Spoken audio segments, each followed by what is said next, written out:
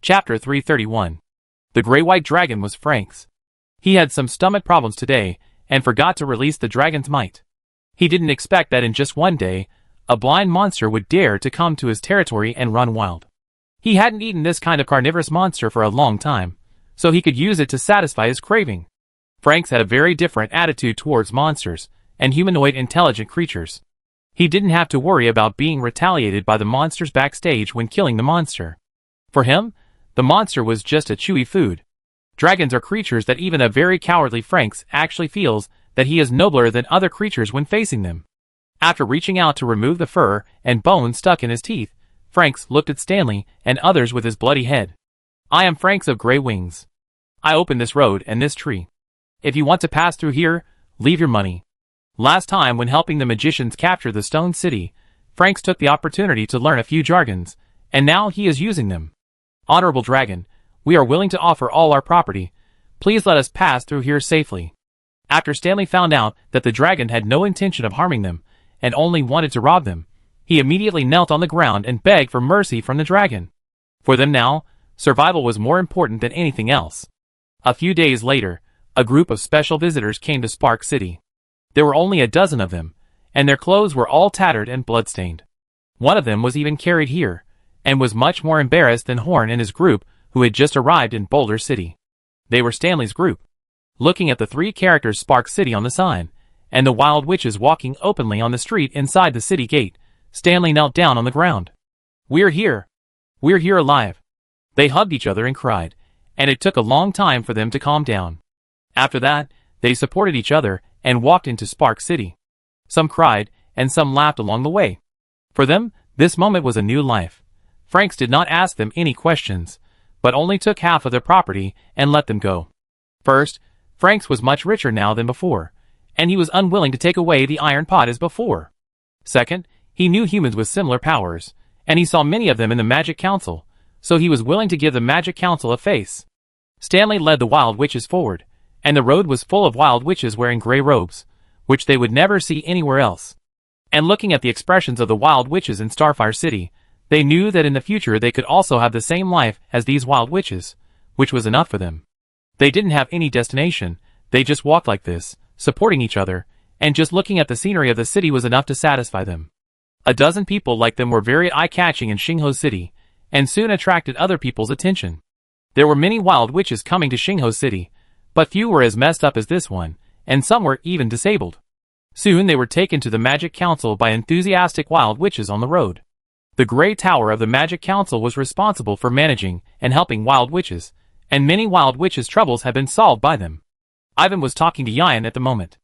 After hearing about this, he hurried out to receive these wild witches, and Yan followed him out.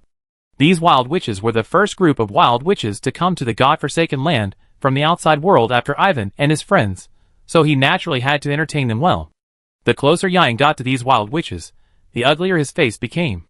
He could sense the emotions emitted by those wild witches, and these emotions made him very uncomfortable. Ivan was a little puzzled by this expression, but when he pushed the door open and walked in, his face also became very ugly.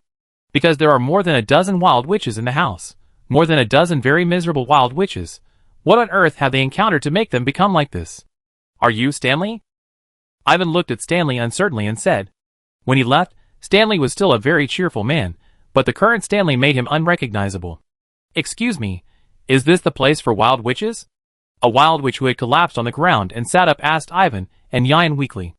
Ivan didn't bother to reminisce with Stanley, and quickly turned around to hold the hand of the lying wild witch, and said excitedly, "Yes, this is Spark City, a city that belongs entirely to wild witches. In this city, wild witches can live with dignity. You are home." Yan didn't say anything, but cast healing spells on the wild witch one after another. "Really? It turns out that this place really exists, so great." After saying that, the wild witch smiled, and let go of Ivan's hand. Yan sat on the ground dejectedly. He was not saved. Ivan pressed his fingers deeply on the neck of the wild witch. He was already dead. He couldn't hold on for a few days. What kept him here was the obsession of wanting to come here to take a look. Stanley bowed deeply to the corpse. He originally wanted to comfort Yan and Ivan, but his words had a greater impact on them. Yan stood up with a gloomy face, pressed his brows, and sent a message to Horn's wizard tower. Whatever you are doing, come here now, right now. Yan usually does not use the ability of direct telepathic communication on magicians who are doing experiments, because it may disturb their thinking, but now, he can't care so much, he just wants to let Horn see it now. Horn's hand trembled, breaking a delicate vessel, and then frowned. Why is Yan so anxious to find him? There was a flash of lightning under his feet, and he ran out of the magician tower quickly, and then the wings behind him spread out, and flew directly in front of Yan. The first thing he saw was a dozen injured and disabled witches, and a striking corpse on the ground. What's going on? He is. Stanley asked Ivan beside him uncertainly. He is the Lord of Spark City, the Speaker of the Magic Council, Lord Hornmum Helen, the great mentor we have always talked about. The witches looked at Horn one after another, with strange expressions on their faces. If they had not sacrificed so much, they would probably be overjoyed when they saw Horn, but now they were not happy. These wild witches came from the Forsaken Land. There were more than 60 of them at first. Yan pointed at the wild witches and said. Horn's already ugly face became even more distorted, and the magic elements around him became violent. The wild witch lying on the ground said at the end that this place really exists, which is great. Boom! The left eye filled with lightning on Horn's mask appeared, and he was a little angry. Chapter 332. After learning the whole story, Horn's anger soon subsided. Anger cannot solve the problem. He just lost control at that moment. Besides, who can he vent his anger on? To the Black Panther that had been eaten by Franks? To the dangerous tidal Miss Swamp? Or to the wild witches who finally came to him after going through so much hardship? Or to Yan who forced those words sharper than a knife into Horn's heart? No, he couldn't blame anyone. At most he could only put the blame on the church. The church already had enough to blame.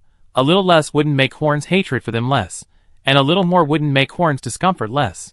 With mixed feelings, Horn arranged these wild witches, and gave them generous compensation.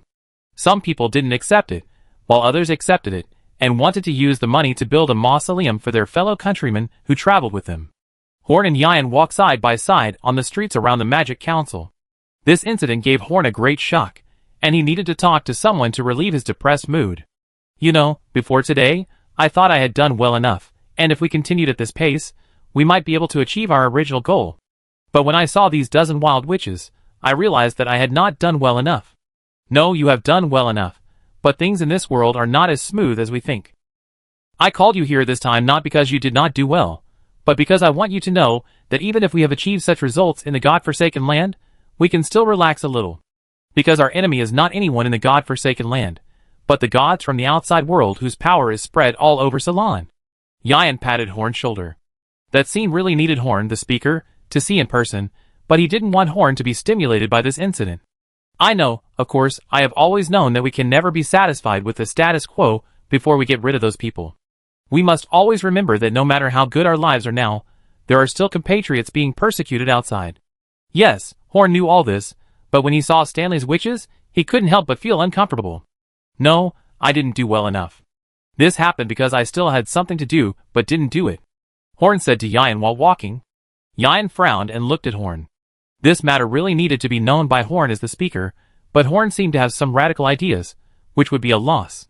We have gone from having nothing to controlling a city. Is there anything you haven't done well? I plan to open a safe road between Shiwu's Swamp and the Forsaken Land, and personally lead a team to retrieve the magic crystals in the Forsaken Land. Horn clenched his fists. From the moment he said this, he had made up his mind. Yan didn't know what to say. He couldn't detect Horn's thoughts clearly. After Yan knew Horn's thoughts for the first time, Horn had practiced on this point, so when Horn didn't want to, he couldn't detect Horn's thoughts at all. You go in person? Don't be ridiculous. Our Magic Council has been formed. If you leave now, it will put Spark City in danger. The Magic Council is the hope of all wild witches. Everything should be based on our survival. I don't agree with you going out in person. Don't worry, I won't take risks with the entire Spark City. I have my own ideas about this. 10 days later, a team of more than 100 people was formed. There were 25 magicians, led by Terry. Except for a few magicians who participated in the battle for control of the city, all of them were novices, who had just joined the Magic Council. Horn wanted these fledgling magicians to come out and gain some experience in this operation. There were 30 warriors in total, 20 of whom were idle warriors hired by Spark City, and 10 of whom were an elite squad of the Red Flame group, led by an elite 4th level warrior. As for the remaining 100 or so, they were ordinary Spark City soldiers, and they were responsible for transporting the magic crystals back. The original Boulder City had a military camp, with a total of 20,000 troops, but this army did not play any role in the city's attack and defense. After the Magic Council came to power, this army was disrupted and reorganized and handed over to Garfield for management. The Magic Council had no one to manage these ordinary troops. When recruiting soldiers, Horn always offered a large amount of reward and explained the interests involved before letting them choose whether to participate voluntarily. As long as they could come back alive, each person would be rewarded with 500 gold coins, which was enough for them to take the risk. Of course, the rewards for warriors and magicians were much higher than this. After all, the current Magic Council was rich and powerful, and they didn't lack this money. Recently, the financial situation of the Magic Council was very good. After deepening cooperation with Undead City, a large number of magic props and enchanted weapons that could be used by everyone began to be sold in Undead City. A batch of magic daily necessities operated by the Magic Soap Management also began to be launched in other cities. Countless small merchants made their first fortune by purchasing goods in Spark City and selling them in other cities. The Magic Council showed extraordinary potential in business, and as the number of magic associations and wild witches in Spark City increased, the resources that the Magic Council could produce would increase.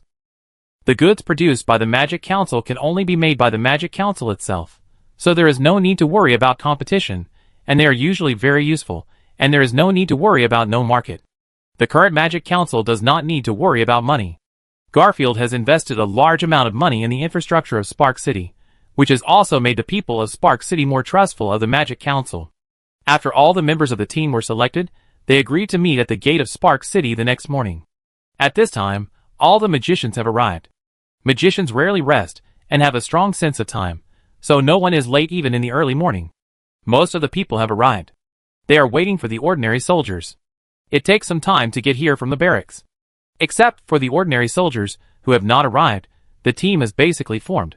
The strongest person in the team is the captain of the Red Flame group. The nominal leader is Terry, who was sent by Horn to lead the team. But the real boss of the team is someone else. Among the more than 20 wild witches who gathered together to chat, there was a wild witch sitting in the corner without any sense of existence. He was Horn's clone. Here his name is Edward. Chapter 333. Horn, who used the alias Edward, was mixed in the team at this time. He did not disclose his true identity because he did not want to expose his ability to split himself, which did not need to be known by too many people. And once they knew that he was in this team, those novice magicians would definitely become dependent on him. The Speaker of the Parliament was right beside them, so what did they have to fear? This time, Horn wanted to train them, so he did not want them to have this mentality. He was wearing an ordinary magic robe, but the staff he used was a staff that Luke had spent a lot of effort to make, and it could be used to cast 6-ring magic. Edward's body was strong enough for him to cast magic below the 4th ring without a medium, but when he had to use his true strength for 5 minutes every day, he couldn't do it without using a staff. The birth of this staff was not easy. It took Luke several months to make it. It was the only staff in the Magic Council that could cast 6-ring magic besides the sacrificial staff. In addition to technical issues, the biggest problem that restricted Luke from making the staff was the material issue. The plants he cultivated for several months could only achieve this level. If it was in the Black Forest, it would not be so troublesome to obtain various rare woods, but it was a pity that the elves would not let Luke cut down trees. If the materials could not be found, he could only make up with technology, so he only made one of this kind of staff, which was now in the hands of Horn's clone. The face of the clone was not Horn's. He found a makeup artist in Spark City to make a slight adjustment. It was somewhat similar to the original Horn, but as long as you didn't deliberately think in the direction of the speaker, you would never associate it with Horn. This is the advantage of being in charge of a city. You can find talents in the city to serve you at will, and generally no one will refuse you. Including Horn and Terry, there are a total of 6 magicians who have participated in the battle. The remaining 19 are all novice magicians who have just entered the world of magic and don't know anything. While everyone is taking advantage of this time to win over the relationship, only Horn sits there expressionlessly. The old magicians thought Horn was a new magician, and the new magicians thought Horn was an old magician, but after communicating for a while, they found that none of them knew this magician Edward. An old magician secretly asked Terry, but Terry was vague, which made Horn full of mystery in the hearts of these magicians. They discussed for a long time, and a magician with short hair of yellow forgiving color came to Horn with a piece of paper and said to Horn, "Hello, Master Edward, my name is Al. Al, Fawns, a plant magician? I don't think I've seen you before. What kind of magician are you specialized in? All round, Horn said dryly. Al was embarrassed. How could I respond to your omnipotence? So he turned back to the group of magicians and repeated the conversation with Horn, which caused a heated discussion among the magicians. They all thought that this magician was too arrogant and should give him some difficult questions to test him and make him look bad. In fact, there was nothing to be done about Horn's statement. For these magicians who had just started, Horn was indeed omnipotent. After a while, Al came over again, this time with a piece of paper with a magic circle drawn on it. Mr. Edward, you said you are omnipotent? I just happened to have a problem recently. What is the problem with this magic circle? Why do I always fail when using it? You add other runes to the elemental magic circle without processing it. Do you think you are too old? Horn didn't look closely. After a glance, he rolled his eyes at the magician. Al rubbed his dark green hair and said with a happy smile, I was wondering why it always explodes when I do this. This is the reason. He thanked Horn and walked back. Even though Horn's attitude was not very good, he was still very happy. After all, he found his weakness. Horn looked at Al's back with a strange look in his eyes. Why didn't a plant mage study plants, but wanted to make some explosive magic arrays instead? Maybe this kid will be a plant-based explosive guy in the future.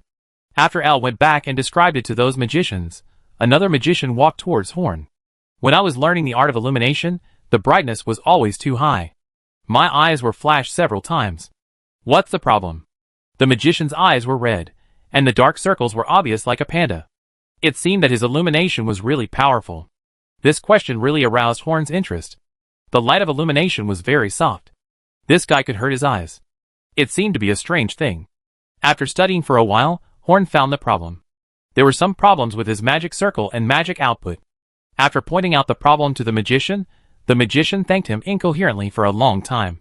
He had been learning the simplest lighting technique for several days, but had no results, and he almost blinded himself, which made him lose face in front of other magicians. He was about to leave when Horn stopped him. It is easy for you to master the genuine lighting technique now, but have you ever thought that the blinding lighting technique you used before is actually very valuable? You can continue to use the eye-dazzling special effects through research and create a new magic. The magician's eyes lit up. He had never thought of this direction. He had always regarded that characteristic as a burden. He didn't expect that he had always turned a blind eye to something truly valuable.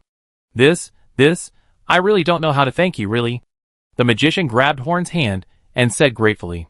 Horn broke free from him and smiled at him and said, You don't have to thank me. You should concentrate on creating your first magic. As for thanking you, just give me a copy of this magic circle after the development is successful. After this magician returned, he caused a sensation among the magicians. It was fine to solve a problem, but it was shocking to get the opportunity to develop new magic directly after asking him. That was not something that ordinary magicians could easily achieve. After this magician, the magicians came to Horn one by one to ask about their unsolved problems. At first, they had the intention of asking Horn to stump them, but later they just came to ask for advice.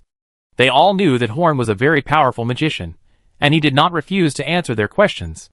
Any magician with a thirst for knowledge would not miss the opportunity to ask a powerful magician for advice. And a strong thirst for knowledge is the instinct of every research magician.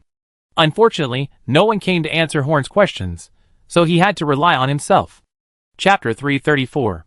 Terry looked at Horn helplessly outside, but Horn signaled to Terry that it was okay. It was an opportunity for these magicians to seize the opportunity to ask him questions, and Horn was happy to give them this opportunity. There was still a lot of time. They actually arrived here ahead of time. It would take some time for those ordinary soldiers to arrive here. Horn didn't mind giving them more opportunities. While explaining here, Horn's body was doing an important experiment over there. When he was about to succeed, the main body involuntarily put all his energy into it. At this moment, the consciousness of the clone became weak, and Edward took over the body naturally. When he opened his eyes, he saw a group of magicians surrounding him and asking questions. Edward couldn't stand it. So he yelled, "Get out of here, don't get close to me." The magicians who were in high spirits suddenly felt like they were poured with a basin of cold water. Why did their attitudes suddenly change? Just like in class, the teacher is giving a kind lecture, and suddenly he says with a cold face, "All of you bastards, get out of here." Anyone would feel unbalanced with such treatment. They felt very aggrieved. If you don't want to teach them, just say it directly. They won't pester you to ask questions all the time. So they all left Horn in despair, and stayed far away. Horn, who had completed the experiment, scratched his chin. It seemed that he had used too much strength just now. There should be no problem with the clone. Horn, who regained control of his body, found that there was no one around him, and those people looked at him with strange eyes. He smiled bitterly, and probably understood that Edward must have done something strange in that short period of time. It was his own mistake, and he couldn't blame Edward. But it was also good. If he got along too well with them, they would rely on Horn, which was far from the purpose of Horn bringing them out for training. After a while, the last wave of ordinary soldiers who were going to act together also arrived, and the action officially began. The Shiwu swamp in early spring was full of the breath of life. The dry trees and wet ground were sprouting green branches. With a light mist floating in the air, this swamp was as beautiful as a fairyland. Of course, this is just an illusion. This is not a fairyland, but a dangerous place that is well known in the whole of Ceylon. Traveling in the tidal mist swamp with a large number of people is completely different from walking in the tidal mist swamp with a small number of people. In this environment, small-scale operations can be carried out with caution. However, it is not easy to walk when there are a lot of people, especially when there are 30 loaded carriages in the team. Normally, carriages cannot travel in the tidal mist swamp, but the existence of magicians solves this problem. There were 3 magicians in the team who were helpful in this situation, 1 ice magician and 2 earth magicians. The 3 of them could open up a path in the tidal mist swamp without much effort, which was why Horn chose to bring them out. But they were only low-level magicians after all. Even with magic crystals to replenish their magic power, they could only travel for 3 hours at most, and then they had to rest for a while before they could continue. The tidal mist swamp was very dangerous at night, and could not move forward, so they could only travel for 6 hours a day at most. However, the efficiency of walking on the road created by magic is completely different from that of walking on the muddy road, so they can walk much farther in 6 hours a day than normal people can walk in a whole day. Now Horn, who is aliased as Edward, is completely isolated by magicians except Terry. After a day of walking, no one approaches Horn anymore. After the initial "don't get close to me," there are still magicians who dare to approach Horn, and Horn also answers very kindly. But Horn always inadvertently exposed Edward's bad character, and his attitude might become particularly bad at any time. Even the magicians with good personalities here couldn't stand Horn's neurotic behavior. Edward's character in the body of that little animal was still tolerable to some people, but when it really appeared in a person, it was really disgusting. When they camped and rested at night, Terry sat down next to Horn. "What are you doing? Don't tell me that you really can't control yourself and let Edward come out to annoy people. It doesn't seem to be good for you to be like this now. It was not intentional the first time, but I deliberately let Edward come out to scold people afterwards. For them, this operation is a training. Over-reliance on me will greatly reduce the effectiveness of this operation. Yes. Training. These wild witches in the Forsaken Land are good for research, but they are really not good enough for fighting except for a few of them. As a pure combat magician, Terry is not optimistic about the combat effectiveness of the magicians and wild witches in the Forsaken Land. They lack the persistence of magicians from the outside world in improving their actual combat capabilities. So it is of great significance to let the wild witches outside the God-forsaken land safely reach our Spark City. Combat ability is not innate. The wild witches in the God-forsaken land grew up as magicians without going through too much danger, so they are not as enthusiastic about fighting as we magicians. I took them out for a walk this time, just to let them experience some real battles. These are all good guys. I hope not too many people will die this time." Terry sighed. He also heard about the miserable situation of the group of wild witches who passed through the Black Forest, so he was actually a little reluctant to bring these 25 magicians, who were no stronger than ordinary wild witches, to the tidal mist swamp. Although he felt that the magicians in the Forsaken Land of God were a little weak, every magician was very precious to the Magic Council. "Don't worry, they won't get into trouble with me here. I have really made a plan for this trip. I can't say it's foolproof, but at least there won't be too much loss." Horn showed a confident smile. He had already prepared for this action. While the two were talking, the mercenaries had already commanded the ordinary soldiers to set up the camp for tonight. It was really a correct decision to find someone from the mercenary group to lead the team. At least in terms of survival in the wild, the mercenaries are much better than Horn and his wild way, who have crossed the tidal mist swamp. The camp was arranged by them to be watertight. Unless there were a large number of humanoid races or special magic beasts attacking, the general magic beast attacks could be guaranteed to be safe. The whole camp was now peaceful. It had not yet reached the top of the mountain of Franks. This was still the edge of the entire God-forsaken land, so there was not much danger. Even ordinary people dared to collect money from the mercenary groups to pick up magic crystals and sell them for money. In the tent shared by 5 magicians, Horn looked at these still excited magicians insidiously.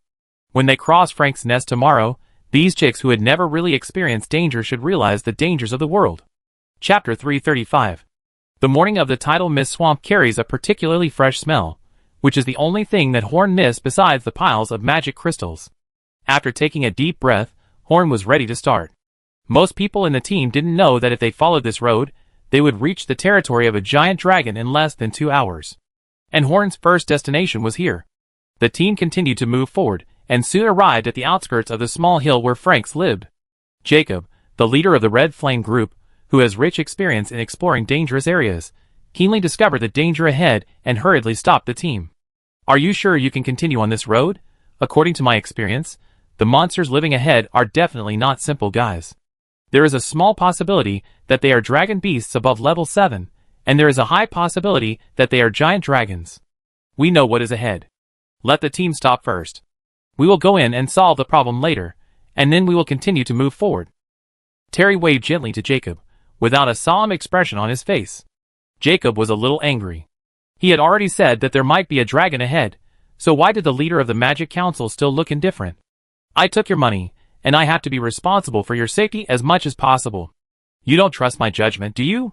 Don't worry, we know about the dragon ahead, and we have already made preparations to face this dragon before we come. Now we just need to wait here. Terry comforted Jacob and said that he had to rely on him to command the operation, so Terry didn't want him to be too angry. Do you really understand the horror of dragons? Any adult dragon is stronger than the speaker. Jacob wanted to say something, but was stopped by Terry. The man who is going to deal with the dragon is coming. Let's wait here. When he comes back, we can move on. The person who can deal with the dragon is Horn. He walked in front of the 2 people, saluted Jacob and said, "There is a dragon's nest in front of us. Let me deal with this dragon. I need 2 warriors to help me carry some things in." The things Horn said he was going to carry were the 2 boxes of gold coins and 4 barrels of fine wine that Horn had prepared at the beginning. Jacob was still wondering why he had to carry these things forward at first, but now he understood that they actually wanted to use these things to bribe the dragons.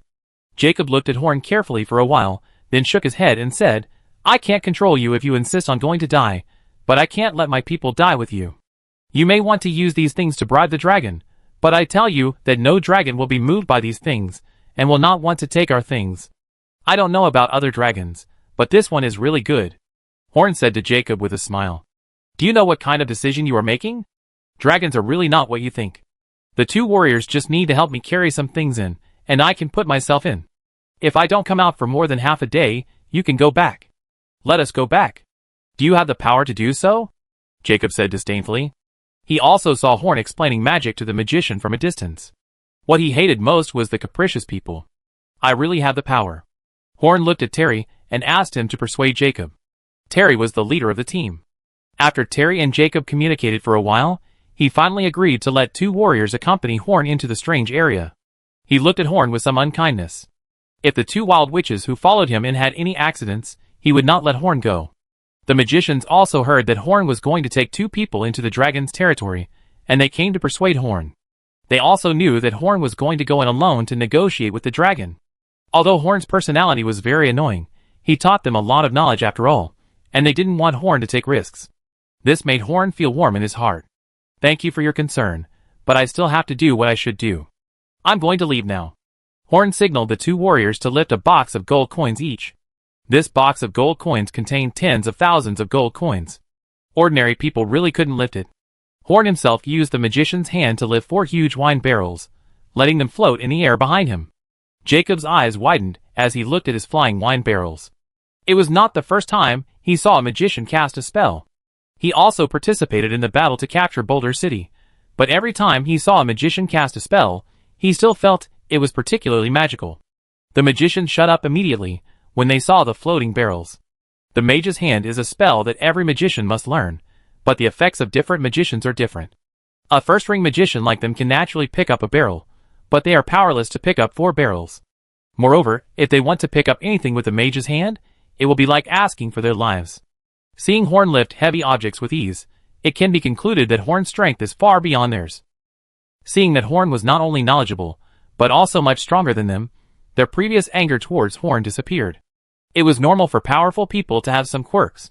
The clone had all of Edward's abilities, so it was not surprising that he could cast the Hand of the Mage, because normal Edward could cast all the three-ring magic that Horn knew, but of course, he couldn't use spells like those that could only be released through the Eye of Thunder. With two trembling warriors carrying gold boxes, Horn's mouth curled up. The two of them were obviously very scared, but they still followed Horn in.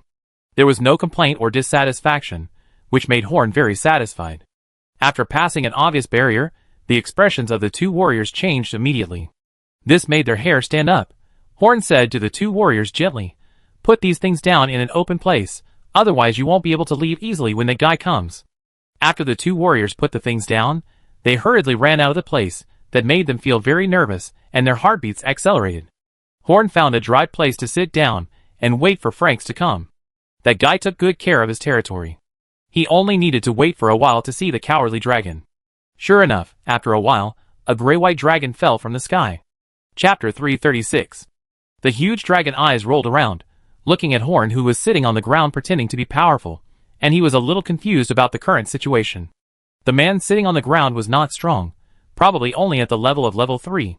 He might have hidden power, but at most he was level 4.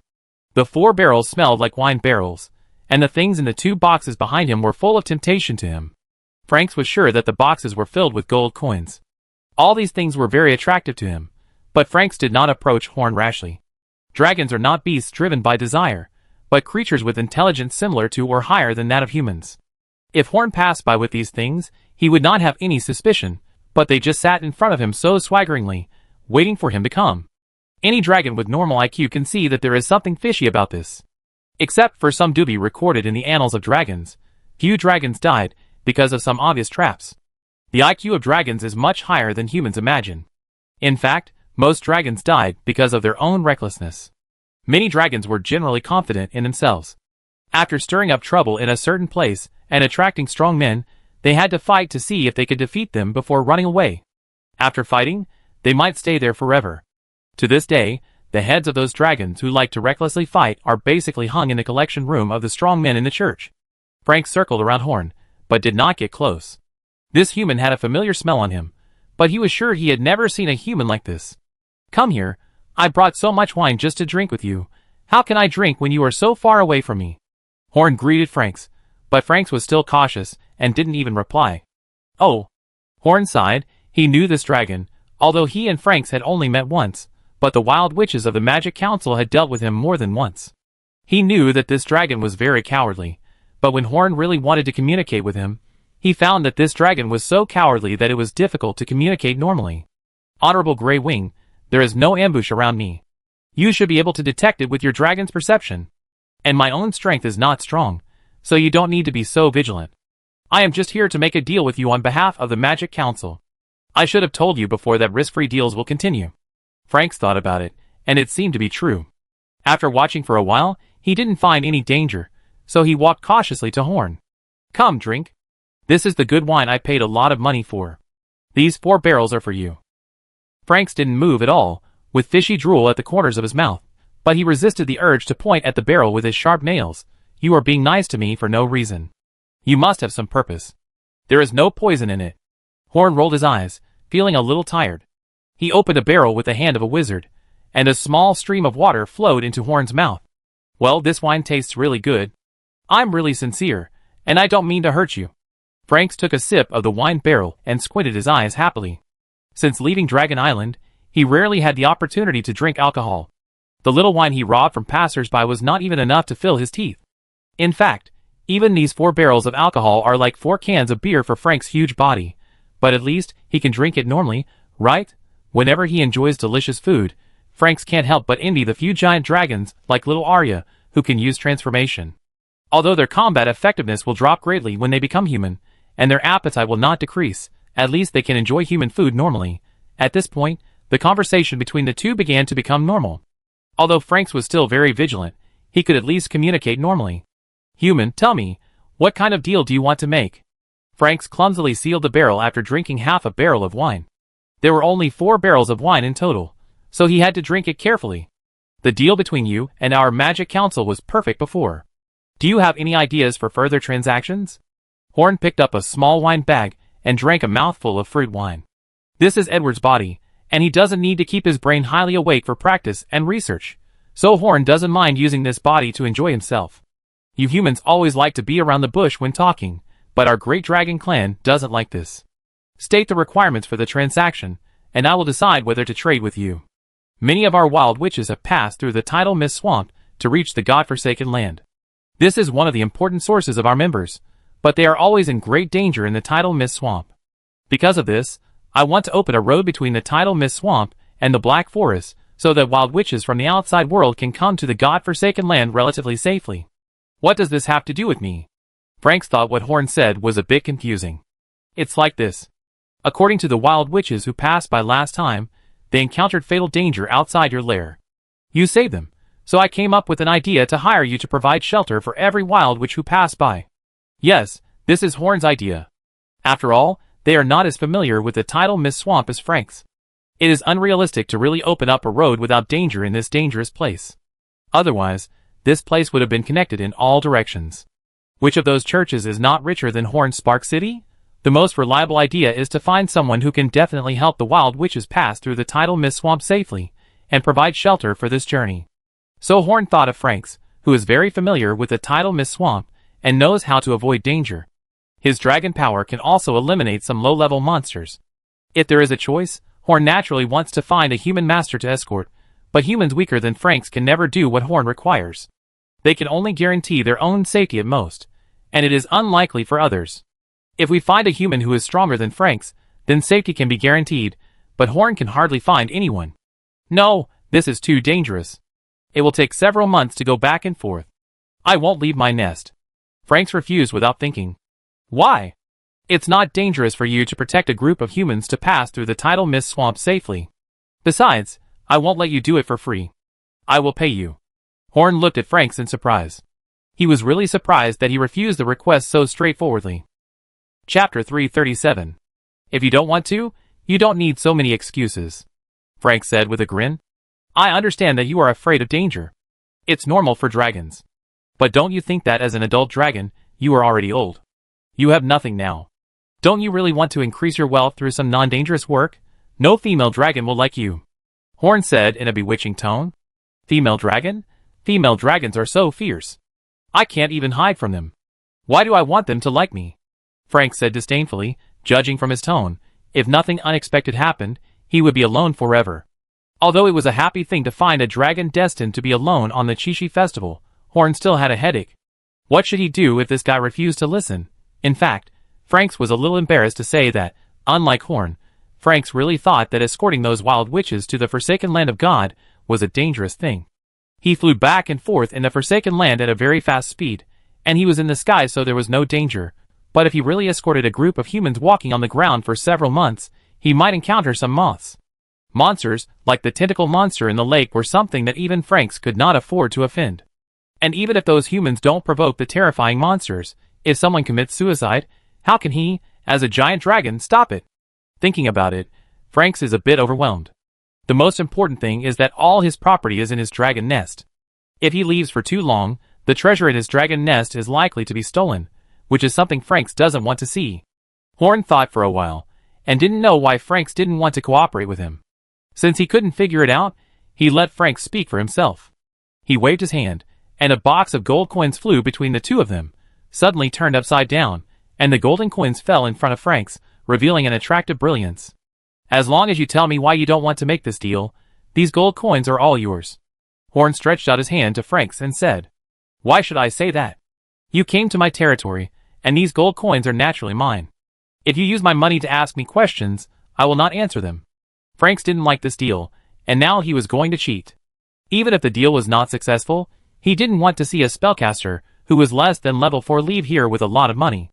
Anyone who is not strong enough passes through his territory, and all the money they carry should belong to Mr. Franks. Horn was so angry at Franks that he laughed, and used his real strength for only 5 minutes a day without hesitation, and his momentum burst out all at once. Franks's chrysanthemums clamped tightly, and he was about to escape with a flap of his wings.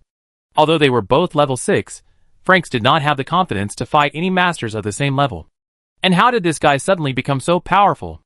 It's not magical at all. But Horn was not a pushover. Franks didn't run far before he found Horn, supported by a pair of fire wings, coming in front of him. Now, do you still want to escape? Horn's tone revealed a solemn meaning. Franks had no doubt that Horn would take action immediately if he refused. So he fell to the ground with a whimper, and Horn also dispersed his power and fell in front of Franks. Do you remember Frank's strength judgment criteria? Level 6 and above can't be provoked, level 5 equal communication, level 4 and below will choose to provoke, so Horn is now someone he can't afford to offend. This time, Franks did not play any tricks, but told Horn all his concerns. Horn thought for a while and said to Franks, "As for your treasure house, I can give you a simple maze, which can conceal the location of your treasure house. You can set the secret code to manage the maze yourself. As for safety, those wild witches do not need your complete protection. If you encounter a monster that you cannot fight, I will allow you to escape. You only need to protect them to the best of your ability." Since Horn showed his strength and provided a solution, Franks was not as tough as before. In the end, he said that as long as the maze Horn mentioned could really hide his treasure, he would agree to Horn's request. In fact, Horn had other ideas for Franks, but he would wait until Franks completed the first mission. That is, he wanted to move the lizard tribe of Savara to Franks' territory. Although Horn had arranged a place for the lizard people were creatures suitable for living in swamps after all, and there was no suitable swamp around Spark City. The lizardmen of Savara did not have the strength to occupy a territory in other parts of the tidal mist swamp. Although Savara was very strong, his people did not have the strength of Savara. In the ancient times before the gods came to the world, the lizardmen were also a dependent race of the dragon, so Horn should be able to persuade them at that time. After all, this matter is actually beneficial to both parties.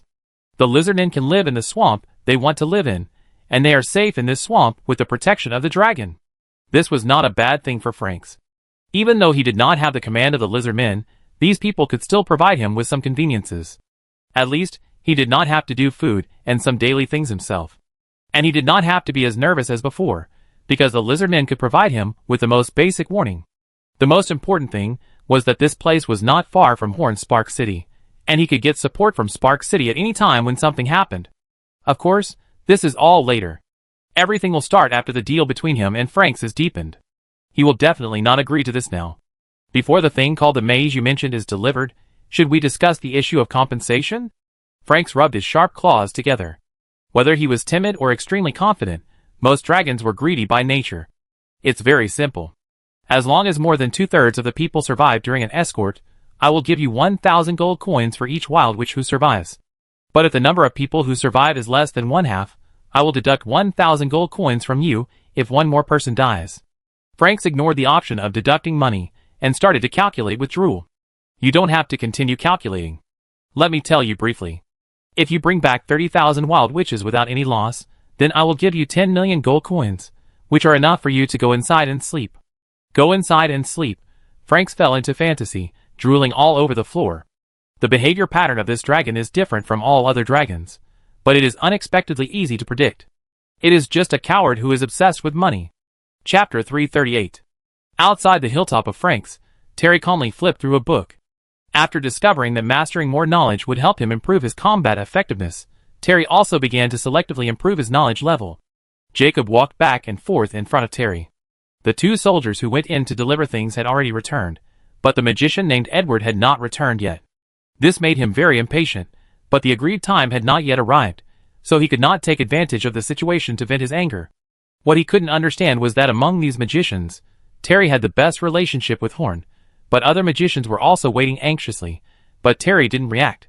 When the time was almost up and Jacob was about to take people back according to the agreement with Horn, the team suddenly became agitated.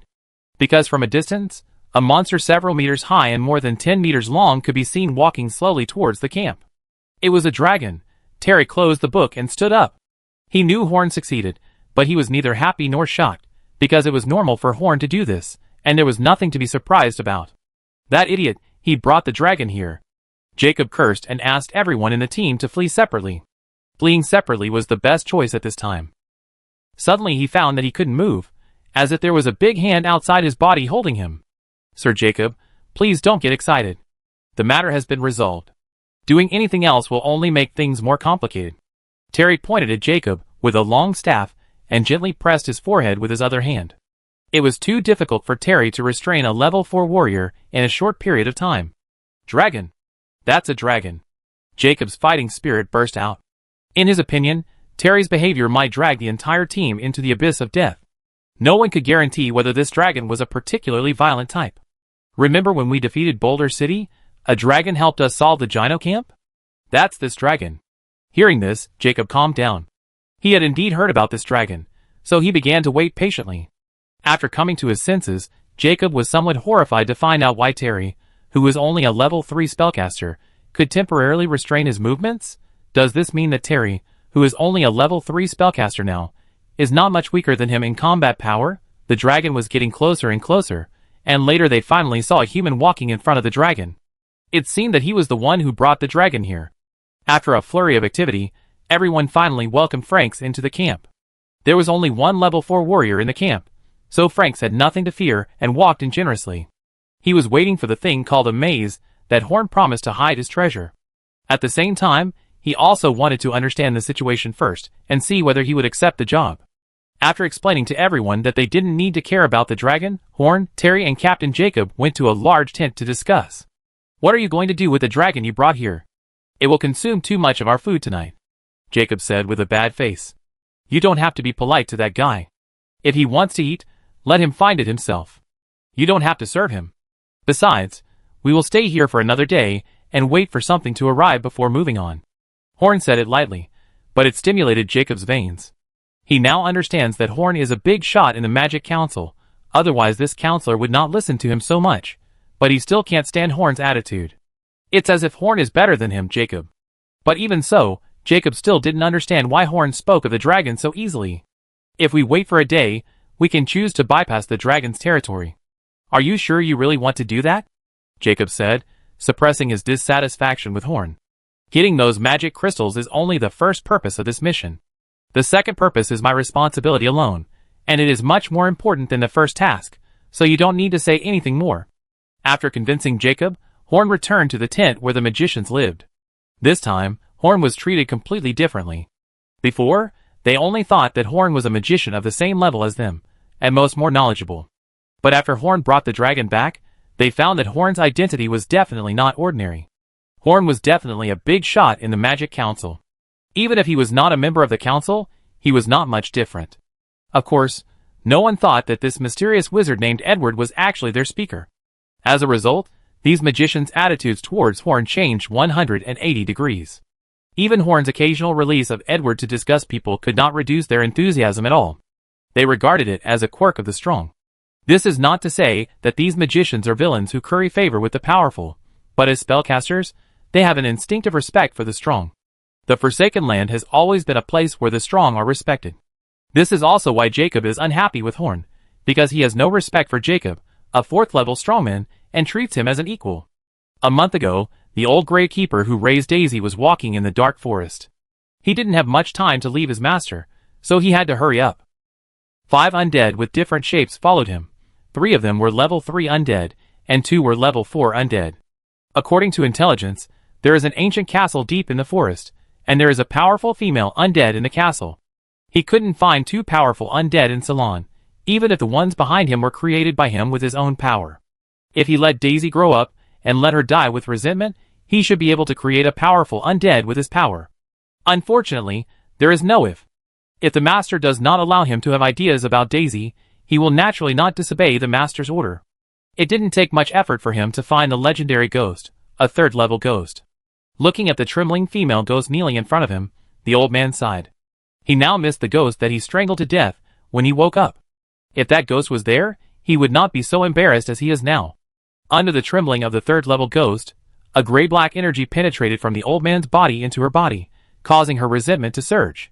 In a short period of time, she has become a 5th-level ghost. Honorable Supreme Undead, thank you for your generous gift. The eyes of the female undead turned dark green. She now has the wisdom she had in her lifetime. Go to Shiwu Swamp and find me something or a person.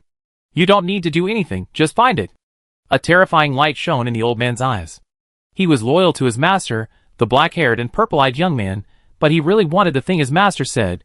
Before coming to see him, the master had only been in Shiwu Swamp, so the place where the master saw that things should also be in Shiwu Swamp Whether it is the seed of the world or the divine fire, no matter what the name is, it means that as long as he gets that thing, he may be immortal. Immortality. Who doesn't want it? Chapter 339. The next day, the entire team did not move forward and remained stationed in the same place. Jacob finally understood why Horn said not to bother with the dragon, because the dragon was wandering around the camp like a curious baby, and he would not get angry even if he refused his request. When he blocked the way, it only took a few gold coins to make Franks leave his original position. This was even easier to talk to than a human strongman. And I don't know if it was Jacob's illusion, he always felt that this majestic-looking dragon sometimes had a little bit of a sneaky look. Before Franks continued to refresh the dragon race, a huge hawk with a wingspan of several meters landed in the camp, with a large bag of things in its claws. This was Annie's summoned beast, which was here to deliver what Horn promised to get to Franks. Since the clone appeared through Edward's body, and Edward and Horn had a mysterious connection, even though they were far apart, their consciousness was shared. After teaching Franks how to use it in detail, Franks returned to his nest.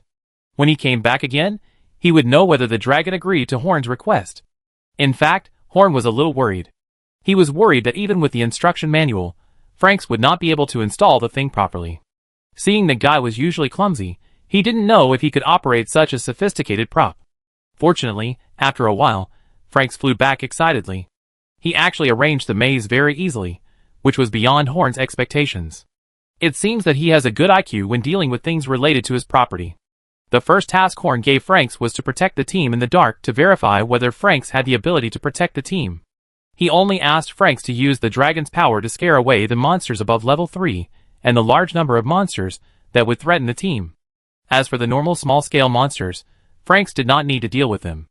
In fact, in the agreement between Horn and Franks, he tried not to show up when escorting the Wild Witch except for the necessary help. For the magicians, crossing the tidal mist swamp is a precious test. On the premise of ensuring their safety, Horn does not mind letting them suffer a little. When escorting the convoy, Horn discovered other advantages of Franks. Although Franks' combat ability is not good for a dragon, his skill points for escaping are almost maxed out.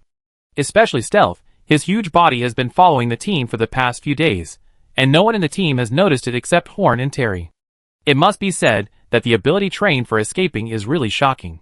After a few days, the team finally entered the depths of the tidal mist swamp, and various dangers finally appeared in front of everyone. Various monsters attacked the team in turn. Although the situation was frequent, under the command of Jacob and others, so far only one ordinary soldier who was accidentally bitten by a poisonous insect died. Even though the death of a person was a cruel thing, it was somewhat unworthy of the reputation of the tidal mist swamp. Although there were many monsters attacking, it was amazing that they were all within the range that the team could handle, and there was no completely irresistible crisis.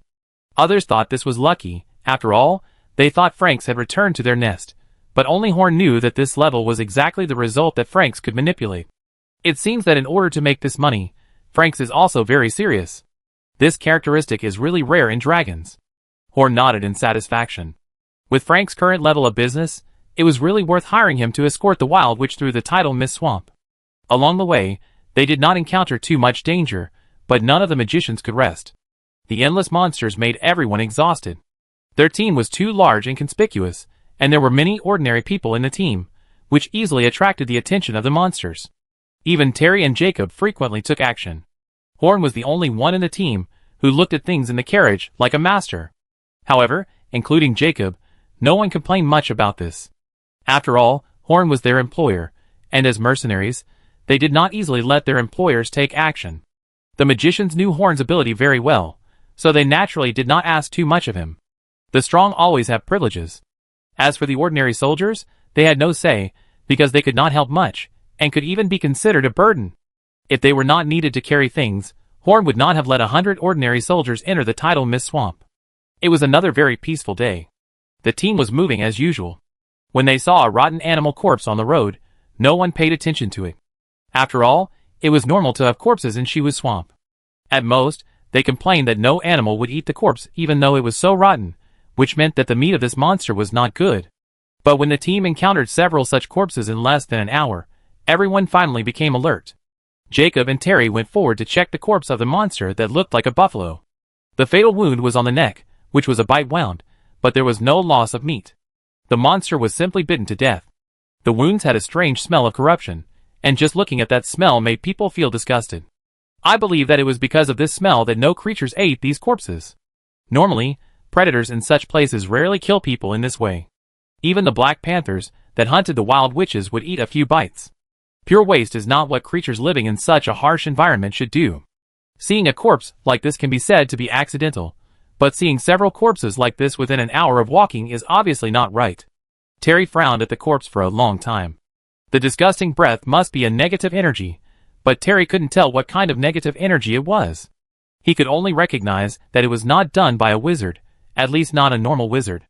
Jacob also stood next to the beast's corpse, and picked up a piece of corroded flesh with a long sword. After careful observation, he found that he had never seen such a thing before. For a dangerous place, like the tidal mist swamp, the unknown means danger. The two discussed for a long time without seeing a result. Horn pushed Jacob aside, squatted on the ground and looked at the corpse, and said solemnly, "It's a ghost." Chapter 340. Undead? Impossible. This is a level 2 magical beast. The one who can kill it easily must be at least level 3. Undead things that are close to level 1 are rare. Where can you find level 3 undead?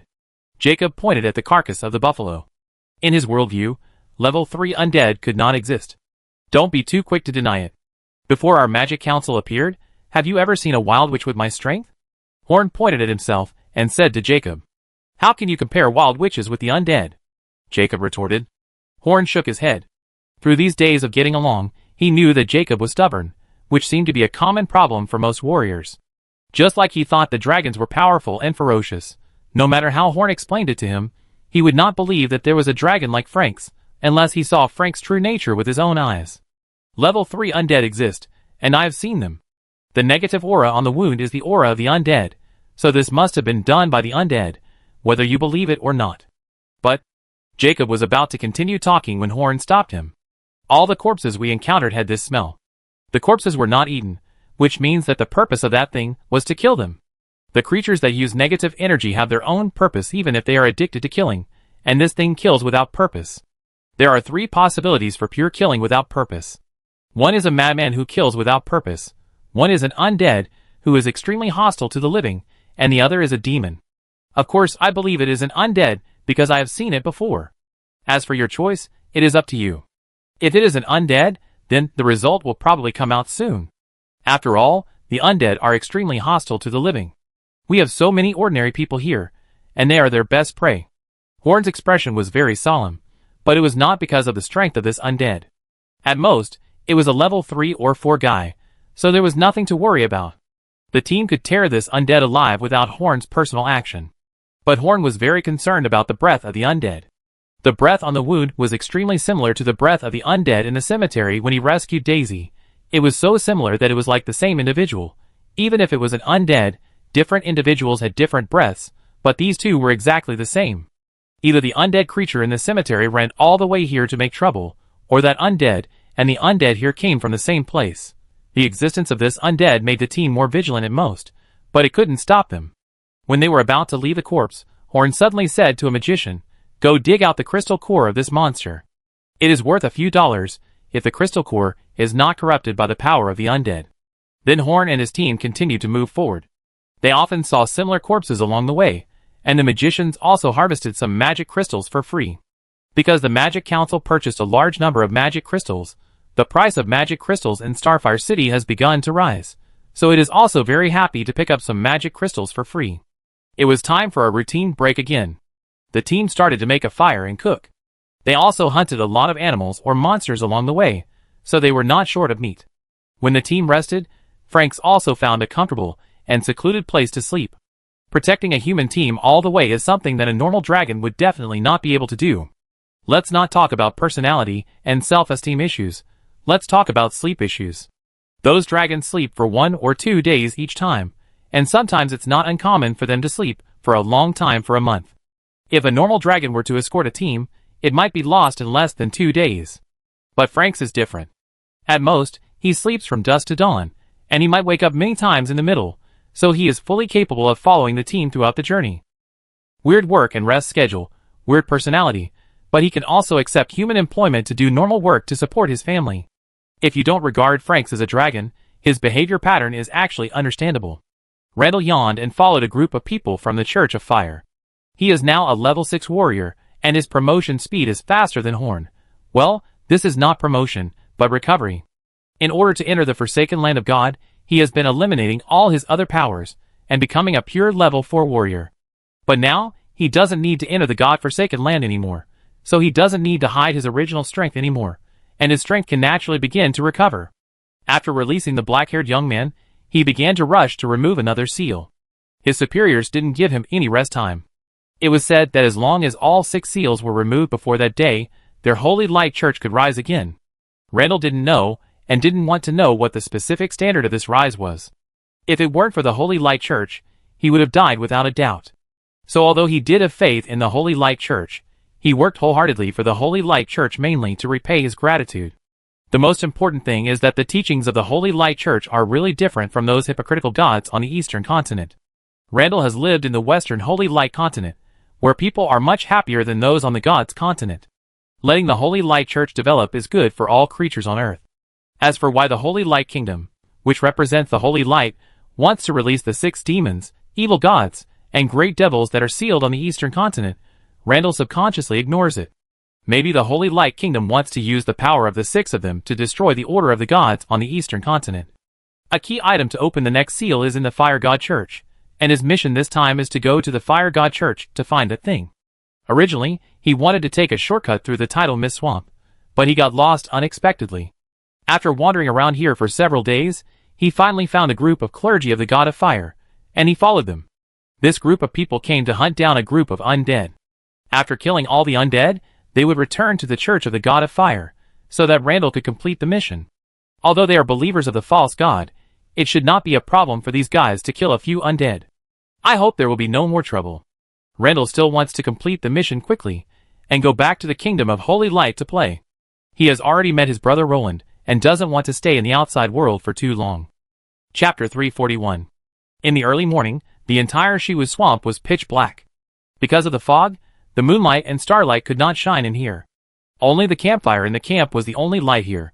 Except for the 10 soldiers and 2 warriors, who were on night watch, the magicians were meditating, and the others were resting. The Shiwu swamp at night was very dangerous. Resting without taking some protection was seeking death. Moreover, there was no healing magician like Yan in the team, so we had to be careful. When camping in such a dangerous place, people usually sprinkle dried high-level monster excrement powder around the camp. The powder with the smell of high-level monsters can scare some weak monsters. Jacob also prepared these things, but the magician still put another layer of insurance here. They took out a set of strange gadgets and arranged them around. It was a portable small maze that could provide good protection for the team and block the entry of some poisonous insects and other not powerful, but very dangerous creatures. It could also give warnings when monsters approached a certain range. Because the size is specially reduced and the energy is provided by magic crystal, the effect of this maze is not strong, but it can be used as a warning. It can be said to be a must-have equipment for home travel, outdoor adventure, and robbery. Unfortunately, there is only a magician version and no universal version, otherwise this set of things will be a major source of income for the Magic Council. Even though the Magic Council has enough ways to make money now, no one wants too much money, right? Horn put the quilt behind him, and lay comfortably on the bed reading a night novel. Because there are many people here, he reads a serious novel written by a serious author that Horn bought with money. The other magicians in the tent were meditating or doing something, only he was so lazy. This action was a way for Horn to enjoy life. His original body was still working hard, but this clone could enjoy himself. Because if he didn't do it, his abilities in all aspects would decline. It would be better to work hard and relax at the same time. This was not Horn's excuse to read novels. Absolutely not. When he was bored, Horn could chat with Edward's consciousness in his body, and when he wanted to sleep, he could let Edward take charge of his body. For Horn, it was really a very comfortable life. Suddenly Horn sat up from the bed, looked in one direction, and frowned. There is something outside the camp. A pair of green eyes secretly observed this camp full of life. Unlike the turbid life breath of wild beasts, the breath here is very sweet to it, so sweet that it wants to tear all the creatures in it to pieces. It is naked, dry and without a trace of moisture, with sharp claws like knives on its slender fingers. It is a mutant zombie. Before being discovered by the old gravekeeper, it had committed crimes in multiple villages. It was always thirsty, and it could only relieve this thirst by breaking open the bodies of living people and letting the blood splash on itself, because it died of thirst in the desert. Before it became a ghost, the throat of its body was completely stuck together due to loss of water. Even after it became a ghost, it could not drink a drop of blood. It hated humans and wanted to kill them. When there were no living people, animals or monsters could barely survive. After all, humans were a rare species in this tidal fog swamp. But now, it stared at the camp with its mouth wide open. Look, what is that? It's a human, but it didn't rush forward. After being strengthened by the old gravekeeper, it had the most basic IQ. It couldn't be anxious when hunting, because anxiety might let the prey run away. It licked its lips with its tongue that was as dry as beef jerky, and tiptoed towards the camp full of living people. As an undead, it can feel the vitality of living things. The stronger the vitality, the more delicious it is, but also the more dangerous it is, so it plans to find ordinary people with fragile vitality to eat first. Its ability will be greatly increased at night, and darkness is its best cover. The camp has no walls, which is a suitable place for it to hunt. Even though it can run very fast on the ground, as a mutant zombie, its body is still very stiff, and jumping over obstacles is its worst skill. It walked quietly to the front of a tent, and its eyes flashed. It has not killed humans for a long time, and it is looking forward to it. Watching humans die in pain is a happy thing for zombies. But just as it pulled out its claws, and was about to reach for the tent, something unexpected happened. The sky suddenly brightened. It looked up blankly, and saw two humans in black robes standing 10 meters away from it, holding a long wooden stick in their hands. At the top of the stick was a large group of soft light, illuminating the entire camp. The soft light for humans was very dazzling for it. It stretched its arms horizontally to block the light as much as possible, and observed the group of humans through the gap in its arms. Sunlight does no real harm to level 3 undead, and this is not sunlight, but hating light is the common instinct of all undead. Not only the two humans in robes, but the entire camp came out, staring at it, as if they had discovered something new. Especially the look of the black-robed human in the front made it feel at a loss, because that look was exactly the same as the look it had when it looked at its prey. It was inexplicably nervous, and didn't know what to do now, because it had never experienced this feeling before, this feeling called fear. It usually brings fear to ordinary people, but today, it is humans who bring fear to it. With fear, it becomes more ferocious, roaring at the crowd, with the howl of a tormented soul in its voice. Ordinary soldiers covered their ears, and others frowned. Only Horn pointed at it and said, "Hey, look, this guy can still roar." Everyone was speechless. Horn's current appearance made people easily think of something wrong. His excited expression was more creepy than that zombie. Unfortunately, Horn couldn't control himself, because this was the instinct of a researcher who saw an interesting test subject. In fact, they were quite grateful to Horn. If Horn hadn't discovered the zombie peeping outside in advance, they would have suffered losses in dealing with this zombie. Even if the maze could find it, such a close distance was enough for it to hurt people. Horn walked in front of Jacob, gently poked his arm and said, "You see, I said that level 3 undead creatures exist." Chapter 342. In the depths of the dark forest, a sharp female voice sounded. The tone and timbre of the voice were very strange, and just listening to the voice made people uncomfortable. Why hasn't that stupid zombie come back yet? It has been out for 2 days. A creaking sound that made your teeth ache came from a white skeleton. This was the sound of it answering the woman's question. Maybe it can't help it. Its desire to kill is too strong, so strong that it can ignore the mission of the Supreme. In fact, I can understand it. If I saw a living person, I would not be able to help it either. As a skeleton, it does not have human vocal organs, and can only rely on the fluctuations of the soul to transmit information. This information cannot be heard by humans, but it is normal language for the undead. We don't need zombies for the mission. They are too stupid. This is a corpse wearing armor, and holding elite weapons. It can skillfully use the fighting skills it had in its lifetime, and its body is not as stiff as that of a zombie. It is a black warrior. A normal zombie on the other side roared at the black warrior with dissatisfaction. The one who was disobedient was the mutant zombie. What does it have to do with it? The ghost floated to the middle, and its green eyes glared at the other undead creatures viciously, causing them to stop arguing. With the faint light from the ghost, several monsters in the darkness also appeared.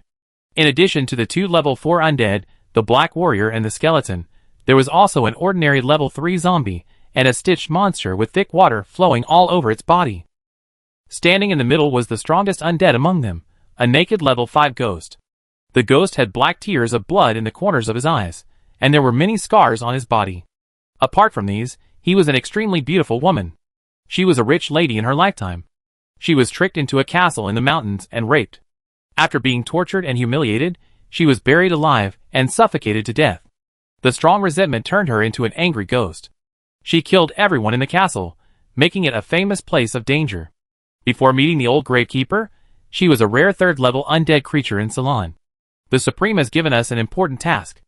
I will not allow us to fail. If that stupid zombie comes back, I will kill it myself. The 5 undead began to move on. They were looking for something they didn't understand, just because of an order from the old man. In the camp, in the crowd, the zombie roared and rushed towards Horn. After all, the way of thinking of undead creatures is different from that of normal humans. If it feels scared, it should eliminate the source of fear instead of running away. But it just took 2 steps and Jacob blocked it in front of it, holding the long sword with both hands, and it flew out with a light wave. This zombie was only a level 3 creature, and although it was not slow, its movements were very stiff. Jacob beat it like a game. Hey, don't kill it yet. Horn was anxious to stop Jacob. This was a good research material. If Jacob killed it, it would be a big waste. But he soon found that his worry was unnecessary. The zombie stood up from the ground. There was a long sword mark on its chest, but it was less than half a centimeter deep. Although it was a casual sword from Jacob, it was enough to show the toughness of the zombie's body. Jacob's face was a little gloomy. A mere level 3 undead took his sword without any defense, and stood up alive, and well immediately. This made him a little bit unacceptable. Very good, very good. This zombie's body has a strength far beyond that of a normal level 3 creature. Captain Jacob, please subdue it, but don't kill it. I have some research to do. Jacob was a little dissatisfied with Horn's direct command, but he still did it according to Horn's request. Although this level 3 undead was a bit strong, he was still confident that he could subdue it. After fighting for a while, he found that it was not that easy. It was easy for him to defeat this zombie. He could cut it into pieces with some strength, but it was difficult for him to capture it alive. Although this guy was a dead thing, he was surprisingly energetic. Jacob even cut off one of its legs and cut several times at the tendons of its hands and feet, but this guy still couldn't stop. In the end, Terry and Horn worked together to hold down the zombie with a magic hand, and Jacob nailed it to the ground with a few ordinary soldiers' weapons. Then its body was firmly fixed to the ground by a small ball of thunder silver that Horn carried with him. Thunder silver is a metal that is very easy for Horn to handle, so he always carries a ball of it with him. A mere level 3 zombie cannot break free from Horn's restraints.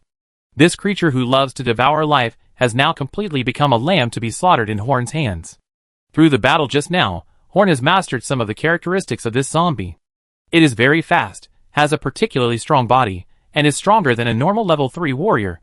However, due to its stiff body, its close combat skills are not as strong as Horn's. There is no obvious disadvantage in physics. In terms of combat power, it should be inferior to the normal 3rd level warrior, but it is much tougher than the 3rd level warrior. Can you set up a tent for me here? I want to study this thing. Horn said to Jacob. I will make it brighter here for you. Can't you study here? Jacob obviously didn't want to set up a tent for Horn in the middle of the night. Of course, if you don't mind, I will do it here directly. Horn took out a thunder silver knife and stabbed it into the zombie's belly, bringing out a trace of mucus, with a strong stench, and the smell of death. The zombie wailed in pain, making everyone frown again. Under the threat of the stench and strange noises, Jacob obediently followed Horn's words, and covered the zombie with a tent. If he didn't build a tent for him, everyone would not be able to sleep today. Horn first released a soundproofing spell on the tent, then walked into the tent with his eyes shining and grinning. No sound could be heard, but through the light, Horn inside could be seen doing something very scary. Hey, Senator Terry, is Edward really okay in his current state? Al with green algae hair trembled and said to Terry. Terry took a big gulp of liquor and said, You are still young, most powerful magicians are like this.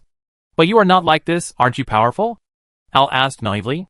Terry, Also, I heard from Senator Sharon that drinking alcohol will affect the progress of magic. Is it okay for you to drink liquor directly? Terry, This guy is not cute at all. Chapter 343. Horn had come into close contact with undead creatures before, but they were all trash that were not even at the 1st level, and were almost killed by a lightning bolt. At that time, there was another undead hiding in the cemetery. Horn didn't want to cause trouble, and didn't care about that undead creature. So when he first came into contact with such a high-level undead creature, Horn was inevitably a little excited. First, he took out some bottles and jars, which were all brought before the departure. By the way, Horn was the only one in the whole team who brought more things. Put the magic attached to the glass bottle aside, which was to collect samples of various parts of the zombies after his experiment was completed. When the magician with this magic was still a wild witch, he was suspected of not being a wild witch because of this magic that could not be seen. After he became a magician himself, his magic became popular among magicians who liked to study. Of course, when Horn first learned this magic, the purpose was not to preserve the test products, but to preserve some food. He often stayed in the basement for several days at a time, and eating was a big problem. Going out to eat is a waste of time, and if you don't go out to eat, you can only eat some hard-to-swallow dry food. After having this magic, Horn's experimental life has become much more comfortable. He can make more food and store it underground at a time, and one magic can do it. He uses this magic at will, and he doesn't even need to chant spells or use a staff. It is quite convenient. The Magic Council also collected a lot of similar magic that had no combat power, but was very practical in some places. Horn himself learned all the magic that seemed useful, and made a booklet of the useless ones to carry with him, just in case they were useful. There was no way he could do anything with so many magic coins.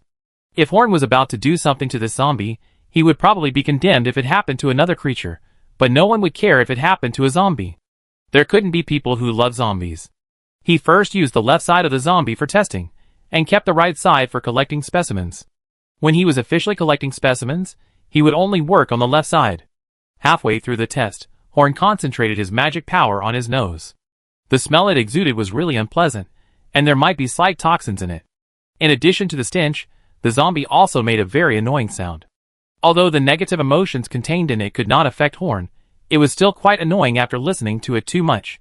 So Horn stuffed its own foot, which was 100 times more smelly than a human with athlete's foot, into its mouth. Jacob had seen the foot, so it finally calmed down. After testing, it was found that general damaging magic could cause damage to its body, but the degree of damage was different from that to normal people. The strongest damage was caused by lightning, followed by fire. These two were pure positive energy, so it was not surprising that they could cause such damage to zombies. Positive energy increases the damage caused by undead creatures, while negative energy reduces the damage. If nothing unexpected happens, this feature should be common to all undead creatures, and pure magic damage, like the magician's hand, will cause the same damage to zombies as it does to normal people. After completing this test, the left half of the zombie's body was no longer in human form, but the right half was intact, and the right half was still struggling vigorously, as if it had not been affected at all. The activity of each part of the zombie's body seemed to be independent. The left half was severely injured, but the right half had no obvious impact. Horn wrote this sentence in his notebook. After recording this, Horn entered the forest alone. After a while, he caught a few small animals with the magician's hand and walked back. They were meat-eating rabbits, snakes that parasitized on trees and relied on gnawing bark for survival, 2 crocodile cubs, and a slime. He wanted to use these creatures to test the toxicity of this zombie. Horn returned to the tent excitedly, and was stunned as soon as he opened the tent, because he saw that the zombie's limbs had been freed from the restraints, and were pulling out his stinky feet from his mouth. Even with such strict treatment, this guy could still escape. Fortunately, Lei-Yin still held it tightly, otherwise the zombie might have run away when Horn came back. How could Horn let it leave like this? A magician's hand pressed it back again. After fixing it again, Horn finally found out why the zombie was able to escape. Although there was no normal water in its body, there was a strange mucus. This mucus was highly toxic and corrosive. The weapons that had been inserted into its limbs were corroded and broken by its mucus, so it was able to escape. After recording this, Horn picked up the small animals and began to test the toxicity of this creature. The first one he picked up was the cute rabbit. Horn took a piece of meat from the zombie's arm and stuffed it into the zombie's mouth. Less than 2 minutes later, the rabbit turned black and kicked its legs straight up to the sky. Horn had long been resentful of this creature.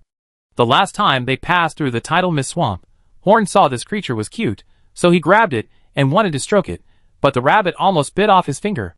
This was the only time Horn was injured by accident. The flesh is very toxic. After recording this, Horn extended his evil hands to several other animals. Then Horn did a lot of things to the corpse, testing the hair strength, testing the skin activity, testing whether the little brother could get hard. Finally, he dissected the zombie's body and cut off the parts that Horn thought were important and stored them in the bottles and jars he had prepared before. The zombie's hard body was easier to kill than a pig in front of Horn's lightning-wrapped thunder silver dagger, and the flesh and bones were separated with every cut. Wiping his sweat, Horn looked at the messy scene and nodded with satisfaction. A more detailed study was beyond Horn's ability. The magician who had previously studied the violent rat specialized in biology, so it was more appropriate to hand over these corpse fragments to that magician. Then Horn cast his eyes on the only surviving test subject, a little crocodile showing an evil smile. Early the next morning, Jacob walked out of his tent with an ugly face. He hadn't slept well all night thinking about the undead creature. After walking a few steps, he saw Horn sitting next to the campfire. He divided the campfire into two piles, both of which were roasting something. On one pile was a cleaned little crocodile, which was almost cooked and looked very appetizing. When Jacob looked to the other side, he almost vomited. What was on the rack was actually a zombie's foot. Chapter 344. Master Edward, are you going to eat this? Jacob felt that his worldview had been greatly impacted. What are you thinking? I just want to see how long it will take for ordinary flames to cause damage to it, and what kind of damage it will cause in the end. Horn said seriously. Jacob shook his head and left Horn. After seeing this scene, no matter how Horn explained, he couldn't look at Horn directly. He walked towards the tent where Horn was doing experiments. It was already dawn, and the tent should be put away. It's better to throw away the tent. You'd better not look at the things inside. It will cause psychological trauma. However, Jacob did not listen to Horn. He had experienced many storms and waves. How could he be scared by the research of a mere magician? However, when he opened it, he was really shocked. He saw that there was no intact zombie inside. The broken corpses were scattered all over the ground.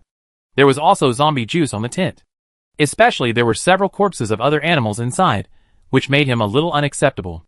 Horn sent a fireball flying directly over, burning the tent and everything inside it to pieces. Well, now no one except Jacob will suffer psychological trauma. The tent was burned thoroughly, but the body parts gave off a very unpleasant smell, perhaps because of the zombie's strange constitution. The people in the camp woke up one by one, and all lost their appetite for breakfast. They hastily prepared and started to move forward. Only Horn was moving forward while chewing crocodile meat. Horn was intoxicated by the stench all night, but he didn't think it was strange. After this night, that was very exciting in many ways, the attitude of the people in the team towards Horn changed again. Even Jacob was much more polite to Horn. No one dared to talk back to Horn anymore, because in their eyes, Horn had changed from a guy with a very problematic personality to an absolute pervert. If a guy who could do that to a poor zombie is not a pervert, what else can he be? Franks also got up early and followed the team from a distance. When passing the camp, he looked at the body fragments and the feet hanging on the abandoned barbecue grill, and couldn't help but feel a chill. Is that guy a devil? You must do your job well, but you must not make him angry. Less than an hour after Horn and the others left, 5 undead passed by here. The ghost took a deep sniff. She had something left by the old gravekeeper on her body, and could smell the scent he had given her. They have been here before. The guy with the scent of the Supreme just left here not long ago. That stupid zombie has also been here. The skeleton said after walking around the camp. How do you know? The dark warrior stuttered. The skeleton picked up the feet on the grill and said, this and the other ones are all stupid zombies. After it finished speaking, it looked at the dark warrior and the ghost with its empty eyes. They looked at each other for a few times. These undeads, who already had the most basic IQ, felt the chill at the same time. Even the undead didn't want to be treated in that way. As for the stitched monster and the ordinary zombies, they didn't feel much. Their IQ was not enough to scare them out of their wits about the miserable state of the mutant zombies. The female ghost hesitated for a while and said, there is another group of people with the same aura. They suddenly appeared recently. They are chasing our annoying clergy. They are approaching us, and the group that just left is moving away from us. What should we do next? She was a little undecided. Both groups had that aura, and if these undead were separated, they might not be able to deal with even one group. The things left by Horn really made these undead feel a little cold, but after discussing for a while, they decided to chase in the direction of Horn and his group. For them, the old gravekeeper's mission was more important than their lives, so they chose to go find Horn first. After all, if Horn and his group left the undead alone for a long time, they might lose them, but those from the Church of the God of Fire would definitely not lose them, because unless the undead deliberately got rid of those guys, they would keep following the undead until they died. The undead went straight to Horn and his group, and their speed was much faster than Horn and his group's convoy, and it wouldn't take long for them to catch up with the convoy. The crisis was about to come, But the camp had no sense of crisis at all. They were in the midst of the joy of defeating the undead, and the shock of Horn's experiment. Horn even hoped that the undead would attack them soon. Although Horn still had a lot of things he didn't understand about the zombie yesterday, he had mastered some of the characteristics of these undead. And through his verification yesterday, he found that there were two kinds of auras on the zombie. One was extremely weak but very compatible with the zombie's body, which should be its original strength, and the other was the key to making this zombie a level 3. That is, he and Horn had felt the breath in the cemetery before. If it wasn't for some accidental coincidence, then this zombie should not have been level 3, but was forcibly upgraded to level 3 by others. This may involve a big conspiracy. This conspiracy has nothing to do with Horn, and Horn does not intend to take the initiative to explore it, but if the undead happened to come to the door, Horn would be very happy to verify his guess. TSK, it's really like someone sent me a pillow when I wanted to sleep, and the undead came just when I thought of this. Horn sat up at once, but his expression was not relaxed. The undead did not conceal their aura and hostility towards the living, so Horn, who was essentially a level 6 spellcaster, discovered the undead rushing in this direction from a long distance. And they would soon catch up with their team. I'm afraid that other people in the team would also notice it in a little while. What made Horn headache was that the undead this time seemed to be more and stronger than the original zombie, 1 level 5, 2 level 4, and 2 level 3. If he and Franks didn't take action, the team might not be able to defeat the undead. It was unrealistic to expect Franks to take action against the level 5 undead, and Horn wanted to hide his strength, and didn't want to personally take action against the undead unless it was absolutely necessary. Moreover, if the once-a-day opportunity was used, it would be difficult to resist if another crisis occurred today.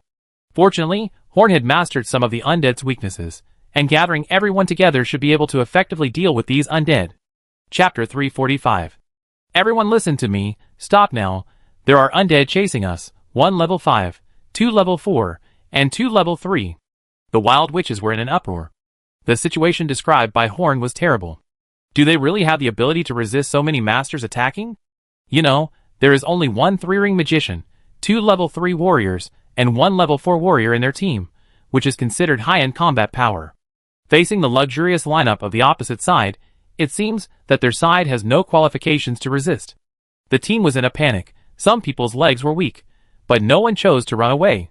In the environment of the tidal mist swamp, those who were not strong enough to run away would be tantamount to death. Don't panic, the undead have weaknesses. As long as you listen to my command we can repel them, and we are not fighting alone, we have powerful external aid. Horn shouted loudly to the more than 100 people in the team, and then he turned his head to the back and shouted again, Franks, come here. A gray-white dragon descended from the sky. It was Franks, whom they had met before. Everyone except Horn and Terry was shocked. The dragon flew down as soon as Horn finished speaking, which meant that the dragon had been close to them. It was hard to imagine that such a large creature had been following them, but they were unaware of it. As a noble dragon, those dirty undead creatures are not worthy of the noble Lord Franks. As soon as Franks landed on the ground, he said to everyone without waiting for Horn to speak. To others, this showed the dragon's pride and dignity, and also showed its powerful strength, but only Horn and Terry understood what it meant. Translated, those guys are so scary, I don't want to fight them. Yes, for Franks, the level 5 undead is already an opponent of the same level as him, not to mention that there are other undead to help him. Franks is such a coward. Dear dragon, you don't need to do it yourself, you just need to stand behind us and be our strongest backing. I hope you can give us some support when we are about to win. Horn rolled his eyes and said to Franks. This sentence also meant something else to Franks, which meant that he should not rush to escape, but wait and see if Horn and his team can win. If they can win, he can help, if not, he can run away. So it nodded reluctantly, and the matter was settled happily. Everyone seemed to have found their backbone, thinking that the dragon was their strong backing, so they were willing to follow Horn's command and make some preparations. They could never imagine that the giant dragon they regarded as their backer was a guy who could escape at any time, and that the perverted magician who was commanding them was their last resort if things went wrong. First, Horn gathered everyone together and explained some of his research results on the zombies last night, which would help them defeat the zombies. In fact, through last night's research, as long as everyone was willing to cooperate with Horn, it should not be a problem to destroy all the undead, but at least to defeat them. After simply explaining what he wanted to say, Horn took the magicians to the other side.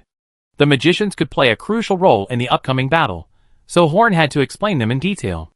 As for the warriors and ordinary soldiers, Horn simply explained the requirements to Jacob, and the rest depended on Jacob's performance. Jacob had more say in commanding those people than Horn. There was not much time to begin with. In less than 10 minutes, the undead came to the front of the team, and Horn and his team had barely made the most basic preparations. Their speed was greatly affected during the day, so it took Horn so long to sense them. 5 undead gathered together, and a faint black gas emanated from their bodies. The morning sun seemed to become dimmer as it passed through them, and the plants became wilted where they walked. The zombie last night obviously did not have this situation. It seems that as the number of undead increases, they will also have a great impact on the environment. Or when the undead gather together, their aura will spontaneously transform the surrounding environment into a form suitable for their survival. These are just 5 undead. If there are tens of thousands of such undead, Horn dare not imagine what it would look like. A single undead is enough to make people feel terrified, and 5 of them gathered together are full of strange oppression. They are completely opposite to the living, and the dead aura makes every living creature feel disgusted from the bottom of their hearts. Just like the undead creatures hate the living creatures also hate these undead creatures. Except for the intelligent races, few monsters will choose to actively attack the undead, because they instinctively hate this kind of creatures.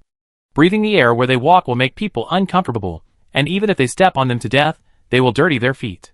This is also the reason why these undead creatures can run rampant in the tidal mist swamp. Those who can deal with them will not attack them, and those who cannot deal with them are just their prey. The formation used to fight against the undead is that the warriors stand in the front, the magicians stand in the middle of the warriors, and the ordinary soldiers just need to hide in the back, and they are not expected to play any role. When ordinary soldiers reach a certain number, form a specific formation, and cooperate with tacit training, they can indeed kill high-level extraordinary people with human lives, but these 100 or so untrained soldiers are definitely not possible. The 5 undead walked to the opposite side of the team in a swagger, and did not launch an attack for the time being. The naked female undead attracted a lot of attention. In Ceylon, a world where even the authors of pornographic books are unwilling to be straightforward, naked women have a great visual impact on all men. It's normal, Horn's team is all male. Horn was not affected by the appearance of the female undead. In battle, Horn usually only thinks about things that are beneficial to the battle. Once he determines that it is an enemy, Horn will not be easily shaken. He was thinking about the purpose of these undead. Why didn't they attack immediately, but stopped as if they were looking for something? Looking at their appearance, they are obviously different from the zombies yesterday. From simple movements, it can be seen that these undead should have higher intelligence. Intelligence means that there is a possibility of communication with these undead. But Horn's idea of communicating with them was shattered at the beginning. The female ghost's nose kept twitching. The target was among these humans, but she couldn't find out which one was the target accurately. So the corners of her mouth curled up. Since you can't tell them apart, just get rid of the irrelevant people first. Chapter 346. The female ghost opened her sexy lips and let out a sharp and terrifying scream. A strong resentment accompanied by a deadly breath surged out of her body, and the terrifying sound enveloped the entire scene. The moment the sound was made, Horntree, Jacob, and the other 2 frowned, and the 2 third-level warriors in the team also felt uncomfortable. As for the other extraordinary people, they all covered their ears in pain. The ears of the ordinary soldiers in the back even bleed. This was the innate ability she gained when she was promoted to a level 5 undead. Her voice would cause great pain to weak creatures, and could even kill ordinary people who heard her voice directly. As long as it lasted for a while, many people in Horn's team would die. She was clearing the field now. The charming heart that had just risen was completely destroyed by this move. They finally realized that the one standing in front of them was a terrifying undead that was enough to kill them. From the sound, Horn realized that something was wrong. It was obvious that this was not a roar to vent emotions, but a large-scale attack based on sound. If this is found in the future, it will probably have a resounding name, such as ghost howling, screaming, etc., but now it is just an ability awakened by the female ghost in ignorance. Horn naturally would not let her plan succeed. He threw several spells to the team in succession, and at the same time, other magicians in the team who knew this magic also began to cast this magic on the entire team. They wanted to build a barrier to resist this attack, and this magic was sound insulation. The female ghost's attack is related to sound, so using soundproofing is the best choice. Although the effect of using soundproofing in an unobstructed place is not ideal, multiple soundproofing spells can barely prevent the ghost's voice from being transmitted. The female ghost's innate ability is obviously much higher than the level of soundproofing, and the attack is not caused by sound, but by the resentment and undead power carried by the sound. But after all, this attack is transmitted through sound, so the soundproofing has a very magical effect, and everyone is spared. Seeing that everyone was fine, Horn was relieved and raised his staff, which meant that the counterattack they had discussed before had begun.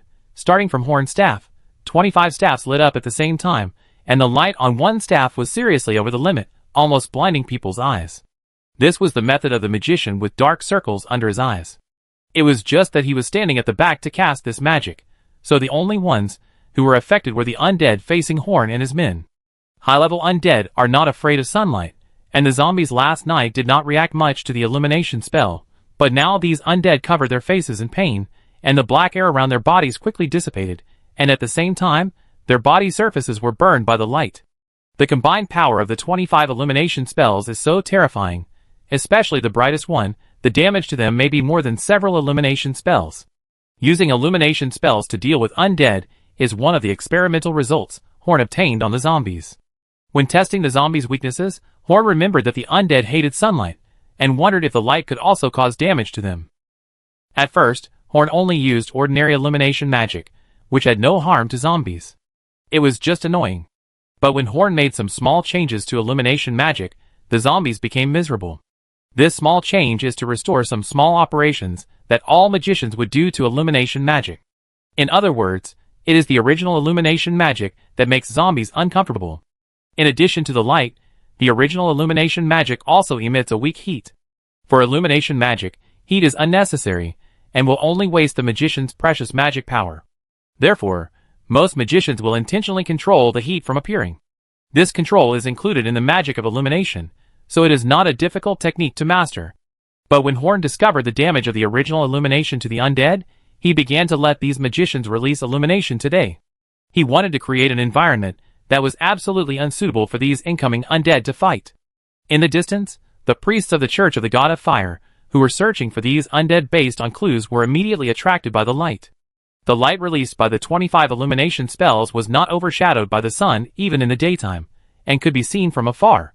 The leading priest immediately decided that their team should move at full speed towards the direction of the light. They guessed that the light might be related to the undead, and even if it was not, it might be a treasure.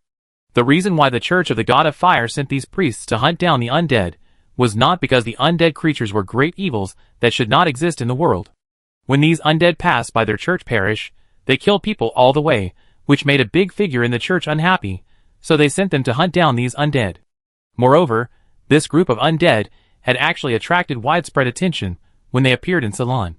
It was a rare sight to occasionally see a level 3 undead, and level 4 undead had not appeared for nearly 100 years, and level 5 undead rarely appeared in the church's records.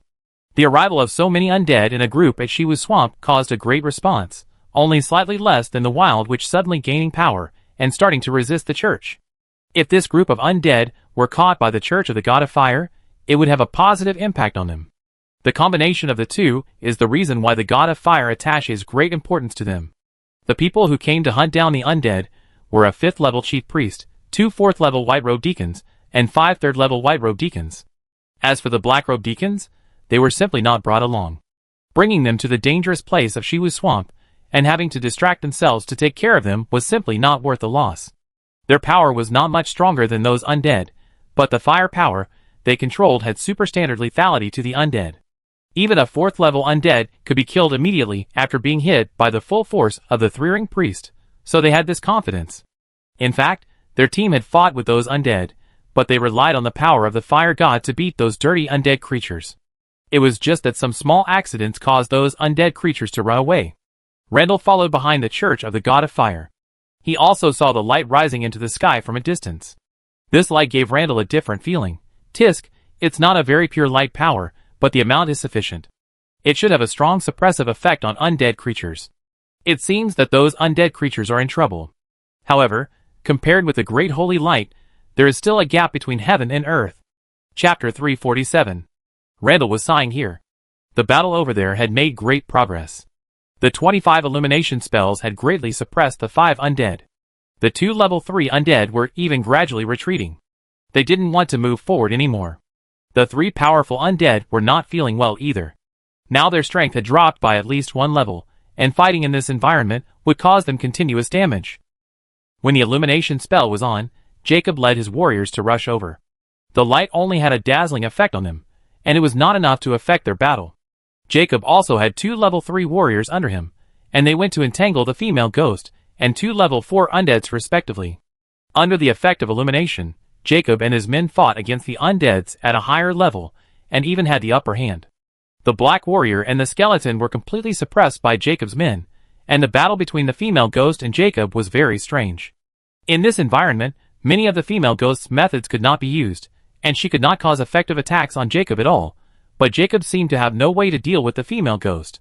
Her body was completely ethereal and very flexible. Dochi had an effect on her, but it was very weak, so the two of them were in a stalemate. These 3 undeads could still hold on, but the remaining 2 level 3 undeads, the zombie and the stitched monster, were not so lucky. The weaker the undead, the more obvious the suppression effect of illumination magic was. The strength of the two of them was suppressed to the level of level 2, and it was very sad that they had to face 12 level 1 and 2 warriors, who were eager to kill them. What's the difference between a warrior who doesn't want to challenge a higher level and a salted fish? Soon, the stitched monsters and zombies fell down in frustration, their bodies were chopped into pieces by random swords and knives, and finally their heads were pierced directly by the long sword wrapped in fighting spirit, and finally stopped moving. Horn warned them that there were not many things about undead creatures, but they were all very useful. When facing undead creatures, weapons must always be wrapped in fighting spirit, otherwise the weapons may be corroded. Although their weapons are all high-end products produced by the Magic Council, they still obediently attach fighting spirit to the weapons. A weapon costs tens of thousands of gold coins, and they can't just lose it like this. In addition, you should also pay attention to the fact that you cannot use the method of exchanging injuries with injuries when fighting against undead creatures. Undead creatures usually have extremely strong vitality, and will not die easily, and ordinary injuries have no effect on their combat effectiveness, so exchanging injuries with injuries is absolutely not feasible. In addition, some undead creatures have highly toxic bodies, so it is best to defeat them without injury. Cutting up the bodies of undead creatures does not mean killing them. Their lives are placed in the core burning with soul flames, which is usually in the head. As long as this core is destroyed, the undead creature is considered dead. It must be said that Horn's words made it easier for them to deal with these undead creatures, and they would not panic if they encountered undead creatures in the future. If the difficulty of fighting undead creatures was 10, after listening to Horn's words, the difficulty became 4. For the warriors, these brief words were very precious, and they would not panic if they really encountered undead creatures in the future, although they may not have the opportunity to encounter undead creatures again in the future. Everything was going smoothly here, and the battle between the 2 senior warriors was also making progress, but Jacob was suffering. Horn's experience had no effect here. The female undead he faced not only used her naked body to affect his battle, but her body was also ethereal. None of Horn's methods to deal with undead creatures worked well. Only when he activated the fire magic on his sword could the female ghost be afraid. Watching the battle situation become tense, Horn tilted his head towards Terry, who quickly put down the lighting magic in his hand. He had long been impatient. By the way, Terry really has no interest in spells that are not related to combat. The illumination spell he casts is not significantly different from those of these new wizards. Captain Jacob, let go of that female ghost, let me do it. Terry ran over with a flushed face, rubbing his hands together while running, looking at the female ghost with fanaticism, and licking his lips with his tongue. He was excited about the upcoming battle, but Jacob didn't think so. Jacob stared at Terry, and it was obvious that he had the wrong idea. In fact, anyone who saw a grown man rushing towards a naked woman in this form would have the wrong idea. Senator Terry, this is my battle, and you are obviously not in the right state now. What's wrong? This undead has no entity. What can you warriors do? This matter should be left to professionals like me. Terry made a hee-hee sound to the female undead while speaking. Just looking at the scene, it was extremely obscene. Seeing that Horn was also nodding to him, Jacob shook his head helplessly. The magician was really too strange to be a spellcaster. Yesterday, Horn had just done something unspeakable to a zombie, and today, the always serious mage Terry actually wanted to attack a ghost. Looking at Terry's appearance, Horn covered his face. This guy was really embarrassing, but Horn had no interest in correcting Terry's behavior. He was quite relaxed here holding the light ball and watching the show. It would be more comfortable to fight down there than here. Holding the light ball was not a hassle. Even a first-level magician would not feel any effort in illumination magic. For Horn, it was like not using magic. After Terry joined the battle, the situation of the undead, which was not very good to begin with, became even more difficult. Although Terry was 2 levels lower than the female ghost was suppressed by the light, while Terry's actual combat power was close to level 4. The most important thing was that Terry's attack could cause substantial damage to the female ghost. Seeing that the battle situation was already clear, Franks jumped out from the rear, pretending to be very majestic, staring at the battle with his big eyes. "Don't worry, I will be your strongest shield." After saying that, he roared at the undead, and the powerful dragon power made the undead unable to concentrate on fighting. But Frank still didn't move forward. Even though the undead were no longer dangerous to him under the influence of illumination, it was not as comfortable to participate in the battle as to watch the excitement. When everyone saw Franks like this, they were all full of confidence and their fighting power soared. Only Horn rolled his eyes. This guy's appearance is similar to Horn now. Chapter 348. Terry has a high fighting talent. He has been observing the battle between Jacob and the female ghost for a long time, so he has a plan for how to deal with this female ghost. As soon as he started, a magician's hand flew over. Terry's magician's hand was cast at a very tricky angle. The female ghost was caught by him before she could dodge a few times. However, although the magician's hand could control the female ghost for a short time, it could not cause enough damage. Terry naturally had a way. Through observation, he found that physical attacks were almost useless against the female ghost, but she would dodge when Jacob released the fire magic on the sword. This means that although her body is ethereal, attacks with whole attribute energy can still cause damage to her. He tried his best to control the female ghost with one hand, muttering something in his mouth, and pointed the staff with the other hand at the magician's hand. The burning flame extended from the front of the staff, and instantly turned into a burning flaming hand.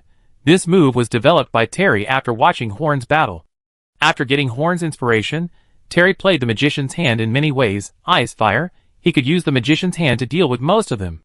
After all, he was the magician who was best at using the magician's hand in the entire Magic Council. The flames had a huge impact on the undead. The female undead screamed and broke free from Terry's magician's hand. In just a short while, she had already suffered a huge amount of damage. It was even more damaging than the damage she suffered from fighting with Jacob for such a long time. Although this human was obviously not as strong as Jacob just now, the threat to her was far greater than that of Jacob. According to the current battle situation, I'm afraid that her team would be wiped out before she finds the target that the old Gravekeeper is looking for. She turned around to look at her men. Her oily green pupils suddenly shrank, not to mention the death of the 2 level 3 wastes. It was normal for them to die in this situation. But the Black Warrior, who was skilled in martial arts, also fell to the ground. It turned out that Jacob found the Black Warrior after he left the battle with the female ghost and killed it easily. Under normal circumstances, the Black Warrior might not be Jacob's opponent, let alone under such extreme suppression. After killing the Black Warrior, Jacob ignored the skeleton fighting with his men and stared at the battle between the female ghost and Terry with a pair of dead fish eyes. Although his self-esteem could not stand the enemy, he could not deal with being beaten by a spellcaster who was much weaker than him. He had to admit that it was the right choice for the female ghost to teach Terry how to deal with it. Seeing that the situation was not good, the female ghost knew that she could not hold on if she continued to fight. The skeleton, which had been slashed countless times on its jade-white body, could not hold on. Moreover, her undead intuition told her that there was an opponent more terrifying than the people in front of her among the teams that were just playing soy sauce. In addition, with the existence of the dragon, she would not be able to achieve her goal today. The female ghost screamed, "Now retreat!" Although the 2 of them were no match for the others within the range of the elimination spell, it was not difficult for them to escape from the range of the elimination spell. After enduring several attacks, the 2 of them successfully came out. After leaving the range of the elimination spell, the 2 of them recovered their strength, but they did not dare to attack the team again and chose to flee. Horn locked the 2 undead with his mental power, and led the magicians and warriors to chase them. Now that the 2 undead were injured and could not run fast, it was a good time to chase them. If they were to wait until they recovered and attacked at night, it would be difficult to deal with them.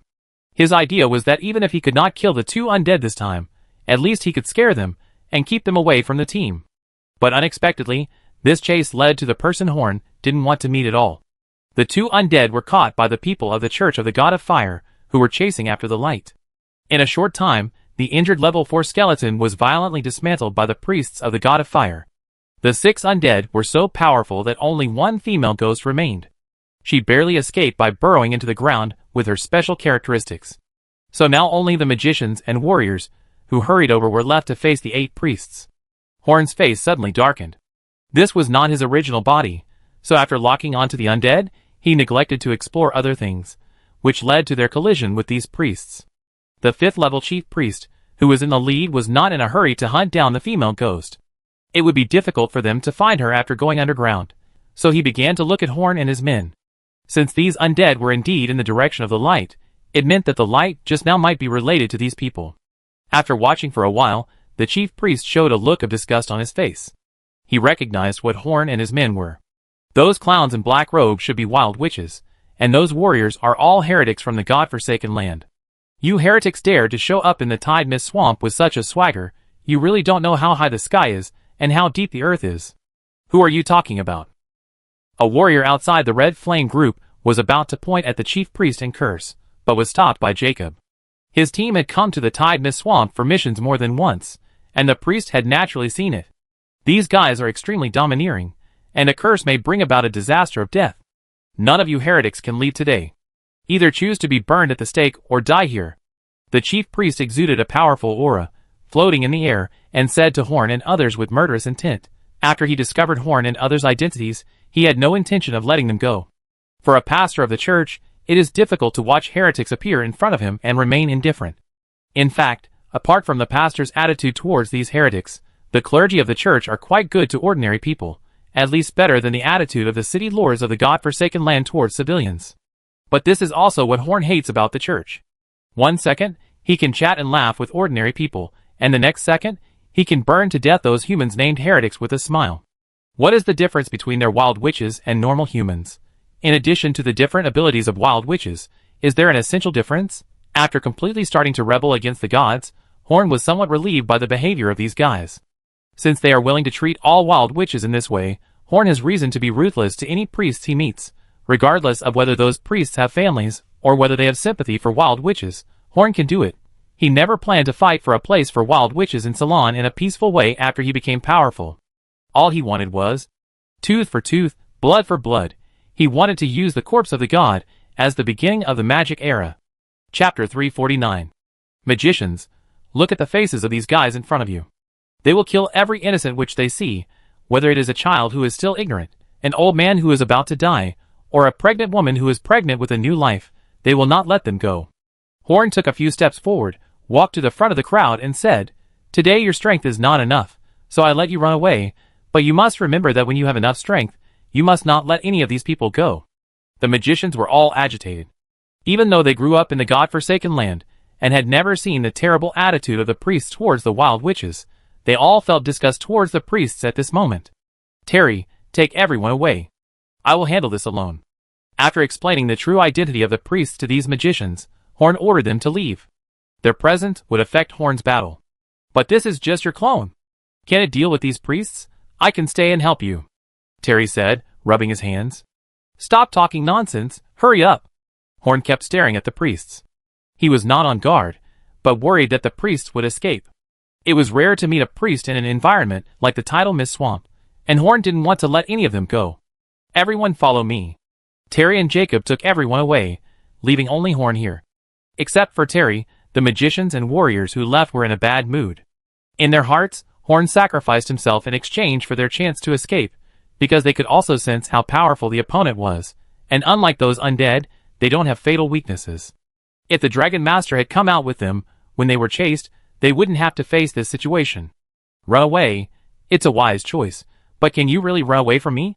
A 4th level priest squatted on the ground beside the chief priest, with flames coming out of his body, and then rushed towards the crowd with a line of fire at an astonishing speed.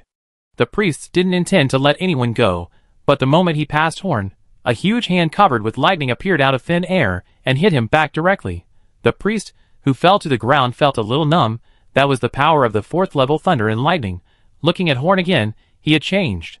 His skin turned light blue, and blue lightning wrapped around his body. His robe was erratic under the effect of the lightning. This was the state of Edward Thunder Eagle. The clone had all the strength of Edward, and naturally had the ability of Edward's transformation. The 4th level priest turned to the chief priest and said, "Wild Witch, 4th level thunder and lightning Wild Witch." Looking at Horn, who had changed greatly, the chief priest clapped his hands contemptuously. "Using your own life to cover your companion's escape, even you, the filthy beings who deserve to go to hell, have some noble sentiments. Unfortunately, you don't have any brains. Do you think you can escape by leaving your companions behind?" The priest smiled grimly at Horn and said, "Too naive, your destination is all the sacred stake, which is the best destination for you who are born with sin." Horn ignored the priest's words. He just put on the hood behind him on his head, so that his face was in the shadow, which would help him fight. 3 minutes. Horn's voice was very low, and it carried the huge murderous intent that Horn had accumulated for all the wild witches. Life in the god-forsaken land was very comfortable, and Horn would take time to rest. But there was one thing that Horn had never let go of, and that was the hatred for all the gods. 3 minutes? You, a wild witch, are really interesting.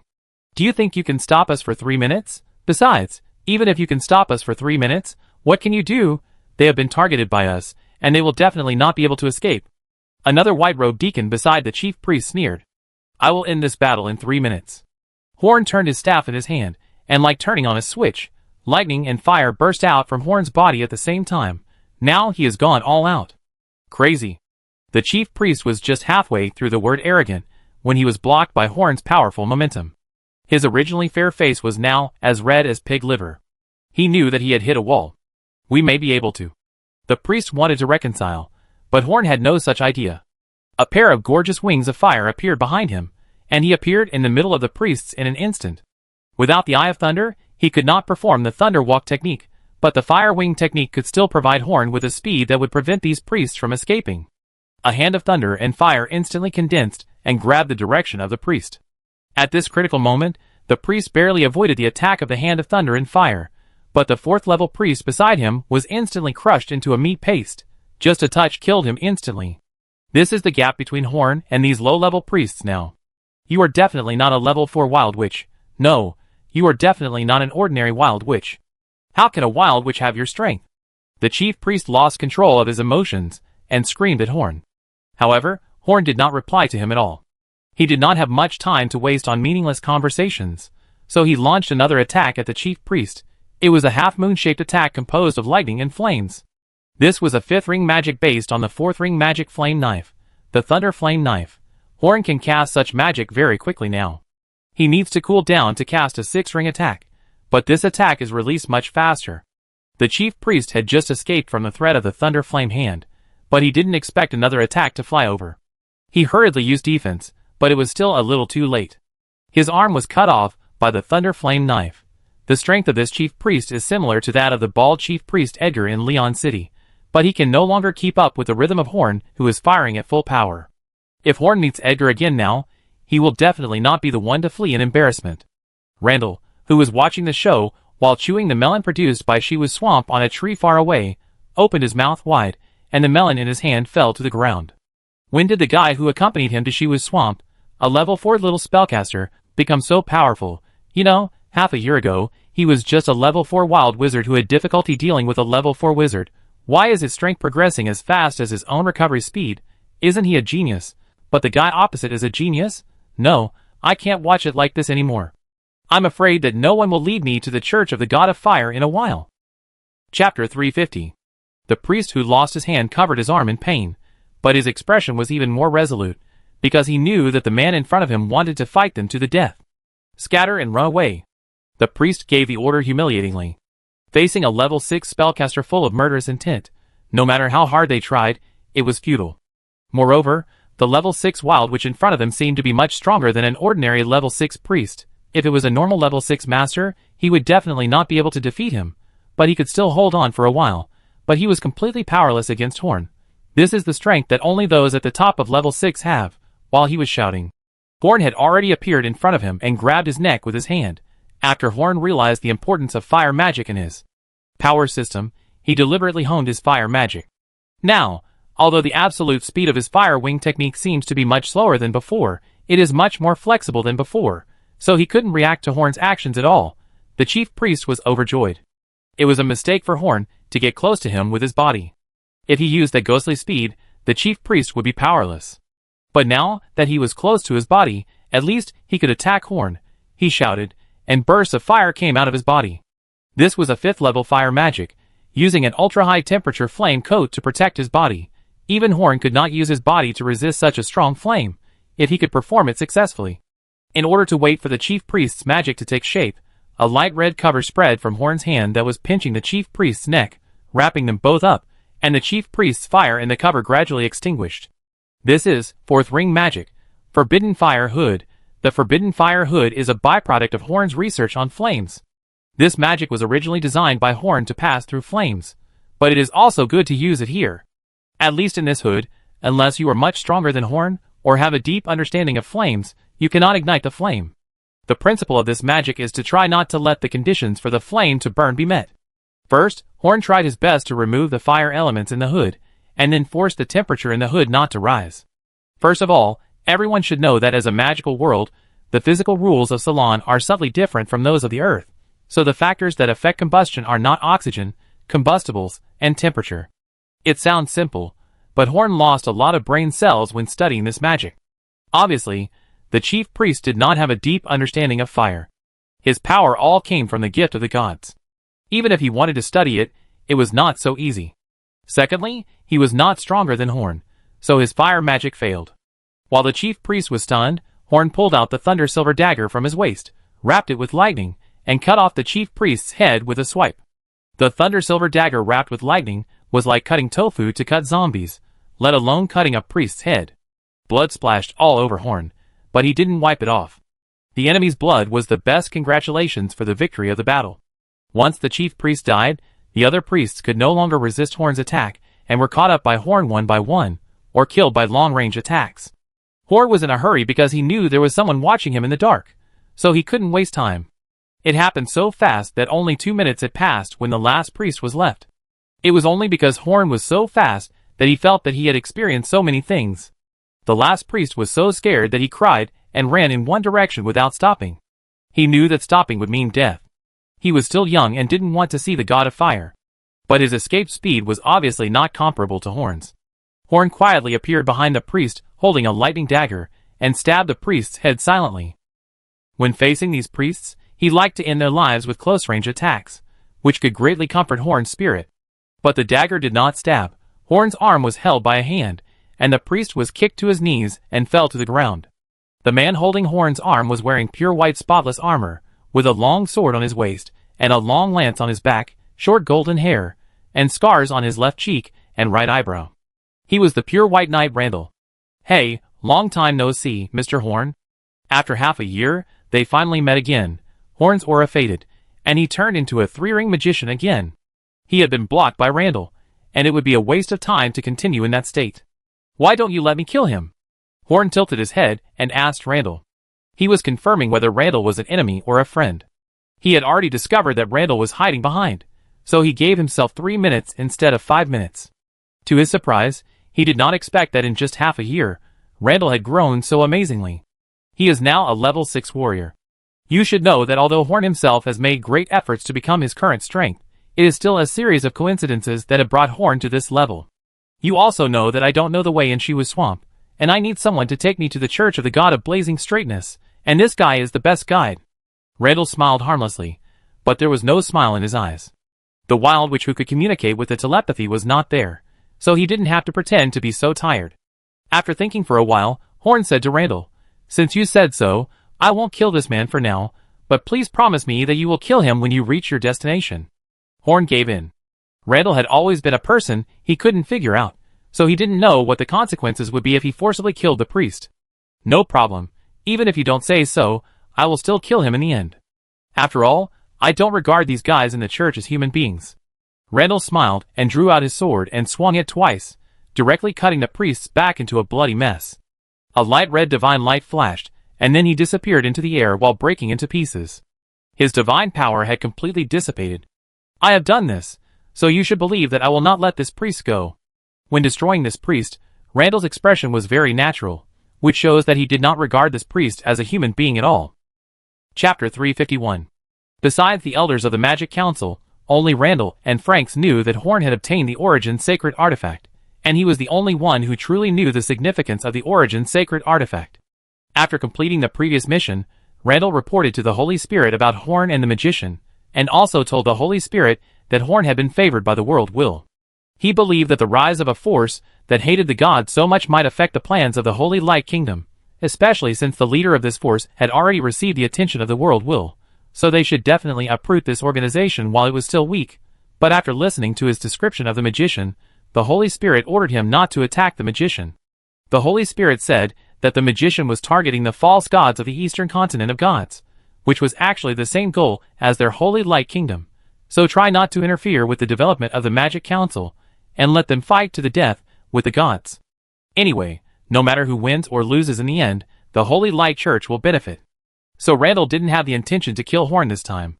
In fact, if Horn hadn't killed all the priests of the God of Fire, he wouldn't have come out. After all, Randall is really a 24K pure direction idiot. As the two were talking, a head popped out from the ground, and the dark green eyes stared at Horn and Randall. It was them. Both of them had that aura. This time, the undead wandered around in the tidal mist swamp and marked all the places that were contaminated with that aura, but they had not met any human beings contaminated with that aura. Until today, she finally met two humans with this aura. This is really very lucky. She knew that each of these two people had the power to destroy her, and she also knew that as long as she came out to mark the two, she would definitely die and there would be absolutely no chance of survival. But she still had to stand up and attack the two people. There was no other reason.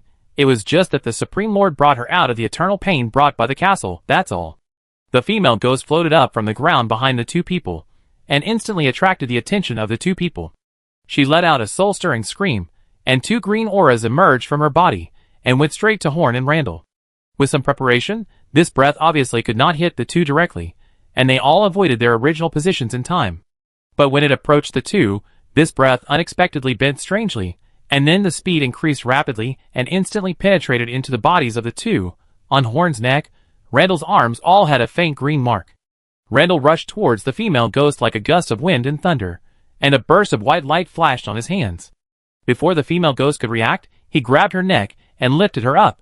He actually caught the ghost of the virtual body directly. Tell me, what is that thing? At the moment of the branding, Horn and Randall both realized that the brand might not be something that could be easily removed. This is the mark of the great Undead Supreme. The Supreme will come to find you in the future. Compared with the Supreme, I am just an ant. Even if you kill me, you can't get rid of the Supreme's pursuit. Ha ha ha. The white light on Randall's hand became brighter. The female ghost twisted her body in pain, and the expression on her face was more painful than when she was burned by Terry's fire. How should this mark be removed? I can purify you without much pain. Randall's baby face was now gloomy, and he wanted to crush this ghost right now. Remove? Haha, this mark cannot be removed. Once it is engraved, it cannot be removed except by death. You just wait for the day when the Supreme of the Undead comes to find you. The female Undead laughed wildly with a twisted smile. She finally completed the Supreme's mission. Now it was worth it even if she died. Randall's face was ashen, and he exerted force on his hand. The female Undead soul turned into green light spots and flew away. He knew that he could not get anything out of this crazy ghost.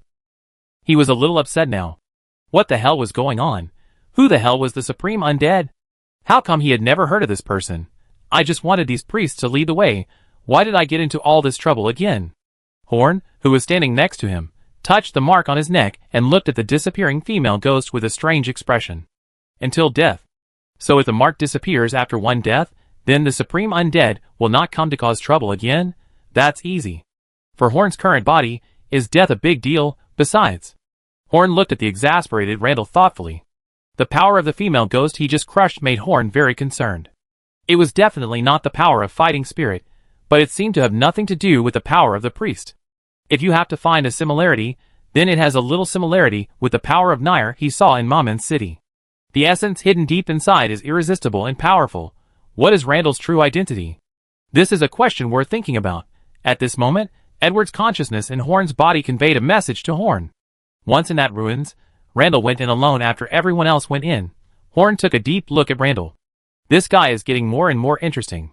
Randall soon regained his composure. He also realized that anger could not solve any problems. So he said goodbye to Horn and asked the abandoned priest to take him to the Church of the God of Fire. Although he was very worried about the Undead Supreme, He had to do his job. If the so-called Undead Supreme really wanted to cause trouble, he, Randall, would accompany him to the end. He also wanted to see what kind of undead could scare him. A paladin with the purest holy light power, Horn watched Randall disappear in front of him, cast a self-cleansing spell on himself, and then chased in the direction of the team. He had been here for a long time, and he couldn't let the magicians worry too much. As for the Undead Supreme, if it is really a big threat, I will just die. The old man who was walking along the street with the black-haired young man raised his eyebrows. The 6 undead he created have all died. Although he did not place his hopes on these low-level undead, the death of all of them in a short period of time was beyond his expectations. Fortunately, the female ghost with a little IQ marked 2 humans. He only needs to wait a few months, and when he has time, he will go and look for that thing one by one along the marks of those undead. The reason why he asked the female ghost to search was that his master had that breath when he was out of the seal, and the black-haired young man could only come into contact with the world seed during the period from when he came out of the seal to when he saw him. During the period, his master's range of action was in the tidal mist swamp, so he asked the undead to search in the tidal mist swamp. As for why, he didn't directly let the female ghost smell the breath of the world seed. He didn't know what that breath was, and even if he knew what that breath was, he didn't have the ability to directly track the breath of that thing. Even those gods couldn't do it, so naturally he couldn't do it either. Chapter 352. Terry and Jacob led everyone to meet those ordinary soldiers and Franks. He was not in a hurry to escape, although he knew that Horn chose to stay to buy them time to escape, but he had a better way, that is to ask the dragon Franks for help. Master Franks is an adult dragon, and he is definitely capable of teaching those clergymen how to behave, and even if there is time, it is possible to save Horn. Not only Jacob was begging Franks, but the warriors and magicians were also begging Franks. Horn gave up himself to find a way out for them, and they couldn't just give up Horn. Franks rolled his eyes. Horn is in danger? So should I run away? Mortals, what do you think I am? I am the great dragon Grey Wing. I will not save a human being. Then Franks closed his eyes, and lay on the ground. No matter what the magicians and Jacob said, he would not give in. Terry shook his head. He knew that Horn would not be in trouble, and he also knew that Franks would never help. Now all their efforts were in vain. But Terry couldn't expose it. He couldn't say that the wizard Edward was actually the speaker of the Magic Council, and that he killed those priests just like cutting melons and vegetables, and there was no problem at all. Horn asked them to come back first because he didn't want the magicians to know his true strength, so he couldn't explain the situation. The more he persuaded, the more disappointed everyone was with Frank's attitude. This dragon really had a heart of stone.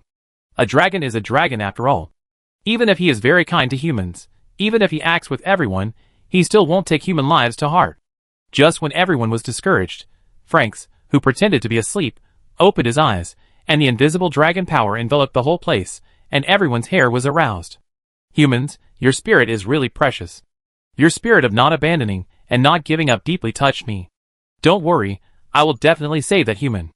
As he said, his huge wings flapped, and his gray-white body flew straight towards Horn with a wisp of smoke. There were cheers left in the place. Horn ran for a while, and finally approached the team. At this time, he found Franks flying over. "What are you doing here?" Horn asked in surprise. If it was during a fight, Horn would have thought that Franks had a change of heart, but now that the fight was over, why was he here? "I came to save you at the request of those humans," Franks said righteously. Horn rolled his eyes. He didn't believe that this guy would come to save him. It must be that this guy found out that the battle was over, and he was some distance away from the most dangerous Randall, so he flew over. Although Franks is timid, he is always alert to possible enemies because of his cowardice. This allows him to develop a strong sense of perception. His perception can cover the entire range of his territory. Usually, as long as someone passes by his mountain, he can rush over immediately because of his super sense. After a while, Franks flew back to the team with Horn and carefully put Horn on the ground. Then he put on a heroic look and said loudly to everyone, "Humans, I have brought back the person you want to save. Don't bother me anymore." As expected of a powerful dragon, it brought people back after such a short time. Jacob sighed on the side. The dragon's strength really exceeded his imagination. Franks waved his wings and left the sight of everyone. He was going to do his job, protecting the safety of the team in the dark. If he stayed among the crowd, many things would be meaningless. And if he stayed here any longer, his identity as a hero would be exposed. The returning Horn was welcomed with great fanfare, and the attitude of the crowd towards him was also very different. Now they thought Horn was a hero. Horn was not at all uncomfortable with the respectful looks from everyone, because in the Magic Council, his true self had always lived under such looks. During the 10 days that the team had been working together, their attitude towards Horn had changed several times, from curiosity to respect, from respect to alienation, from alienation to treating him like a pervert, and finally to the current look of looking at him like a hero. To be honest, although he had gotten used to this feeling, Horn still enjoyed it. Master Edward, those priests didn't do anything to you, did they? Master Edward, did you defeat a priest? Horn answered all the questions with a smile, most of which were made up by him. He couldn't say that he just violently crushed those guys. Master Edward, you didn't get hurt at all. You must be a strong man hidden by the Magic Council. Al with green algae hair made a discordant sound. Horn's smile froze. He did have a lot of loopholes in his appearance, while Terry covered his mouth and laughed. Al could be regarded as a topic terminator. I ran faster, and it took a lot of effort to hold him back. I also did a lot of crawling on the ground, and if Lord Franks hadn't come to rescue me in time, I might not have come back, Horn said with a stutter. But why are your clothes cleaner than before? You must be a hidden strongman, Al said to Horn with a fist. Then Horn had to demonstrate the self-cleaning technique that had not yet spread within the Magic Council to gain everyone's trust.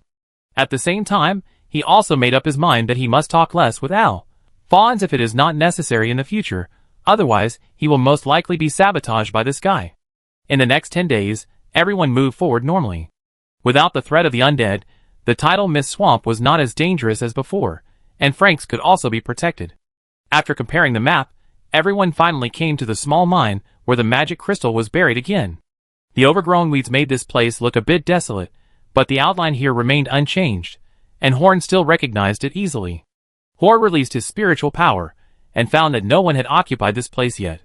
Only the skeleton of the ogre on the ground remained. Perhaps because there were a large number of ogre corpses here, no other creatures had occupied this place yet. Because a large number of corpses here meant that this place was very dangerous, and the monsters could not easily tell whether the danger was still here, so the best way was to avoid places that looked dangerous. Horn led everyone to find the place where the magic crystal was buried. On the way, Terry kept telling the story of Horn leading them to fight the ogre here, which made the novice magicians want to make a pilgrimage here. After finding the right position, Horn and Terry worked together to remove the stones blocking the outside with the magician's hand, revealing the mountains of magic crystals inside. Chapter 353. In the past, when Horn and his companions first passed through the tidal mist swamp, magic crystals were worthless. But now magic crystals have become an indispensable item for magicians, and the magic crystals issued by the Magic Council are just enough. And here there are mountains of magic crystals. All the magicians present couldn't help but breathe faster. How many things can these magic crystals do? If there is no bottleneck in the promotion of magicians, so many magic crystals are enough to pile up several 9-ring magicians. A huge claw reached into the cave and grabbed a handful of magic crystals. It was Franks. The atmosphere became tense, and Horn looked at Franks unkindly. As we all know, dragons are greedy creatures. Magic crystals are more important than gold coins in the minds of mages. If Franks had a sneaky heart. Franks looked at the light blue stone in his claws curiously. These humans went through so much trouble just to get these stones. He originally thought that the magic crystals that everyone was talking about were some precious treasures, but he didn't expect them to be just these inconspicuous little stones. He put these stones back into the cave in disappointment. What's so good about this thing? Humans just have no taste. The magicians looked at each other in bewilderment. The treasures in the hearts of magicians were not as good as gold coins in the eyes of dragons. There was no obstacle in the following things. At this time, the use of ordinary soldiers was revealed. They quickly loaded these magic crystals onto the wagons, and filled 30 wagons. Magicians can't do such things as driving wagons in the tidal mist swamp. 30 loaded wagons could barely hold half of the magic crystals, which made Horn a little regretful. It would have been better if the size of the team had been expanded. Each carriage was fully loaded, and the journey had actually reached its end. The next step was to return to the Magic Council with these magic crystals, and Horn should also separate from them here. During these days with these new magicians, Horn was actually quite touched. In fact, if they had not experienced the persecution of those priests outside, the current state of these magicians would be the most suitable state for the development of magic. There will definitely be a day when magicians will no longer have to bear the heavy weight of gods on their heads, and studying new knowledge and exploring the unknown will become the mainstream of magic. Horn hopes that the world in the future will belong to those optimistic magicians, not to the bitter and vengeful magicians like Horn. Watching these magicians leave his sight, Horn laughed happily. They will be the future of magic. Pa, Horn slapped his head. What on earth was he talking about? He was obviously not older than them. How could he suddenly become so old-fashioned? After everyone left, Horn lived alone in this small mine. For him now, living in the tidal mist swamp for a while was not dangerous. For ordinary people, this place was a dangerous place, but for Horn, it was just that. Franks also escorted the magicians back, and only Horn stayed here. He was carrying so many magic crystals on the way back, and Horn was not at ease without Franks escorting him. And this time, Franks was allowed to go back, so he wanted Franks to get the first payment as soon as possible. Now Horn has confirmed that Franks can do his job and escort the wild witches through the tidal mist swamp. So letting him get the first payment will also help him feel at ease working here at Horn. When Franks gets the money, he will come back to pick up Horn. Horn will go to the Black Forest with Franks. If they want to create a safe road, they must negotiate with the elves again. The reason why Franks came to pick him up is that Franks flying in the sky is faster than Horn walking to the Black Forest. It will take at least a month for Franks to come back again. During this time, Horn himself is not without things to do in the tidal mist swamp. The tidal mist swamp is a place with great research value. Magicians have not conducted in-depth research on the tidal mist swamp. Now Horn is going to stay here and can investigate it carefully. Where does the fog in Shiwu Swamp come from? How is the magic crystal produced? Does Shiwu Swamp have other raw materials related to the Magic Council? Since magic crystals are produced here, there should be other things that are very useful to the Magic Council. During the day, Horn collected various materials around this mine. He collected a sample of any plant mineral he had never seen before, and he also walked through various terrains that were prone to magic crystals. The data he collected here will be studied by the main body. If the main body cannot study it, it will be sampled and handed over to other magicians for research. Here, Horn only needs to observe everywhere. After all, there are no experimental equipment here, and the brain of the clone is not suitable for working too fast, so the collected things are stored in one place by Horn, and they will be taken back when they return. After staying here for so many days, Horn still has a lot of gains. Things of the same level as magic crystals have not been found, but Horn still found a lot of very important materials. In terms of life, Horn's food every day is barbecue. Well, it comes from the same monster. Horn roasts a lot at a time, and then throws the preservation technique as a month's ration. These are Horn's actions during the day. At night, this body is handed over to Edward for management, and Horn doesn't care about anything. This kind of clone is relatively energy consuming. If there is no need to keep it all the time, Horn will naturally hand it over to Edward for relaxation. This will also allow Horn's original body far away in Spark City to study some problems with more concentrated energy. Edward had never controlled a human body before, so he was full of curiosity about everything about Horn's body, and spent the first days studying this body.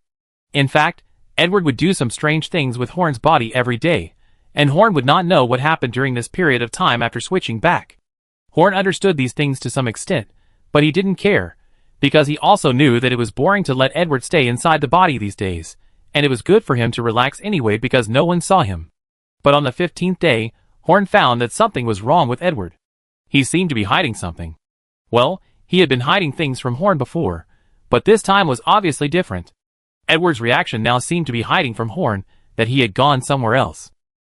Edward's strange behavior aroused Horn's curiosity. When it came time to switch bodies, Horn did not completely immerse his consciousness, but secretly observed Edward's behavior. As the sky gradually darkened, Edward first smiled strangely after taking control of the body, and then ran and jumped happily throughout the mine, which made Horn a little uncomfortable. He now began to doubt whether it was a good idea to lurk in the body to explore. Then Edward did a lot of things that almost made Horn's worldview collapse. For example, take out the GG, click it, scratch it, smell it, it smells really good. Chapter 354. After forcing Horn to endure nearly half an hour of mental torture, Edward finally got to the point. He first checked furtively, and after confirming that Horn was indeed not in the body, he began to act. He walked skillfully along a crooked path for a while, and came to a small cave. The cave was very tidy, the weeds and large stones at the entrance were cleared, and some flowers and plants were neatly planted. It was much better than where Horn lived. No wonder Edward liked to come here. Outside the cave entrance, there was a big pot and a large barbecue grill. Looking at these arrangements, Horn guessed that there should be other people living here.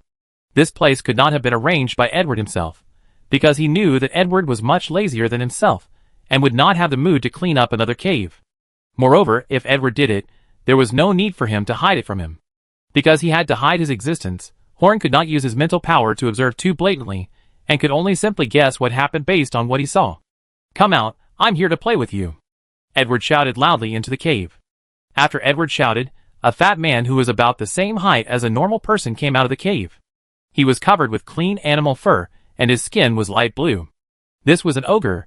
What shocked Horn was not the identity of the ogre, but the fact that the ogre had 2 heads, each with a small sharp horn on top. Horn had never seen this kind of ogre before. Horn did not expose Edward right away. He wanted to see what happened between Edward and the ogre. He instinctively felt that this would be very interesting. The blue ogre's left head roared at Edward a few times. It looked cute. Even when they were adults, the ogre race could only use words to express their meaning. It seemed that roaring was their way of communication. I don't know why Edward was interested in this ogre. Ogres are not very valuable. The Magic Council is not a slave trader. They are not interested in catching a rare ogre to sell for money. Edward sat on the ground, and the little ogre sat opposite him, and hurriedly took out a small notebook from his arms. "Come teach me, thank you." The little ogre's 2 heads looked at Edward pitifully and said. Horn, who was in Edward's body, was shocked that this ogre could actually speak, and his fluency was even better than the ogre chief Horn had seen before. The most important thing was the small notebook that the ogre took out. That notebook was nothing else but the basic magic manual he had distributed before. How could this ogre actually ask Edward for advice with the basic magic manual? Could such a low IQ creature like an ogre actually be interested in magic? You know, ogres are not even classified as intelligent creatures by the Salon people. Continuing to observe, Horn discovered that Edward was actually giving a lesson to the little ogre. Whenever the ogre had something he didn't know or couldn't understand, he would come to Edward for advice. Originally, Horn thought that Edward should know nothing, but now it seems that Edward was not just eating and sleeping in the Magic Council. It lasted for more than an hour before the course finally came to an end. The ogre's 2 faces showed excitement. He walked to the open space with a huge wooden stick and muttered to a stone. It looked like he was trying to cast magic. Horn sneered secretly. Can an ogre really release magic? Well, he really can. After the ogre finished chanting the spell, a piece of frost appeared on the ground in front of him, which meant that the spell was successful. Horn was not calm at all, because he was absolutely sure that what the ogre released was magic, real magic. The huge wooden stick was a large walnut staff, and what he was chanting was a spell. And during the perception process, Horn was very sure that the ogre was releasing magic power. Even such a low-level creature as the ogre could learn magic, which made Horn tremble in his heart. Once there was a problem with his mentality, Horn could no longer hide it. Edward immediately discovered Horn's existence. "Wow, you are actually peeping, and I still trust you so much." Horn didn't bother with Edward and shut down his consciousness directly. He planned to confront Edward tomorrow. He had to personally contact this ogre no matter what. Horn didn't want to fight with Edward for the body here today, as it might scare the little ogre away. When the first ray of sunlight in the morning was blocked by the mist of the tidal mist swamp, Horn's consciousness awakened in Edward's body. "Very good, now let's talk about the issue of that ogre," Horn said. "What's there to talk about? He's just an ordinary playmate of mine, nothing special." Edward didn't think the ogre was special. He just felt a little bored staying here alone at night, and then he accidentally discovered that the blue ogre was not very aggressive, and was very clean without the disgusting stench of ordinary ogres. In addition, it looked very strange, just like him, Master Edward, so Edward started to play with this ogre. But even if it was just an ordinary playmate, Edward didn't want the ogre to fall into Horn's hands. He saw how Horn dealt with the zombie, which was simply inhumane. "You have been with me for so long. You must know how important an ogre who can cast magic is. Although he is not as practical as that guy Harrington, I think he also has certain development potential." Horn had seen non-human races that can cast magic before. For example, the elves, but the ogre, who has a very low IQ and can cast magic, can be said to be a very precious example. "But he is just an ordinary playmate," Edward said aggrievedly. After more than 10 days of getting along, he still has some good feelings for this little ogre. He doesn't want Horn to do anything excessive to this little ogre. "Don't worry, even for your sake, I won't hurt him," Horn laughed. Is he such a scary guy in Edward's mind? Doesn't the ogre like magic very much? If I come to teach him magic, will he be very happy? Okay, I agree that you go to see him, but you must not hurt him. Edward was finally persuaded by Horn. Chapter 355. In fact, even if Edward disagrees, Horn can forcibly take the ogre away for research, but Horn does not want to do so. If nothing unexpected happens, Edward will truly accompany Horn for life, and even death cannot separate the two, so if Edward really opposes desperately, then Horn can only give up the ogre. Usually, Horn can do some harmless little things to Edward, but when something really happens, mutual respect is very necessary. Horn, who had gained control of his body, came to the place where the ogre lived before. The little ogre was packing up his things from the lecture last night. He found Horn coming and ran over happily to hug him. Edward had never come during the day, and he was very happy to come back just after leaving. Creatures with simple IQs usually have simple emotions, and they are more likely to feel happy, angry, sad, and joyful than humans. But he stopped halfway through the run, looking at Horn with a horrified expression on his face. Today, the person who played with him every night seemed a little different. He didn't know what was different, but Horn gave him a different feeling now. Horn gently touched his chin. This ogre seemed to have a very sharp perception. This kind of sharp perception should not appear in creatures like ogres. Before, he had been hiding in the depths of Edward's consciousness, and he had not had time to observe this ogre carefully. But now, after he scanned it with his mental power, he found that this ogre was more different. Originally, he thought that the two heads of the ogre were just deformed, and at most they could strengthen the ogre's mental power, but when he really came into contact with them, he found that the two heads of the ogre had their own independent thinking ability, just like two people growing in the same body. Moreover, the strength of the spiritual power emitted from each head is similar to that of a normal first-ring magician, which is equivalent to having two magicians who can cast spells in one body. I am here to teach you magic. I know you are very interested in magic, and I can teach you. Horn manipulated the flames to form a smart bird flapping its wings in the center of his palm, which he could never do before. The right head of the little ogre was very excited, but the left head showed a worried look. How is Edward? What did you do to him? The head on the left has already regarded Edward as a very important person. Don't worry, Edward is fine. The relationship between him and me is just like your two heads, except that when one is active, the other one has to hide, because we don't have two heads. Do you understand? Horn explained to the two heads of the ogre, and then he asked Edward to come out and show it. The left head was still a little confused, while the right head showed a look of understanding. It seems that the right head is much smarter than the left head. Time is always precious. Compared with Edward, I am the real magic master. What he can teach you is completely different from what I can teach you. Let's start learning now. The two heads nodded together. If you want to learn magic systematically, you should start with melee combat. Let's fight first to see how good you are at melee combat. Horn had a weasel-like look on his face, and this little ogre was the hen that the weasel was targeting. It's all nonsense to learn magic from hand-to-hand combat. He just wants to know the hand-to-hand combat level of this little ogre. Really, let's get started. The head on the left said, "Why do I feel something is wrong?" The head on the right said confusedly. Looking at the two identical heads talking to him at the same time, Horn scratched his head with a headache. Do you have names? Otherwise, it will be inconvenient for me to call you. The two heads shook their heads together. Finally, Horn gave the two ogres a name. The head on the left was called Xiongda, and the head on the right was called Xiong. After naming them, Horn and the two ogres' hand-to-hand combat officially began. 3 minutes later, Horn sat on the ground panting, while Xiongda and Xiong lay on the ground with tears in their eyes, looking at Horn. During these 3 minutes, they were beaten inhumanely by Horn. Horn still made some mistakes. He forgot that he was just a clone and his physical strength was only that of a first-level warrior. If he hadn't learned some basic fighting skills from Harrington and Jeffrey, he would have lost the battle. However, although the process was not satisfactory, Horn still gained something. The physical strength of this little ogre is already at the level of a first-level warrior, but he is still young and his body is not very coordinated, and he has no fighting skills. Otherwise, with Horn's half-baked fighting skills, he would not be able to beat him.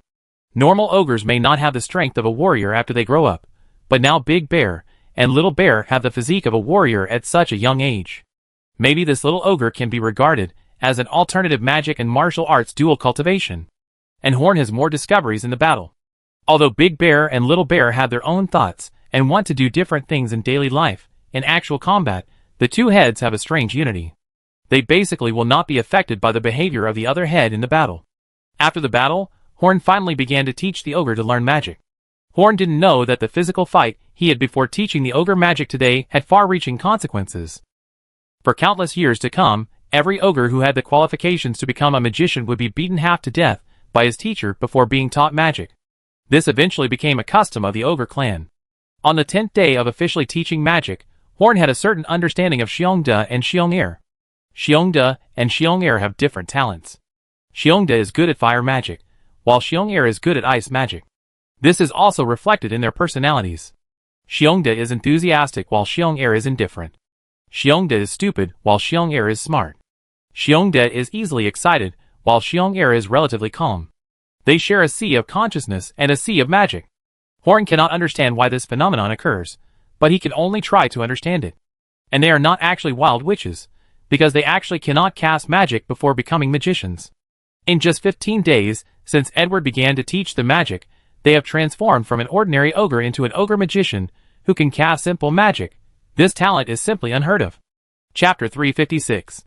Fortunately, their speed of accumulating magic power is not as fast as that of magicians, otherwise Horn would have suspected that the real magic darling is actually the ogre. Whether it is this two-headed ogre or the elves in the elf tribe who can learn magic, they all have the physique to learn magic, but they cannot cast magic before becoming magicians like the wild witches. Only the wild witches have magic arrays in their sea of consciousness. The fact that someone other than the wild witch can learn magic shows that whether or not there is a magic array in the body is not a necessary condition for becoming a magician. The necessary conditions for becoming a magician are high mental power and strong affinity for magic elements. So if it is normal, among humans, not only wild witches can become magicians, there should be people who can learn magic besides wild witches. In this way, the existence of wild witches is extremely special. At least Horn can't find any creatures with magic arrays in their sea of innate consciousness except human wild witches, just like wild witches are humans who appear to learn magic. Now Horn remembered the young man who read his memory in the ruins. He once said that there was no such person as Horn thousands of years ago. At that time, Horn thought he was talking about magicians, because magicians did appear recently, but now think about it, he is most likely talking about thousands of years ago when there were no wild witches. If that is true, the appearance of wild witches is somewhat intriguing. However, Horn is not a historian after all, so he does not know what the truth is, but in Horn's heart, the seeds of doubt have been planted. The little ogre is very stupid, but he is very diligent in learning magic, and Horn is also happy to teach this ambitious ogre. In just 15 days, the strength of the little ogre increased rapidly. Now the two heads can skillfully use magic power to cast spells at the same time. Xiongde and Xiong'er have both consolidated their status as first-ring magicians. This speed is much faster than other magicians Horn has come into contact with, but if they want to upgrade to second-ring magicians, they need to accumulate twice the magic power of normal magicians, so their promotion is much slower than ordinary magicians. In addition to magic, the two heads of the little ogre can now communicate with Horn normally. When communicating with Edward, he can only learn some nonsense, but in Horn's teaching, he can learn normal conversation. However, the little ogre is still not smart enough. To put it nicely, it is cute and silly. To put it bluntly, the little ogre is basically a mentally retarded person. Even the slightly smarter Xiong'er is the same. Okay, this may be a bit too much. Although they have enough IQ to understand magic, their EQ is still close to zero. Even a child can make this ogre run around in circles. Maybe their brains are divided into two halves when they are divided into two heads. Originally, in the heart of this little ogre, Edward's status was higher than Horn's, but under Horn's instigation in the past 10 days, his stupid little head was filled with concepts such as loyalty and gratitude to Horn. If Horn told him to go east, he would never go west, and if he told him to kill a dog, he would never chase a chicken. But he could understand very clear orders. For example, if Horn told him to pick a fruit to eat, he would definitely only pick one fruit, and would never pick two. In view of the intelligence of this little ogre, Horn decided to keep this little ogre as a pet in the future. It just so happened that Horn envied the pet of the ogre chieftain of the one-strike wizard, and now it's not bad to have an ogre pet himself. Anyway, he doesn't have a pet. As for Edward, is that guy a pet? That guy is an ancestor. Half a month has passed, and finally on a sunny morning, a shadow appeared on the horizon. It was Frank's. The huge figure fell with thick smoke and dust, and the little ogre ran into the cave to hide. Whether it is a wild ogre or a domesticated ogre, it is impossible to completely block the fear of the dragon. Well, the ogre chieftain whose brain was kicked by the magic donkey is an exception. Human, where are we going next? Franks poked his big head covered with sharp bone spurs in front of Horn, looking excited. It was obvious that he was looking forward to the next task. It seems that you have already got those things. Horn knew from Frank's attitude that he probably got the gold coins promised to him, so he showed such an expectant look. Franks is now the highest paid guy in the entire Magic Council, but if other cities knew that Horn only spent so little money to hire a dragon to work, they would probably still praise Horn for his good luck. Dragons are guys who would rather rob than do a proper job. If Franks couldn't rob gold coins, he probably wouldn't be willing to work for Horn. Yes, gold coins, delicious gold coins. Franks fell into fantasy again, and his smelly saliva flowed down. Speaking of which, the dragon's saliva also has magical ingredients, and is an important material for making a potion. Do you remember Nicholas Showers, the pharmacist of the Magic Council? That guy can use the dragon's saliva to prepare a potion that can restore physical strength. After reading several of his potion recipes, Horn couldn't bear to look at those potions. Almost every potion with obvious effects contains several dark and bizarre ingredients. Compared with those things, dragon saliva was already a little fresh. Looking at Franks' silly look, Horn smiled. It turned out that he should use bribery to deal with this guy. Although he couldn't fight any tough battles because of his cowardice, the role of a dragon was not just to fight tough battles. Even if Franks was just standing behind Horn to show off, Horn thought it was worth it. Now that Franks was here, Horn should leave the small mine where he had lived for a month and go to the Black Forest to do the really important deal. He asked the little ogre to wait here first and pick it up when the work in the Black Forest was completed. Horn had no choice but to abandon the little ogre. After all, the reputation of ogres was really bad. Spark City was Horn's own territory, so he could raise an ogre if he wanted to, but if he took an ogre to the Black Forest, the elves might regard it as a provocation. After all, most of those elves are outright racists. Seeing an ogre is likely to drive you crazy. After Horn explained everything to the little ogre, he sat directly on Franks' back. As the sponsor of the gold coins, Franks didn't mind Horn sitting on his back, as long as Horn didn't say he was a dragon knight. He, Uncle Franks, would never let anyone other than a beautiful woman be his mount. Chapter 357. Standing in place, watching Horn flying away on the dragon, Xiongda's tears flowed. Even though they might only be separated for a few days, he was still reluctant to let them go. But Xiong Er's expression was completely different from Xiong Er's. His simple and honest expression immediately became extremely cunning. From this expression, it can be seen that his previous appearance was all pretended. Okay, that human is gone too, let's pack up and leave here quickly. Xiong Er said to Xiongda. Why do we have to leave? The teacher hasn't come back yet. What if he can't find us when he comes back? Big Bear didn't quite understand what Second Bear said. Fool, when that human comes back, he'd take us to the human city, where we be slaves. Do you want to be a slave? Big Bear won't leave. The teacher told you to stay here. Big Bear howled with tears in his eyes, and after a while he asked cutely, what is a slave? Slave will whip you every day, and eventually eat you.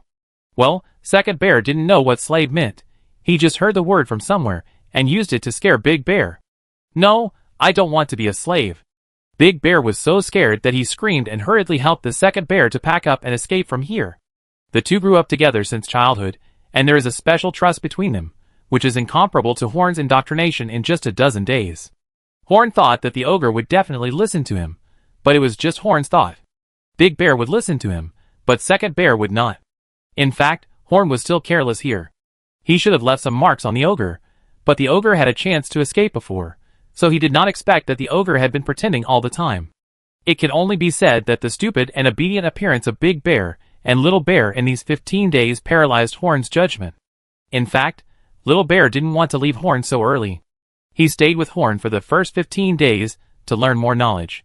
If Horn didn't leave, he would stay with Horn for a longer time. But if they were to be taken to the human city, Little Bear didn't want to do it anyway, because there would be no chance for him to escape. Even if he gained strength, what was the point of staying in the human city for a lifetime? In these 15 days, they have learned enough knowledge from Horn. Now they can find a place in any ogre tribe if they leave here.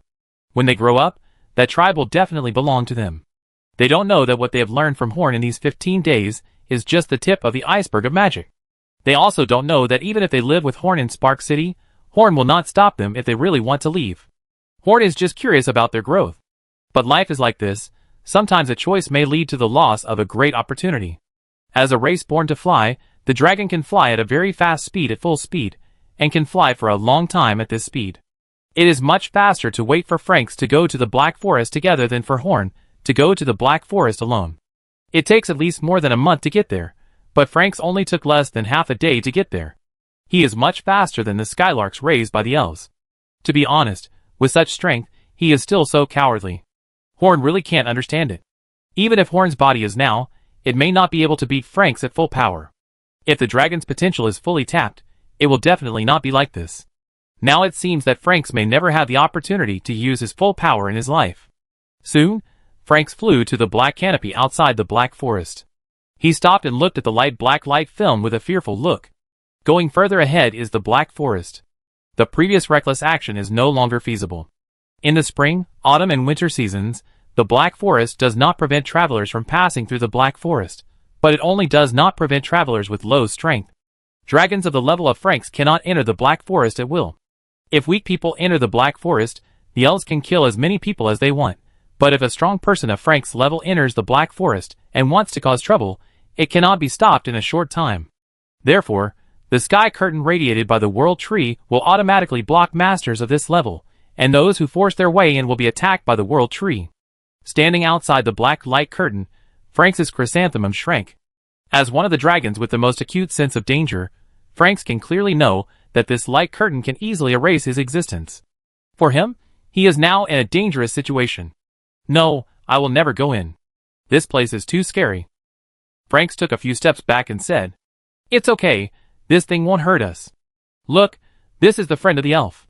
Just take out this black light curtain, and we'd be able to get in." Horn took out the friend of the elf, and waved it in front of Frank's huge eyeballs. "But I heard there are many masters in the elves. I'm afraid I can't come back." Frank's took 2 more steps back. Horn rolled his eyes. What on earth was he afraid of? As long as you don't commit suicide, how could these elves attack you?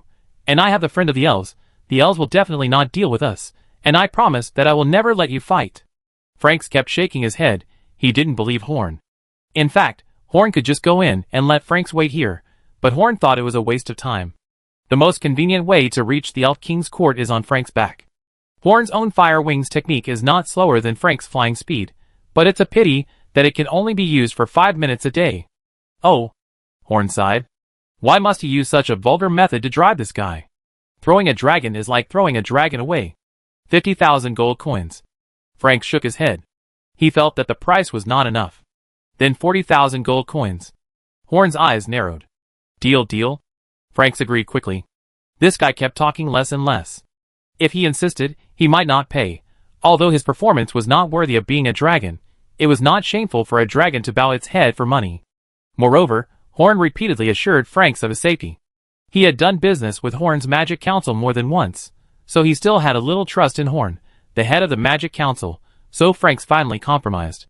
After the negotiation, Horn attached the friend of the elves to the black light film radiating from the world tree. The light green light swept over Horn and Franks. After a complex transformation, an entrance and exit appeared on the light film for Franks to enter and exit. Then a light green light appeared from the elf friend pendant, pointing in one direction, which was the Elf King's court. The elf friend was showing them the way, and this was the correct way to use the elf friend.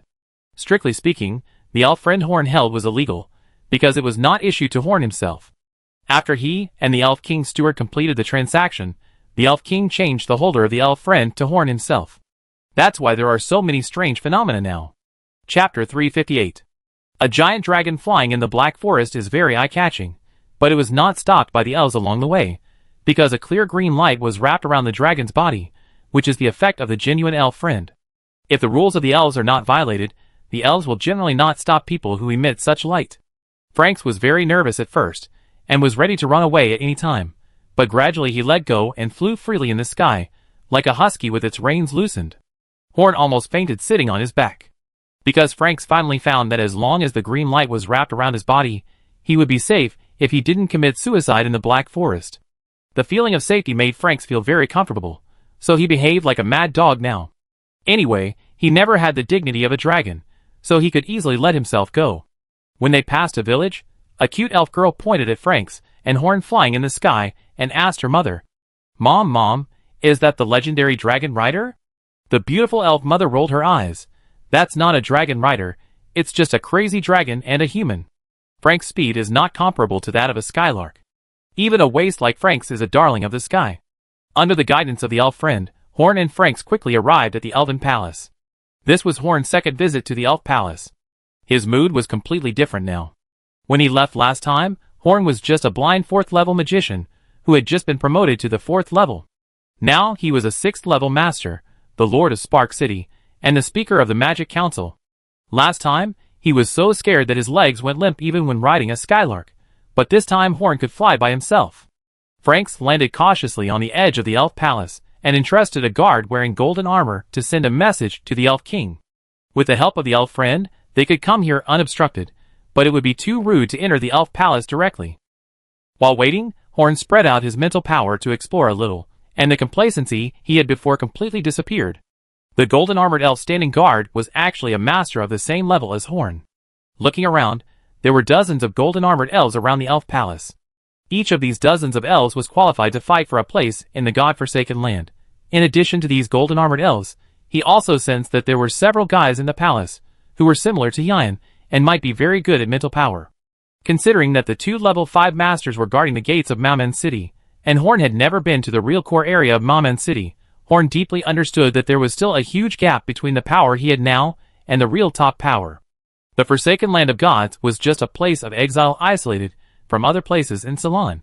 One should not lose oneself just because of a little achievement there. However, Horn would not be discouraged. His Magic Council had already embarked on the right track of development. As long as the development did not die, one day Horn would have the qualifications to stand on the big stage of Ceylon. At this moment, Horn suddenly realized how insignificant and childish his actions of announcing the existence of magicians in Leon City and declaring war on all churches in Ceylon were in the eyes of the high-ranking people. Fortunately, no one cared about Horn and his actions at all. Otherwise, they would never have been able to reach the God-forsaken land. However, Horn also knew that although the action was childish, the symbolic significance of the action was far greater than the result of the action itself, because that was the starting point for Horn, and the starting line for all magicians to resist the gods. Retracting his scattered spirit, a golden-armored elf has returned from the palace and stood in front of Horn. Dragon, His Majesty allows you and your followers to enter the palace for an audience. Follower. Horn was speechless, but he followed him in without saying anything. In the eyes of the elves, dragons are a high-level race equal to elves, while humans are a low-level race, so it's no wonder that the golden-armored elf confused the priorities. Following the golden-armored elf, Horn and Franks walked into the elven palace. Franks looked very painful along the way. As a coward, it was too painful to enter a palace full of powerful people that he couldn't afford to offend, and as a dragon, it was even more painful to enter a place where he could just grab something from the wall and the ground and put it in his treasure house. But because he was cowardly, he had to be careful with his claws. At this moment, Franks felt that he was the most failed dragon in the world. As he walked, Edward suddenly took control of his body, turned his head, and said to Franks, "Coward, coward." Then he gave control of the body to Horn. "Well, if I say that I didn't say that just now, do you believe me?" Horn's head was full of black lines. After a moment of silence, he said to Franks that he and Edward had equal control over this body. He didn't expect Edward to do this before, so he was caught off guard and Edward took away the control. Franks chuckled twice. Of course, he knew that there was another mouthy person in Horn's body. He had seen this kind of mentally ill situation several times. He sighed. As a unique dragon, dragon life is so difficult. He had to swallow his anger. Finally, the two met the Elf King. His appearance had hardly changed at all. But that was not a problem. For an elf, who had existed for thousands of years, less than half a year was not enough to change him. Stuart looked at Horn and Franks. "After half a year, your strength has retreated. I am really disappointed. I hoped you would achieve something." Horn smiled but said nothing. He was using a clone now, and under normal circumstances, he only had level 3 strength. It was no wonder that the Elf King made a mistake. "No, this is not the real strength, and this is not even you. This should be the clone formed by the symbiote." Stuart disappeared from the chair and appeared around Horn the next second. He began to look at Horn, and he could see through Horn's clone. This may be because of his strong strength, or it may be because he himself has a symbiote, so he can see through Horn's disguise. But speaking of it, your symbiote aptitude is quite high. It's really rare that you have this ability when your strength is so low. Then Stuart turned around and began to look at Franks. The Grey Wings Master was ignored for a long time. Seeing that the Elf King finally looked at him, he quickly raised his head and chest to show himself. The Elf King stroked his hair, then turned around and asked Horn tentatively, "This person is not also a symbiote's clone, right?" Chapter 359. In fact, the Elf King had already made up his mind, but he would rather believe that he was seeing things than believe that the guy in front of him was a dragon. The Elf King, who had a long life, had seen more dragons than Horn had seen lizards, but none of the dragons he had seen were as bear-like as Frank's. The characters of dragons were not uniform. Some were as proud as the king, some were as mean as rats, some were as cunning as foxes, and some were as noble as elves, but he had never seen a dragon with a pud-like expression. Now Frank's eyes were big, his mouth was slightly open, and his head was pressed against the ground. This was the look a dragon would show when it surrendered. Well, although it seems a bit embarrassing, for Frank's, it is difficult for him to show a little self-respect when he is facing a being that is more powerful than the few remaining ancient dragons in the dragon clan. As you can see, Your Majesty, the dragon in front of you is indeed a real and valuable dragon, but you don't need to be entangled with him. After all, he is my follower, and it is me who really came to you for something. Horn deliberately emphasized the word follower. He was a little indignant about being treated as a follower before. He was not surprised at all by Stuart's surprise. Every person Horn had seen who saw through Frank's true face looked like this, and Horn was quite happy when he saw the usually calm elf king showing this expression. What do you want to talk to me about? Stuart covered up his loss of composure caused by Frank's, and instantly returned to his throne, and asked condescendingly, Your Excellency the Elf King, I want to make a deal with you. Horn bowed slightly to Stuart and said, Trade? Do you think too highly of yourself? Do you think you are qualified to trade with the elves? Stuart turned the cup in his hand slightly, and his movements did not change, but the colorful gems on the crown on his head shone brightly. The invisible pressure hit Horn, and he almost couldn't hold on. Frank's next to him huddled up in shame, wrapped himself with huge wings, and only one eye was exposed to secretly look at Stuart. The Elf King's momentum burst out too suddenly. Horn was not prepared at all. His body curled up, and was about to fall to the ground. Horn looked up at the Elf King's face. His face, which was more perfect than the work of the most outstanding sculptor, was indifferent. Horn knew that if he was overwhelmed by the Elf King's momentum, then he would not be qualified to take the initiative to negotiate a deal with the elves. Then he must not admit defeat. Horn's eyes widened. He had no choice but to activate his true strength, which only lasted 5 minutes a day. Strength emerged from his body out of thin air, and his bent waist gradually straightened. Although the Elf King was still an insurmountable mountain, at least now he could stand up straight in front of the Elf King. Watching Horn stand up, Stuart nodded imperceptibly, then retracted his momentum. It seems that this is your true strength, which is not bad. Since you can hold on, tell me what deal you want. Horn's true strength made the Elf King slightly look sideways, but he was not interested in Horn's current strength. Horn's current strength was not worth mentioning. Any palace guard had such strength. He was interested in Horn's growth speed. It had only been half a year since he left last time. This speed of strength improvement was simply unimaginable for the immortal elves. Horn calmed down a little. He was a little frightened by Stuart's attack. At the same time, he was more determined to improve his strength. In this world, strength is the most important thing. If he didn't have strength, he wouldn't even be qualified to talk to others on an equal footing. It would be impossible for him to make the Wild Witch rise. Horn walked behind Frank's, and took out a light blue long sword from his backpack. This was an enchanted weapon produced by the Magic Council. He handed the long sword to the Elf King. From the last transaction, I found that you seem to want to increase the power of the elves, so what do you think of this sword? Stuart did not touch the sword, but the sword floated and rotated by itself to show Stuart. It's ordinary, nothing special. In Stuart's opinion, this light blue long sword has nothing to recommend it. It can be seen that it is the work of the dwarves, but this is nothing special. The craftsmanship of the elves is not worse than that of the dwarves. The weapons made by the dwarves are strong and durable, while the weapons made by the elves are exquisite and efficient. There is no difference between the good and the bad, just different emphasis. The reason why the weapons of the dwarves are the most famous is that the weapons of the elves are rarely spread outside, and the dwarves use the weapons they make to do business, that's all. In fact, if it were not made by the dwarves, Stuart's evaluation might be very unpleasant.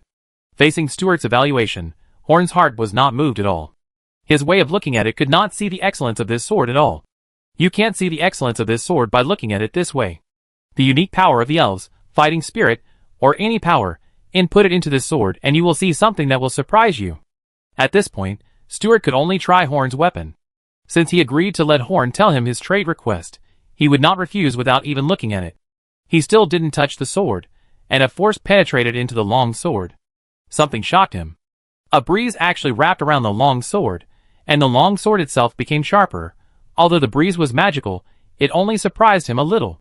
However, The sharpness of the long sword was beyond his expectation. Because the breeze was only one ring of magic strength, it was not worth mentioning to him. But the power that made the long sword sharp continued to increase as he input more energy. This means that even for a very high-level strongman, this special effect can already produce an effect. In fact, the reason why enchanted weapons are called enchanted weapons instead of magic weapons is because the magic effect attached to the weapon is constant and not too strong. But the rune will continue to work until the weapon itself can no longer withstand the power of the rune.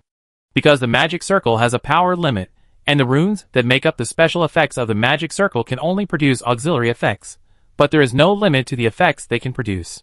Even the most powerful magic circle has basic runes. The long sword made a crackling sound. The lightning silver material of this sword could no longer withstand the power of the Elf King, and the Elf King finally stopped inputting power. Now a faint white glow has appeared on the blade. This is not a manifestation of power, but just the sharpness of the long sword itself. Chapter 360. No master of the Elf King's level has ever used an enchanted weapon, so Horn also saw this performance of an enchanted weapon for the first time. He probed his mental power into the past, and his mental power felt a sense of cutting on the blade. Now this enchanted weapon is incredibly powerful. Horn even suspects that this sword can cut anything now. Stuart removed the energy from the long sword and put the sword aside.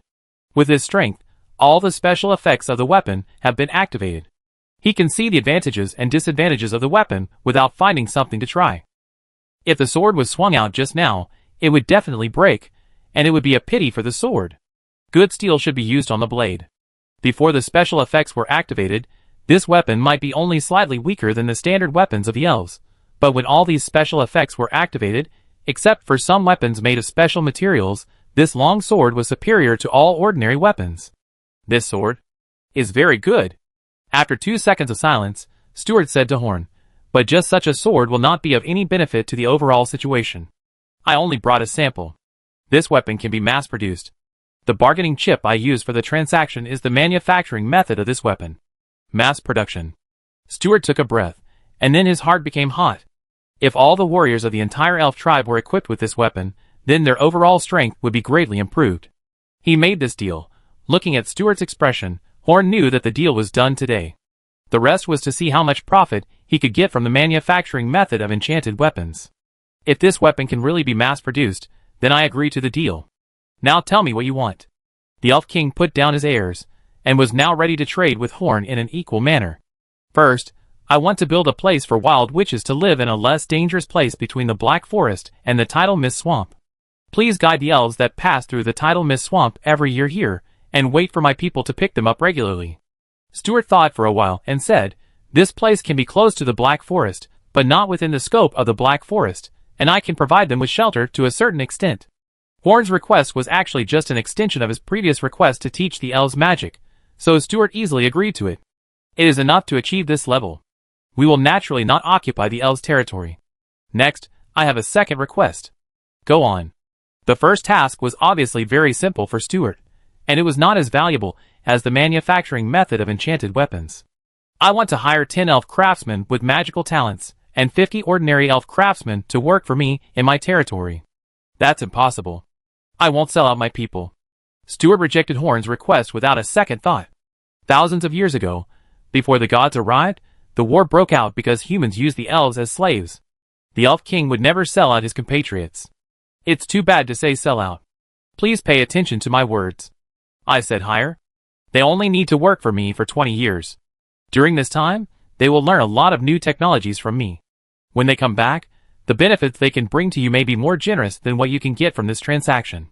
I think this will also be very beneficial to your elves.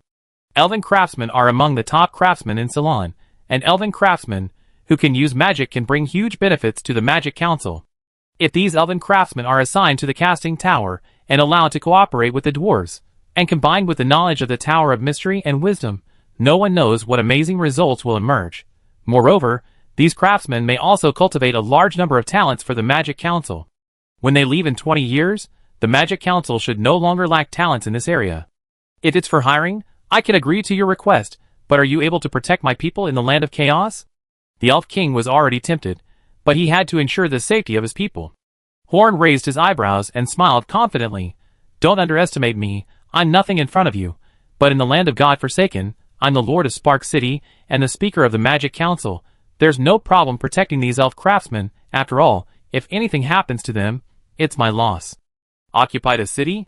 This kid seems to have done a lot in the past 6 months. The Elf King showed a hint of appreciation for Horn. This human once again exceeded his expectations. Then Horn made many more requests. They were not difficult to fulfill. They were just a little troublesome for the elves. Most of them were just some insignificant materials. One by one, the trivial matters were almost reaching the Elf King's expectations. Horn finally made the last request. I want the meditation method. Meditation method? The meditation method your teacher took from me is already the best one. Judging from your mental state, you should also be practicing meditation method. Stuart asked doubtfully. It seemed unnecessary to ask for the meditation method again. I want everything related to the meditation method, whether it is the abandoned meditation method or the origin of the meditation method, etc. I want all the information about the meditation method in the elves. Horn's eyes were shining. Getting all the information about the meditation method in the elves was even higher than those elf craftsmen in the priority of this transaction. Meditation is important to magicians, but the meditation method Horn and his team use now was created by the elves, so they can't improve it even if they want to. If they gather all the information about the elves, they can research a better meditation method through magicians. This will definitely be of great benefit to the development of magic. Even if this meditation method is really the strongest, collecting more information about meditation can make the foundation of magic more solid.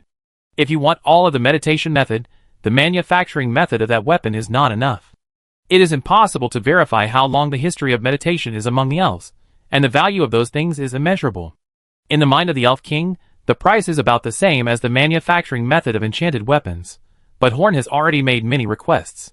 Sure enough, these are still not enough, so how about adding these things? Horn took out another book from the big backpack behind Frank's. This is the advanced version of the basic magic manual. Compared with the basic version given to you before, it adds a lot of magic, and it also corrects many aspects of knowledge. Stuart clapped his hands. Deal. Chapter 361. The next step is to argue about some details.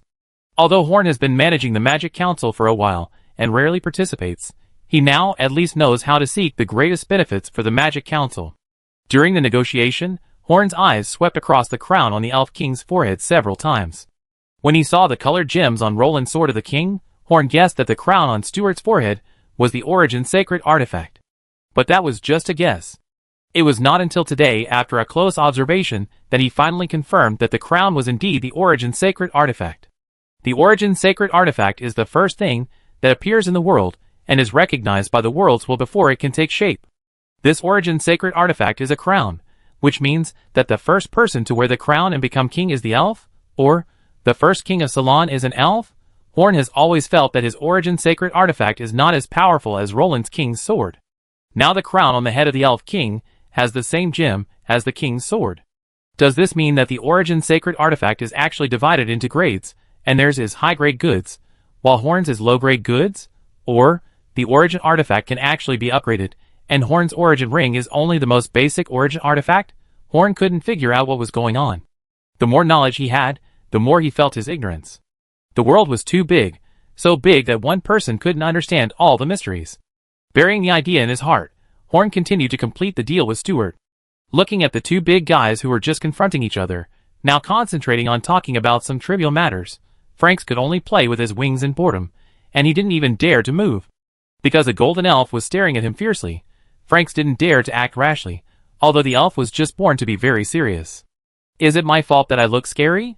All the deals were agreed upon, and it was time for Horn and Franks to leave. At this moment, Stuart suddenly said to Horn, "You are not strong, but you can always come up with something very valuable. You dare to bring those things to me for trading. Aren't you afraid that I will take your benefits and not fulfill my promise? You know, if I want to go back on my word, you have no way to do it." Horn smiled politely at Stuart.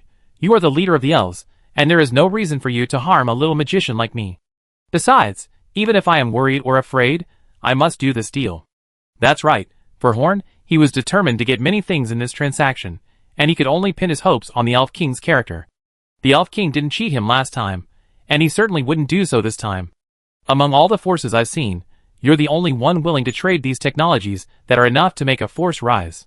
Aren't you afraid that others will use your technology against you?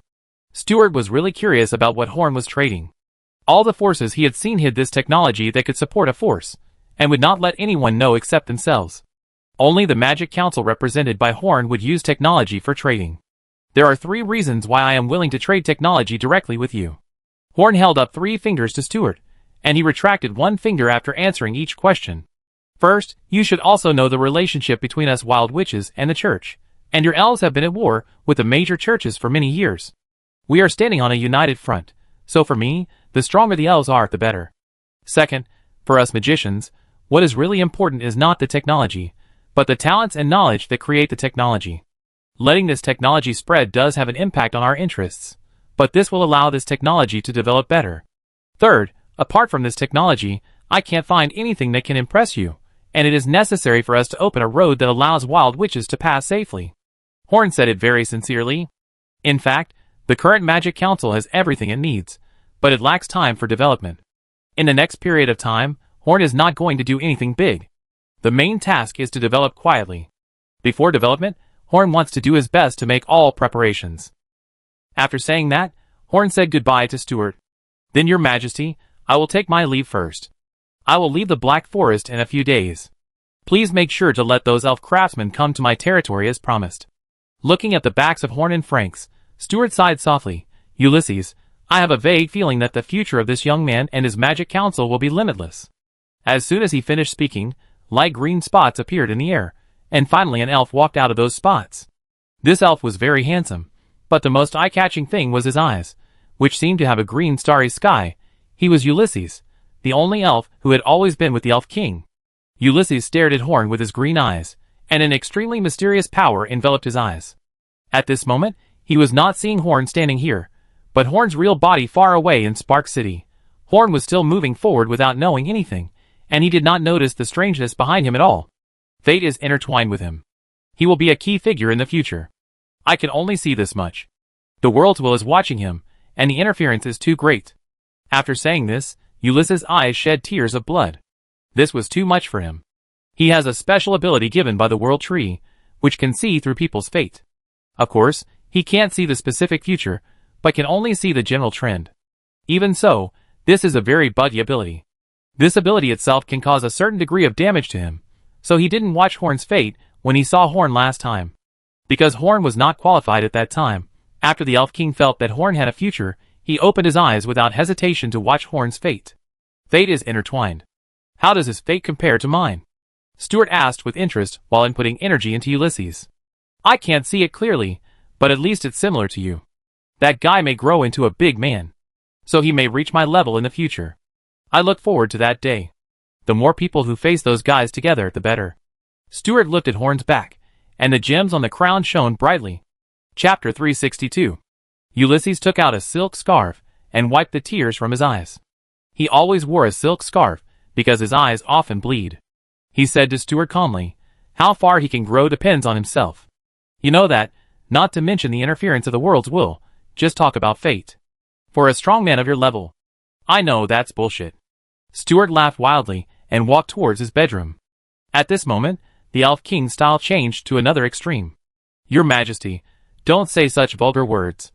Ulysses chased after the Elf King and said, what does it matter? There is no one here now.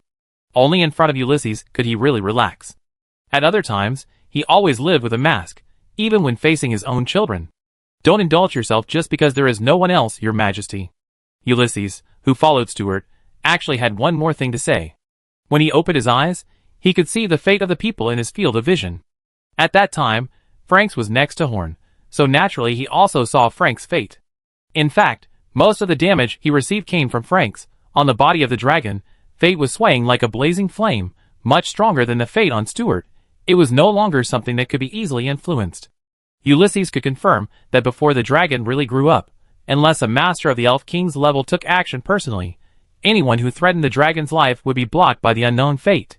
It was the first time that Ulysses saw such a strong manifestation of destiny. He would not be surprised if Franks was the child of destiny. But he really couldn't accept that a dragon like Franks had a brighter future than the Elf King. I hope I was wrong. As soon as he walked out of the Elf Palace, Franks moaned comfortably. For a cowardly dragon like him, the mental pressure brought to him by the Elf Palace was simply unimaginable. Horn would stay in the Elf King's city for a few days, and the Elf King provided them with accommodation during these days. After he settled Franks, he walked around the Elf King's city by himself. He wanted to see if the elves had any materials he could use. It was inconvenient to have Franks following him when purchasing. Franks looked at Horn's back while chewing fruit, tears welling up in his eyes. He didn't want to eat fruit, he wanted to eat meat. But as a dragon who didn't dare to cause trouble in the elves, he didn't even dare to say that the food didn't suit his appetite, and he had to force a smile. The sad thing was that even if he didn't want the gold coins now, he couldn't fly out of the Black Forest without Horn leading him. It was a rare trip to the Black Forest. Horn couldn't go back empty-handed. The elves had many precious plants that couldn't be found in the outside world. Horn planned to bring some back to Luke so that he could research a better staff as soon as possible. As he walked, Horn found an old acquaintance. That was the elf Jim Qingyuan, who had led Horn the last time he came to the godforsaken land. Horn walked over, greeted him, and started chatting. Jim's job was to manage a part of the Black Forest, and this time he came to the royal city to meet a friend. As the two chatted, Horn asked the question he wanted to ask. "I want to ask, how is Emily being raised now?" Emily was a female elf, who often opposed Horn when he and his team passed through the Black Shroud Forest last time. She could be considered the elf with the worst relationship with Horn in the entire Black Shroud Forest. He asked this question to find out the enemy situation. "Emily? She's dead," Jim said with some disappointment. "Dead? How did she die?" The enemy that the Black Prison Army faced was very powerful, and Emily was very reckless in fighting, so she died in battle after serving there for only a few months. Horn found it a little unbelievable. He asked about Emily's situation with the idea of using his current strength to teach that woman a lesson, but he didn't expect that she was already dead. Actually, she's not really dead. Now she's resurrected, but she's no longer herself. She's been resurrected too many times, and she's forgotten too many things. Died, then resurrected, forgetting too many things?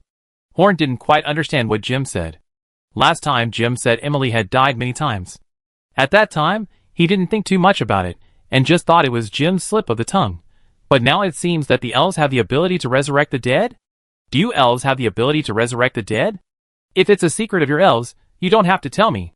Horn still asked his doubts. If he didn't ask, he would feel uncomfortable for a long time. Actually, this is not a secret. Every elf knows what's going on. It may be a little difficult for you aliens to understand. Jim took Horn to one direction and said as he walked, "We elves generally have two ways of birth.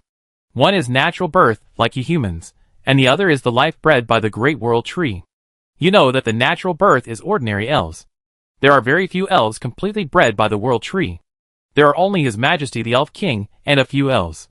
They are also called High Elves." Horn nodded slightly.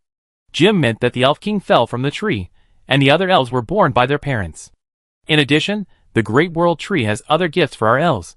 Jim paused, and Horn knew that the next thing to say was about resurrection. Every elf who is about to go to the battlefield can leave a mark on the World Tree before the war begins. Once they die, they will be reborn in the World Tree and become elf babies. Jim's expression was a little heavy. Isn't this a good thing? The resurrection after death is something that humans can't ask for, and it will make them fearless in battle. I'm afraid the elves' warriors will be terrible. They will grow up to adult elves again in just 10 years, but the newly born elves are actually not their former selves. At most, they will only retain a fragment of memory. Those fragmentary memories will bring great pain to the resurrected elves. Most of the resurrected elves will not choose to be resurrected a second time. From Jim's expression, it can be seen that he also seems to have experienced resurrection. Emily is an exception. She only loses a small part of her memory each time she is resurrected. Relying on this, she does not care about her own life every time she fights. In short, the only time she has a relaxing time is during the years she grew up. Chapter 363. After listening to Jim's story, Horn turned his head and looked at the World Tree that was taller than the mountain. Perhaps for the elves, the area covered by the World Tree was their world. As he spoke, Jim had led Horn to a huge tree house. There was a large fence around the tree house, and dozens of elf children were playing inside the fence. The elf sitting in the innermost is Emily. Horn looked over along Jim's finger and saw a chubby elf. The elf looked much cuter than the original Emily, but she seemed to notice Horn's gaze and frowned at Horn.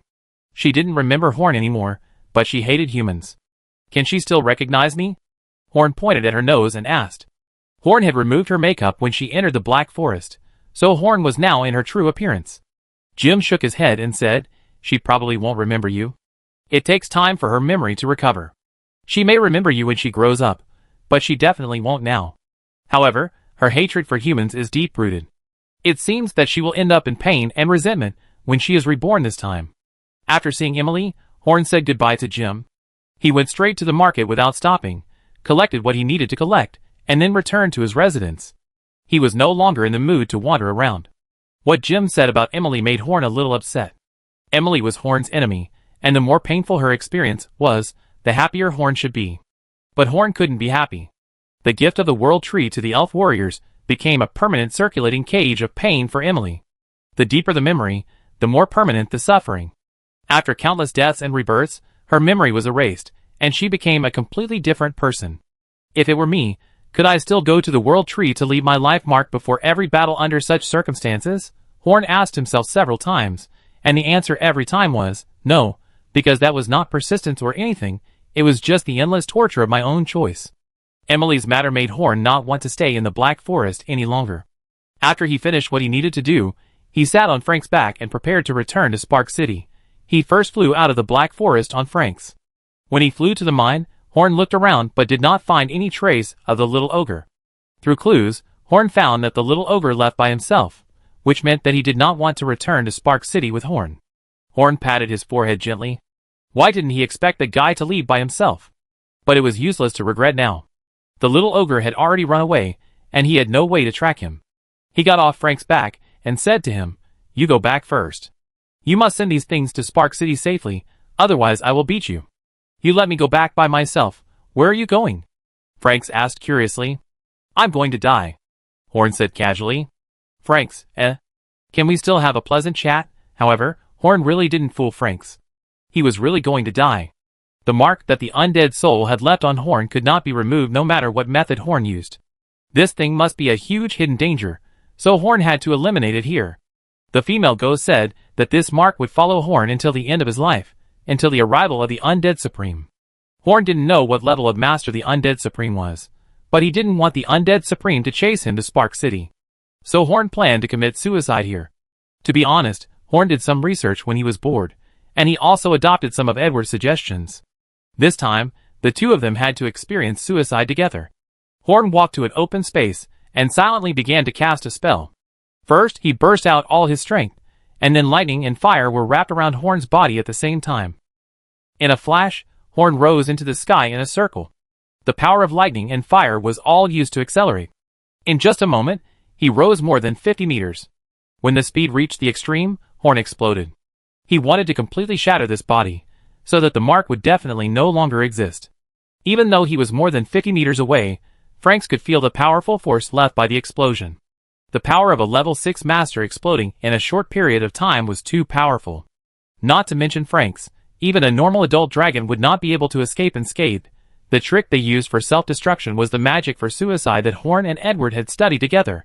In line with the principle that a thief never leaves empty-handed, Horn also had high hopes for this suicide.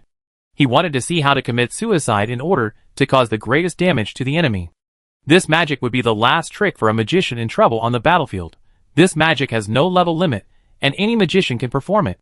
The purpose is to perish together with the enemy, and it can release a powerful force far beyond one's own strength.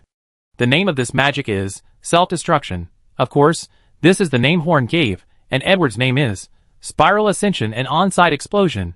In the end, Edward's name was abandoned because it was too long, and Horn felt a little sorry because the name really fits this magic. Franks was trembling with his things on his back. This human was really terrible. He really couldn't understand why a good person would commit suicide. He was riding on me 1 second ago, and he was dead the next second without leaving any trace.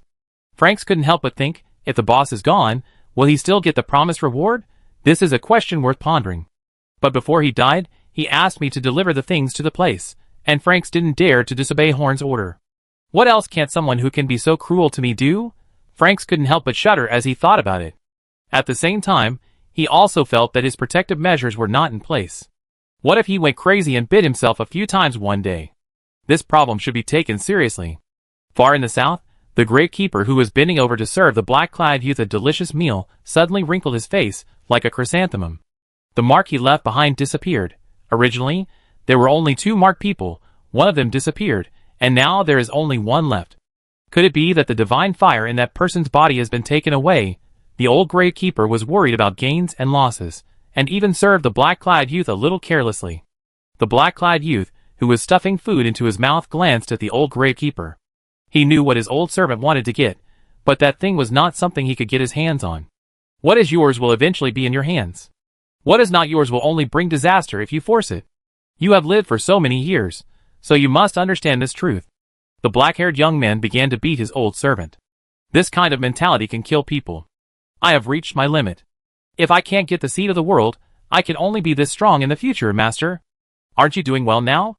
As long as you don't encounter danger, you can probably live forever. But master, I also want to be immortal like you. If you want immortality, take that step yourself. Do you think that is a good thing? After all, it is still the right way to take that step by yourself. Borrowing the power from that kind of thing will only bind you here, and never let you transcend this world. The old Grey Keeper remained silent. The black-haired young man sighed. This was the only servant who followed him back then. He didn't want him to die too. Chapter 364. The flat, bent, and broken papers left no empty space on the floor. Ink of various colors filled every corner of the room. The messy experimental equipment and materials were piled at one end of the room, and at the other end was a huge printing press. A short-haired man with messy hair and ink all over his body stood behind the printing press. He was wearing a black robe with barely detectable colorful patterns on it. These patterns could easily bring people into hallucinations. This person is Enoch, and this is Enoch's laboratory. He is fiddling with the results of his research in the past few months. In addition to taking time to study self-cleaning for Horn, Enoch spends most of his time studying this thing. Ceylon's traditional printing press usually writes on a wooden board with a special pigment. The handwriting written with this pigment will expand and become hard after being heated, forming a uniform protruding font. Then these protruding words are slightly modified and coated with ink before printing. This printing method was invented by the church and has been used for thousands of years. It can be said that the printing technology based on this material has developed to the extreme. Now many printing factories in Ceylon only need enough wood boards and pigments. The extreme means that there is no further progress. What Enoch wants is not what the current printing technology can do. So he developed the current printing press. The whole machine is full of magic. At a glance, there are dozens of magic circles on it. These magic circles perfectly embody the aesthetics of magic and are full of the mystery of magic. However, apart from the magic circle, this machine obviously has no style, the shape is not beautiful, and there are countless patches on it with various materials. If you remove the magic circle and throw it on the street, no one may want it. From the birth of this idea, to the design, and then to the development of exclusive magic for his own design, today is the end, and now Enoch is extremely excited. This printing press cannot make the Magic Council or himself more powerful, and may not bring monetary benefits, but it can greatly enhance the influence of the Magic Council. In his opinion, this is an epic-making invention. Most of the time in the past 5 months has been invested in this machine, and now it is time to test the results.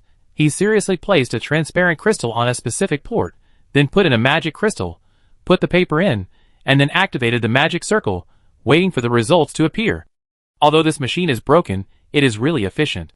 With the appearance of a faint magic light, the paper appeared in front of Enoch again. Enoch looked up and down a few times, and the joy in his heart surged to his cheeks. He knew that he succeeded. Holding the paper, Enoch ran quickly to Horn's mage tower. He knew that Horn had just finished an experiment today, so if he went to find Horn now, Horn would definitely be where he should be. In Horn's mage tower, he was making tea, and the ingredients in the tea were much less than before. Originally, he didn't like tea as a drink. He felt that it was very bitter without seasoning. It was better to drink the seasoning directly. But he rarely had customers here, so he brewed some himself when he was bored. He didn't like to waste things. But I didn't expect that after drinking it a few times, I felt that I liked this drink, and the more I drank it, the more addicted I became. I wanted to taste the original flavor of tea, so I put less and less ingredients. Maybe after a while, Horn will be like old Douglas and like this drink without adding any seasoning. He rested today because his research just came to an end, but more because today was the day when his clone returned. When he returned, it might have some impact on Horn, so he didn't do those experiments. After all, some experiments require Horn to concentrate highly to continue. Although Horn looks dusty all day long, as if he has ignored everything for magic research, his life is actually very regular. Even when he is doing research, he will try to practice magic from dark, and rarely stop practicing because of experiments. After all, strength is the capital for them to survive in the Magic Council. He often stays in the basement for a long time because he is reluctant to waste time hanging out, not because he devotes all his time to research. Horn was pouring hot water, and Enoch hurriedly pushed the door open. Horn, who was not prepared, shook his hand, and the hot water poured towards his thigh, but the water floated in the air before it fell. "Why are you so anxious?" Horn looked at Enoch helplessly. He knew Enoch was coming in, but he didn't expect him to kick the door in directly. "Don't worry about it, come and see this. This is the result of my 5 months of research." Enoch put the paper in front of Horn, and Horn was stunned. The hot water went into the cup obediently, and Horn picked up the paper in Enoch's hand and looked at it carefully. As soon as he saw it, Horn frowned, and his face turned pale, as if his body was hollowed out. Enoch's face fell. His things would not be so bad that people would get hurt. It's okay, I continue to look." Horn eased up, and said to Enoch with an awkward smile, "Just now, he used Edward's body to self-destruct, and Edward's resurrection would extract some energy from his body." Then Horn continued to look at the paper in his hand. "Well, this person's printing is very realistic, just like a real person. The painter's level is not ordinary. The ink is very evenly printed, and the printing method should be different from the normal one. The ink is not ordinary ink. In terms of printing technology, this can be regarded as the pinnacle." "That's it?" Enoch curled his lips in dissatisfaction. "As the chairman of the Magic Council, do you only look at the appearance? I have already given a high evaluation. Can you play with a piece of paper?" Horn said in confusion. "Put in some magic power and see." Now Horn was interested. Could this have any special effect on the paper like enchanted weapons? He put in magic power obediently, and the real effect of the paper was revealed. Horn opened his mouth wide. Ah! At the same time, the energy carried by the clone that completed the explosion on the spot was fed back into Horn's body. A part of the energy that had just been extracted by Edward came back roughly. Under this stimulation, Horn let out a long groan. This time it was Enoch's turn to be confused. The paper he printed was indeed excellent. He was confident, but it wouldn't make Horn scream like an orgasm. Chapter 365. While Horn was groaning, Edward's figure appeared beside Horn, first the bones, then the flesh, and finally the fur, and then Edward's entire body came out. Horn probed a little and found that Edward's body was no longer a trace of the mark, which meant that the so-called supreme undead could not follow the mark to cause trouble for Horn. The female ghost was really a good person. If she hadn't said that she would not rest until death, Horn really didn't know how to deal with the mark. After the symbiote dies, it can choose to revive on the spot or next to the symbiote. Edward chose to revive next to Horn, so as to avoid walking such a long distance. Speaking of which, Edward is now used to death. If Horn hadn't forbidden him to die for no reason, he would probably die every day. It only takes a moment of pain, and then it's all comfortable. Hey, let me tell you, that way of dying is really fucking exciting. Flying so high in an instant, and then bang, it's really exciting to explode. When can we try again? Oh my god, what the hell is this? The little man on the paper can move. Edward first flew to Horn's shoulder, and patted Horn's head to tell him about his experience of dying. It felt like someone who had just ridden a roller coaster for the first time and wanted to describe the feeling to others after getting off. Then Edward naturally saw the paper in Horn's hand. The black and white little men drawn on the paper turned into small shadows, stood up from the painting, and walked around on the paper. After walking for a while, they stood together and bowed to Horn, and then said together, "Long live the Magic Council! Long live the Magic Council!" Then these little people started to move again. It seemed that as long as Horn's magic supply continued to drop, these little people would keep repeating these actions. Horn raised his head in surprise. "How did you do this? Is this really just a piece of paper?" Everything about this piece of paper made Horn curious. How did he make the characters on the paper move? How did he make sounds through a piece of paper? All of this surprised Horn. Horn had seen a lot of strange things, but after this piece of paper, Horn finally understood how those warriors felt when they saw magic. No matter how you look at it, this kind of thing should not appear in reality. Enoch can make people feel hallucinations through illusions, but as Horn becomes stronger, Enoch can no longer easily make Horn fall into illusions. So Horn is very sure that these little people are real in his vision. Seeing Horn's expression, Enoch smiled proudly. Horn had seen his work so clearly before, but now, he must be shocked. The reason you can see the little people on the paper moving is actually an illusion, combined with some special little magic and magic materials. The final result is that even a master of your level can see the illusion effect. Strictly speaking, this is not an illusion, because it is a real visual effect in reality. Now you know how powerful my research is, right? Horn nodded gently. Enoch's research can be applied in many places with simple imagination. If you know, come with me to my magic tower to see how I made this paper. Leaving Edward behind, Horn followed Enoch to his laboratory, and saw the very messy room and the broken-down printing press. This junk is the result of your research? Horn pointed at the pile of machines and said, I remember you told me that we should see the essence through the phenomenon, don't care about the appearance of this thing, and mainly see what my machine can do. Then Enoch explained his printing machine to Horn in detail, introduced all the functions of various aspects, and printed a book for Horn in person, while Horn was surprised by Enoch. Enoch's printing machine and the old printing technology Horn had seen before were completely different things. There was no similarity except that they both needed paper and paint. From selecting the content to be printed to binding the book, everything is full of magical features. After understanding all the features, Horn asked Enoch while flipping through the newly printed books, Is your printing press difficult to operate? If only you can use it, its value will be greatly reduced. If you want to operate it, you must have a magician with a basic knowledge of illusion to print this kind of picture, but if you only want to print text and patterns, any magician can do it. What about the cost? Horn was most concerned about the cost. The effect of a technology was closely related to the cost. 1,000 gold coins. Enoch said without thinking. 1,000 gold coins for one book. Do you want to reprint the books in the magic library with your machine? Horn began to think about the function of this machine.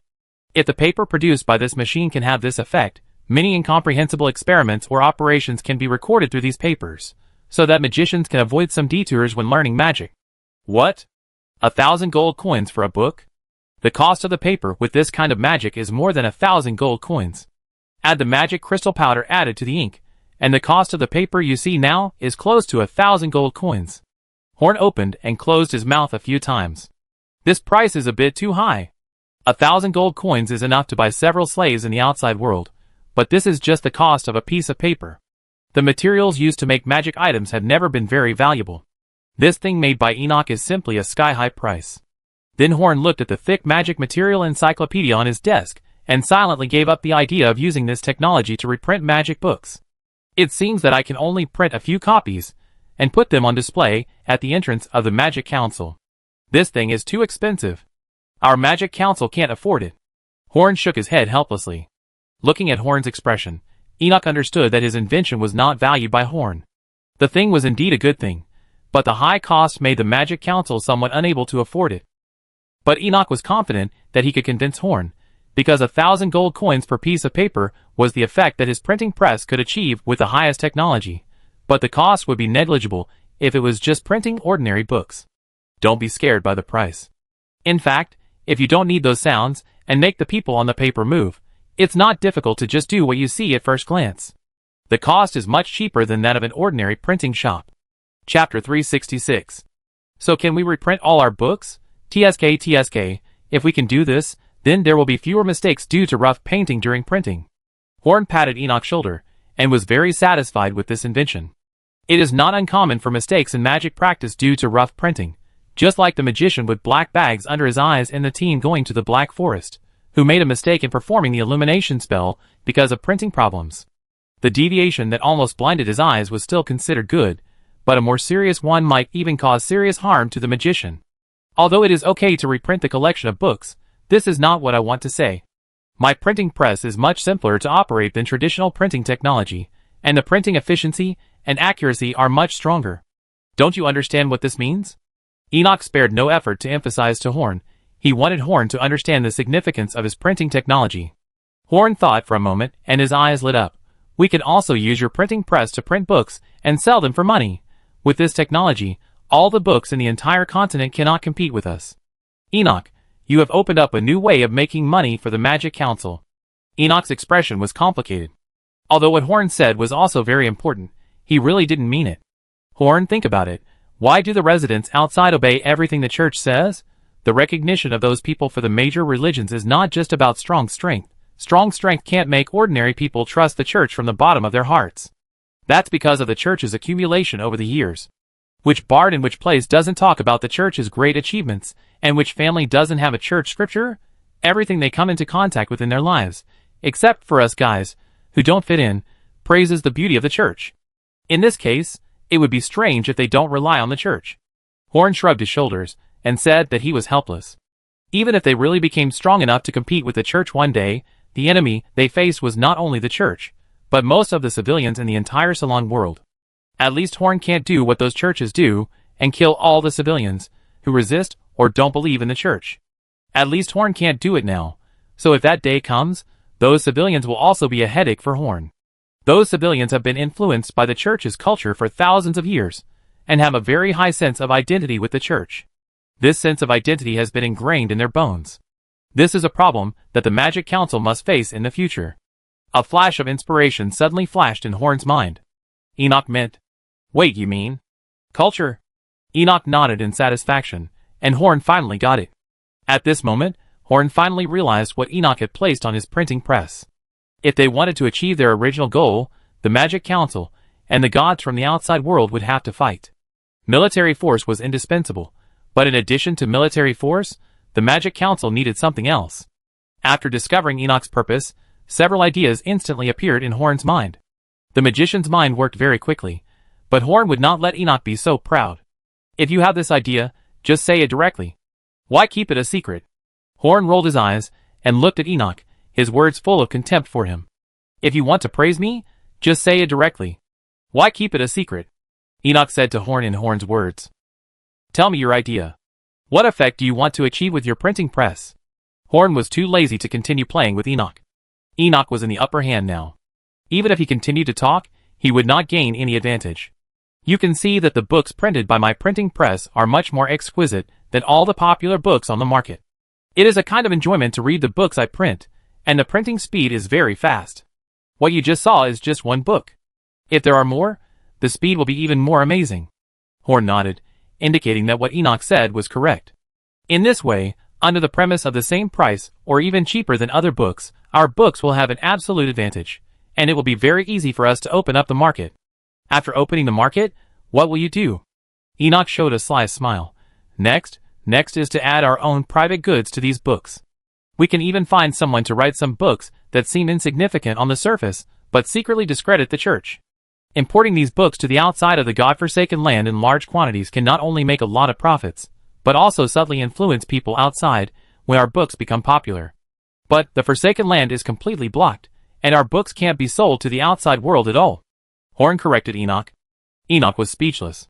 Sure enough, this guy rarely cares about the affairs of the Parliament. In fact, our magic Parliament still has business dealings with some large chambers of commerce in the outside world. What? Horn was shocked. Why didn't he know about this? Didn't the church regard everyone in the Forsaken Land as heretics? How could it allow the large chambers of commerce inside to have transactions with the magic Parliament? And how did they get in? Enoch resisted the urge to complain and explained to Horn. You should also manage the affairs of the Parliament more often. The entrances to the Forsaken Land, except for the tidal mist swamp, are all controlled by the church. In addition to prohibiting people from the Forsaken Land from going out, they do not prohibit large chambers of commerce from the outside world from entering. Some of the chambers of commerce that come to the Forsaken Land are actually members of the church. While gathering some intelligence, they also take away some goods that are not available in the outside world from the Forsaken Land to sell. This kind of business has huge profits, and will neither strengthen the Forsaken Land nor weaken them. Naturally, the church will not give up. Although those guys are so-called servants of God, they are also human beings and greedy. Horn sorted out his chaotic thoughts, and continued to ask, do you have any other ideas besides this? Discrediting the church is an external strategy. As for the interior of the Forsaken Land of God, we don't have to hide it. We can directly use our high-quality printed materials to promote the benefits of our Spark City in the Forsaken Land of God, and show our Magic Council to the whole city. To put it simply, it is to brag about our Magic Council. This is all my idea. I want to use my printing press to fight a cultural war. Chapter 367. The things printed by my printing press are completely incomparable to those popular things outside, so the most difficult step is to make our things spread and be accepted by the whole Salon. It is not a big problem. Although Enoch is now dusty, his expression is high-spirited. In terms of the desire to make magic rise, Enoch is not much less than Horn, so he cares so much about Horn's image, and that's why he developed such a printing press. This thing is actually not of much benefit to him personally, but he still wasted a lot of time that could be used to enhance his strength to develop this thing. His obsession with making the entire Magic Council stronger is even more important than improving his own strength. For Enoch, the Magic Council is everything to him. You only consider the outside of the God-forsaken land and the cities in the God-forsaken land, but you don't seem to consider the magicians in our Magic Council. Horn added, Magicians, there is nothing that magicians can guide through books. They are all devoted to the Magic Council. This should not be necessary. Enoch scratched his head. Is he going to write novels for the Magic Council? It seems that few magicians like to read novels except the speaker. Even the speaker reads novels secretly sometimes. I don't know why. On the contrary, I think the magicians in the council need your skills the most. To be honest, even if I establish the 5 towers and everything is on track now, there is still a gap between us and the newly joined magicians. Those new magicians admire you very much, and they are very grateful to the Magic Council for letting them master the power. So, Enoch was interrupted by Horn. Admiration and gratitude cannot support the Magic Council I want. Horn supported the table with his elbows. His tone was very calm, but the look he gave Enoch was very firm. Enoch stopped arguing, and now Horn, who seemed to have a gleam in his eyes, looked like he did when he first followed Horn. The Magic Council I want is an organization that is united by common ideals and common beliefs, whether it is truth, exploration of the unknown world, or some strange ideals.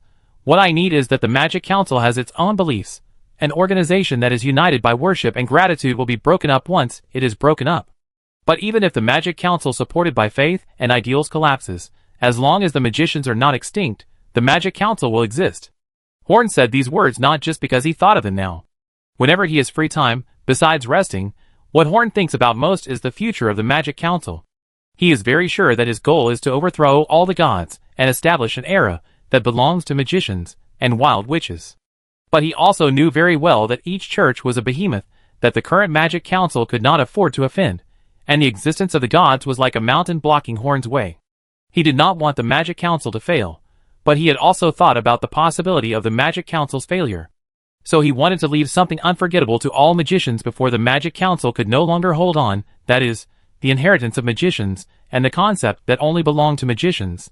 Enoch was excited by Horn's words, and he patted his chest and assured Horn, Don't worry, leave this matter to me. I will definitely handle this matter beautifully, and will never let you down. Horn smiled at Enoch's assurance. He was very satisfied that Enoch was motivated to do this. But why did Enoch feel something was wrong now? He thought about it for a while, and suddenly his face changed. He stretched out his hand and grabbed Enoch's arm. A stream of magic entered Enoch's body.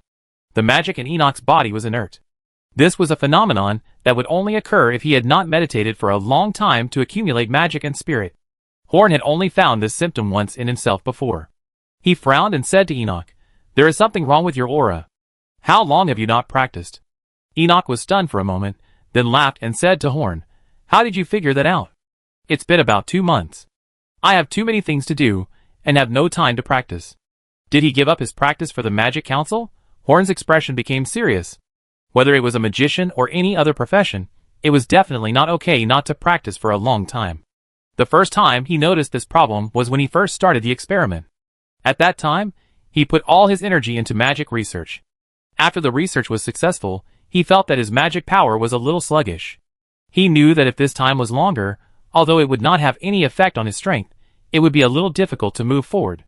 So from then on, no matter how important the experiment was, he would always make time for himself to practice. Enoch stopped practicing for 2 months. It was not that Enoch had not discovered the problem that Horn discovered in less than a week. There was only one possibility, that he felt that this matter was more important than practice. In fact, Horn had always known that Enoch had a big knot in his heart, but he didn't know how to persuade Enoch. Everyone in the Magic Council knew that Enoch was rescued from the monster by Horn, but no one except Horn knew that at that time, Enoch's eyes were gray, and he had no desire to survive. Being killed by the monster was just a relief for him, and he didn't seem very happy to be rescued by Horn.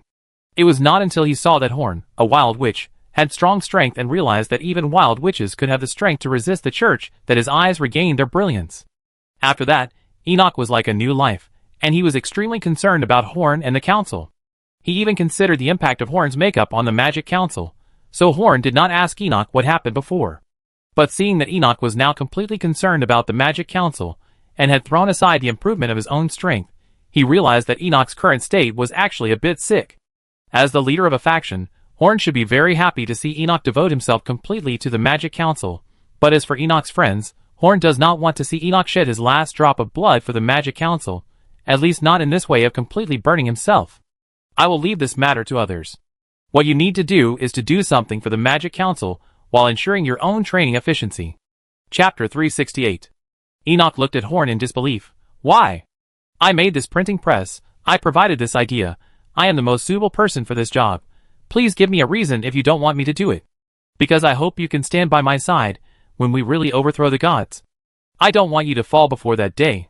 You should regard improving your strength as the most important thing you should do. You think too much, I'm just a little anxious, and isn't it quite effective if I do this? Enoch burst out laughing. It turned out that Horn didn't let him take care of this matter because he hadn't practiced for 2 months. This was really a bit of an exaggeration. You know whether I think too much or not. Your power alone can't change too many things. Even if I don't have you, I can't take this city. Without sufficient power, no matter how much you do, it will be castles in the air. As a member of the Magic Council, you should still focus on improving your strength as your main task. Don't let your own strength stagnate because of this matter. Enoch remained silent, his eyes relaxed and calm, and it was obvious that he felt that there was nothing wrong with his approach. Ah. The two looked at each other for a long time, and Horn sighed first. He really had no good way to deal with Enoch. As a companion who had followed him from the beginning to now, Horn had no way to put on the airs of the speaker with him. I can make concessions. You can supervise the progress of this matter while ensuring your own progress in cultivation, but I will not allow you to devote all your time to this matter. This is my order as the Speaker of the Magic Council. Enoch smiled at Horn, which made Horn feel a little depressed. This topic is quite heavy. Let's talk about something else first. I recommended a wild witch named Kapu to you. What do you think of that young man? Horn changed the subject. He hoped that Enoch would listen to his words, but the atmosphere was already very heavy, and it was not suitable to talk about it anymore. Kapu is the young wild witch you asked to come to me. Enoch recalled for a moment. He had spent most of his time on making the printing press, and had not paid much attention to Cap. His talent is first-rate among the wild wizards, who have not yet become magicians. Puppetry is also very suitable for combat. When encountering problems, he has strong decision-making ability, and has a good combat IQ. He is a genius in magic. Yes, he is indeed a genius, but his magic is too special. You are the only one who can help him. How is he now? Genius and knowledge are equally important to the Magic Council, and Cap is a genius that Horn has paid attention to. He should be about to become a magician now. I remember, I assigned him 2 months of tasks. I don't know how he is doing now. By the way, I gave him some troubles, which may help to polish his character. Enoch said it very nicely, but Horn still found something wrong after listening to it. So after I handed him over to you, you threw a bunch of homework at him, and didn't care about him for 2 months? Horn said with a frown on his face. Ha, ha, it's not that I'm too busy with these things, I still taught him for a few days. Enoch said with a smile. I hope you don't ruin him. Don't worry, I told Terry not to go too far, so nothing will happen. Enoch said with a guarantee. Terry. Horn wanted to pick up the kid now. Okay, I won't bother you here, you can discuss your plan with Yan. Horn was ready to leave. Time was precious for both him and Enoch. They didn't have much time to chat. They were not magicians in the peacetime, so they didn't have much time to relax. Okay, I complete the task, Mr. Speaker. Enoch smiled as he watched Horn walk out the door. He had a lot of ideas to accomplish, and he should start preparing after getting Horn's approval. Try your best to do something for the Parliament. As long as you can contribute to the development of the Parliament, it doesn't matter even if you sacrifice yourself. That's what you think, right? Horn paused as he was walking out the door, and said in a deep voice, Don't underestimate yourself. I and everyone else don't want you to have this mentality. I ordered you as the Speaker of the Parliament before, and now I ask you as a friend to think more about yourself. I know, you are such a disgusting person. Horn had his back to Enoch, so he couldn't see the expression on his face. Enoch walked out again, but was stopped by Horn after a few steps. Can you finish what you have to say at once? Haven't you always told me to pay attention to my appearance? Now it's my turn to say that your current appearance really tarnishes the image of a magician. Horn said jokingly. What he said just now was a bit embarrassing. He wanted to ease the atmosphere before leaving, but Enoch's reaction made him laugh out loud. After hearing Horn's words, Enoch looked himself up and down, then covered his face, and performed self-cleaning magic on himself several times in a row. He looked around to make sure that no one around saw him like this before he relaxed. Many people saw you on the way to and from my place, so don't struggle. Horn smiled as he left Enoch's magic tower, and fell silent as he smiled. He did not return to his own magic tower, but went to find Yian, and told Yian about Enoch's problem in detail. Yian was an expert in psychological problems. As the first wild witch to follow Horn, Enoch had a special meaning to Horn, so he could not have any problems. After leaving Yian, Horn met a 15 or 16-year-old girl, who was wearing a black robe, and was obviously also a magician. "Hello, Mr. Speaker." The girl greeted Horn in a crisp voice. After Horn nodded, he was ready to leave. The headquarters of the Magic Council had not yet been built, so the density of magicians here was frighteningly high. "Wait!" Horn called the girl. The girl looked at Horn with a short breath, not knowing why the speaker called her. The speaker rarely communicated with ordinary magicians like them, so he accidentally called this little girl and made her nervous. "I remember you. You are a magician who just joined the Magic Council a few days ago. You are good at magic illusions, right? What's your name?" "Mr. Speaker, my name is Vivian, and my magic is not strictly speaking an illusion." "Never mind, I want to give you a task. You should not refuse it." Horn looked at Vivian like a big bad wolf looking at a little white rabbit, and Vivian couldn't help but grab her collar. "Is Mr. Speaker a pervert? I haven't heard of it." Chapter 369. The Rage Tower is the place where the Magic Council's military power is located. Although it has the fewest people among the 5 towers of the Magic Council, it may be the strongest in a real fight. Every magician here has at least experience fighting the enemy. They have mastered many more combat skills than normal magicians. They are not so powerful, but at least they will never panic when facing the enemy. In the training area of the Rage Tower, a young man ran in a panic, dodging attacks from unknown sources. Now it was time for combat training. The people being trained were the magicians who had just joined the Rage Tower, and this young man was everyone's sparring partner. He was Cap. His robes were torn in many places, and his exposed skin also had many broken spots, which made him look extremely miserable. Since he was assigned here by Counselor Enoch 2 months ago, he had not had a good day. His puppetry was not as effective on magicians as it was on ordinary soldiers. Although he could control the opponent's actions, he had no way to stop the opponent from casting spells.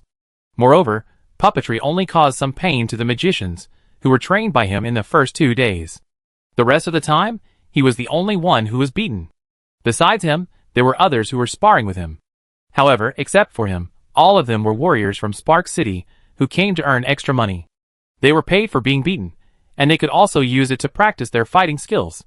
Those warriors could at least fight back and forth with the magicians, but without the support of puppetry, he had no strength to resist. But he did not gain nothing. At least, he was very experienced in taking beatings. Ordinary combat magicians could not hit him. The opponent had adapted to puppetry, and Garp had also adapted to their magic. Moreover, under such abuse, he had now become a magician. After learning a few other magics, he could now rank among all the first-ring combat mages. As for why he was being chased and beaten now, it was because the one fighting him now was the tall and strong Senator Terry, who was still grinning. After hearing about his progress, Senator Terry liked him and often trained him, but the training method was a little rough. This training ended with Cap's failure. When he sat on a chair to rest, a thin girl carrying the latest enchanted long sword handed him a towel. "Thank you, Megan." The girl was Megan. During the most difficult period when he first arrived at the Tower of Fury, the only warm memory was Megan's care. Before the two of them had time to talk, a black-robed wizard with a 6-pointed star armband on his sleeve walked in front of Garp. He was the steward wizard of the Magic Council. "Garp, your training in the Tower of Rage is over. You can freely choose your destination later. If you don't want to choose, just wait for the arrangement of the council." This was what Horn specifically told Ian. He didn't want to see a genius with many possibilities being trained by Terry, and eventually become what Horn didn't want to see, that is, a muscle stick among wizards, who only thought about fighting. However, Enoch's idea still had some effect. At least Garp's character had been polished. No one who was taught like this all day would be arrogant. After the deacon wizard left, Garp let out a long sigh and said to Megan with a smile, "I'm leaving soon. Don't miss me. Although the Tower of Fury is good, it's not where I want to stay. I will come to see you often." After that, he went back to his room to pack up. After becoming a magician, he had already thought about his own development direction. He liked to play with various puppets, but didn't like to fight with others directly. Megan looked at Garp's back and felt a little lost. She would not stay here for too long. It would probably take a long time before they would have a chance to meet again. A few days later, a brand new book appeared on Horn's desk. This book had only about 30 or 40 pages, which was too few compared to most books of this era that had more than 200 pages. However, although the number of pages was small, the content was not small. Without the technical limitations of traditional printing, the number of words on one page of this book was much more than that of normal books. The name of the book is Magic Monthly. As the name suggests, this book is published every month by the Magic Council. Horn felt a little ashamed when he looked at the book, but he was reluctant to take the Magic Monthly off the table because the cover of the book used Horn's image. It was taken from the image of Horn wearing a mask when he defeated Landoya, with flame wings burning quietly behind him and his robe dancing in the wind. Just by looking at it, one can feel the temperament of a strong man. The pictures printed by Enoch's printing press are no different from the real scenes, and are as real as the pictures taken by cameras on Earth. In addition, Enoch can also perform certain artistic processing on the pictures, which is equivalent to photo editing. It can be said that the magic printing press made by Enoch is not inferior to the ordinary printing technology on Earth. You can imagine how much impact this realistic picture can have on the Ceylonese people who have only seen less abstract oil paintings at most. Since Enoch wanted to release the first issue to test the waters, the preparation time was a bit short, and the content was not rich, and it was more of an introductory content. The cover is a portrait of Horn, and the title page is also related to Horn. It is written that Horn said something in a speech, which is very inflammatory to the wild witches. This kind of content will appear in every issue of the Magic Monthly in the future, and the purpose is to bring together the thoughts of everyone in the Magic Council. At the back is a 5-page introduction to Horn, like a short biography. This is written by Enoch to the most famous scholar in Spark City, and it is mixed with many famous quotes of Horn. Basically, magicians who have read this can have some understanding of Horn, which can make Horn more approachable. In terms of increasing Horn's influence, Enoch has always spared no effort. Then, there are the latest magic research results of this month. Of course, these only explain what these results are and what effects they can achieve. As for the core content of the results, it is still locked in the library of the Magic Council. If you want to understand it, you have to spend magic coins to buy it. After the research results, it tells about some major events that happened inside and outside the God-forsaken land. They are all picked out to talk about. In fact, this is just something Enoch added to fill the content. Unexpectedly, it became the most popular section among magicians after a period of time. So much so that in the future this section will be separated into an independent magazine, and its sales volume will not be inferior to that of Magic Monthly. Because at some point, some gossips about famous magicians quietly appeared in this section, and even Horn could not escape the clutches of this magazine. By the way, Enoch's previous embarrassed appearance was also drawn by a magician and submitted for publication, but Enoch passed it. Chapter 370. Finally, it introduces some regulations and policies recently promulgated by the Magic Council, explaining them to a level that everyone can understand, and even explaining what effects these things can achieve. On the spine of the book it says, Magic Monthly Issue 1, published by the Magic Council, Editor-in-Chief, Enoch Halley. Usually, magicians can only rely on asking around for these things, or guessing on their own, but now it is clear. Supplying books to magicians is no problem for Enoch's printing press, and Enoch took the time to make 4 more. Although the functions of these 4 presses are the same as the original one, the appearance is much better. For Enoch, the real difficulty is the time spent on designing this machine. As for making a few more, it doesn't take too much time. Anyway, he can command many magicians to help him. Magic Monthly is the first publication published by the Magic Council. It is distributed free of charge to magicians within the council. The cost of these books is negligible for the current wealthy Magic Council. In addition, Enoch also printed some, and sold them in the Magic Council store in Spark City. If the sales are good, he will sell them. If the sales are not good, he will only distribute them within the Magic Council from the second issue. The publication of the monthly magazine went very smoothly. No one in Ceylon had ever seen this kind of book, and the things recorded in it were very useful to magicians. For example, although they could not see the specifics of the magic achievements, they could learn from the ideas in them. No magician could refuse this kind of book. The most important thing was that almost all the people in the Magic Council were Horn's fans. They were delighted when they saw Horn's head portrait, so how could they not put it down? Moreover, the printing quality far surpasses all the books on the market, which also adds a lot of points to this magazine. The content of each section deeply attracts magicians, and it has received rave reviews in just a few days. With this monthly magazine, many things have become clear, and it also adds some different colors to the boring life of magicians.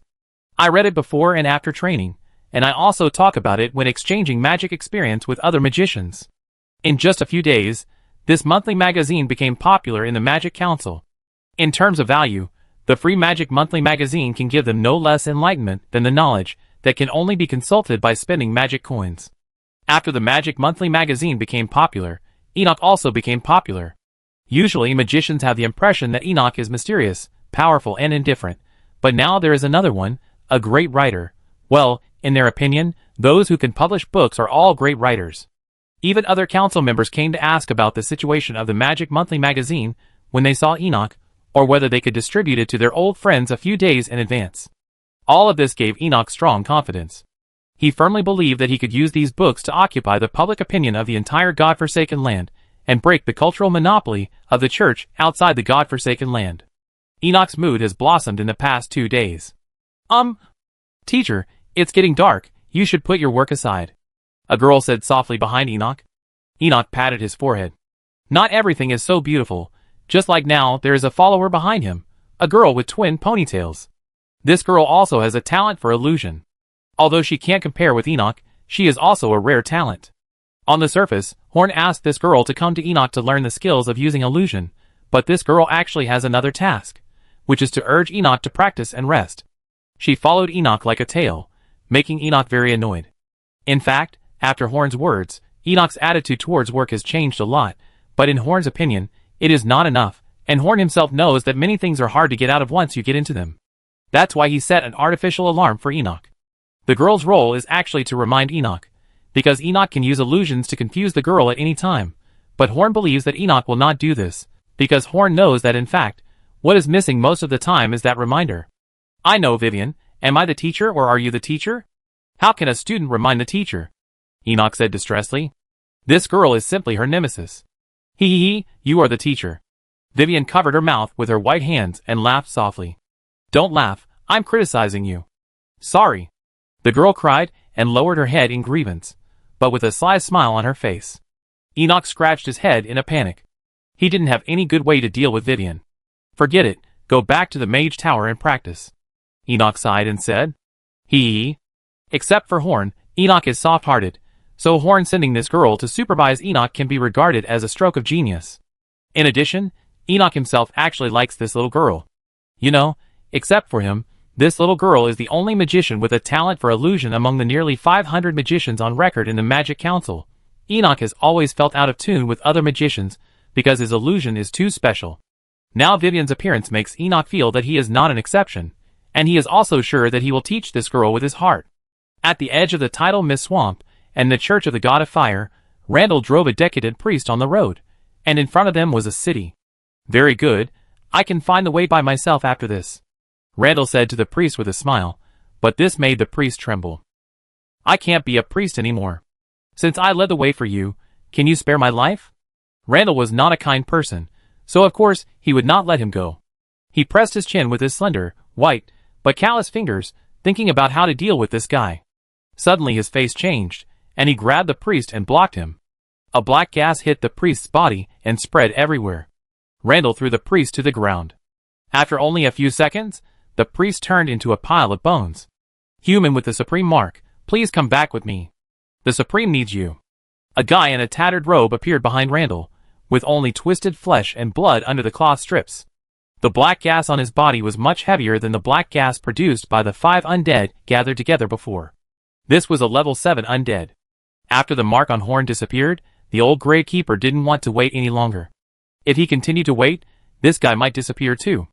If I don't block your attack and turn into that thing, how are you going to take me back to your Supreme? Randall pointed at the priest, whose bones were almost corroded, and said, Human with the Supreme Mark, please come back with me. The Supreme needs you. The undead said woodenly. TSK, it seems that we can't communicate normally.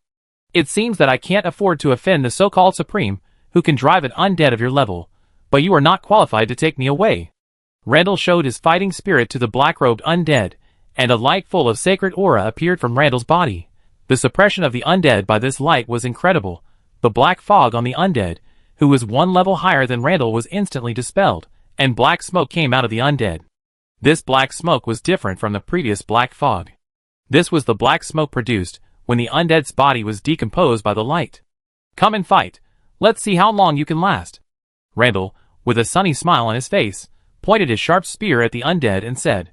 The undead, who came to hunt Randall, felt fear before the battle even started. Chapter 371. Jacob went to Mimhalen's alchemy house as usual. Ever since he went on a mission to the tidal mist swamp last time and witnessed the magic of magic with his own eyes, he has been very interested in some of the things sold by the Magic Council. Under his leadership, the Red Flame Group has a variety of necessary items that need to be purchased from the Magic Council. Although this has greatly increased their costs, it has also improved their business level as mercenaries. It can be said that in the entire godforsaken land, the Red Flame Group at least crushes other mercenary groups in terms of equipment. Every warrior's weapon is a sophisticated enchanted weapon, and there are also magic props to deal with various situations. However, even though the Red Flame Group has been using Alchemy House's products on a large scale, Jacob still likes to visit Alchemy House frequently. He could always find some strange little things here, which may come in handy somewhere. Anyway, Jacob is a level 4 warrior and has accumulated a lot of savings over the years, so he is not afraid of being a shopaholic. Alchemy House already has several branches in Spark City, and also has branches in the centers of the 3 cities of Bigma City, Unta City, and Moonlight Castle. Marcel, who has been promoted to a magician, is now the manager of all these shops. Although all the profits must be handed over to the Parliament, his power in the Parliament is also very large, so the one who looks after the shops now is naturally not Marcel, and the people who sell things are hired by the Parliament. Nowadays, alchemy houses are more impressive. Each alchemy house occupies a large area and is decorated spaciously, brightly and magnificently. Ivan also contributed to the design of the store. He was born in a wealthy family, and just gave a few simple pointers to improve the grade of the alchemy house. Jacob was a little disappointed after walking around because there was nothing new today. The only new thing was a pile of books on the counter. Is this for customers to relax when they are bored in the store? So he reached out and grabbed a book to take a look. The feel of it in his hand was different. He took another look and the cover attracted him. He recognized the person on the cover. It was Lord Horn, the Speaker of the Magic Council. The aura of a big man is different. Just looking at a painting made Jacob feel unattainable. Perhaps this is the real magician, and there is no comparison with the perverted magician who likes to read novels and entered the tidal mist swamp with them. Of course, he didn't know that the person on the cover was the pervert he thought of. If he knew, I'm afraid Horn's character would collapse in his mind. The cover alone has stunned him. Horn on it is lifelike. This is a picture that even the most outstanding painting master in Ceylon cannot draw. Paintings of this level will become the focus at first-class art exhibitions, not to mention being printed in batches on the cover of books. But it happened just like that. However, Jacob was relieved after thinking about it. Isn't it normal for such a thing to happen to the Magic Council? For him, the existence of magic itself is actually a miracle. He flipped through the books quickly, not paying attention to the content, just staring at the illustrations in the book, which made the clerk a little dissatisfied that he finished the whole book in a short while. Although when the clerk got the book himself, he couldn't help but read it first before buying the next one. After flipping through it briefly, Jacob breathed a sigh of relief. This book is really ingenious. It's rare to come across such a miracle treasure, so of course he has to collect it for himself. So Jacob swiped his hands for a while, took out a bag of gold coins, and bought all the remaining books on the counter. A Magic Monthly magazine only cost 5 gold coins, which was a small amount of money for him. In his opinion, the quality of these books could even be passed down as heirlooms. Since it was a Magic Monthly magazine, it would be published every month, so Jacob decided to come and buy it every month. He didn't expect that this was the first time that the Magic Monthly magazine was published outside of magicians, and it would also be the last time. The Magic Monthly magazine sold to the public was easily sold out, but after Enoch's investigation, the people who bought the magazine were not actually interested in the content, they just bought it for the beautiful pictures. In this case, there is no need to reissue it, and it is not good for everyone on the street to know about the magicians. The Magic Monthly magazine is the first edition of the Magic Council magazine, and the only Magic Monthly magazine that is generally circulated in the outside world. This feature gives the magazine amazing value. Hundreds of years later, Jacob's family fell into poverty, and his great-great-great-great-grandson dug out the Magic Monthly magazines he bought from a dusty box, sold them to improve his life, and used the money to learn magic, eventually becoming a famous magician. These are all later stories. In view of the performance of the Magic Monthly magazine, Enoch felt that it was not necessary for the God-forsaken land to rely on printing novels to open up the situation.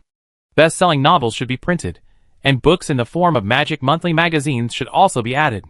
After all, the monthly format is easier to mix with personal opinions than the finished novels, and the effect of bragging to the Magic Council directly is much better than giving a little hint in the book. Enoch is going to design a magazine specifically for the civilians in the God-forsaken land. Of course, as the supervisor, he only needs to propose his ideas to his subordinates. Since he has Horn and Vivian as his little follower, he will not and cannot do everything himself.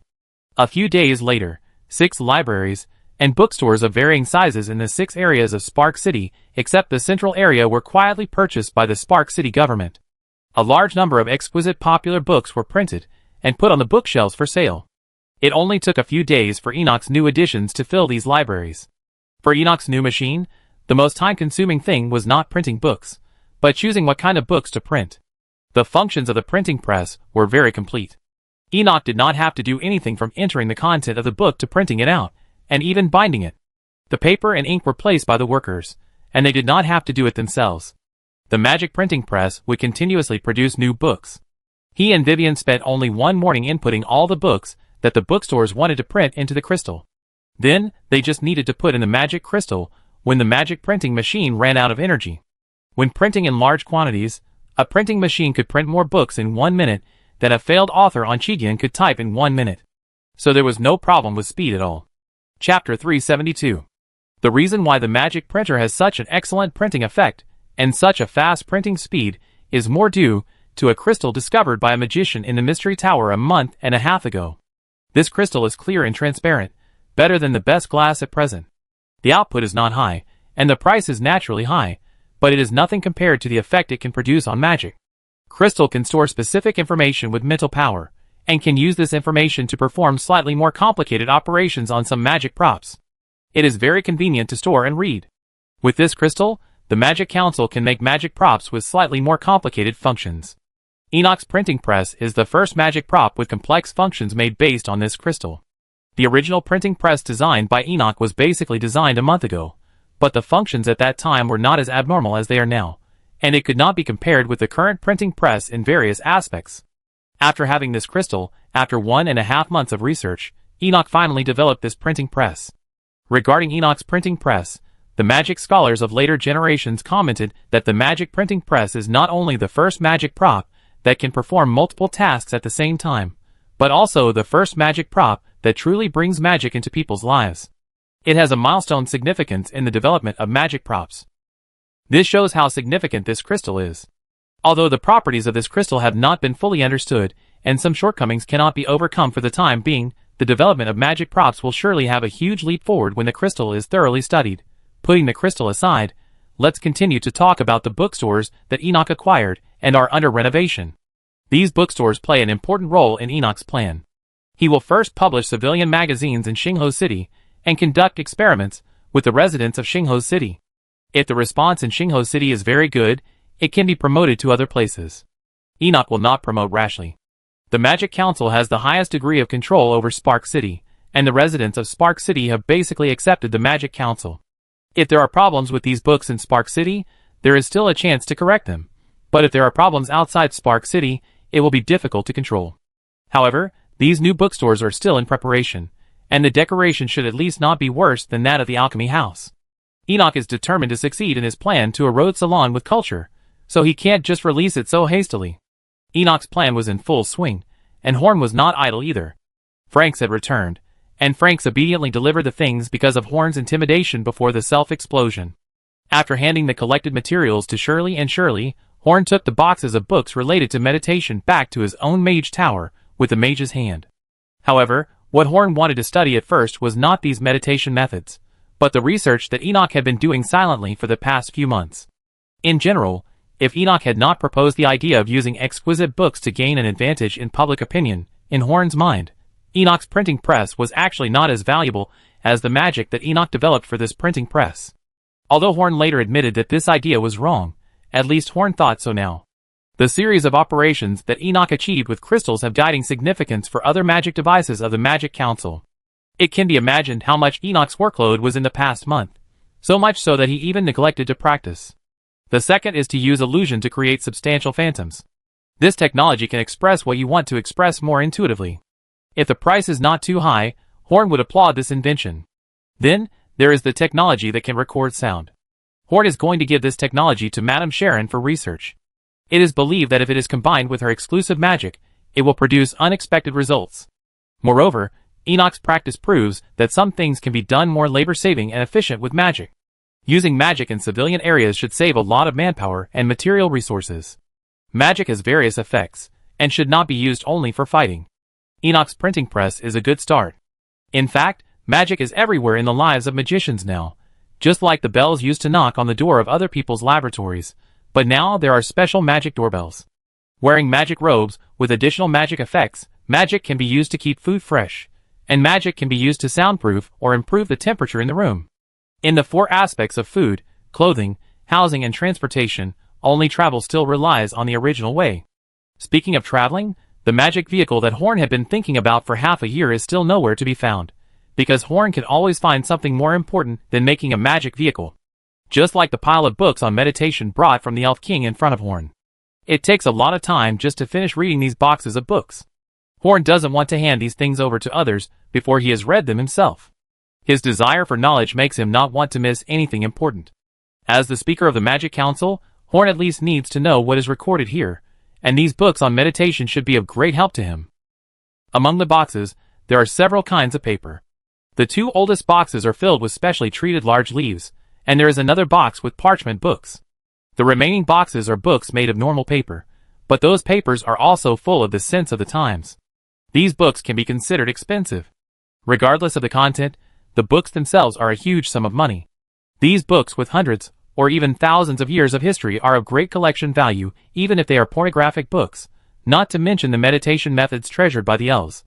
However, the contents recorded in the books are not easy to absorb because of the value of the books themselves, especially the leaves in the oldest box. Horn cannot even touch them with his hands, and can only use the hands of the wizard to carefully lift them page by page. Just extracting the contents gave Horn a headache. Fortunately, Roger Yoam, the librarian of the Magic Council, could help Horn filter out some repeated contents, otherwise Horn's workload would be even greater. Fortunately, the language used in all these books is Ceylon. If it was Elvish, Horn would be miserable. Chapter 373. Countless years ago, Ceylon had countless languages.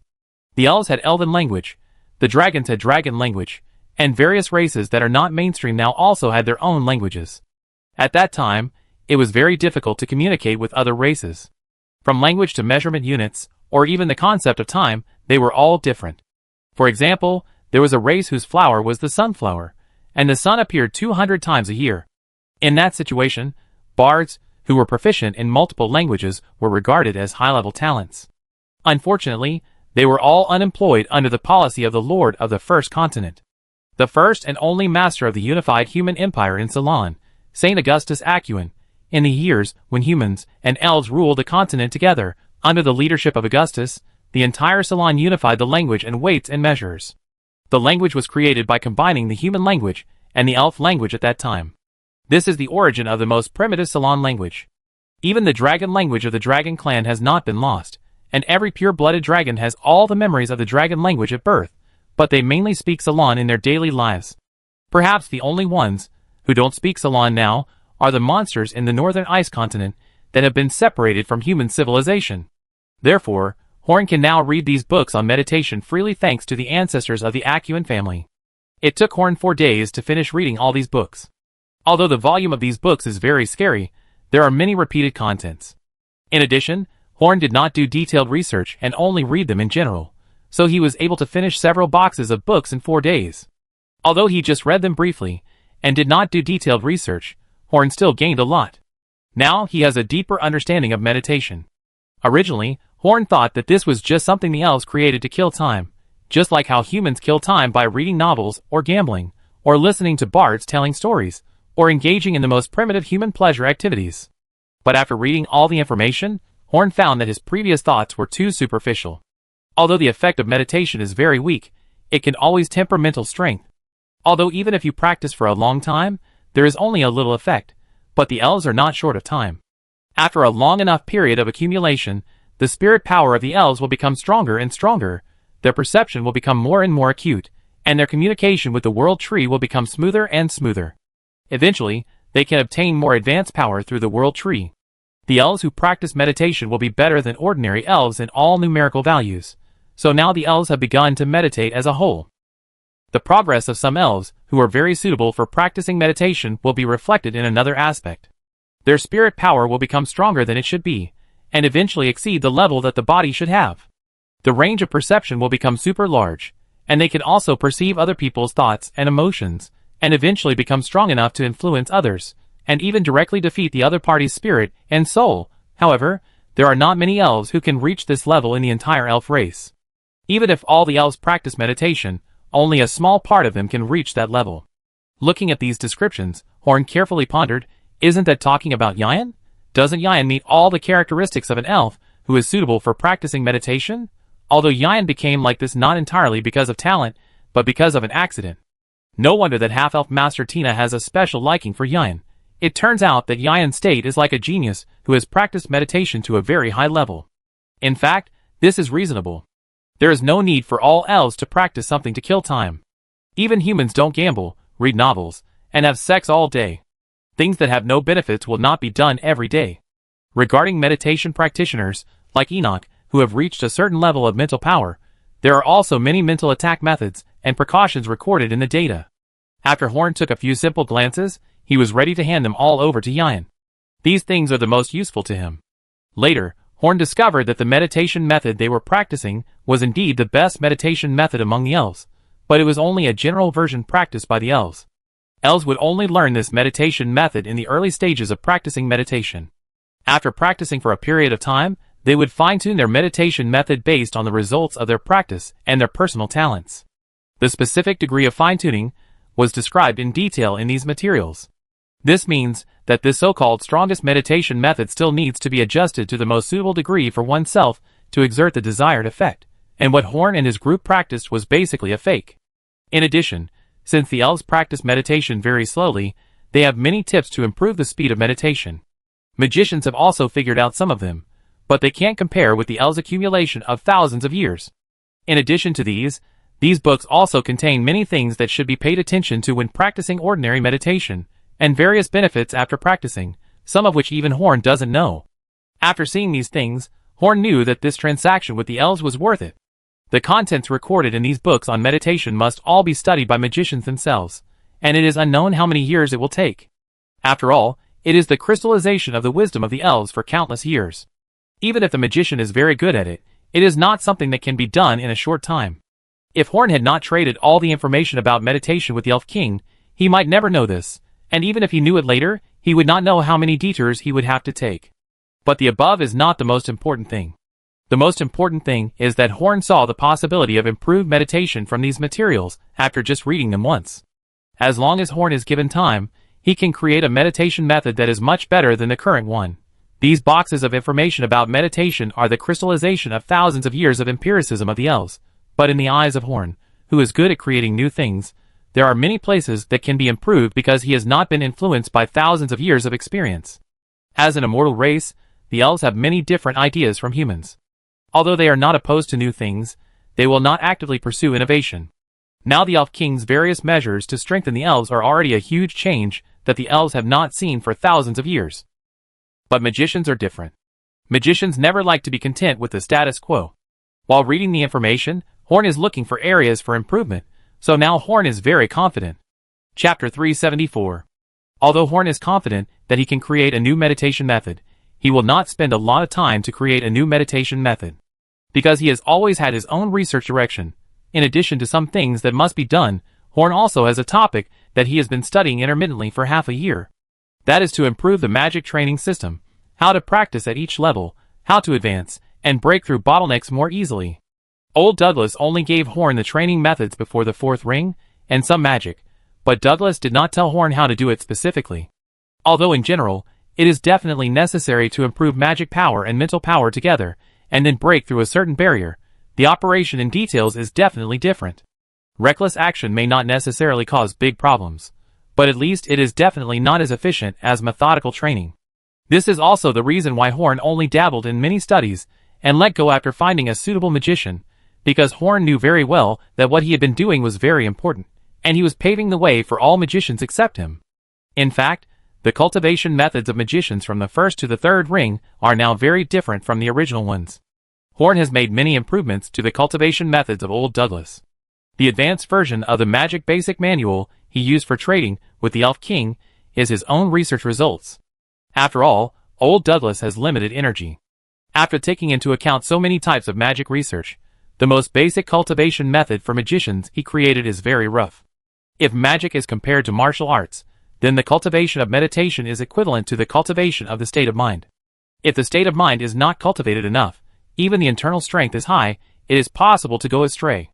Of course, in martial arts novels, there are often some internal skills that do not require the state of mind to be cultivated. Even a fool can control it, but there is no such saying in magic. If your mental power cannot control your magic power, then wait for it to explode on the spot. Various specific magics are equivalent to various moves, such as Diga 9 swords. These moves can make you stronger, but absolutely strong internal strength can crush the peerless martial arts of those without internal strength.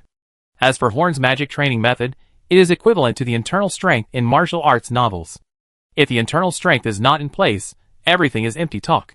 However, the current magic training method, the internal strength of magic, cannot be cultivated to a very high level.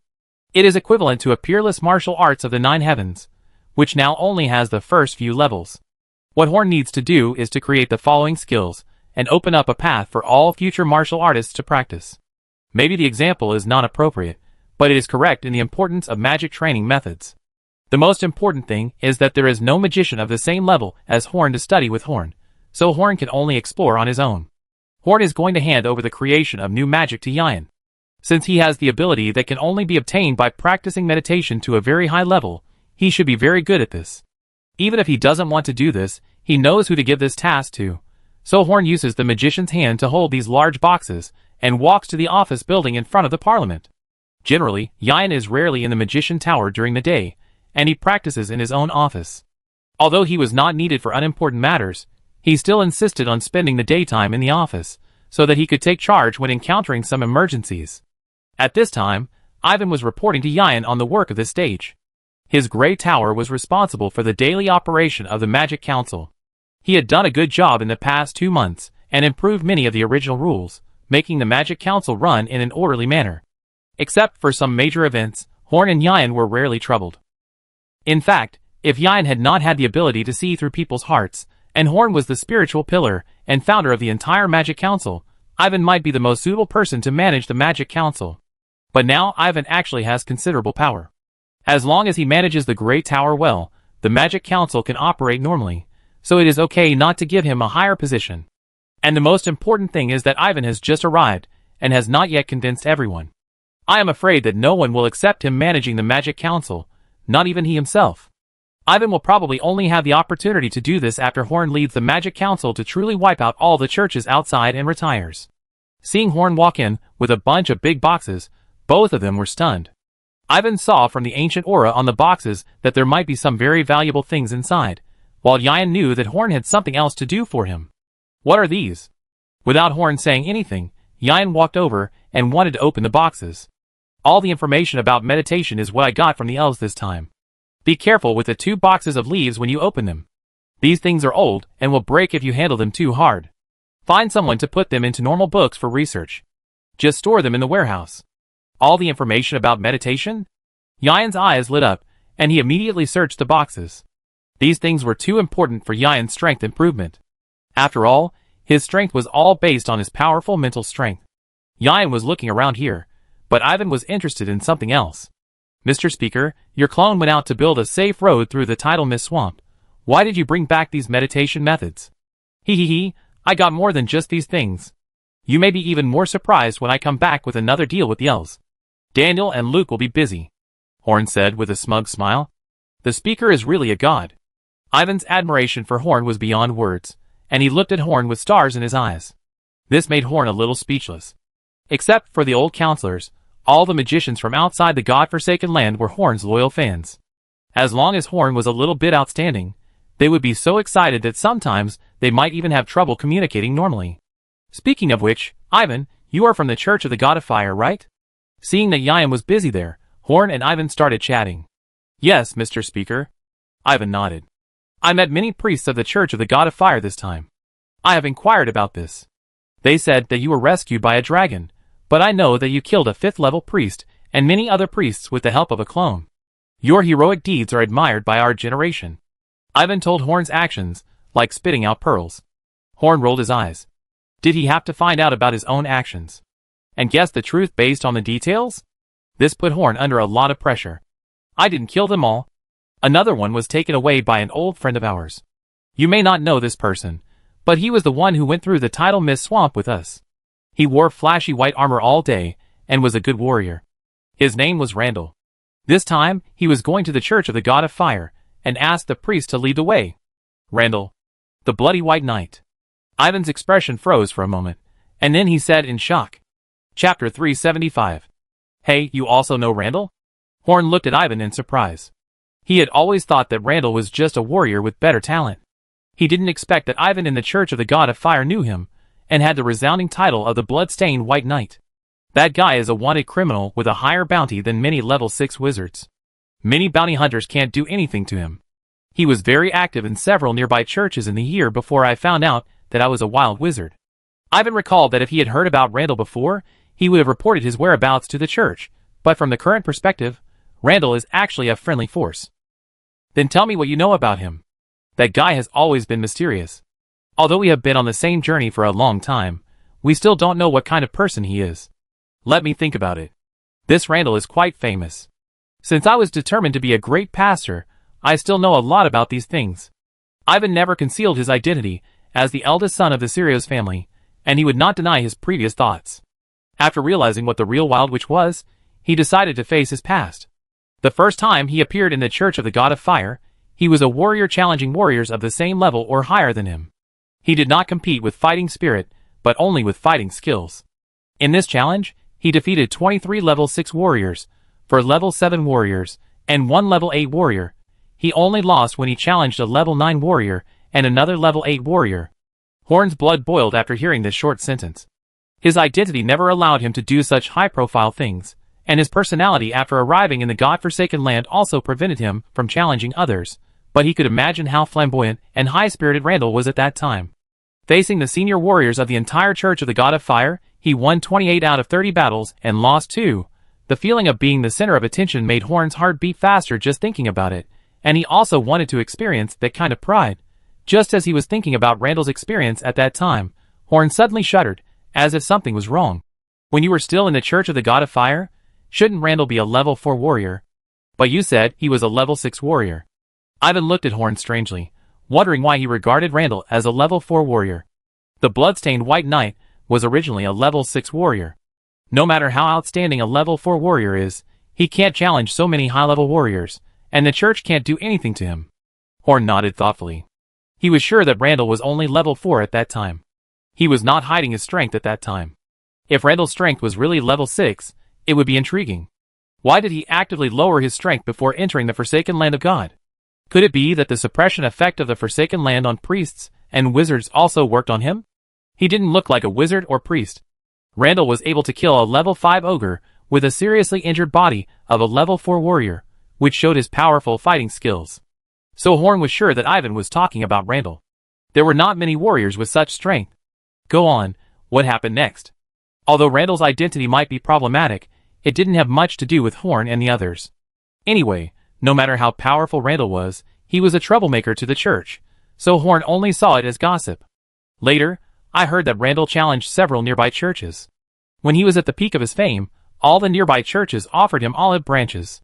At that time, he could enjoy the best resources by joining any church, because although he was not a priest, his talent as a warrior could not be ignored by anyone. At this time, he entered an ancient site of the church next door, which was only accessible to insiders, under the pretext of wanting to join the church next door. After that, he killed everyone in the ancient site, took something away, and pretended to pass the blockade outside, as if nothing had happened. Horn touched his chin.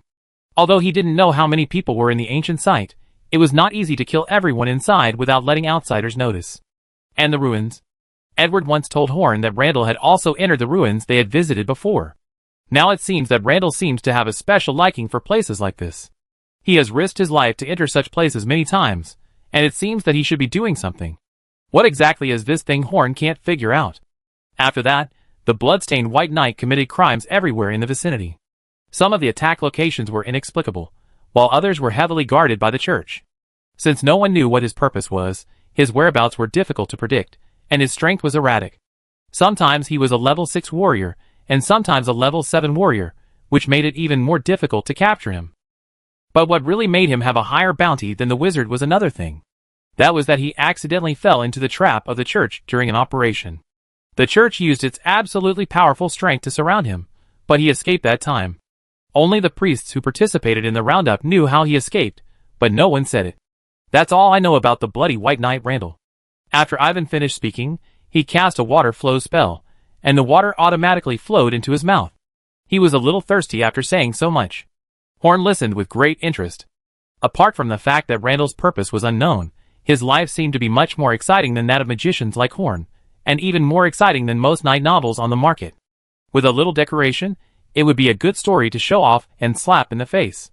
He decided to talk to Enoch about this matter, find someone to write it into a novel, and sell it to the church in the future, so as to add some legendary color to Randall's story. Instead of 30 battles, he would win 28 and lose 2. He could just win all the battles. If he accidentally fell into a trap, he could change it to make it look like he did it on purpose. And he had to write 2 versions. The one inside the Forsaken Land was the White Knight's story. He could write about how wretched the church was, and how handsome and powerful Randall was. As for the version outside the Forsaken Land, it would require certain skills. If it was too obvious, the priests would not allow the book to be published. TSK. Horn was getting more and more excited the more he thought about it. He wished he could write it himself, but he just thought that he didn't have time to do that. Besides, he just liked to read novels, and he knew his own strengths when he really wrote it. Chapter 376. After thinking about it, Horn came back to his senses, and said to Yan, who was looking through the meditation method, "These things are handed over to you. The ones in the smallest box can immediately improve the magician's meditation efficiency if you take them out now. You can arrange for Enoch to print a magazine, and distribute them all. Basic knowledge like this that is of great benefit to all magicians. The Magic Council usually does not hide it, and let magicians exchange it with magic coins, but let all magicians get this knowledge, which is conducive to the development of the overall strength of the Magic Council." Yan nodded, and Horn continued, "With these materials, there is room for improvement in meditation. You can study it yourself or let others study it. In short, I want to see a new meditation method that is more powerful than the current one in the future. Don't worry, leave this matter to me, I will satisfy you." Yan looked at the books with a dazed look. These things were too attractive to him. "Of course, I am assured of leaving it to you. I remember I gave you a task to build an orphanage to raise all the orphans in the entire Xinglo city, right? Where is that orphanage? I want to go and see." 2 months ago, a guy who claimed to be from the Thieves Guild said he would help Horn train a killer, but Horn chose to train a thief. At that time, the big thief was very excited. He must have been impatient after waiting for such a long time. After all, Horn was not like the Lord of Gino, who did not treat the lower-class residents as human beings, so he must be prepared before sending people for training. This person prepared for 2 months. Yan said without raising his head, "You can ask our Grand Archon Garfield about this. I gave this matter to him. He was very happy when he took over the task. Very happy. It seems that the governor likes this kind of improvement of people's livelihood. Do you really believe in the so-called Thieves Guild? I have been managing Spark City for such a long time, and I have not found any news about them. It stands to reason that a huge force that is even more powerful than a city should not be hidden so deeply. It is enough for us to know that they have the ability to help us train a group of useful talents. Anyway, the 500,000 gold coins are just a small amount of money." Mr. Horn, who didn't have 50 gold coins in his wallet half a year ago, is now spending money like water. "Are you sure that the people they train will be of the same mind as us? Are they really safe to use for us if they are not trained by us?" Yan was skeptical about the Thieves Guild. After all, he had never seen anyone from the Thieves Guild in person, and he didn't trust them at all. "We still have you, and you can tell at a glance whether the people we train have second thoughts. There is no need to worry now. Besides, some of those guys are really capable. You have also seen the killers trained by the original Lord Genoa. As long as they are of that level, we will not suffer any loss. Those assassins are not worth mentioning," Yan said disdainfully. "Not worth mentioning. TSK, I remember that assassin followed you all the way, and you didn't notice him. If he hadn't revealed his flaws, you would have let them run away that time. Horn said with a smirk on his face. The few mistakes made by Yian's strong perception ability were all caused by the Thieves Guild, which was one of the reasons why Horn recognized their abilities. Okay, I admit that they do have some skills, but I still think they are untrustworthy unless I have the opportunity to confirm their thoughts. When the orphans are handed over to the Thieves Guild, you can go and see them together. You should feel relieved. Although the ability to perceive other people's thoughts is very powerful, not everything can be achieved by perceiving other people's thoughts. Didn't you also make a mistake with the trolls? There is no harm in trying more. Horn said this, and Yian had nothing more to say. He turned around and continued to look through the meditation method and said impatiently, Okay, go and see your orphans. I have things to do here. Seeing that Yian was absorbed in the meditation, Horn smiled and left, leaving Ivan standing there awkwardly. What was the Thieves Guild they were talking about just now? Why don't I understand what they said? And boss, you are so obsessed with the things in these boxes now. What about the things I asked you to do? Horn walked to the door and found a child sitting on the chair opposite, looking directly at Yian's office, as if waiting for someone to come out. Horn knew that this child was the little wild witch who had always been with Ivan, so he didn't care when he came in, but when the child looked up at Horn when he came out, Horn was suddenly stunned. This child has no pupils, and the whites of his eyes are blue. As Horn didn't have much time to communicate with the others, he noticed the child's eyes for the first time today. The talents of people with such unusual appearances are usually amazing, which made Horn interested. Hey, Ivan, what is the name of this child, and what kind of abilities does he have? Since he was already interested, Horn would ask Ivan immediately. Ivan walked out of the room, and was troubled to see Varian still with that expressionless look. His name is Varian. He is a kid I saved in Mammon City. He can see through people's strength with just one look. See through people's strength? Try it on me. I see how far he can go. Horn half knelt down and looked at the boy. His eyes moved slightly twice, looking very strange. No, Mr. Speaker. I don't understand the principle of his ability to see other people's strength, but he has a limit. He can't even see through the strength of Mr. Vice Speaker, and it puts a great burden on his eyes. Ivan smiled bitterly and said that he had studied Varian's ability in detail, and it was basically ineffective against masters of Horn's level. In fact, it was a bit difficult for him to see above level 3.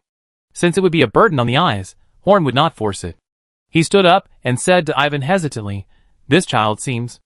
Ivan nodded, touched Varian's head, and said to Horn, This may be due to his ability. Before awakening, he was still quite lively. In addition, he just had a bit of facial paralysis and didn't like to talk. In fact, there were no major problems in other aspects. After Ivan heard what he said, Horn observed Varian again and found that the child had no expression on his face, but his body was trembling slightly, which was a sign of excitement. He was used to observing people's expressions, so he ignored the child's body language. In this case, let him go to learn magic with Colin and Daisy, so that there won't be another problem child like Colin. Since Horn became the speaker, he didn't teach those children magic himself. Most of them are now self-taught. Letting Varian study with them is actually asking Colin and others to help Varian a little. After saying that, Horn left. He was going to find Garfield to see the orphanage together. Horn was very much looking forward to the orphanage. Chapter 377. The planning of the Spark City orphanage began 2 months ago, and it was completed about a month ago. It was built in the mansion of a wealthy businessman who had taken refuge with Gino. The wealthy businessman was a diehard and died when the Stone City changed hands. In this short month, all orphans under the age of 14 in the entire Spark City were forced to live in the orphanage, and those over the age of 14 were assumed to have the ability to live on their own and would not be absorbed by the orphanage. In fact, children who can survive without parents and adopters can survive in Spark City even without this orphanage, but survival is different from living. Failure in life is at most a little harder, but failure in survival means death. Even though Garfield's management is excellent, there are still many people in Spark City who have difficulties in life. Every year, many orphans and homeless people die of starvation, illness, and freezing. For those orphans living at the bottom of Spark City, entering this orphanage is actually a good choice, but even so, more than half of the orphans refuse to enter the orphanage. On the street, Horn and Garfield took a carriage together and walked towards the orphanage. Both Garfield, the governor of Spark City, and Horn were big figures that were rarely seen. If they walked directly to the orphanage, they might be surrounded by people like mascots along the way. The orphanage is located in the northeast area, and it takes a while to get there by carriage. During this time, Garfield kept complaining to Horn. You don't know how difficult it is to deal with those orphans. Ordinary city guards can't catch them all. Many soldiers were dispatched to catch all the orphans they knew. You caught people here, so the means won't be very violent. Horn's tone was a little dissatisfied. Although he asked Garfield to run this orphanage for the purpose of screening young people who are suitable to become thieves, it was more for the good of the orphans in the city. He didn't want his kindness to make Garfield do bad things. Violence? How dare I? It's obviously those little brats who are violent. They are dark at a young age. They insist on saying that our orphanage abuses children, and there are rumors of eating children. I personally took charge of this matter. Those stubborn kids made me exhausted. Garfield hurriedly explained to Horn with a bitter face. He heard the dissatisfaction in Horn's tone. Those orphans lived at the bottom of the society in Spark City. They were full of distrust of the ruling class. Even the governor, who had a good reputation in the past 2 months, was no exception.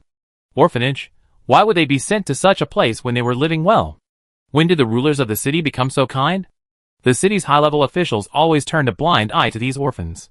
Once they noticed them, they either thought they were an eyesore and wanted to get rid of them, or sent them to mining and other hard labors where they might never come back. These orphans thought so. It's not that they were born with dark hearts, but countless bloody examples told these helpless children that the price of easily trusting others might be their lives. Sammy was an orphan. He was sold to a black mine by a family that wanted to adopt him. If he hadn't met the Lord of Gino, he would have died there. This kind of thing is too common for orphans in the God-forsaken land, and even in Ceylon. Garfield was introducing the orphans to Horn along the way, and Horn listened carefully. Since he had come out, he must know more about this matter, and couldn't end it hastily. Soon the two arrived at their destination. As soon as Horn got off the carriage, he saw the large courtyard in front of him, and his eyes lit up. The area of this mansion is much larger than the previous magic house. The ground is clean and tidy. Many young children are running and playing in the courtyard. The director of the orphanage welcomed the two in, and introduced them to Horn as they walked. There are more than 1,100 children in this orphanage now. There are 54 staff members who manage these children, including those who cook and do sundries. The expenses of these children, and the expenses of the orphanage caregivers are all borne by Spark City. Spark City's finances are more than enough to support such an orphanage, and these children themselves can also help the orphanage reduce some of the burden. Relieve the burden? You are not going to let these children do some work that no one wants to do, are you? I did not establish this orphanage to push these children into the fire pit. Don't worry, Mr. Speaker, we will not do that. Teenagers aged 12 to 14 already have a certain working ability. The orphanage will take over the orders of the alchemy house, and do some work that is not tiring but requires a lot of manpower. Don't worry, the working time is only one morning or one afternoon every day. The director of the orphanage took over the conversation. When he walked to the backyard of the orphanage, Horn raised his eyebrows, and he sensed a familiar breath. Following the breath, Horn walked in one direction, and Garfield and the director could only follow Horn. After walking for a while, and bypassing a small house, Horn saw more than 50 teenagers under several trees waving wooden sticks at the air. They were already sweating profusely, but their posture was very standard. It seemed that they were doing basic warrior training. The one who was guiding them was a bald, strong man with a golden axe on his back. It turned out to be Harrington. He actually had time to come here to train the orphans in fighting skills. You greenhorns, try harder. You can't activate your fighting spirit if you are so weak. Cheer up and go all out. If you want to become a tough guy like me, work hard for me. Harrington screamed excitedly. Even though Horn thought these kids had worked hard, Harrington was still not satisfied. His shiny forehead was a little dazzling under the sunlight. Although Harrington kept speaking harsh words to the teenagers, it can be seen that he was actually happy from the bottom of his heart. Before he met Horn and the others, he often used his savings to help orphans, so he was very pleased to have such an orphanage now. Harrington also contributed to the smooth absorption of most orphans into this orphanage. He has a good reputation among the lowest level people in Xingho City. Many orphans decided to enter the orphanage just because of Harrington's face. It was Harrington's voluntary act to train these young people of appropriate age with good physiques. In order to make up for their consumption caused by training, Harrington also paid for their improved meals out of his own pocket. Although this guy always takes advantage of others, he is not stingy in this matter. Chapter 378. Among the more than 50 boys in training, one boy caught Horn's attention. He was shirtless, dark-skinned, with smooth muscles, and a young and handsome face looking forward. obviously very focused. Like the others, he also held a wooden stick and waved it at the air, but unlike the others, he had several stones tied to his stick. His stick was several times heavier than others, but he waved it much more easily than others. Except for a few warriors, most warriors' fighting spirit is not trained. If fighting spirit can be trained by training, then Ceylon will definitely not be dominated by priests. Fighting spirit cultivation methods can only increase the possibility of awakening fighting spirit and identify the small number of people who can definitely cultivate fighting spirit. In fact, most people in Ceylon have fighting spirit talent, and those who cannot cultivate fighting spirit are actually a minority, but warriors do not account for a high proportion of Ceylon people. Because Do Chi is called Do Chi because for most people, Do Chi can only be awakened after rigorous training and then in battle. The more dangerous the battle, the easier it is to awaken Do Chi. At least 90 out of 100 fighters have their Do Chi activated in battle. Most ordinary people with Do Chi talent have not undergone certain training, and will not experience life and death battles, so they naturally have no way to awaken Do Chi. However, according to Horn's observation, this dark-skinned boy should not belong to the majority of people. There are always people who awaken Do Chi more easily than normal people.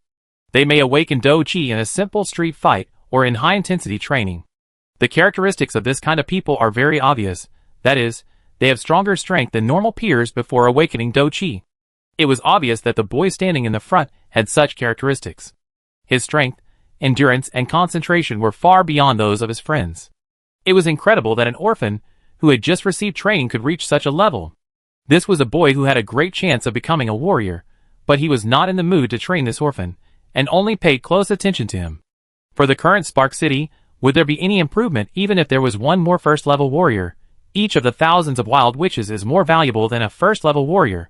No one knows where this young man will eventually go, so he is not worthy of Horn's special training now. If Horn wants to treat him differently, he can only wait for him to show his value. After watching the training for a while, Horn snapped his fingers at Harrington, and then waved his hand, and Harrington saw them. Harrington's attention was on these orphans. He didn't notice Horn and the others standing beside him for such a long time. Horn used the power of lightning to snap his fingers loudly, and then he shifted his attention to Horn. He let the children train by themselves, and ran to Horn. "Hey, Mr. Speaker, you are here? I have nothing to do, so I am here to train these young boys."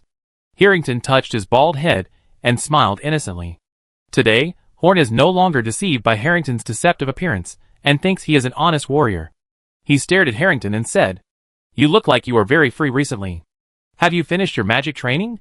Being able to come here to train children, it seems that you are very confident in your magic training."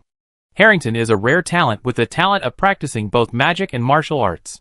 Horn's first task for him is to practice, but looking at Harrington's current appearance, he doesn't look like he is very busy. Harrington's face, which was originally happy to see Horn, wrinkled again. Horn hadn't asked about his affairs for 2 months, and he thought Horn had forgotten about his magic training. "That? My magic training?" Harrington stammered, his expression twisted, his big, bald head looked like a big ugly orange with a reddish-white color. "Let's fight with me somewhere, to see how you practice magic. If you practice well, then as long as you guarantee your progress and practice, it doesn't matter if you continue to teach these children here. If I'm not satisfied, just go back to the Parliament and meditate," Horn said, staring at Harrington with a gleam in his right eye.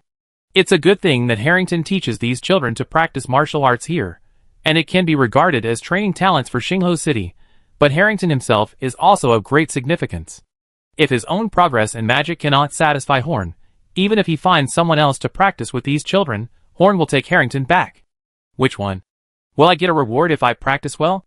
Harrington rubbed his fingers, and said to Horn with a charming smile, "Haha, if you practice well, you will get a reward. If you practice poorly, you will lose your gold coins every month." Harrington was immediately discouraged. Horn had already spent experience dealing with that greedy dragon, so it would be easy for him to deal with the bald man Harrington. He found a wide place, and the idle orphans and caregivers nearby were watching. The two stood at a distance. Harrington's fighting spirit burst out, and compared with the fighting spirit, some weak magic also appeared faintly on his body. He pulled out the big axe, and the red flame condensed in front of the axe, and then he swung it forward fiercely, and a half-moon-shaped flame slash flew towards Horn. The flame slash was very swift, but it was not enough to threaten Horn. A slight ripple appeared on the shield, showing the huge power of the slash. Horn smiled. Judging from the force of the attack, and the feeling it gave Horn, This slash should be able to attack at a very long distance, much farther than the longest distance that a normal level 4 warrior's fighting spirit attack could reach. It seemed that it was the magic attached to the fighting spirit. Harrington was only a second ring magician now. Although the attack that combined the second ring flame and fighting spirit could not break Horn's defense, it was much more powerful than a normal fighting spirit slash, and it also had an additional attribute damage compared to normal fighting spirit. In terms of combining magic and fighting spirit, it seems that Harrington has done a good job. He is only a second ring magician now, and magic cannot compare with his fighting spirit in terms of destructive power, but there are many things that magic cannot do with fighting spirit, no matter how powerful this fighting spirit is. Just like a normal 4th level warrior's fighting spirit attack can never reach as far as Harrington. The slash did not work, but Harrington was not discouraged. This attack was just an appetizer. In order not to be deducted, he was prepared to fight as hard as he could. Chapter 379. While Horn was still analyzing his fire slash, Harrington's feet were surrounded by breeze, and he rushed towards Horn with a light tap of his toes. His huge body actually made people feel agile. It was the wind magic that increased his speed. Now Harrington's speed is much faster than when he and Horn fought against the Gitch House. The second ring wind magic cannot make the magician speed up too much, but for Harrington, he only needs the wind to lift his body up to reduce some weight, reduce some air resistance in the direction he is moving forward, and provide some driving force behind him, which can significantly increase his speed. The speed of a 4-ring warrior is very fast, and it is even faster with the help of wind magic. However, the speed is only relative to Harrington himself. For Horn, this degree of increase is not worth mentioning. Horn, who often uses the thunder magic, now has a very abnormal dynamic vision. Once he concentrates, Harrington's speed is like a 10-year-old kid rushing towards him in Horn's eyes. In the blink of an eye, Harrington arrived in front of Horn. Horn did not use the magic shield to resist, but dodged Harrington's attack with a flash of lightning under his feet. If all attacks were resisted, there would be no need to continue this test. Horn only needs to stand there and watch Harrington busy himself. Even if Harrington, a level 4 warrior, cheats, it is impossible to break Horn's strength and shield. Horn looked at Harrington's attack with expectation. Harrington had 3 talents in the elemental system: wind, fire and earth. However, only the wind and fire attributes were slightly stronger. He might not use the earth system in actual combat. However, magic was not only elemental. Harrington should also know spells like the Mage's Hand. He wanted to see how Harrington performed. Suddenly, Harrington retreated nearly 10 meters, but as he retreated, Horn could easily see a pair of transparent hands reaching towards his ankles. This was the Mage's Hand. Although Harrington had tried his best to hide the presence of the Mage's Hand, this cover-up was useless in Horn's eyes. However, Horn did not dodge but let Harrington catch him. He tried his best to simulate a normal encounter with Harrington's enemy, and it was still difficult for enemies other than magicians to discover the hidden Mage's Hand. After Harrington grabbed Horn's ankle, he did not make any extra movements. He only needed to keep Horn in place for a short time. The flames wrapped around Harrington's axe. He roared and threw his fish-scale gold axe directly from a distance of 10 meters. This was a martial art. An absolute heavy blow. Absolute heavy attack is a slash that gathers all the warrior's fighting spirit into an attack. It was originally a melee attack, but now Harrington actually threw the axe directly. Looking at the flaming axe rushing towards him, Horn still had time to think about Harrington's moves. This move looks good and innovative, but what if the enemy avoids the predetermined route? Horn casually attacked and broke the Mage's Hand, moving 2 meters to the side. Normally, this would definitely not hit Horn, but Harrington smiled, and a breeze appeared on the axe, and the axe that was flying at high speed actually changed direction temporarily. This time Horn did not dodge, but chose to resist, because a normal level 4 opponent could not dodge at this time. Horn only opened a shield to resist Harrington's attack. He was just a level 4 warrior, and normally a magic shield was enough, so Horn did not open another shield. The flaming axe hit Horn's shield fiercely, and the shock wave with hot wind blew the hair of the spectators, and at the same time, the ground where Horn stood was also cracked. As soon as the axe touched the shield, Horn's face changed. The strength of this attack was not right. Absolute heavy attack is a martial art that will overdraw a normal level 4 warrior, and this time it is also blessed by the burning flames, and the powerful performance of the fish-scale gold axe, which together actually exceeds the strength of the normal attack of a level 5 warrior. This is incredible for a level 4 warrior. Lightning and flames penetrated the shield at the same time, and the originally transparent magic shield instantly turned into a cool thunder and fire shield. This is the 6th ring magic. The Thunder Flame Shield is Horn's strongest defense method that can defend against 6th ring level physical and magic attacks. Under the Thunder Flame Shield, the axe fell to the ground powerlessly, and Harrington's last attack also failed. Harrington sat on the ground, took out a silk scarf from his arms to wipe the sweat off his head, and said carelessly, "Boss Speaker, this is all I have. Not bad. Don't forget to give me the reward you promised." What Horn noticed was not this. The silk scarf he took out to wipe his sweat was obviously a women's style. Definitely not something that a rough guy like Harrington would wear. Then he glanced at the crowd watching and saw a pretty female nurse looking at Harrington nervously. It seemed that this female nurse was watching by the side when Harrington was training these teenagers. At that time, Horn thought that the nurse from the orphanage was watching here because she was worried that something might go wrong with Harrington's training. But now it seems that this is not the case at all. Could it be that even the bald muscleman Harrington? Horn said with a gloomy face. "Not bad at all. You still want a reward for your level. You don't have to go back to the parliament, but your monthly 100 gold coins are gone. You are really inhumane. If you hadn't used your true strength, you would definitely not be able to stop my last move. And you still say that I didn't practice well?" Harrington wailed. He was not angry about Horn's evaluation, but he was heartbroken for the monthly 100 gold coins. In fact, Harrington, who is now considered the core of the Magic Council, does not lack the 100 gold coins per month. He is now much richer than before, but his personality is probably unchangeable. At this time, Garfield walked up to Harrington with a smirk on his face and said kindly, "Mr. Harrington, isn't it just 100 gold coins a month? If you are willing to help our Spark City government solve some problems in your spare time, there will be a lot of gold coins." After watching the battle between Harrington and Horn, he realized that Harrington was a precious master. If he could win over the city government, it would be of great benefit to him in managing Spark City. "What price?" Harrington immediately perked up and looked at Garfield. "At least this number." Garfield raised a finger. "Wow!" Harrington exclaimed. Chapter 380.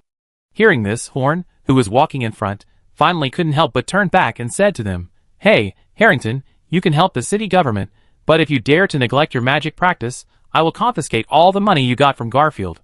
Harrington nodded repeatedly. He could see that learning magic had improved his strength. He was not stupid, so he would not be stupid enough to neglect his practice.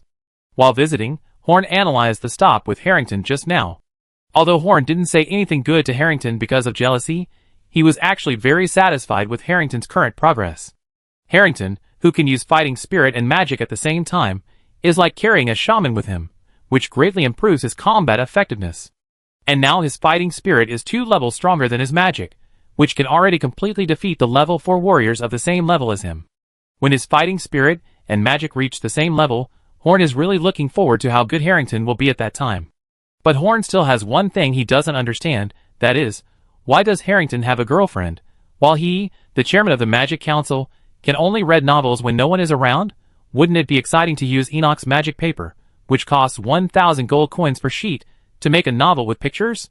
It took Horn more than an hour to understand the orphanage, and now 2 hours have passed, including the battle with Harrington. Horn checked whether the clothes worn by the children in the orphanage were warm, whether the canteen was clean, and whether the food was problematic, and whether the living quarters were too simple. As a magician with a 5th ring and a 6th ring of actual combat power, he could not be deceived by a meaningless method of temporarily disguising before he came to inspect. So Horn was very satisfied, because they did a good job and Horn could not find any faults.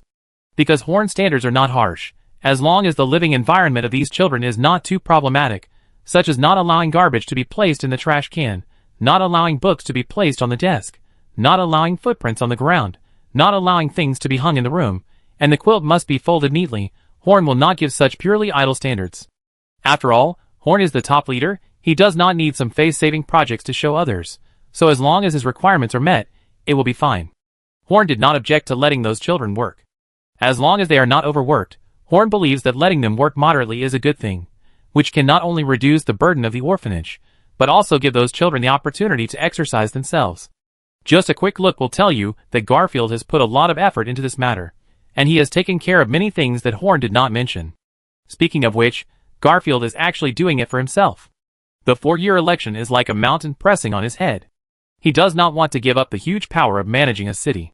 If he wants to be re-elected, he must let the residents of Spark City recognize him. But he cannot sacrifice the interests of Spark City too much to improve people's livelihood. So Horn let him run this orphanage, as a good opportunity to improve his reputation. He even planned to build a nursing home after the situation in the orphanage stabilized. Now he can be regarded as serving the residents of the city wholeheartedly. Every day he thinks about how to do some practical things so that the people of Xingho City will remember his kindness and vote for him when the term is changed. As for some small actions, buying votes is impossible to do under the premise of the existence of the Magic Parliament.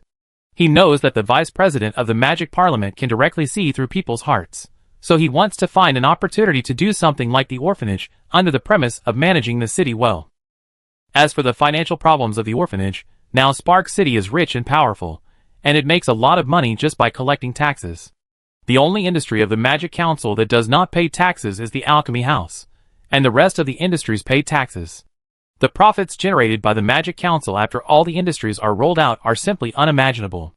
The most important thing is that even the Magic Council pays taxes, and basically no privileged class in the entire Spark City dares not to pay taxes. And most importantly, the city government does not need to bear military expenses. The military forces of Spark City are solved by the Magic Council, and the money earned will not be pocketed by him. So the funds that Spark City can use to improve people's livelihood are simply sufficient to make other cities jealous. After walking around, Horn said to the director of the orphanage, who had been following him, "Let all the children over 10 years old gather in the yard. I have something to say." The melodious bell rang several times in succession. After a while, all the people in the orphanage gathered in the yard. Hundreds of boys and girls made this relatively spacious yard seem very crowded. "Now, please invite the Archon, who established this orphanage, and the Speaker of the Magic Council to speak to you," the director shouted to the orphans, with a smile on his face. "If you want hundreds of people to hear, you can't be too soft." These children began to applaud. Some were very excited and hard. These were children who were very satisfied with the life in the orphanage, and some were weak or simply didn't applaud. First, Garfield went up to speak, and what he said was very heartwarming. Horn just listened from the side. The young people the Thieves Guild wanted were between 10 and 14 years old, and they had the possibility of awakening fighting spirit. The training cycle for 50 people was 4 years. This time, Horn would select 49 from these hundreds of boys and girls. In fact, the children who had just trained with Harrington met the requirements, but Horn still wanted to select these 49 people in a slightly fairer way. As for the last person, there was already a candidate. When he went to get the magic crystal, Terry had talked to Horn about this matter. He wanted Megan to participate in the training of the Thieves Guild. Although Megan has the talent to cultivate fighting spirit, and it is very likely that she will awaken fighting spirit after such a huge stimulation, in Terry's opinion, she is not suitable for the fighting methods of warriors, but is very suitable for the methods of those men in black.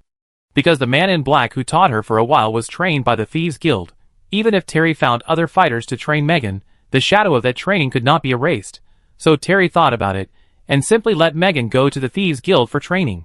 Horn thought about it and agreed, because this way, he could put one of his own people in the 50 people going to the Thieves Guild. Chapter 381.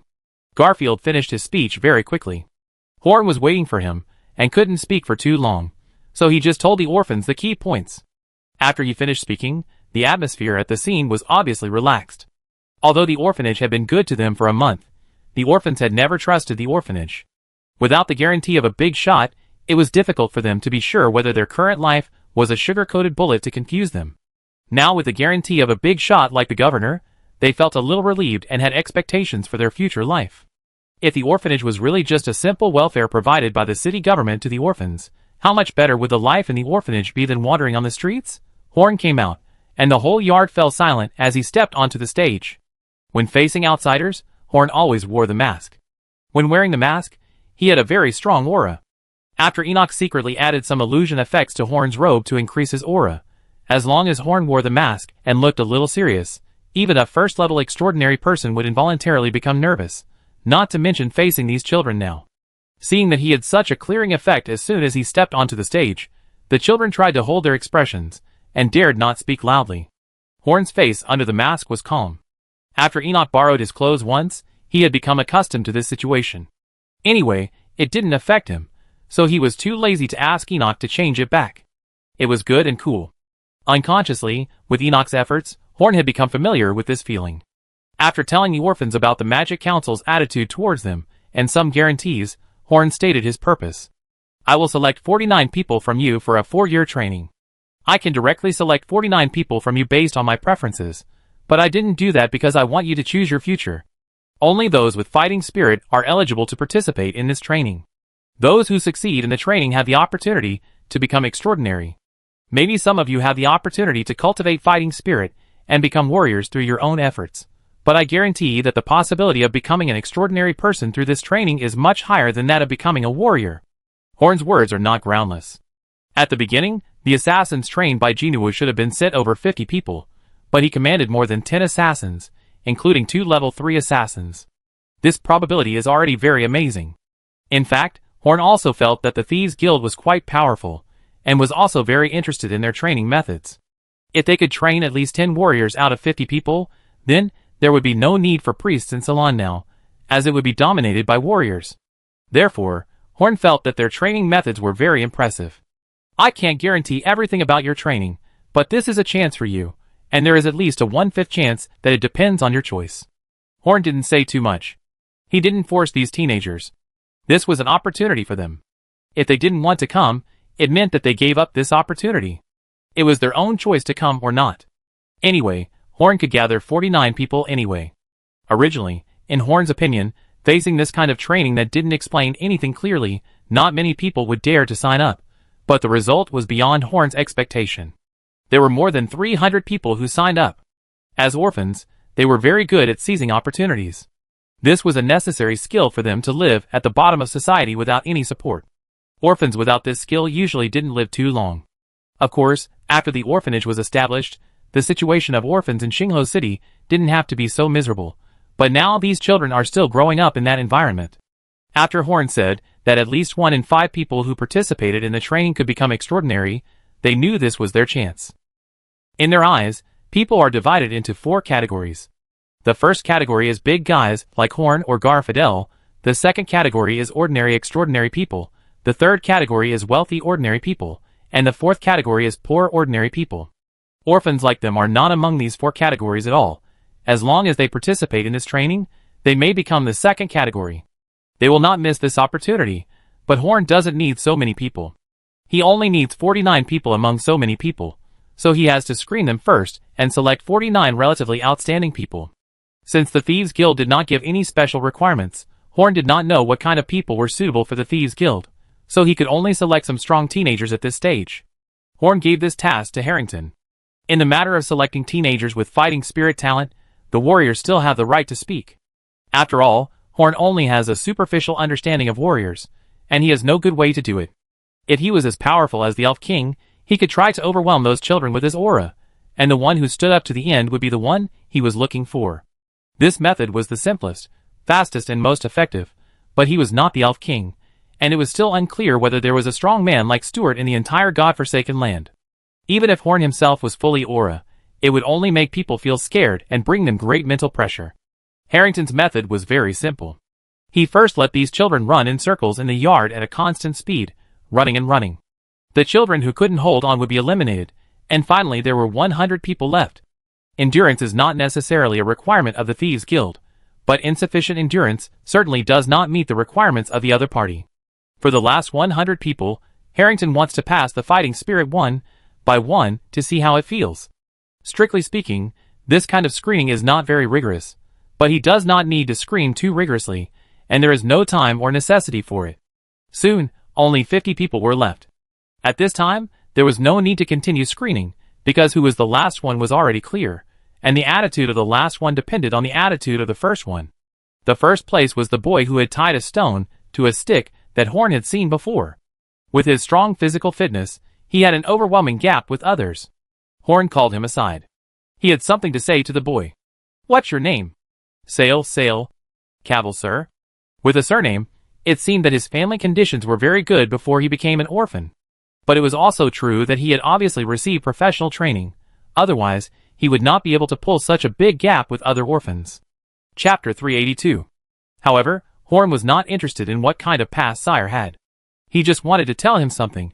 You have a good talent. As long as you train normally, you can definitely become a warrior.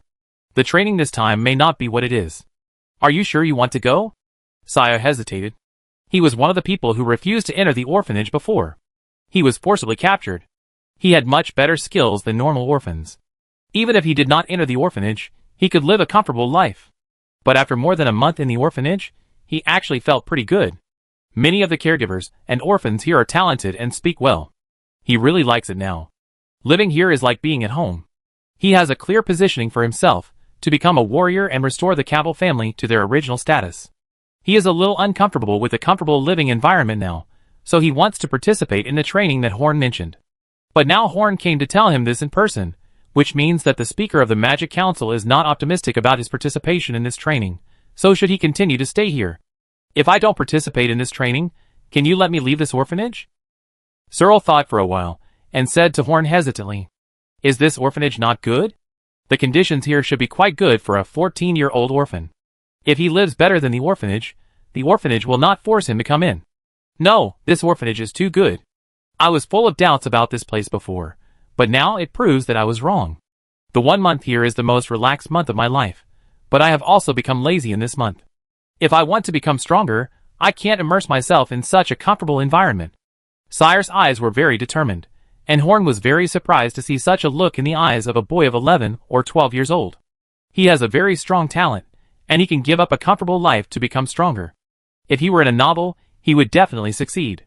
Although reality is not a novel, Horn is still willing to give him a chance. "If you have this idea, do you want to join the army? The army of Xinghuo City is being established. Even if you are very young, I can specially approve you to join the army of Xinghuo City. You can live in this orphanage first. When the army of Xinghuo City is officially established, you can choose whether to join." Leaving the young man who was thinking, Horn took the 49 boys and girls away from the orphanage. He did not interfere with Sayre's choice, but admired it and hoped that he could really succeed. For the wild witches, who now have hundreds of magicians and thousands of first-level spellcasters, it seems unnecessary to form an army, because due to population restrictions, the maximum number of troops that can be formed is about 20,000. Such an army of ordinary people will be defeated by the wild witches of Xinghuo City after a few rounds of magic. Therefore, the army of Spark City is not the ultimate force of the Magic Council. Although magicians and wild witches are very powerful, it is impossible to let magicians do everything. In a world like Ceylon where there are many extraordinary people, all major cities have their own armies, because the army is necessary for its existence. A small number of troops can only suppress some mountain bandits, and have no effect against extraordinary people. However, once the number reaches tens of thousands, and there are enough soldiers to serve as low-level officers, the army that has been trained for a long time can gather its strength together and burst out with a force far beyond the army itself. The King's Wing Knights of the Akuan family are the product of this kind of army developed to the extreme. A team of 100 soldiers composed of low-level and middle-level warriors can directly compete with the 9th-level strongmen. Horn, who has seen the King's Wing Knights, also has his own ambitions. He wants to select elites from his army and form a team composed entirely of elites. With the magic props of the Magic Council, is it possible to create an army comparable to the King's Wing Knights in the end? No, this is not a question of whether it can be done, it must be done, and he must be better than the Knights of the King's Wings, otherwise what qualifications does he have to challenge the world order imprisoned by the gods, since the person has been selected? Horn hung the sign agreed with the Thieves' Guild at the gate of Starfire City, and waited for the Thieves' Guild to come. On the first day the sign was hung, someone from the Thieves' Guild came to visit Horn. Judging from the speed, he should live in Starfire City. There are even spies of the Thieves' Guild in Starfire City. It seems that there are not only spies from the Thieves' Guild, but also spies from other forces. Speaking of which, seeing the Thieves' Guild's people reminded Horn that Spark City had just been established not long ago, and there was no time to plant spies in other cities, resulting in Spark City being completely in the dark about the situation in other cities. After this matter is over, this should be handled. The Thieves' Guild's people came to Horn to tell him one thing, asking them to prepare the training fees for these children, and the living expenses of the children will be settled in 4 years, and the Thieves' Guild will come to pick up these children in 7 days. TSK, it turns out that the 500,000 is just the tuition fee, and there are other expenses at the end. Horn thought the price was too cheap, but now it seems that it is not certain how much money will be spent in the end. During these 7 days, all the boys and girls were gathered together for training. The trainers were warriors hired by Horn. The training content was mostly some training that had nothing to do with fighting spirit, which could allow them to integrate into this group in advance. Megan also joined them at this stage. She looked weak and didn't like to talk. Apart from training, she mostly sat in the corner holding the long sword given to her by Terry. At first, these teenagers complained about the girl who got this opportunity directly without going through the selection, because Megan looked weak and didn't look very powerful. This should be the so-called relationship. So in the first 2 days, Megan was isolated by the 49 children. They didn't talk to Megan and excluded Megan. On the third day, they did it more obviously, even making a move. Why can this guy get the qualification they obtained after the assessment directly? And through the observation of the past 2 days, this little girl didn't seem to have any background, so they gradually became bolder. Then they were taught a lesson by Megan. Chapter 383. When the man in black number 2 said that Megan had the talent to be a warrior, it was not just talk. If Megan herself did not have a good talent, her family would not be so easily fooled by the man in black number 2. In addition, Megan has been guided by Terry and the warriors who often hang out in the Tower of Fury. Now she is only one step away from becoming a warrior. In terms of personality, after Megan killed the killer who killed her family with her own hands, she is no longer the weak Megan. The appearance of being submissive is just an appearance. The real Megan can chop the enemy into meat sauce without changing her expression. Even the strongest of the orphans, Sayer, is probably not as strong as Megan now. So when the provocation escalated, a boy closest to Megan was kicked away by Megan, and then she chased these young boys and girls with bare hands. If they were caught by Megan, they would inevitably be beaten and cry for mercy. The problem was that the area they were active in was not large, and Megan ran much faster than them, so most of them were beaten by Megan. This was actually Megan's mercy. If she really wanted to be ruthless, it would be easy to kill people.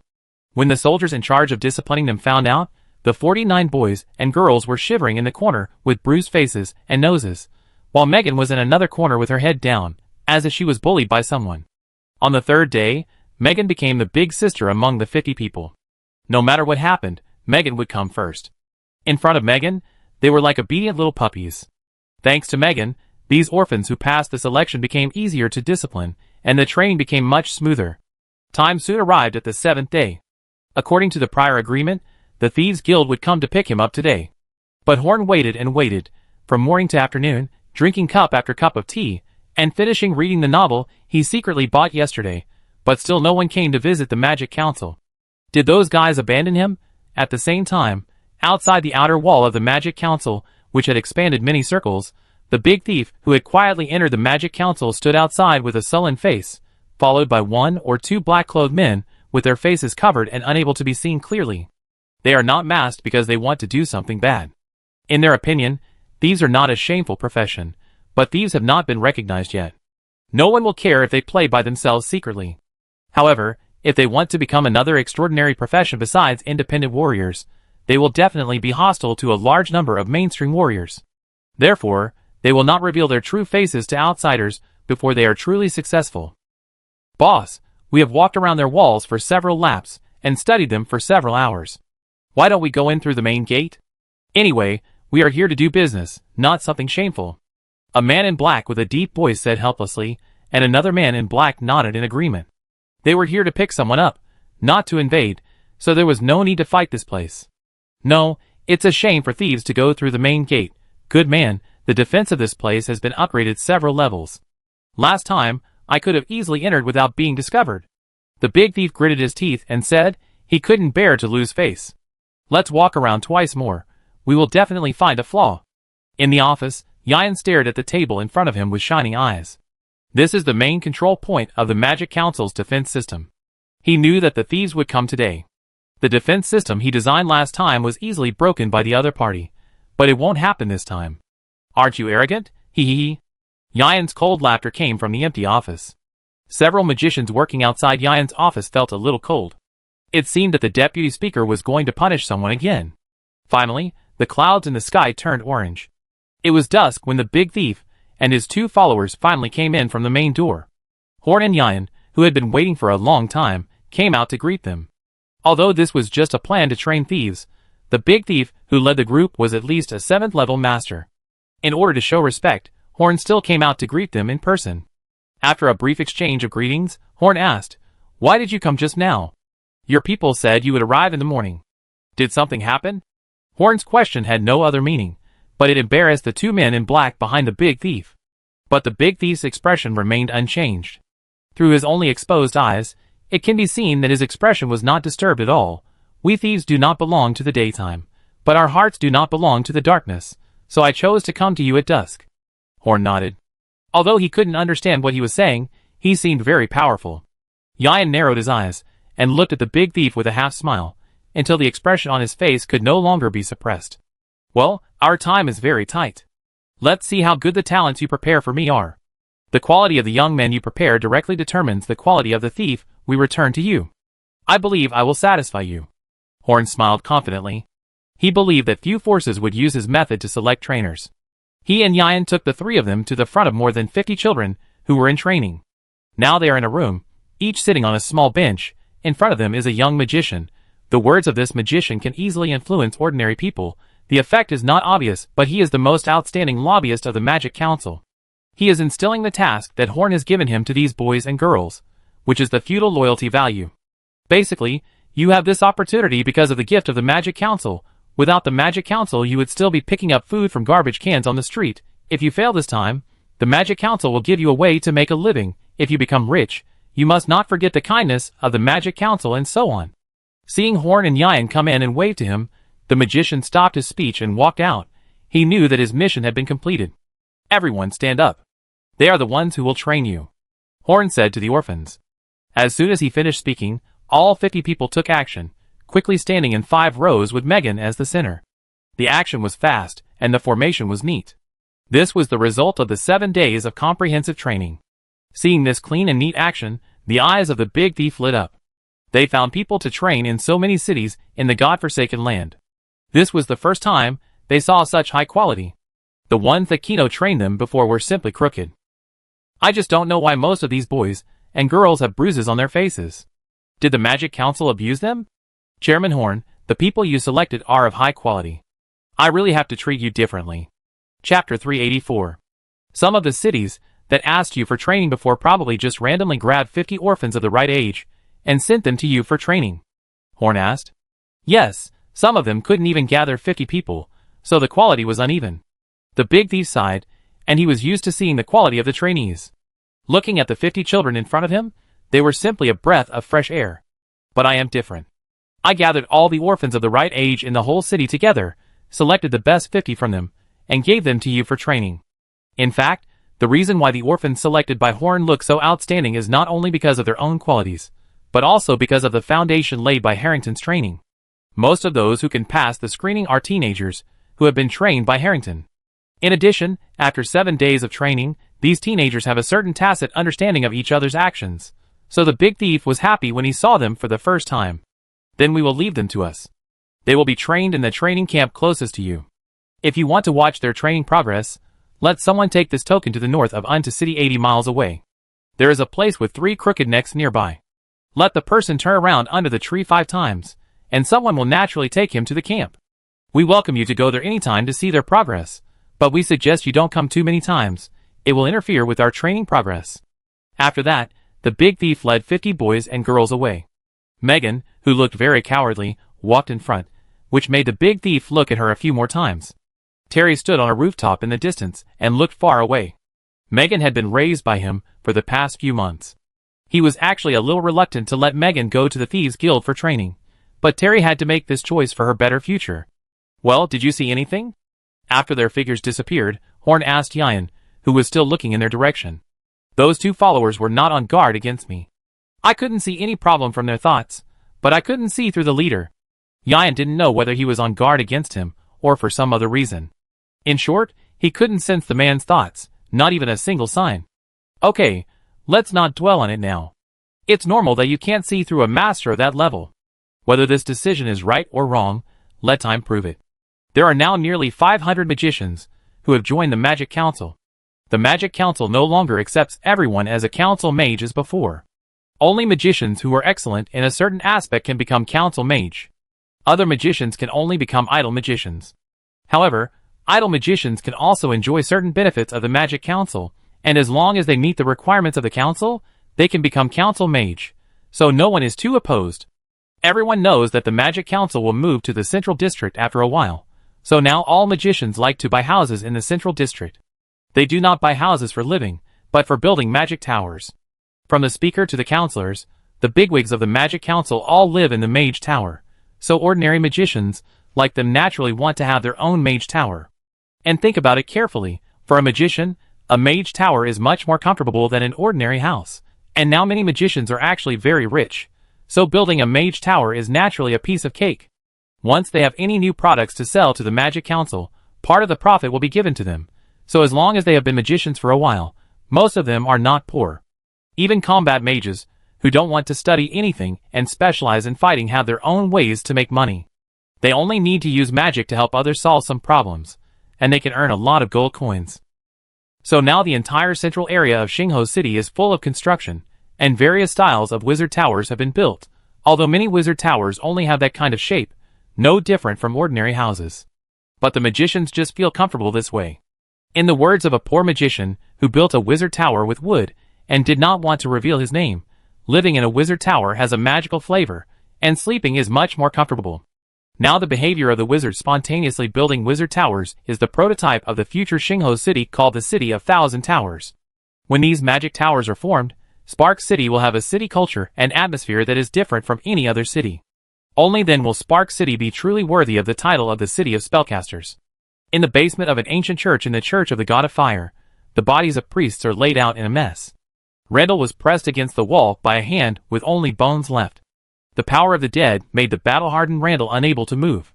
His body was soaked in blood, all of which was the blood of those priests. Randall's appearance now was the source of his name, the blood-stained White Knight. In his left hand, Randall held a football-sized ball wrapped in rags.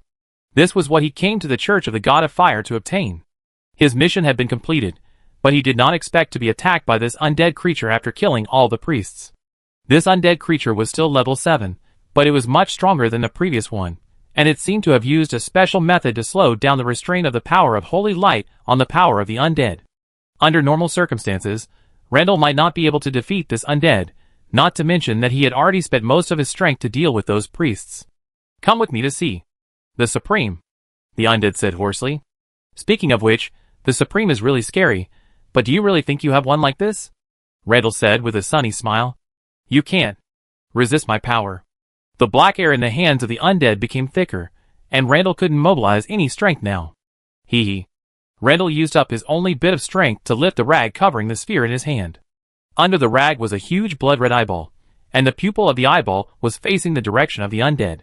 The undead was actually suppressed by a special force. Randall has no power to drive the eyeball, it is entirely the power of the eyeball itself.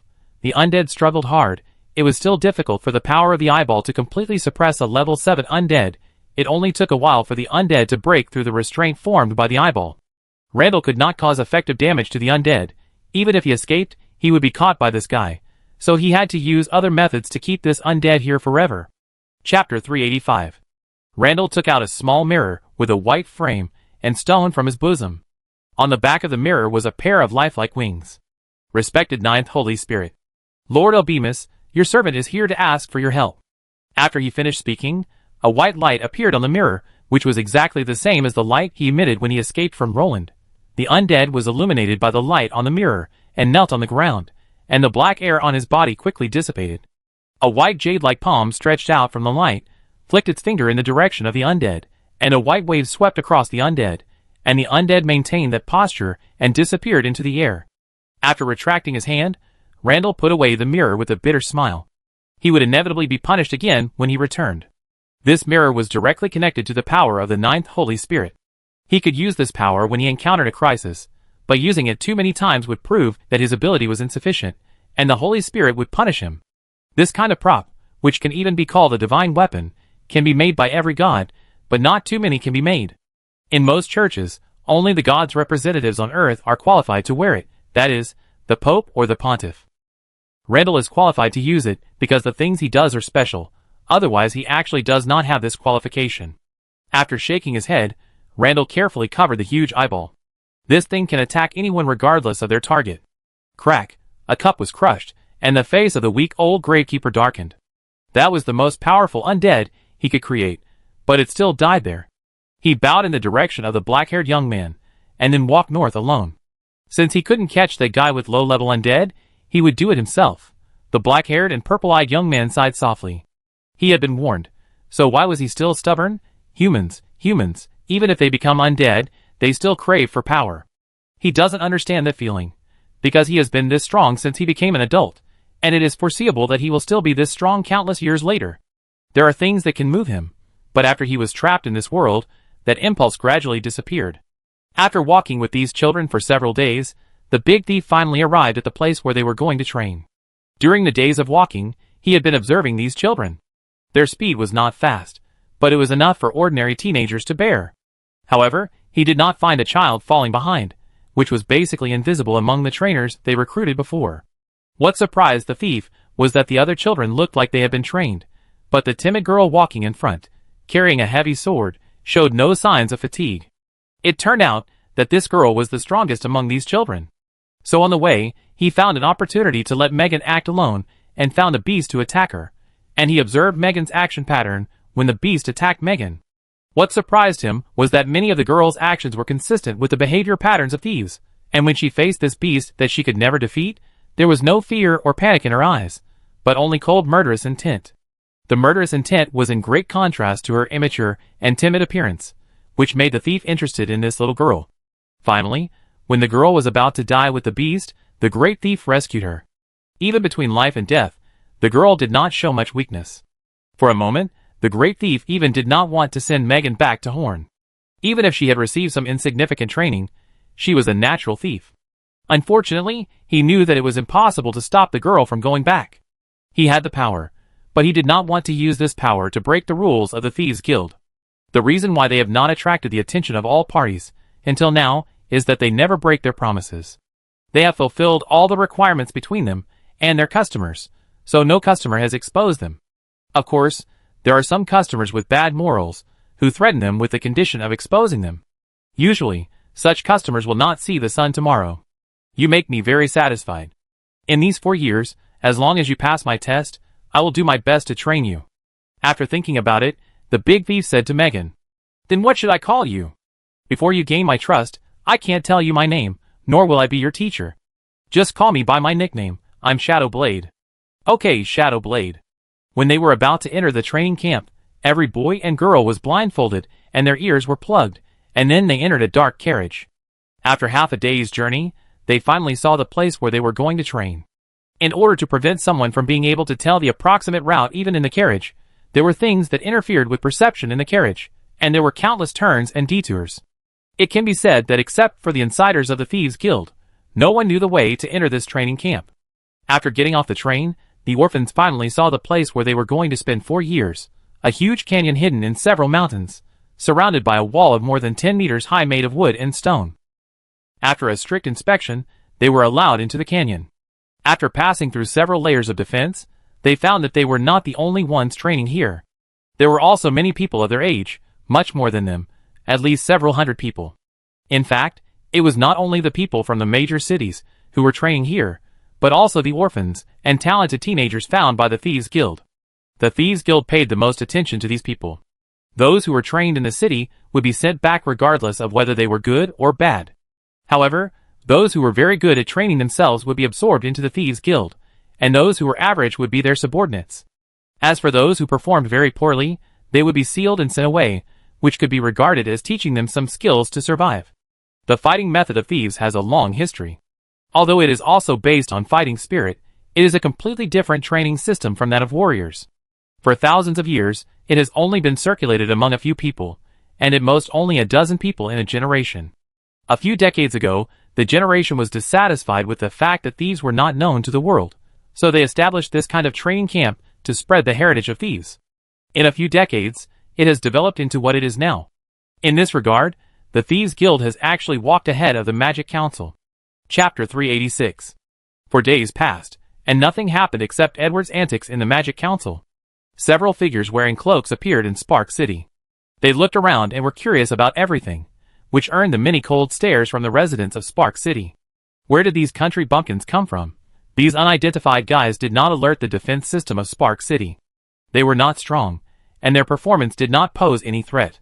No one who wants to cause trouble would make himself so conspicuous, so at most they are just some strange travelers. Big sister, is this the city you mentioned? Isn't the creature you mentioned in the Stone City? Now the city is gone, So you said that things should be gone. The person who spoke had a silly voice, and even the white cloak could not hide his huge body. He was not strong, but just fat. Humph, maybe the creature does not exist at all. You knew that the city would change hands a long time ago, so you made up that creature. If we don't come to verify it, you win. If we come to verify it, you could also use the city change hands, and the creature left as an excuse. Another woman with a charming figure said lazily, and then she put her hand to her mouth and licked it lightly, which made her look very charming and seductive. No way, I must have seen it before I said that. Don't worry, if you see him, you will agree to let him be the sacred beast of our tribe for the next 100 years. The petite girl said confidently. The three of them walked along the way noisily, and behind them followed a tall and slender man silently.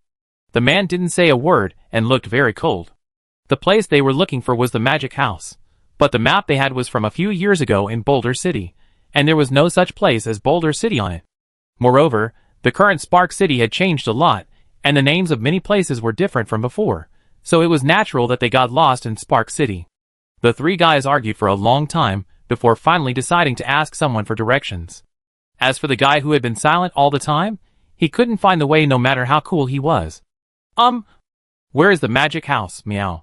They found a kind lady holding a cat on the road and asked. The magic house is gone. Although the lady was very curious about the meaning of the meow, she thought she was just teasing the cat in her arms, but she still answered them. Meow. How could it be gone? The girl's ears drooped under her cloak, and she said very disappointedly. Look, I told you, the name has been changed here. How could the creature you mentioned still be there? You must have planned it in advance. The ant paused, and after seeing their disappointed looks, she said, The House of Magic is indeed gone, but it's not what you think it is. It's just changed its name. It's now called the Magic Council, and it's in the southeast area of Spark City. You can find out by asking around using this name. The faces of the four guys collapsed at the same time, and even the guy who had always been very cool looked like he was about to fall down. Ant, please don't breathe so hard when you talk. I'm going to be scared to death. Okay, so the four of them walked towards the Magic Council. After knowing the current name, they had no big problems reaching the Magic Council. Everyone should understand by now that the girl is the female shaman of the cat people that Horn had seen in the ruins. She said she would come back here to visit Edward, and now she is here, and she brought her fellow tribesmen with her. At this moment, they only knew the name of the Magic Council, and did not know that the Magic Council was now the master of Spark City, so they walked straight over. Outside the gate of the Magic Council, they hesitated a little. The appearance here was not like what Meredith described. There was only one fourth-level spellcaster, as the boss of the force. Why were there so many masters at the door? And the atmosphere was very serious and looked scary. Yes, there are many people at the gate of the Magic Council now. Horn is here too. Basically, all the members of the Magic Council are here now, if they have nothing to do. Today is the day when the elven craftsmen arrive.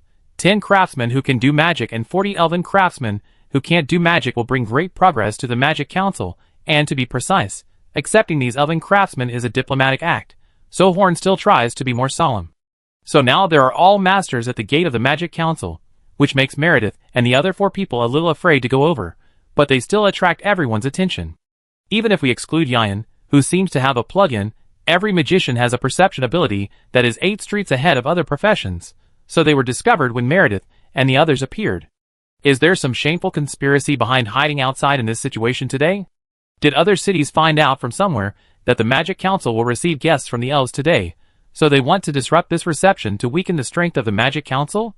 But sending an enemy of this strength would be too much of a disdain for them. Yayan's eyes flashed purple, Ivan's hands glowed red, Enoch's magic was ready to be cast at any time, and Terry had already released the magician's hand. Horn, however, had no hostility, and hurriedly stopped everyone. They didn't know this person, but Horn did.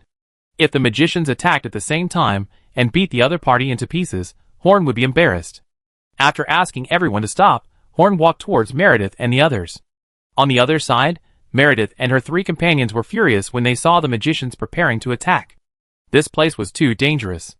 Are human cities used to fighting at the slightest disagreement? Sadly, they found that they couldn't beat the magicians even if they wanted to fight. Then Horn stopped the magicians' attack, which made them feel a little relieved, but Horn's approach made their hearts jump to their throats. The combination of Horn's mask and robes had a strong deterrent effect after Enoch's transformation. With Horn's slow sneak, several people felt the danger. The fat man was lying on the ground and could attack at any time. The charming woman stretched out her claws and made a hissing sound, while the tall and cold man bit his body, his green vertical pupils staring at Horn's movements. This was his fighting state. However, Meredith's reaction was a little unexpected. Her delicate nose twitched a few times, and then she moved closer to Horn and circled around to smell. Chapter 387. Looking at Meredith sniffing around him, Horn felt a little sweet in his heart, especially from this angle. Watching this girl smelling his scent, it was so cute. After smelling for a while, Meredith looked at Horn a little embarrassed and said, You smell like Edward, but Edward is not with you. Where did Edward go, meow? Horn was full of black lines. Well, this is still his own self-conceit. It turns out that she came here for Edward, and it has nothing to do with him. Edward should be playing around my wizard tower. You didn't come here just to see him. No one would come all the way from the territory of the orcs to Spark City just to see a thing that was neither a cat nor an eagle. So in Horn's opinion, it was very likely that Meredith wanted to see him, but the little girl was too shy to say it. She only wanted to see Edward for a reason. It must be like this. Unfortunately, Meredith's next sentence broke Horn's childish fantasy. Every 100 years, the major tribes of our cat people will select a special cat as a sacred beast. This summer is the time for us to change the sacred beast. The appearance of Edward that I provided was unanimously praised by the elders, so I brought the inspection team this time. As long as Edward really exists, then after this summer, Edward will be the sacred beast of our cat people. Meredith said it very seriously. Judging from her serious expression and the three guys nodding behind her, what she said should be true. Horn was like a deflated balloon. They actually came for Edward. He originally wanted to bring Meredith and the other four to the Parliament to meet Edward and discuss the matter of the holy beast with them. But at this time Yang gave Horn a message. Horn looked up and saw some small black spots on the horizon. The elven craftsman who had agreed with Stuart came. Compared with receiving the elves, the cat people's affairs were obviously not that important, so Horn said to Meredith, Edward is inside the Magic Council, but you can't get in for the time being. Wait here for a while. I will take you to see Edward after I finish these things. After saying that, Horn's figure flashed and appeared in the center of the magicians, waiting for the arrival of the elven craftsman.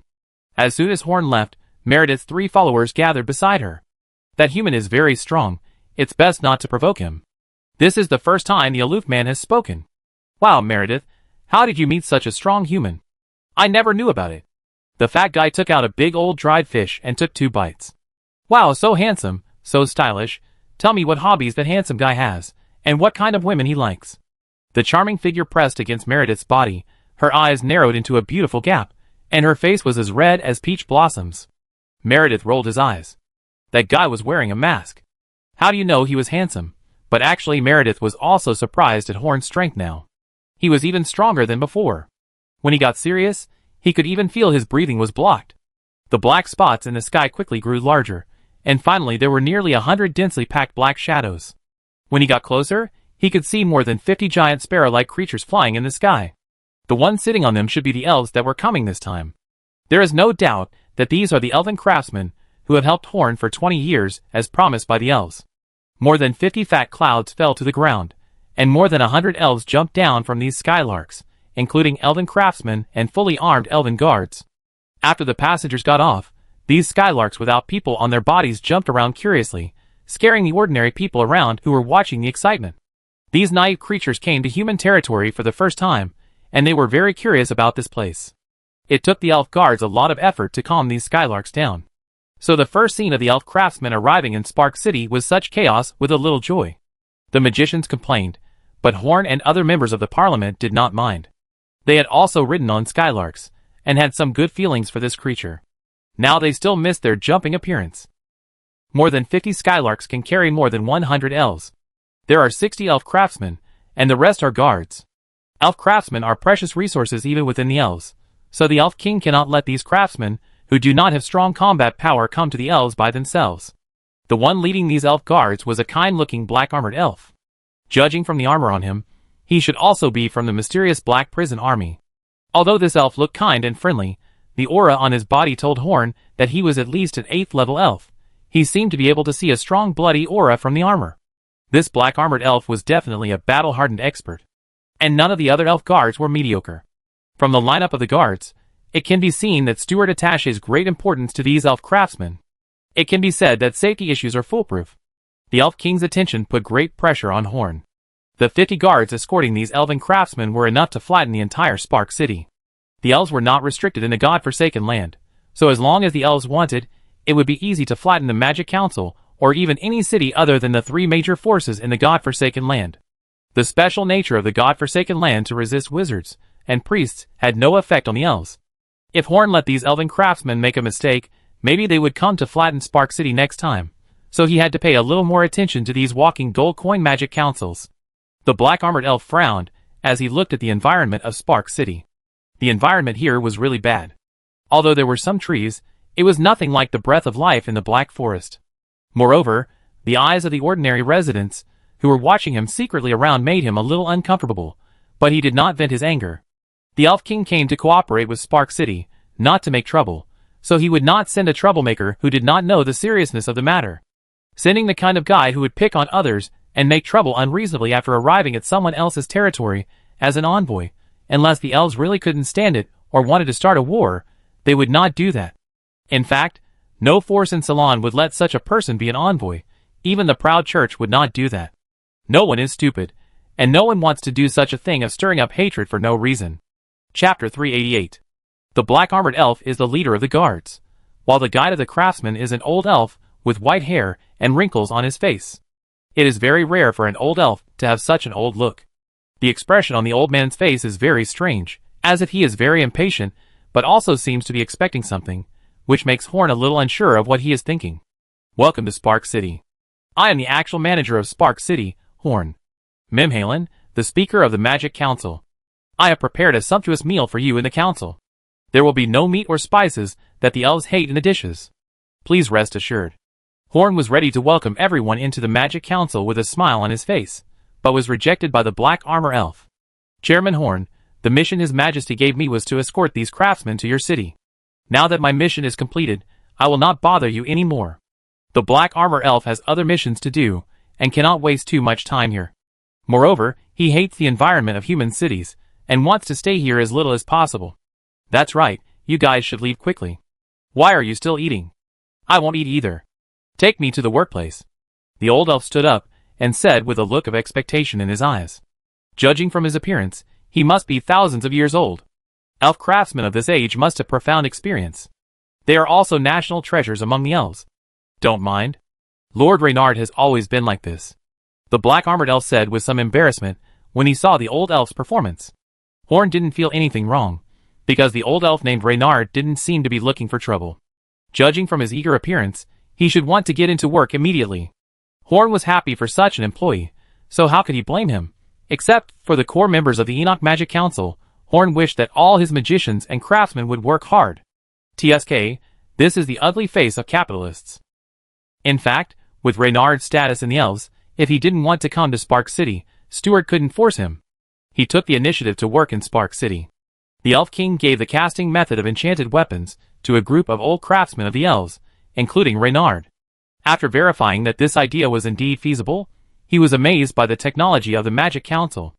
At the same time, he also realized that the technology that the Magic Council gave to the elves was probably just the tip of the iceberg, and the real core content might still need to come to the Magic Council. His life is already short. If his strength cannot be improved, he will die in less than 100 years at most. He is not interested in improving his strength. Forging technology is everything to him, so he resolutely chooses to come to Spark City to work and see more advanced technology.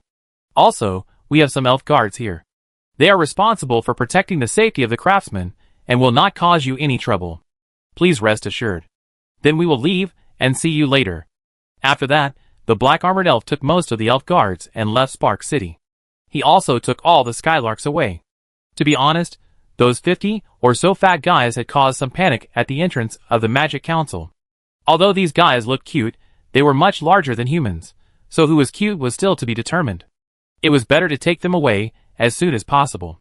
Watching the Skylarks leave, Horn saw the guards, who stayed to protect the elf craftsmen, a total of 11 people. The strongest among them is a level 6 elf. Among the remaining 10 people, there are 2 level 5 elves and 8 level 4 elves. They are all wearing elite elf weapons. These elves together are already a very powerful force. Unfortunately, these elves are not under Horn's control. The black-armored elves also said that they are only responsible for protecting the elf craftsmen. If he could command these elves, Horn would even want to go for a ride now. After all, if you had Sammy, the former warrior leader of the Stone City who is wandering around somewhere in the city, and Franks, the cowardly dragon, there are now 4 level 6 masters in the Starfire City, which is a very powerful force in the marginal city of the God-forsaken land. Unfortunately, after Horn counted them, he found that if a battle broke out, he was the only one he could really point fingers at. The 6th level elf was a female elf, with long, smooth green hair tied up by green vines. She had a very good figure, one of the few elves with a body that was not so flat. There was a little green on the tip of her ear, and she was an extremely beautiful elf. Although she looked young, the 6th level strength showed that this elf was not young. I'm afraid she was more than 10 or even 20 times older than Horn. Horn was still very envious of the elf's longevity. It would be great if he could live for 1,000 years. Then he might be able to see the glow of magic spread all over Ceylon. The female elf walked in front of Horn, smiled formally, and said to him, "Hello, Mr. Speaker Horn, I am letting you in. In the next 10 years, I will be the guard of our elf craftsmen. Please provide the craftsmen and us with a place and food suitable for the elves to live. In addition, we are only responsible for protecting the safety of our craftsmen. We will not cause you any trouble, but we will not help you fight either." Horn nodded slightly. This was what he meant. It was just that the smile of the female elf was a little strange. The arc of her mouth never changed. She was expressionless before she spoke to Horn. It was too strange for her to put on this expression in an instant. Her request was quite satisfactory. Horn had already asked Luke to build the temporary residence of the elves here. It was nothing more than planting more plants to add some natural atmosphere. Luke was very good at this. As for the food of the elves, as long as there was no meat, and it was made to look good and clean, it would be fine. As for the taste, as long as it was not too unpalatable, they would not mind. The elves were the kind of species that would happily eat the food as long as it looked good, and the taste was not too anti-elven. Della returned to her companions with a wooden expression. She kept smiling throughout the whole process. Her cheeks looked stiff, as if she was having a hard time smiling. All the handovers were completed, and Horn began to formally look at the elf craftsmen. These 60 craftsmen would be an important part of his development in the next 20 years, and also his cash cow, so he had to treat them well. Chapter 389. The first person that attracted Horn's attention was of course Reinhard. Horn could clearly see the magic aura on him. He had actually learned magic. It had not been long since Horn taught the elves how to practice magic. It seemed incredible to Horn that he could learn magic at such an old age. Horn did not know that Reinhard originally disdained magic. He had no interest in improving his strength, let alone the practice methods of foreign races. But after he saw the enchanted weapon in the Elf King's hand, and knew that this weapon was made by magic, he began to learn magic and completed it in a short time. The old elf situation is not an isolated case. Although magic can enhance the abilities of some elves to a certain extent, there are still not many elves who learn magic. Even if the Elf King is trying his best to promote it, not all elves are learning magic. Therefore, it took Stuart a lot of effort to gather these 10 elf craftsmen who can learn meditation. Although they didn't learn much, elves with magic talent still found it very easy to learn magic. For example, Reynard could cast the minimum level of magic in less than a week. This speed is almost impossible for wild witches, but it is actually very common among elves. Many elves with magic talent learn magic very quickly, but this does not mean that they have better talent than wild witches, but because they have met the minimum standard for learning magic over a long period of time. After their previous accumulation is consumed, it will be extremely difficult for them to make magic stronger. Perhaps the new generation of elves will be better. Well, we have finished what we need to do. Now take me to the place where we will work in the future, the old elf said anxiously. Excuse me, who are you? Horn saw that the old elf was the leader of this group of elf craftsmen, but he was too anxious and didn't even announce his name to each other. I am Reynard. Most of the elf craftsmen present are my students, and now I have introduced myself. Please take me there. Reynard's beard on his chin kept shaking, looking very funny. Male elves rarely have beards, or in other words, it is impossible for male elves to grow beards before they enter old age. Some old elves will grow beards, and a large number of old elves with beards will choose to shave them off. As immortals, old elves are already very rare, let alone old elves with beards, so Horn glanced at his beard for a few times, which made the old elf Reynard glare at Horn fiercely. There is no rush for work. You came all the way here. Do you want to take a day off first? No rest, old Reynard said immediately. Even though the 50 or so elf craftsmen around him looked helpless, The old elf was still very stubborn. How about this? I let Master Daniel take you to the workplace first, and then I take the other craftsmen to get familiar with the situation first. How about that? According to Horn's observation, the only one who wanted to start working right away was probably the old elf. So Horn and the old elf suggested, "Okay, let's go." Reynard immediately agreed, saying that he didn't care about the kids who came with him. He just wanted to see the skills now. Horn understood that this old elf was similar to magicians in some aspects, and he was probably really here for the forging technology of enchanted weapons of the Magic Council. For such a person, Horn was willing to give him due respect, so he told Daniel to get along well with this old elf. He could teach so many elf craftsmen apprentices, he should be a national treasure of the elves. If he didn't want to come here, even the Elf King probably wouldn't want to bring him here. After letting Daniel send him away, Horn took the other elf craftsmen to visit their short-term residence. As for why it was short-term, it was because the renovation of the central area should be completed in a few months at most. By then, the entire Magic Council will move to the central area, and these elves will of course be no exception. When entering the door, Horn greeted Meredith and the other three and asked them to come in together. Horn wanted to first compensate these craftsmen for not having time, so he let them play with Edward first. Moonlight Castle. The silver-haired man was shirtless, holding a longbow and shooting arrows into the sky. Each arrow made the air whistle, and some powerful attacks even broke the air and made deafening sonic booms. He rarely fought against the enemy, but he never stopped training. He was Samuel, the Lord of Moonlight Castle. The female half-elf Tina walked up to him and stood waiting. She wanted to wait until he finished training before talking about anything. He stopped training until sweat flowed down his white back and his fingers trembled slightly, because continuing would only have the opposite effect. As a result, Samuel wiped the sweat from the towel handed over by Tina and asked, "What's wrong? What happened?" "Your Highness, the latest news is that the Elf King sent 60 elf craftsmen to work in Spark City. What do you think we should do about this matter?" TSK, Spark City is the city that trades with the elves, right?" "Yes, Your Highness." Samuel threw the towel into Tina's hands, chuckled and said, "Come with me to see it in a few days. After all, that city is more valued by the elves than us." "Okay, Your Highness, I will make preparations for the trip." After saying that, Tina turned and left, and Samuel, who stayed in the place, had a strange light in his eyes. At the same time, far away from Xingho City, a carriage was moving slowly forward. There was only one guest in the carriage, a thin and kind old man, with a rusty iron sword beside him. "Little brother, how is Spark City?" he asked the driver. Spark City used to be called Boulder City. It used to be a poor and remote place, but now it is very rich. It is a good place to retire there in the future. The city lord must be very capable to make the city rich in just half a year? The old man asked tentatively. The city manager is the Archon, and the speaker of the Magic Council has nothing to do with it, the driver said casually.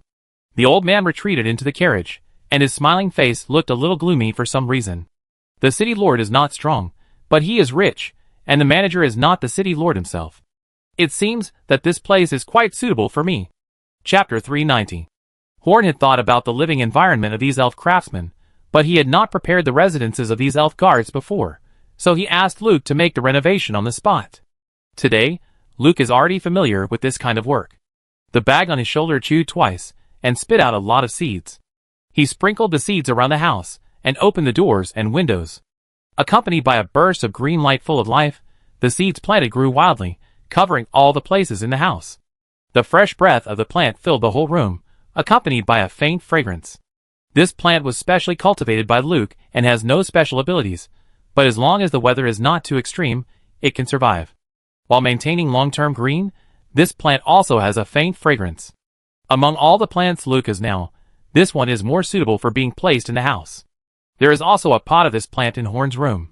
The elves were very satisfied with Luke's arrangement, and were also surprised by Luke's almost miraculous plant magic. Some elves can promote the growth of plants together with plants, but they have never heard of the extent of what Luke is doing now. After settling them down and having a meal with them, the magicians left first, and then it was up to the elves to do their own things. After Horn and the others left, the elf guard Captain Della returned to the room, and her face immediately fell. The other 10 elf guards also came over to tease her. The female elves poked her face with their fingers and laughed, and the male elves also laughed secretly. Della was not angry.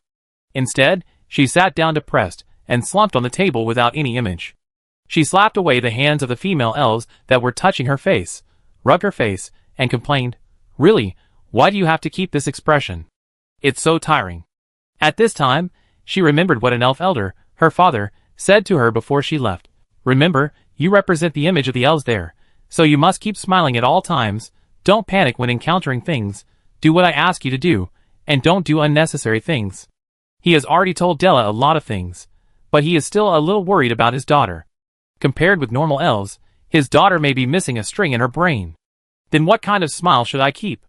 Della asked her father in confusion. "Hey, open your mouth wider, and lower the corners of your mouth. That's right.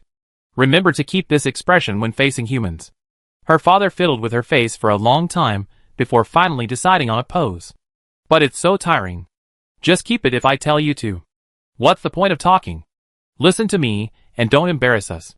The old elf craftsman Leonard followed Daniel. Even if he didn't look back, Daniel could feel Leonard's fiery eyes. This kind of person should be a good coworker after getting along for a long time. People with good skills and passion for work usually don't dislike him. But now that it was the first time to meet Daniel, he was a little nervous. What if the old guy was not satisfied with the first time he went to the foundry tower? What if he refused to work in that kind of working environment? In a state of anxiety, Daniel pushed open the door of the foundry tower headquarters.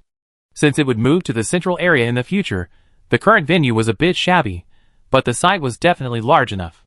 As soon as he opened the door, he heard a deafening roar. The old dwarf Hampton, wearing a vest dyed with various metals and camouflage colors, stood on the beam with a pipe in his mouth and shouted, "Big Barrel, didn't you eat this morning? If you are too slow, I will beat you up.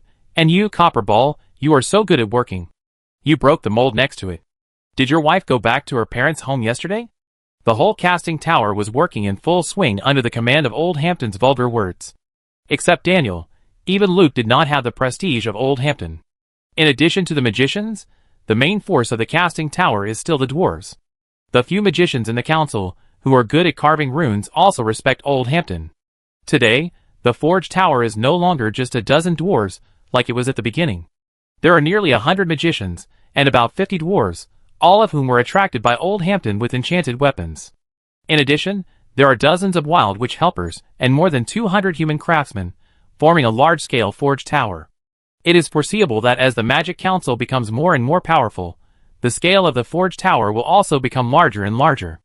The business of the Forge Tower is not only enchanted weapons, but since enchanted weapons are currently the most important industry of the Magic Council, the main venues, and most of the personnel are invested in the manufacture of enchanted weapons. Now the types of enchanted weapons are not only magic swords for warriors, but also magic jewelry with certain auxiliary effects.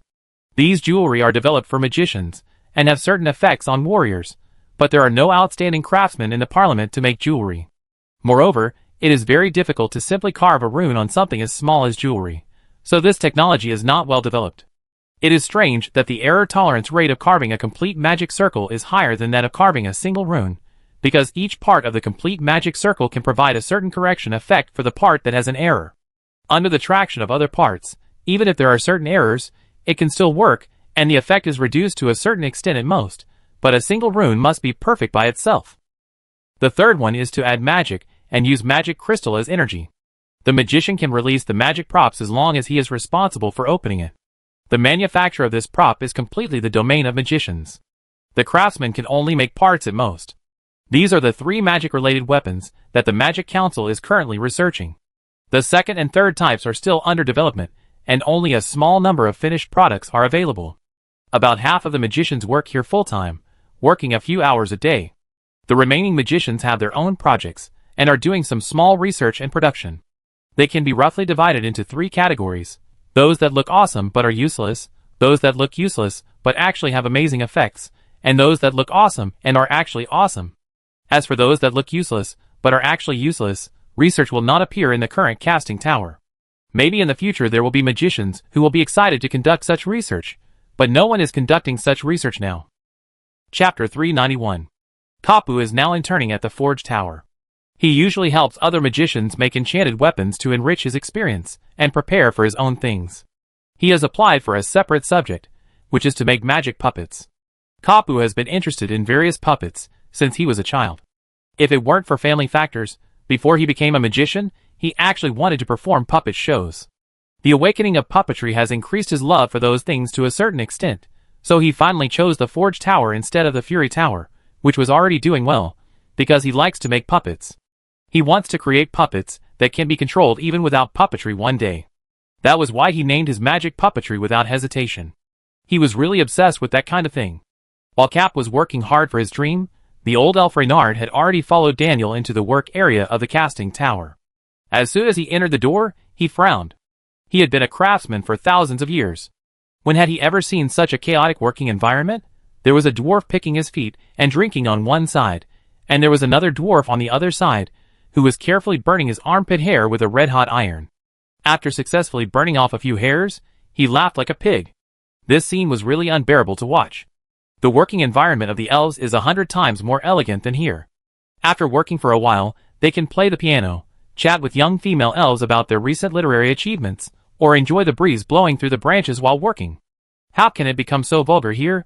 Looking at the expression of the old elf, Daniel's heart beat fast, and he quickly stood up and said to everyone, "Everyone stop for a moment. The elf craftsman who I told you about today is the one next to me, and the other elf craftsman will probably not be able to officially start work until tomorrow, so everyone get along well." Old Hampton raised his eyebrows, which were very obvious because of his thick eyebrows. He put away his cigarette holder and jumped in front of Reynard, looking aggressively at the old elf, who was probably more than 10 times his age. He pulled out a dagger and stuck it into the ground in front of Reynard. After several months of cooperation, Daniel knew that these dwarves usually brought their most satisfactory works with them. When they met a dwarf craftsman who didn't like them or wanted to compete with someone, they would take out their treasures for comparison.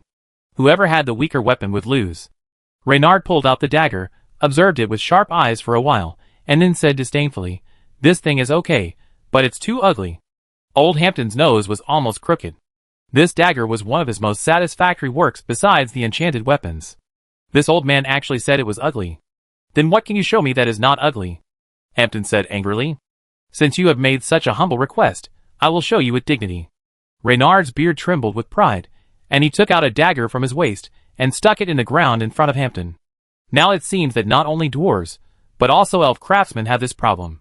Daniel was about to step forward to mediate between the two, but his eyes were directly fixed on the dagger of the old elf Reynard. This is an extremely beautiful dagger.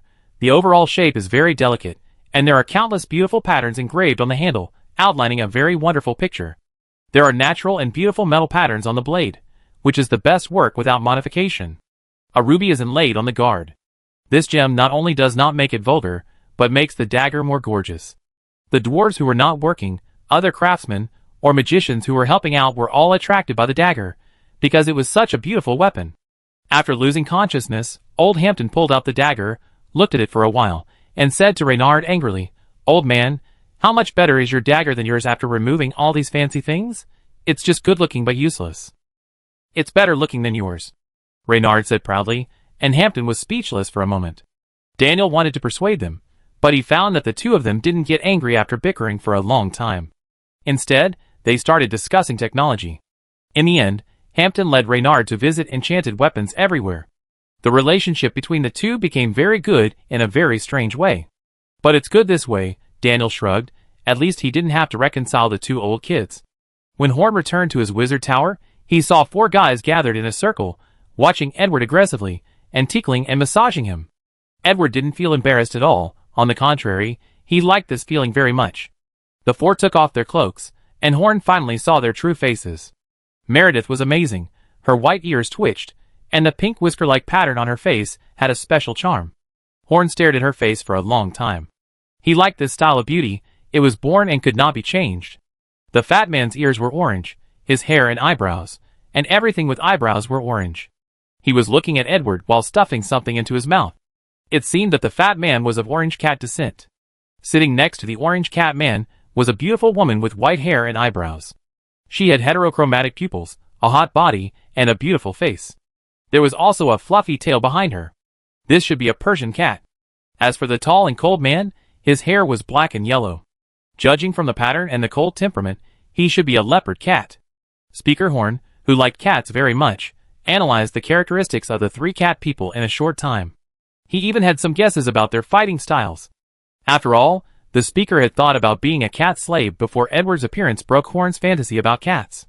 Seeing Horn coming over, the other 3 people except Meredith were a little restrained. Horn's aura was too strong, and he looked stronger than their tribe leader, so they didn't dare to be too presumptuous in front of Horn. Edward was not scared at all.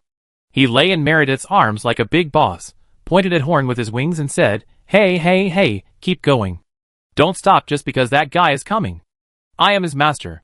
Don't be afraid of him." Horn's forehead veins popped up when he heard this. Was this guy too arrogant, or was I, Horn, unable to release fireballs? Forget it. Let's save some face for him in front of his fans. He will have a hard time after they leave. Now let's talk about your sacred beast. What's the benefit of letting Edward be your sacred beast? Chapter 392. The holy beast itself is an honor, meow, and will be respected by all cat people. Isn't that enough? Meredith tilted her head and asked Horn. So it's just an empty title? Then I won't bother with it. You guys just do whatever you want. Hearing that there was no benefit, Horn lost interest.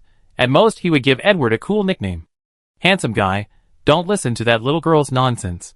When the cat-human holy beast receives the honor of the holy beast, it will gain the ability to control cats below a certain level, so it's still a good deal. The Persian cat took a few steps towards Horn and said with a seductive look, "What level are cats below a certain level?" "Below the extraordinary." Horn turned and left. What was there to brag about in dominating ordinary cats? Then he found that his legs were hugged by the fat orange. "Speaker, don't go. We are going to take Edward to our tribe for the ceremony. Can you let him go with us?" Horn looked at a fat man with orange cat ears hugging him, and he couldn't help but feel a chill.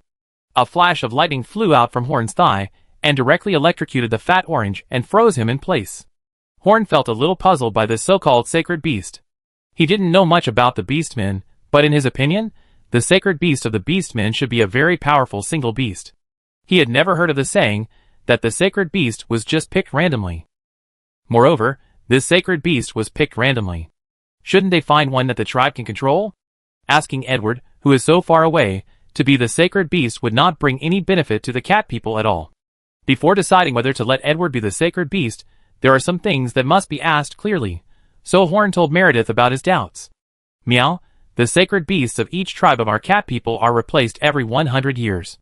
The sacred beasts present will inherit the power generated by the cat people's 100-year sacrifice.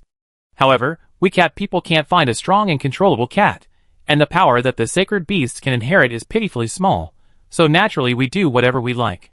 Do whatever we like. It's really a miracle that a race that treats the selection of sacred beasts with this attitude can still exist today. You live so capriciously, it must be very hard for you in the orc tribe. Horn thought for a while, but couldn't help but said to Meredith, "Meow, of course it's hard. We cat people are already living a miserable life. Holy beasts can make us happier. Of course we have to choose good-looking ones. Besides, holy beasts are not for playing. They are meaningless. I'm not comforting you, I'm mocking you, okay? Besides, after Edward becomes the holy beast of our tribe, if he ranks first among all the holy beasts of the cat tribe, he will be the holy beast of the entire cat people. At that time, he will have very powerful abilities." Meredith continued. Horn was slightly interested now. The sacred beast of a cat tribe was not worth his attention, but if it was the sacred beast of the entire cat tribe, it might be very useful. Even if he did not gain any useful abilities, it would be very prestigious to take Edward out in the future. Is it possible for a normal person to have the sacred beast of an orc squatting on his shoulder? In fact, Meredith and his friends wanted to take Edward away to compete for the title of the sacred beast of the entire cat tribe. A successful election would also bring certain benefits to their tribe. To participate in such an election, they must bring the cats that need to participate in the election. If it was just the sacred beast of the tribe, they only needed to prove the existence of the cat, or they simply didn't need to prove the existence, and could just draw a strange-looking cat. Anyway, it didn't matter to them whether the sacred beast's power was transmitted to the sacred beast or not, they just needed a strange sacred beast. Will the sacred beast of the cat people have any special powers or special treatment? Horn asked Meredith if it could have powerful powers, then he would let Edward go no matter what. "I don't know, meow." Horn covered his face with his hands. Why didn't he notice Meredith was so confused before? "Edward, do you want to be a holy beast?" Horn thought it was okay to do it or not. It was a pity to throw it away, so Horn let Edward make his own decision. "I have already promised them to be a holy beast, meow. You, the servant, just wait for the master to come back, meow," Edward said to Horn in a very bossy manner. He claimed to be my master again. Under the mask, Horn gritted his teeth and cut off the connection between himself and Edward. At the moment of cutting off, Edward acted cute and begged for mercy from Horn, which made the 4 cat people grin at Horn very fierce. After discussing the specific matters, Horn asked Meredith and the others to take Edward away. The day of the change of the sacred beast was approaching, so they had to hurry back to the cat tribe. When they left, Horn only sent them to the gate of the Magic Council. If he didn't send them, they couldn't even leave the gate of the Magic Council.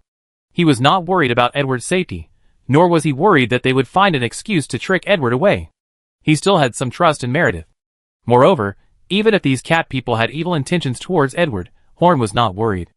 As long as Horn himself was not dead, Edward's safety would not be a problem at all. Even if Horn was worried about his own safety, he would not worry about the guy who could be resurrected with full health on the spot.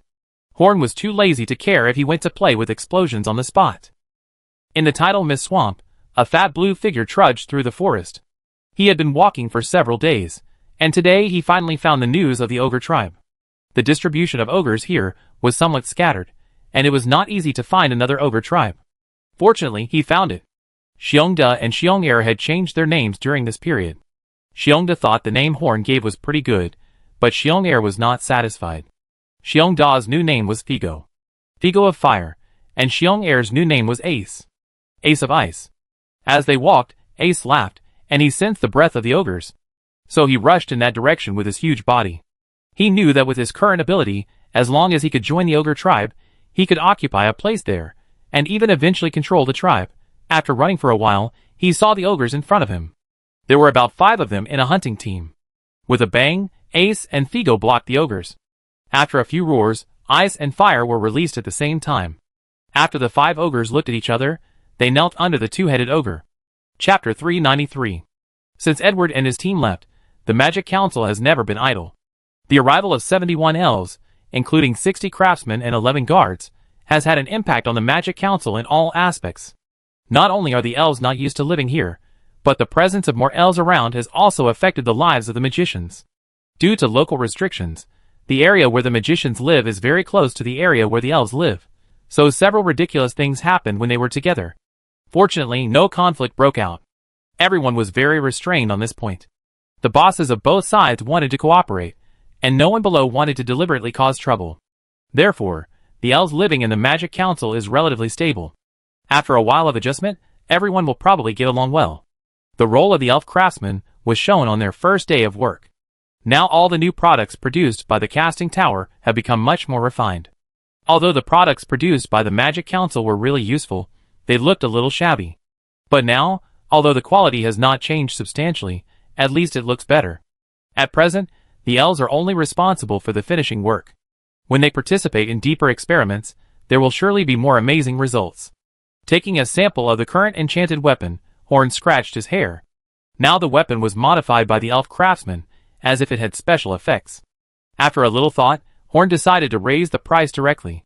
Since the appearance has become better, it is natural to increase the price by a large margin. In fact, the price of the enchanted weapons of the Magic Council is much more expensive than before.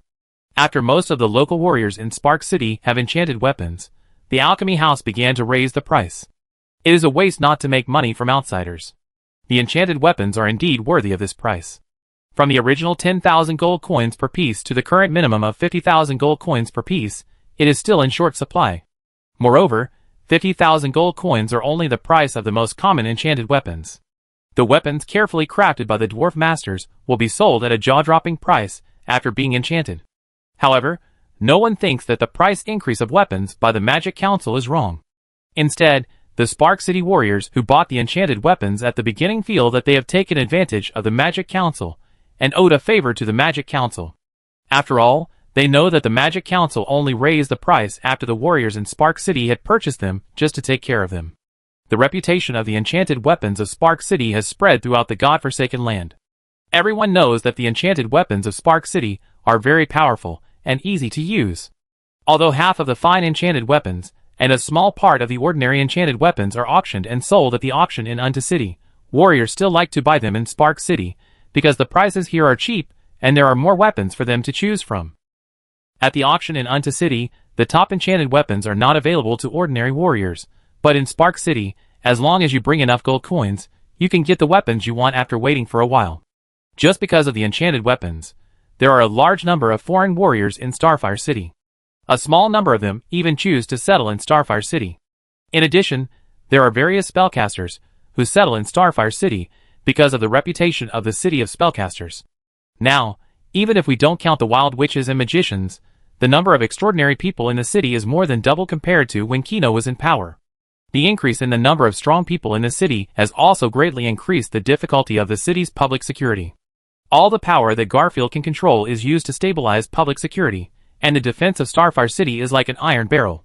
Generally speaking, few people would cause trouble here, because the forces used to maintain public order are now comparable to the total forces of ordinary border towns, and the Magic Council has never shown its fangs.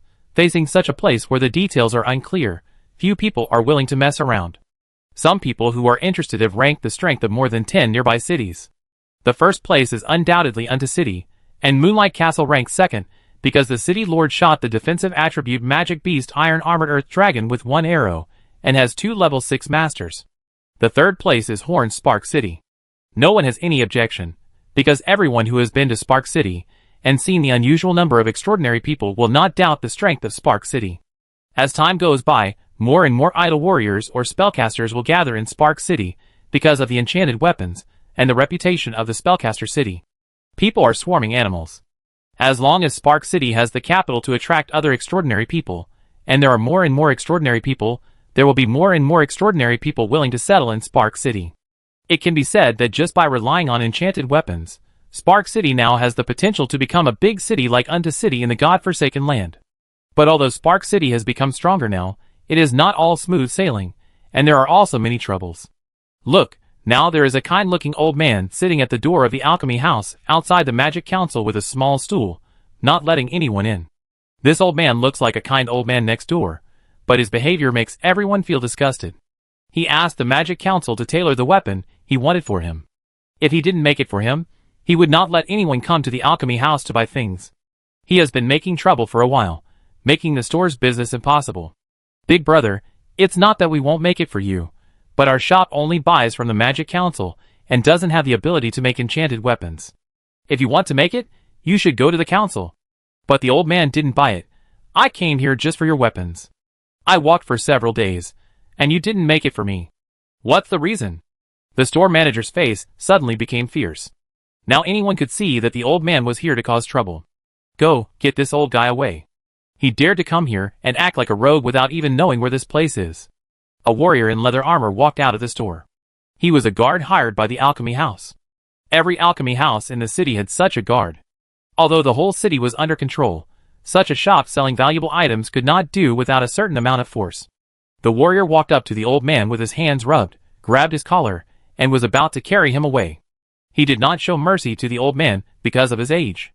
Those who dared to come to the alchemy house to cause trouble should be prepared to be taught a lesson. He was paid a lot of money to watch the store here every month, but no one made trouble. His body was rusty, so he planned to show off his skills on this old man. As soon as he exerted force, the warrior was stunned. Why couldn't he pull up this old man? Chapter 394.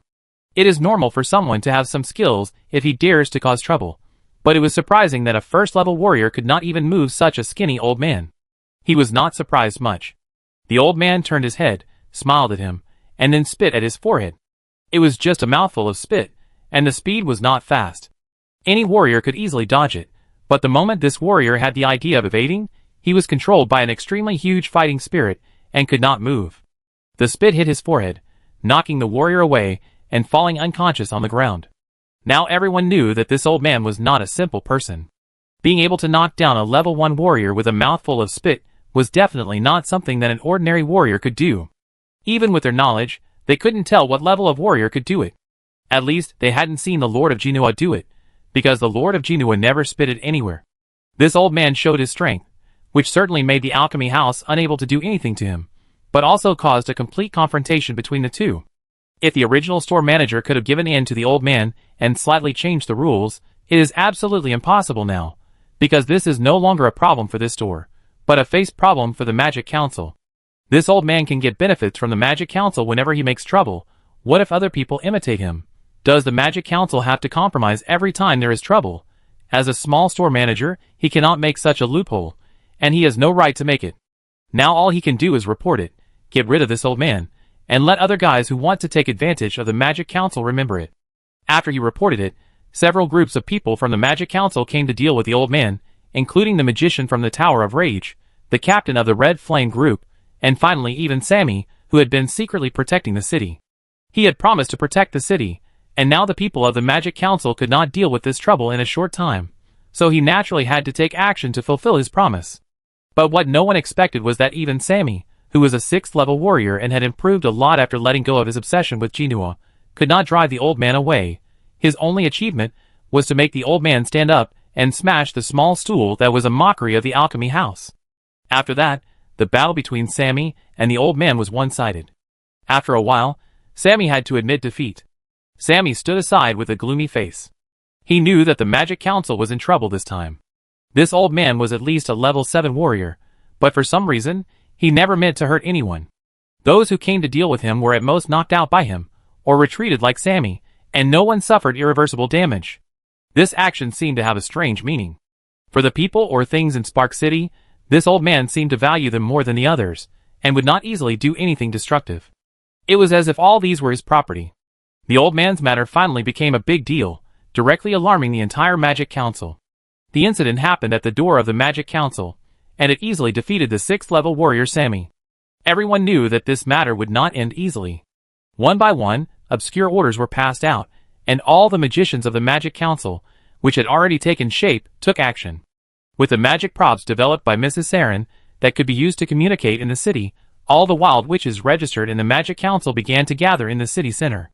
The speaker of the Magic Council, Horn, performed a self-cleansing spell on himself and appeared in front of the old man. Horn was extremely angry now. The issue of the sale of enchanted weapons in a shop actually required the city's top administrator to intervene. It must be said that this was a very ironic thing, but he could only suppress his dissatisfaction. From the fact that the old man easily suppressed Sammy, it can be seen that he is not an ordinary person. For a strong man of this level, no matter how small the matter is, it is not a small matter, so Horn must treat it with caution. Yan followed Horn's hand and passed a message to Horn after seeing the old man. The old man was extremely dangerous, and his strength was not at the level he could deal with. He was estimated to be a level 7 warrior. For a strong man of this level, as long as he showed his strength, the Magic Council would definitely make weapons for him. He must have known this, but the old man still made things worse through such childish means.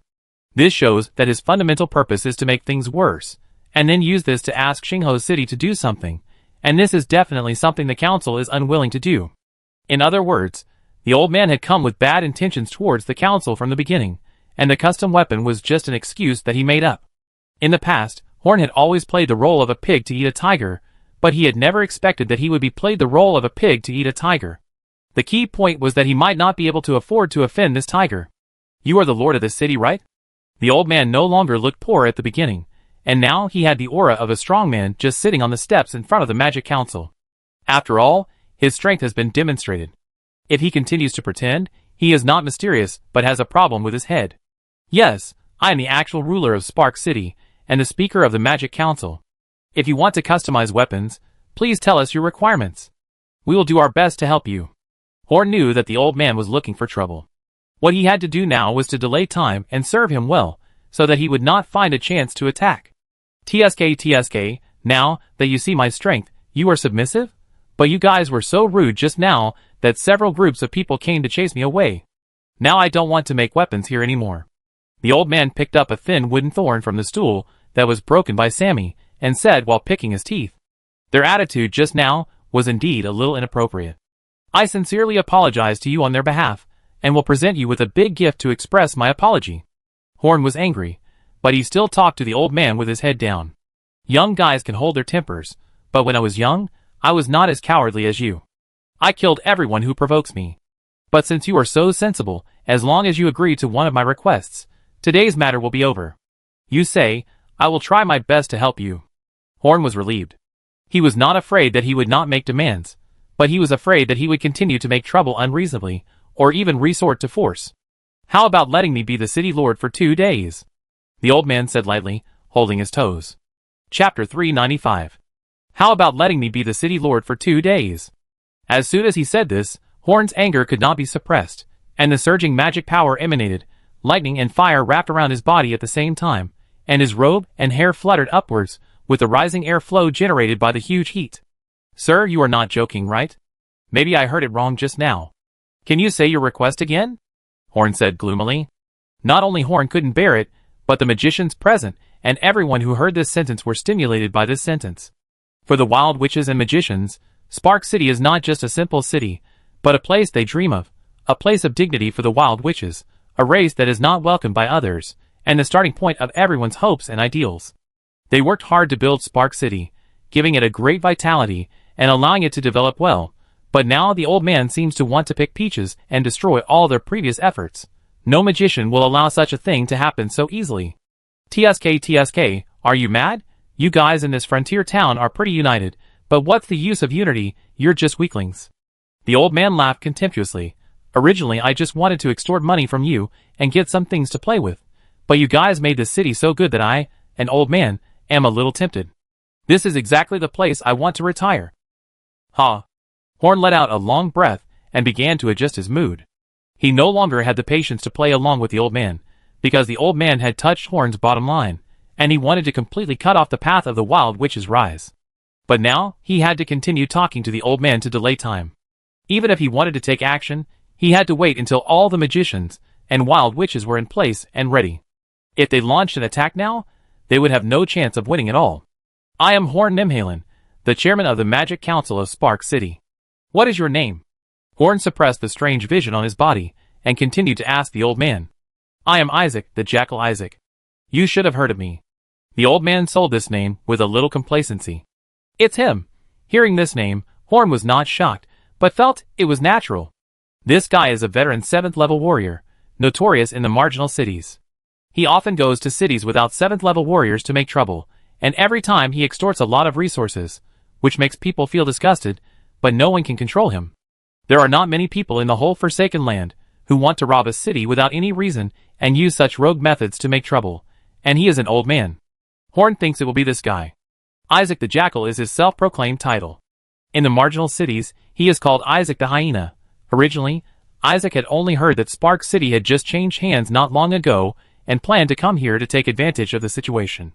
However, during the process of making trouble, he found that the assets of Spark City seemed too strong for a force without a level 7 powerhouse. It would be a good idea for him to seize this city. It had happened before that high-level powerhouses directly seized marginal cities.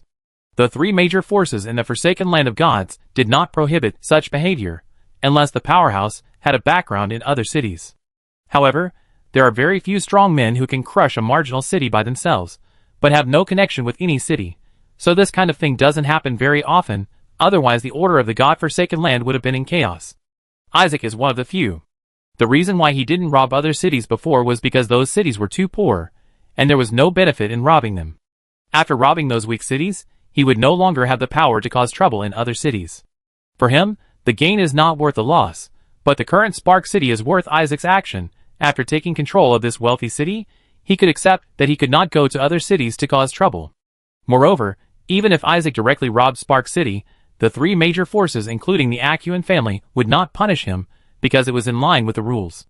It seems incredible that a strong man came to directly rob the control of the city, but it is part of the bloody system that has been implemented in the God-forsaken land for thousands of years. Horn and his people used to be the beneficiaries of this rule, but now they are the victims of this rule. Isaac is a lone wolf despised by everyone. It is conceivable what will happen to the city after he takes Spark City, but this is the rule.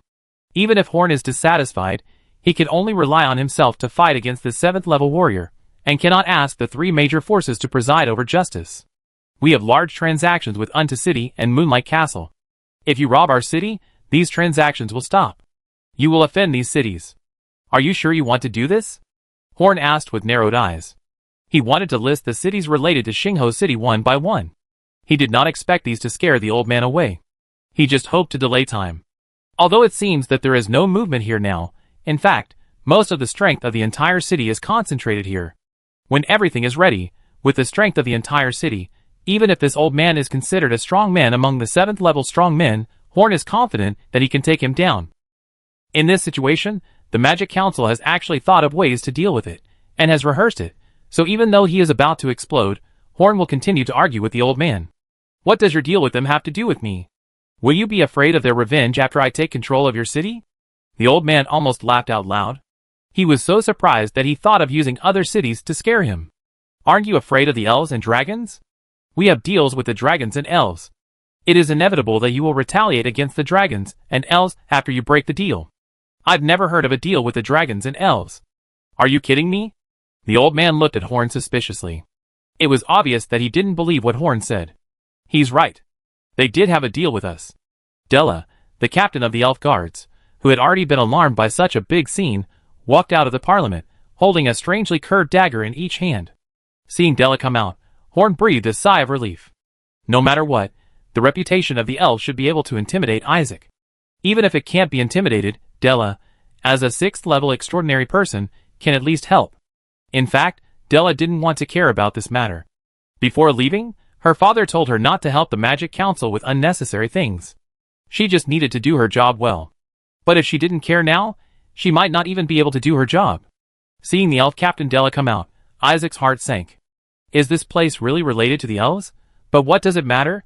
Even the elves will not deal with the city in the god-forsaken land for a dead person.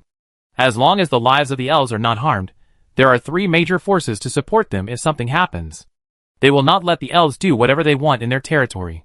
So he made up his mind and said to Horn, "Never mind, I always feel that you are waiting for something. Anyway, as long as I kill you, the city will be mine. At that time, it will be fine." I can't bear it. Chapter 396. Isaac's fighting spirit became fierce. Usually his purpose was just blackmail, so he rarely killed people. But now that he had decided to seize the city, he didn't plan to hold back. Seeing Isaac's appearance, Horn's heart sank. They were not ready yet, but even if they were not ready, it looked like Isaac would not give him time to prepare, so he could only bite the bullet and fight. Isaac didn't know that Spark City was fundamentally different from other cities. The kind of thing that could suppress the entire city, by force, by killing the city lord would never happen in Spark City.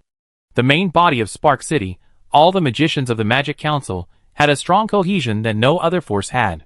For them, Spark City could not change its owner, and the city lord could not die. Even if he really took the Spark City by force, he would inevitably be resisted by all the magicians and wild witches, and what he would eventually get would only be a scarred and dilapidated city. Isaac rushed to Horn, and the seemingly rusty iron sword in his hand slashed towards Horn's neck with a sharp fighting spirit. He had no intention of holding back. His plan was to kill Horn as quickly as possible to gain control of the city. However, his sword, which was determined to win, did not hit, and only swept a trace of dazzling lightning. Horn had already activated the 2nd stage of Thunder Walk, barely dodged his slash, and then retreated 20 to 30 meters to stand with the magicians, who came to support him. "Sammy and Captain Della, please help me hold him back, just for a while. I have a way to deal with him."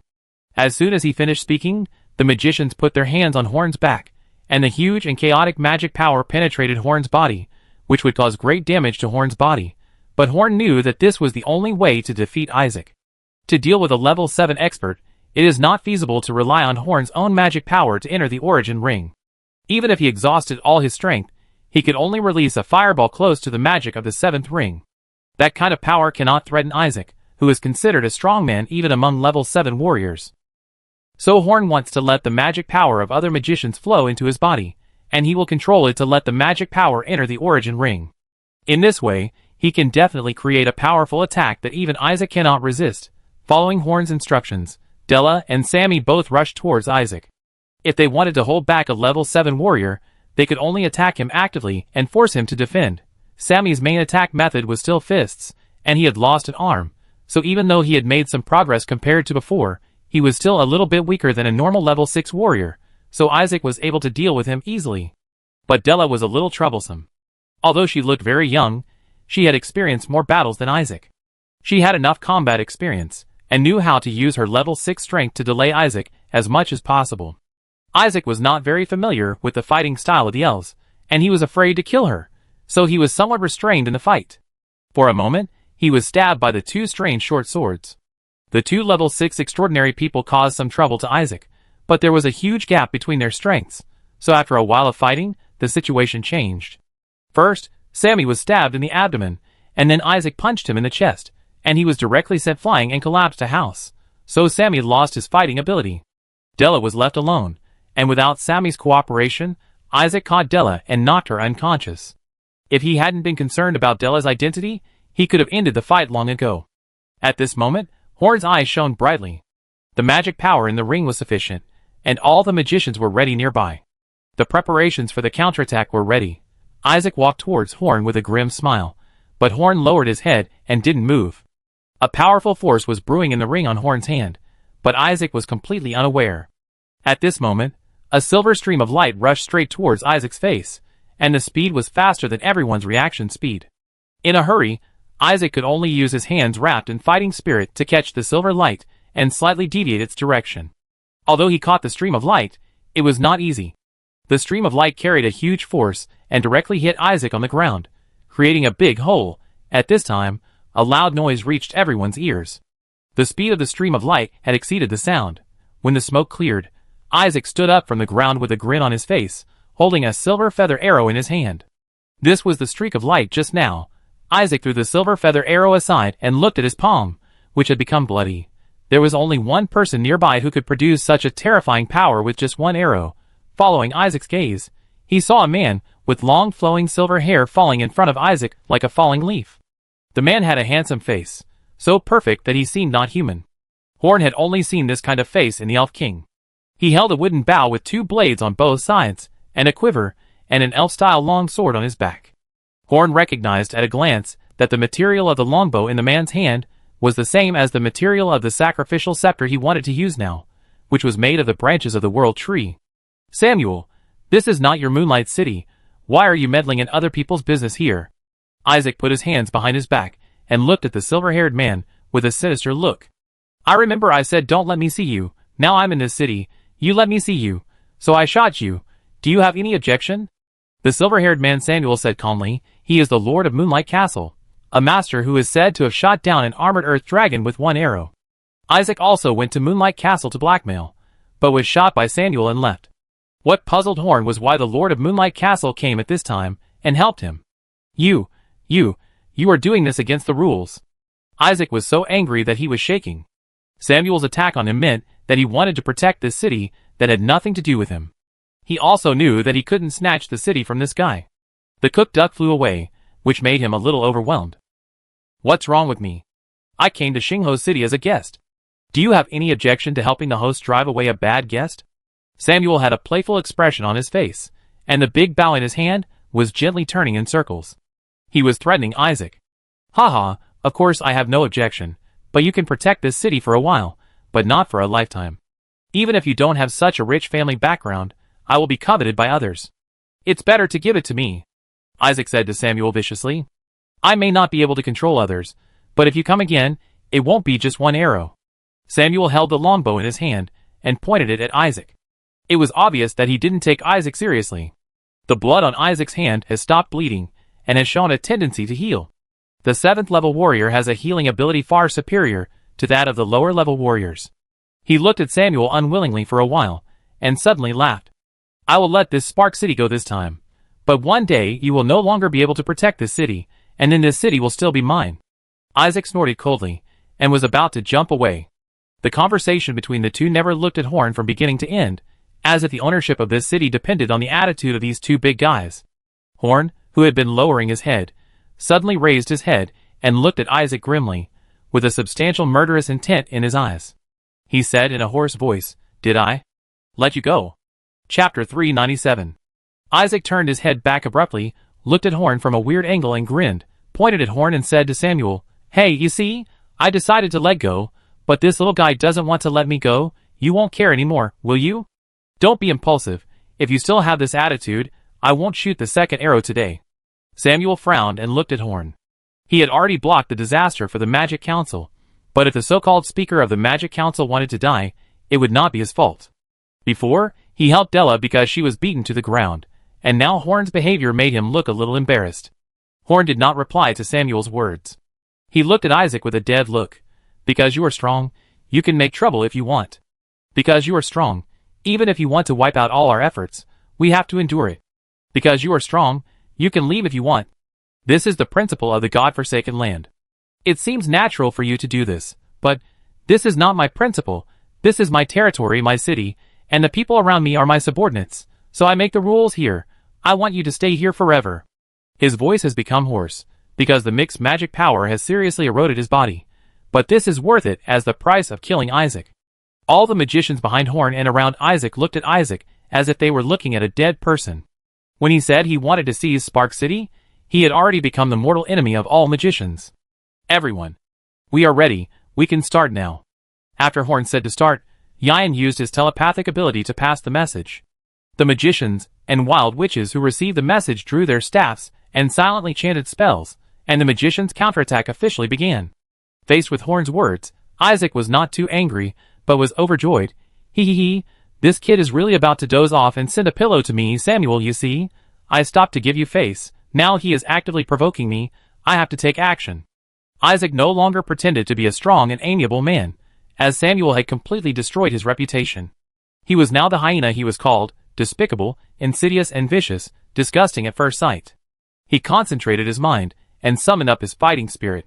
In the previous fight, he knew that Horn was very fast, almost as fast as him, so he had to be more serious this time. Even if Horn ran fast, he couldn't dodge his sword. After all, being fast didn't mean you could beat a level 7 master. Samuel had no intention of stopping Isaac this time. He had helped Horn once, and Horn's current behavior only showed that he was ungrateful, and did not know how to restrain his temper in this situation. He would not help again. Anyway, he just needed the elves to be safe. However, Isaac just wanted to move, and found himself stagnant. There were countless forces blocking his way. Each of these forces was not very strong, and he could break them at will, but there were too many, hundreds of them, and even if he broke them, as long as he couldn't break all of them at once, these restraints would regenerate. What hindered Isaac's progress was the magician's hand released by the magicians. This magic was very versatile, and was a must-learn spell for every magician. Moreover, the magician's casting distance was very long, so even if it was dozens of meters away, the power would not be greatly reduced. In addition, there were more wild witches outside the magicians. After the magician's hand restrained Isaac, all kinds of strange restraint magic covered Isaac. Vines, water, swamps, airlocks, and other magics kept Isaac firmly in place. Although the wild witches were not strong, the number and types of binding magic were too many, so even Isaac, a level 7 strongman, could not escape from the cage created by the casters in a short time. Isaac gave the Magic Council too much time to gather people. His confidence in his own strength was the cause of his death. He tried to move his body, and attacked a few times with full fighting spirit. He knew that these restraints could only delay him for a while at most, and had no impact on the overall situation. So he laughed sinisterly. In his opinion, this was just the last struggle of these guys. What could they do if Samuel didn't care? Do you think you can defeat me by relying on numbers? How long do you think these things can trap me? Aren't you too optimistic? But you have a lot of extraordinary people here. They will be mine in the future. When Isaac was preparing to rob the city, he didn't do a detailed study of what kind of city Spark City was, and what kind of spellcaster a magician was, so he didn't understand the seriousness of the matter. Horn did not answer him this time. The death notice had been issued. No further communication was needed. He only needed to kill Isaac. How could he just rely on others to drive him away? Who could guarantee that this guy would not come again? Who could guarantee that no one else would spy on Spark City after he surrendered this time? Horn would definitely leave him here today. He clenched his right fist and pointed at Isaac. The origin ring on his middle finger emitted a dazzling red light due to the powerful accumulation of magic power. If it weren't for the white gloves, Horn's fingers might have been burned. In addition to the red light, there was also a barely detectable colored light flowing outside the ring. Looking at the ring on Horn's hand, Isaac didn't think there was anything wrong. He didn't think a level 6 spellcaster had the ability to endanger his life when he was prepared. But Samuel was different. He stared at the ring on Horn's hand with a little solemnity. He recognized what it was, the Origin Sacred Artifact. He knew very well how much improvement an Origin Sacred Artifact could bring to the holder. Even if this Origin Sacred Artifact didn't seem to have evolved to a complete level, it was definitely not something Isaac could resist. A complete combat-type Origin Holy Artifact below level 9 can allow a person to gain the qualification to fight against a higher level. It is not impossible to be 2, 3, or 4 levels higher. Even if it is an incomplete version, it can burst out a powerful attack far beyond the level under certain circumstances, and looking at the current situation, the attack that Horn is about to release is definitely extraordinary. The characteristic of Horn's Origin Magic Ring is that as long as the magic power controlled by Horn is sent into it, no matter how much it is, it will form a large fireball at once. The power of the fireball has nothing to do with Horn's level, but only with the input magic power. Now there is not only Horn's magic power, but also a large number of other magicians and wild witches who have given Horn control of magic power, which means that this attack will far exceed the limit of Horn's ability to release attacks. A small wisp of flame suddenly appeared a short distance away from the ring of the origin magic ring. "You just want to rely on that thing to kill me?" Isaac almost laughed out loud. After such a big battle, a small flame appeared in the end. As soon as he finished speaking, the flame quickly grew larger, forming a huge fireball that expanded rapidly, and finally became much larger than Horn's entire body. Horn did not add lightning power to this fireball, because the energy contained in it was too strong, and Horn's lightning could not be balanced at all. Forcibly inputting it would only cause this huge fireball to explode. Seeing this huge fireball, Isaac began to struggle desperately. He knew that the energy contained in this fireball was enough to threaten him, but it was too late to realize it now. Horn would not give him a chance to escape.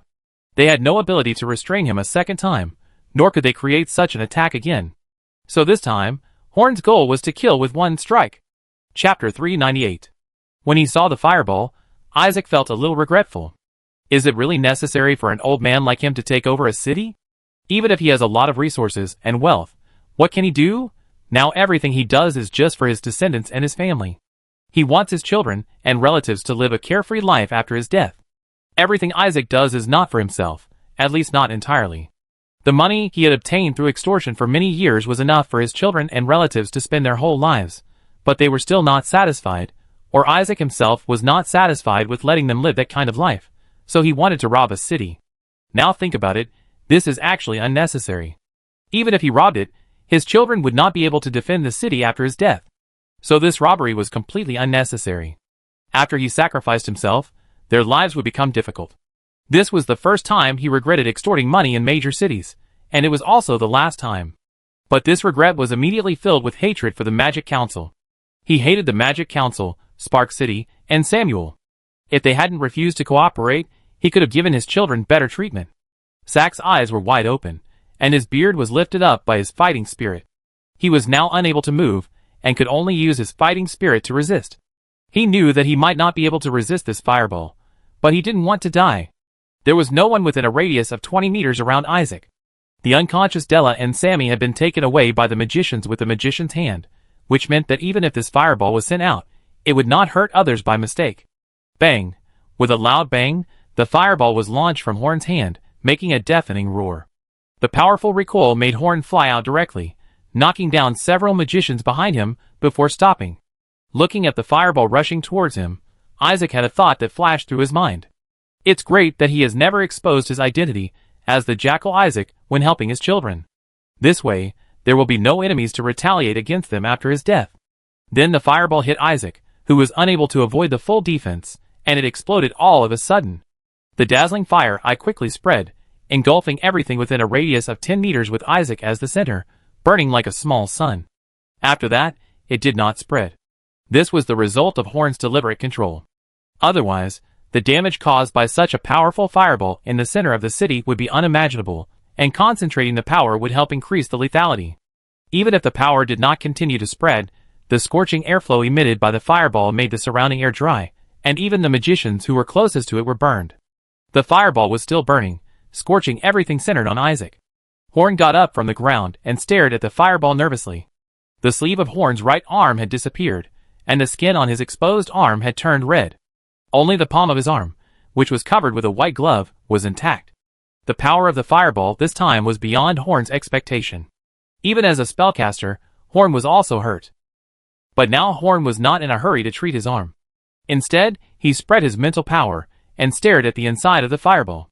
At the same time, he asked the magicians to continue to transfer magic power into his body, and he continued to transfer this magic power into the origin ring. Even though his body couldn't bear it any longer, he still had to make the necessary preparations. This was their first time facing a level 7 warrior, and no one knew whether this amazing blow could kill Isaac, so he still had to make the necessary preparations.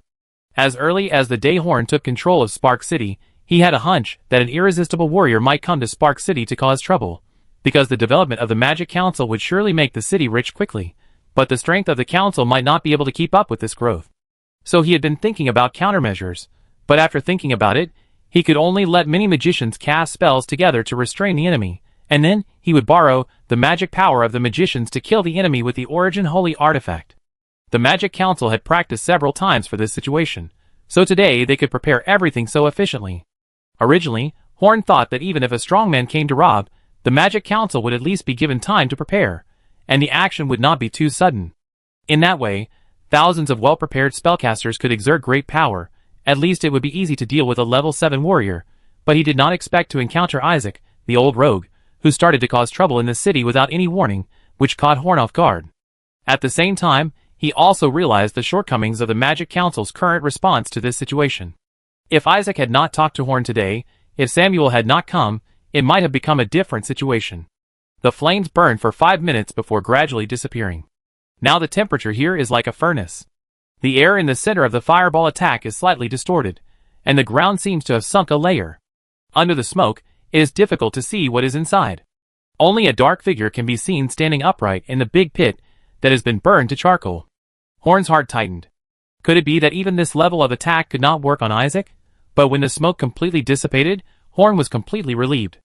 Although Isaac was still standing there, he was just a charred corpse standing on the ground with a sword pillar.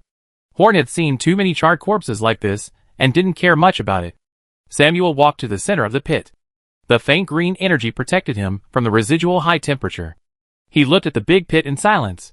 It could directly burn a level 7 warrior into a charred corpse. Of course, it was because Isaac was not convenient to defend himself, and could only use fighting spirit. The intensity of this attack was too strong. He touched Isaac's body lightly with the longbow in his hand, and a hole was poked out with a sound of puff, and then the whole body shattered and fell to the ground. After taking a breath, Samuel looked at Horn, who was already a little shaky, and nodded gently. Although this move seemed to cause great damage to the caster, it was already incredible for a 6th level caster. You know, this move is a great threat to him. Moreover, these low-level casters united to restrain a 7th level warrior. Sure enough, the people and forces who can trade with the elves must have their own strengths. Chapter 399. Isaac is dead, everything is settled. Horn's tense nerves finally relaxed, and as soon as he relaxed, all kinds of pain surged into his heart, making Horn gasp. This feeling is really not wonderful. The whole right arm seems not to be his own. Even the breeze blowing through it has a bit of piercing pain. The rest of the body is also overwhelmed. Just a few steps, and then the body starts to creak. Releasing that level of fireball is still too much of a burden for Horn. After a bitter smile, Horn healed his arm first. At least it was no longer in the state of burning. He turned to Samuel and bowed gently, saying, "Lord Samuel, thank you for your help this time, but I'm sorry that I can't receive you in my current state. See you tomorrow." After Samuel nodded gently, Horn walked straight towards his mage tower like a zombie. Samuel's maid, the 6th level half-elf Tina, who was late, had just arrived. She saw Horn leaving and wanted to pull Horn back. "Are you kidding? Our Lord is still standing here, and you turn around and leave," but he was stopped by Samuel. Samuel knew what kind of state Horn was in now. How could he not pay a price for using power beyond his limit? Originally, Samuel came to Starfire City with Tina and some servants to visit Horn. They heard in Moonlight City that dozens of elf craftsmen came to Starfire City, so they came to see and do something. But when they arrived outside Starfire City, Samuel sensed the tense atmosphere in the city, so he did not inform the city of his arrival. Samuel rushed to the scene alone and happened to see Isaac knocking Della unconscious, so he took action directly. It can be said that if there were no elves, Samuel might not help Horn deal with Isaac. After all, strictly speaking, that was a little bit against the rules. After Horn left, the scene became chaotic. The first task was to heal the injuries of the magicians. Many magicians present were burned by the heat emitted by the huge fireball, and several magicians were injured by Horn. The elf Captain Della was still in a coma, but was not seriously injured. The most seriously injured was Sammy, who was pressed in the ruins. His body was pierced by an iron sword, and he was kicked in the chest by a level 7 warrior. After he hit the house, he was hit by various stones and other things. If it were an ordinary person, he would have been sentenced to death long ago, but a creature like a level 6 warrior is as strong as a lump of iron even without using fighting spirit, so after everyone moved the stone away with the magician's hand, Sammy still had the energy to smile and chat with everyone. The ones responsible for treating the wounds were Yan and several other magicians. Their treatment methods were different, but they all had some effect. These treatment methods, as well as the burn medicine invented by Nicholas for auxiliary treatment, made Samuel marvel. He had long known from Tina that the Magic Council had the ability to treat other people's wounds, but seeing it with your own eyes was different from hearing about it. After basically controlling his injuries, Yan, whose magic power was almost exhausted, began to count the losses of this battle. From the results, Isaac's attack was actually a great victory for the Magic Council, because no one in the Magic Council died, and the invading level 7 strongman turned into charred fragments. The financial damage was only half of the alchemy house. In addition to being the first alchemy house of the Magic Council, and having some commemorative significance, this alchemy house was not very precious. The wealthy Magic Council did not care at all. But Yan was not happy, and most of the other magicians were also unhappy, because except for the killing of Isaac in the end, the magicians were very upset throughout the whole process. Isaac did not take their Spark City seriously at all, and wanted to rob Spark City without considering the strength of Spark City. He just wanted to rob it, so he robbed it. It was that simple. This time, due to many reasons, Isaac was lucky to be killed, but what about next time? Spark City looks prosperous and powerful, but this prosperous scene is like a castle in the air, without enough military force to support it. In the eyes of the strong, it is like a peach that can be picked at will. It is not picked now, because it is not ripe yet. Before they become truly powerful, they cannot relax their vigilance for a day, otherwise they may cause disaster. Mr. Vice Speaker, how should this big hole be dealt with? A deacon wizard walked up to Yan and asked, interrupting his thoughts. Leave it, try to keep it as it is. Yan said casually that he was not going to deal with this huge hole. This thing can not only make the magicians of the Magic Council maintain a sense of crisis, but also deter some people who have small thoughts about Spark City. After all, although this is a huge shame in the eyes of the people in the Magic Council, it is a shocking victory in the eyes of outsiders. Horn walked back to his room, like a puppet. The price he paid to defeat Isaac was greater than he had imagined. It was already very strenuous for him to rely on the fusion of thunder and fire to withstand the 6th level power. When condensing that super large fireball, the magic power flowing in his body far exceeded the strongest magic power he had mastered before. His body could not even bear it. Even with the 6th level combat power, Horn was only a 5th ring magician.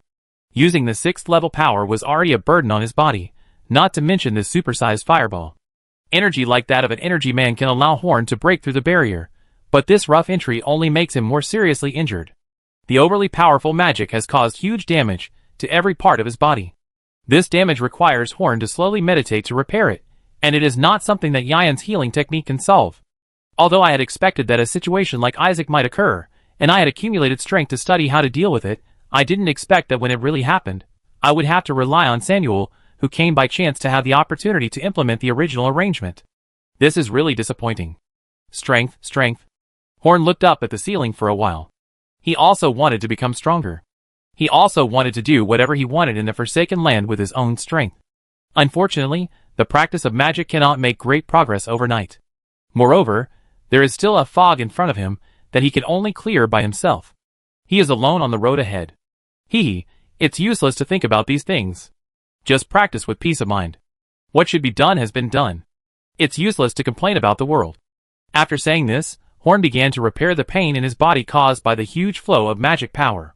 He didn't notice that the ring face of the origin magic ring in his hand began to blur and emit a trace of colorful light. Chapter 400. Early the next morning, Horn opened his eyes. He felt that the ring in his hand seemed a little strange, but he didn't find anything different from the original ring when he picked it up. It just seemed to be brighter. The damage caused by releasing the fireball has not been completely healed, but normal actions are no longer a problem. The release of the fireball may cause some permanent damage to Horn's body, but Horn has no good solution. He casually put on a universal black magic robe and walked out of his wizard tower. The original wizard robe with various convenient functions has been completely scrapped. Horn plans to give it to Annie for repair when he has time. Horn was going to see Samuel now. Frankly speaking, if it weren't for him, the Magic Council would have to pay a huge price to stop Isaac. Although they were ready to fight at that time, Samuel's arrival made them more prepared. If the Magic Council didn't have its own way to deal with it, then Samuel's arrival could be regarded as saving the entire council. Not meeting him yesterday was already very rude. Now that they could take action today, they couldn't neglect him anymore. Samuel stayed in the most luxurious hotel in Spark City, which was opened by Roger Yoham, the administrator of the Magic Council Library, and his father. He was also considered one of their own, so guests of the Magic Council were usually received at his place. When Horn saw Samuel, he was lying on a recliner with his legs crossed, reading a novel specially provided by the Magic Council. Tina, a level 6 female elf in green, served him like a maid, and stuffed a grape into his mouth from time to time, which made Horn a little jealous. The novel Samuel was reading was a best-selling old book, but it used Enoch's new technology. This kind of book has not been officially released in Spark City, because the bookstore has not been renovated yet, and Enoch has not completed some preparations. Seeing Horn come in, Samuel handed the book in his hand to Tina next to him and sat up. From your appearance, you should have recovered. Your origin sacred artifact seems to have a lot of restrictions on its use, so it is better for you to upgrade it to a complete state as soon as possible. Samuel pointed at Horn's right hand with his slender fingers. Horn raised his eyebrows and retracted his right hand slightly. Did he recognize this as the origin sacred artifact? If he wanted to snatch it, Horn would not be able to resist in his current state. It turned out that using the origin magic ring in front of so many people that day had disadvantages. Looking at Horn's actions, Samuel laughed dumbly and said to him, "You don't have to worry about me snatching your things. Anyone who knows a little about the origin sacred artifact knows that it is essentially equivalent to Salon's recognition. It only has the desired effect on the owner it recognizes. Taking it away by force will only hurt others and yourself." Looking at the shape of Horn's ring, Samuel knew that Horn should be the first owner of the ring. Only a fool like Isaac would choose to forcibly rob Horn's things in a place like the God-forsaken land. Thinking of this, Samuel laughed at himself. How could Isaac know what the origin holy artifact meant? Even if he was not the son of that man, he would not know these things, but he only knew them. If he dared to tell others, he would probably be punished. Who knows, maybe he could appear at that time to save Horn from the crisis, just because of the influence of the will in the dark. How do you know this? And you said it's not complete yet, so how can it be upgraded to its complete form? This is the first time Horn has met someone who can talk about the origin sacred artifact, and he is very eager to know everything about this ring. How I know is for family reasons, I don't want to tell you. As for upgrading it to its complete form, it's very simple. Release its power as much as you can. When it is released to a certain extent, it will naturally release its hidden power, and then you will become completely different from now. Horn suddenly realized that the slight difference he felt in the morning was a sign that the origin ring was changing. He wanted to continue asking, but was stopped by Samuel. That's all I can say. How much you can understand is up to you. I helped you a lot and answered your questions. Now it's time for you to repay me. Repay you? How should I repay you? Samuel helped the Magic Council, so Horn should repay him. But Horn now looked at Samuel, and he seemed to be here for the reward from the beginning, so Horn was a little worried that he would say something that the Magic Council couldn't bear. Don't worry, you can definitely fulfill my request, and it's very easy, and it may save you some trouble. Samuel chuckled. He has a very good demeanor, and it's easy to relax when talking to him, and he gave Horn a sense of familiarity. I think starting from tomorrow, all the food and clothing of all the 71 elves working here will be provided by our Moonlight Castle. We will not disturb their work in your Spark City. You should be able to meet my small request. Supplying food, clothing and daily necessities to all the elves. This is not a request to Horn, but a benefit to Horn. Considering that only Moonlight Castle was kind to the newly born Spark City, and it was also because Horn and his team had a deal with the elves, Horn is a little confused about the relationship between Moonlight City and the elves now. I need to protect the safety of all 71 elves. Excuse me, your request makes me uneasy. If you poison their food, to harm them. Ha, haven't you realized that we are trying to show goodwill to the elves? Why do you think I attacked Isaac when I came to your place this time? Is it to protect you? No, I did it to allow those elves to stay here. Samuel lifted his long silver hair, revealing a pair of slightly pointed ears, the length of which was between that of humans and elves, which was the mark of a half-elf. The Samuel in front of him was actually a half-elf. Horn had long guessed about Samuel's identity, which could be seen from his clothes, appearance, weapons, and the half-elves in Moonlight Castle, but when Samuel showed himself, Horn couldn't stop the shock in his heart. Because at this moment, Horn suddenly realized Samuel's identity, which was not as simple as a half-elf. His hair color, his strength and knowledge beyond what a normal elf should have, plus the vague sense of familiarity his appearance brought to Horn and Tina's address to him, his identity was simply ready to be revealed. He was the Elf King, Stuart's son. Chapter 401. Horn immediately concluded that Samuel was not Stuart's son, but at least a direct relative. But Horn did not point this out. Perhaps this was his wound, and Horn would not expose other people's scars in a way that would offend others. The two discussed for more than half an hour. In addition to the food, clothing and daily necessities of the elves, they also strengthened the cooperation between Moonlight Castle and Spark City. This was Horn's special request, so that the economic situation of Moonlight City could be improved. You know, Moonlight City rarely trades with other cities, so their strength is only based on the existence of Samuel and 2 level 6 masters.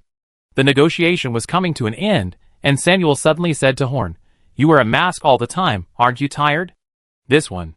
Horn touched the black mask on his face awkwardly and said, "It feels okay, I'm used to it." Then he said goodbye to Samuel and turned away. "I'm not talking about this mask." Samuel stared at Horn's back for a while, then picked up the book and continued reading. It must be said that some of the gadgets in this Spark City are really amazing. "Your Highness, what do you mean by he was wearing a mask?" "What do you mean? I just think his mask is ugly, that's all." After leaving the hotel, Horn did not use magic. He used invisibility to cover his figure and walked towards the Magic Council. Wearing a mask all the time? Maybe. Horn did not know what Samuel's mask meant, but he knew that something might be watching him since he first came out of the ruins, obtained the Origin Sacred Artifact, or even earlier when he discovered that the Wild Witch's smiley face that he had always thought existed did not exist in other people's experiences. This feeling of being watched at every moment almost made Horn collapse when he just came out of the ruins, but he couldn't tell anyone else. Only he could perceive all this, just like a smiley face didn't exist in other people's lives. There was also something inside his body that scared the energy man and made him leave half of his energy. Horn didn't know what it was, but from the feeling at that moment, he knew it was something more powerful than the Origin Ring or the Eye of Thunder. Including Edward, Horn has obtained opportunities that others would never have wanted. If Horn had not noticed anything unusual, he could have regarded those things as opportunities. But now, he had to doubt whether he was just a little wild witch in the black streets of Lean City. Did he become special after being rescued by the teacher, or was he rescued by the teacher because he was special, and became the only survivor among the more than 20 wild witches who were killed? Shaking his head, he cleared the chaotic thoughts in his mind. He had thought about this question countless times, but there was no result. Even he himself could not produce evidence to prove that what he thought existed. Moreover, this matter was only for him, and had nothing to do with the career he had vowed to complete with his life. Let it drift away with the wind. Speaking of which, after Horn knew Samuel's identity, he seemed to suddenly understand why they valued the elves so much.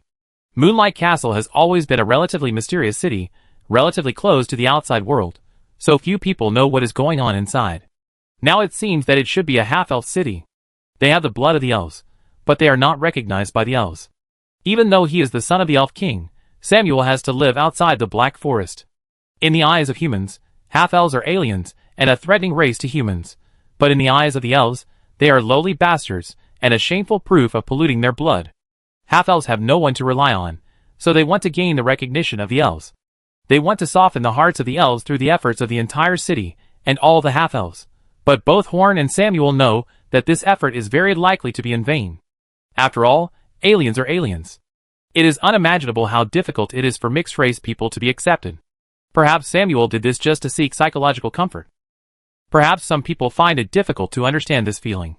If humans and pigs hybridize and produce a half-pig, half-human species called pigmen, then it is basically impossible for pigmen to gain human recognition and integrate into human society. Imagine how you feel when facing pigmen, and how elves feel when facing half-elves. At most, this feeling is slightly lighter. Although it was a self-deceiving behavior, if there was a choice, Horn would also want to take this path, so that the wild witches could be recognized by all humans and even the church. But it was impossible to do so. At least the elves just treated the half-elves as if they did not exist, while the church treated all the wild witches as bugs that must be cleaned up, so he could only resist. 2 days later, Samuel was leaving Spark City, and Horn gave him a special gift when he said goodbye. After all, Samuel helped Spark City a lot, but did not get a satisfactory return for Horn, so Horn selected a novel that he might like as a gift based on his reading habits in the past few days. The original version of this novel has less than 100 pages, but the one Horn sent has nearly 200 pages. After each page of normal text, there is a beautiful illustration. Horn spent a lot of money to let Enoch make the illustration with his printing press. As long as energy is input, the content of the previous page will be played out. The sound and light effects are all top-notch, just like a 3D projection machine that can be carried around. It is not easy to achieve such an effect even in the world where old Douglas came from, let alone in Ceylon. Tina, who was beside Samuel, curled her lips. I have helped you so much. Although I didn't ask you for anything in return, it's too stingy to just give you a book. It's better not to give you anything. Horn smiled lightly and began to explain the wonders of this book to Samuel.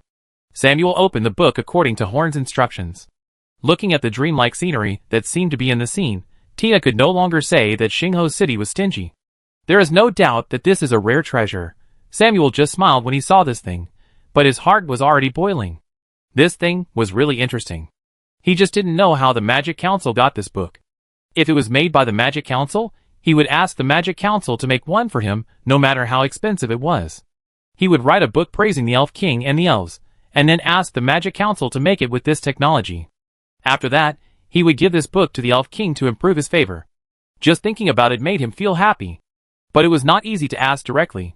He would wait for a chance to ask again in the future. Chapter 402. Because Isaac had no connection with other cities, and was notorious and had no shame, he could openly attack Spark City. But it was also because of this that he had no friends, only people who hated him, so no one came to retaliate for his death, which was a blessing. After this incident, many cities that had been harassed by Isaac wrote letters of thanks to Spark City, which greatly improved the reputation of the Magic Council. The status of Spark City has once again risen, becoming the second largest city in the nearby area after Undead City. Although the strength of the Lord of Moonlight Castle is unpredictable, Moonlight Castle is much poorer than Spark City, and the traces of the fireball that killed Isaac are still there. For them, the strength of the Speaker of the Magic Council is also mysterious. After this crisis, the situation of Spark City is better than before. The big pit was left at the door of the Southeast District Magic Council.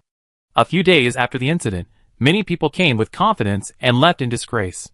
Before ignoring the power of that move, no one would come to rob Spark City again, which won precious time for the development of Spark City and the Magic Council. After Samuel left, the atmosphere of the entire Magic Council became different from before. Isaac was dead, but the psychological pressure he left on the magicians was far from gone. Although it is highly unlikely that a strong man will attack Spark City in a short period of time, the Magic Council still needs to make sufficient preparations for such things. The next time such a thing happens, it must not be as powerless as it is now. Under the leadership of Yan, the entire Magic Council put aside their original research and focused on studying how to deal with this crisis. They were tired of having to rely on Horn when something happened. Without Horn, they couldn't solve the problem. Although they were indeed weak, lack of strength was not a reason not to solve the problem. Yan felt this most deeply. His mental attack method was useless when facing Isaac. At that time, the only thing he could do was to heal others, like an ordinary three-ring healing magician, which hit him hard. In fact, everyone in the Magic Council felt the same way. The enemy came to take away everything they had built, but they could do nothing to resist. Without Horn, they could only be slaughtered. No magician wanted this. What they wanted was that even if Horn did not take action, the Magic Council would be able to deal with all crises. First, they had to improve the magician's reaction speed. When encountering emergencies, it would no longer take so long to gather the magicians together. At the same time, they must be able to discover problems in advance, and they can no longer be like now, when they are completely unaware of the masters in Spark City. Yan has set up something similar to the maze that is currently set up around the Parliament at each of the 6 gates on the 6 sides of Spark City. As long as a master who is beyond the ability of the Magic Parliament to deal with inners, Yan will be informed immediately. Finally, the most critical thing is how to subdue the invading strongmen. Without relying on Horn, they discussed for a long time and finally got the most likely solution. Combined spellcasting. A single magician is weak and cannot pose a threat to a strong one, but it is not realistic to improve the magician's strength in a short period of time. Their advantage is the large number of spellcasters. Although the strength of these spellcasters is not very strong, one magician is not good enough. But what about 10 combined? Or 100? All the magicians and wild witches in Spark City, even if they release magic such as the magician's hand in a disorderly manner, are enough to restrain Isaac in a short period of time. If the magician's power is systematically gathered together, maybe not even so many magicians are needed to suppress a warrior of Isaac's level, or even kill him. After all, the big fireball that Horn released with the Origin Ring was essentially just a part of the magician's magic power. For this purpose, the entire Magic Council took action to study how to perform joint spellcasting. The Forge Tower put other work aside, and all kinds of products for this month were supplied according to the lowest standards using inventory. The rest of the time, they studied how to mix the magician's power together through magic props. The Tower of Mystery and the Tower of Wisdom work together to study how to truly achieve the conditions for joint spellcasting, how to mobilize magic power, how to arrange magic arrays to really release magic together, and so on. As for the Rage Tower, the group of rough men led by Terry are practical people. They go to see the progress of the research every day, then take it back to start the actual operation, and then feedback the results of the operation to let them improve it. In the end, the Grey Tower has no help in this regard. It can only dispatch between the various towers and fill in where there is a shortage of people. The Magic Council is researching enthusiastically, but Horn did not participate. If he were allowed to participate, the problem could be solved by using the Origin Ring. After all, what they are researching is that it can work without Horn, so they don't need Horn during the research stage. Horn has his own things to do. He is now busy developing the power of the Origin Ring, exhausting his magic power again and again to fill the Origin Ring, and then releasing the big fireball. Since Samuel said that in order to make the Origin Ring complete, he can only release its power to the maximum extent, then Horn can only do it. The reason why he believes Samuel is that Horn has seen other Origin holy relics, and he knows that his Origin Ring is really lacking something compared to others. Although the effect of this is not very obvious, after 10 consecutive days of operation, it can be clearly seen that the 5-color luster on the surface of the ring has become much richer. Horn does not know how long it will take to turn this ring into a complete version, but under the premise that he does not know how long it will take to become a 6-ring magician, turning the Origin Ring into a complete version should be the fastest way to increase strength. Thinking of Roland's King's Sword, as long as the Origin Ring becomes a complete version, then Horn may have the strength to threaten the 7th level warrior. Making oneself stronger is the best way to avoid the threat of force from the strong. This boring and painful infusion and release is not without benefits for Horn. After doing it several times, Horn keenly noticed that his magic power recovery speed has increased significantly, and the upper limit of magic power seems to have increased a little. Chapter 403. After discovering that his power had slightly improved, Horn immediately realized that this was a very useful training method that could improve the strength of magicians. Although the effect might not be obvious to him, it should be effective for low-level magicians. Because generally speaking, magicians do not run out of magic power very often, so he was the first magician to discover this effect.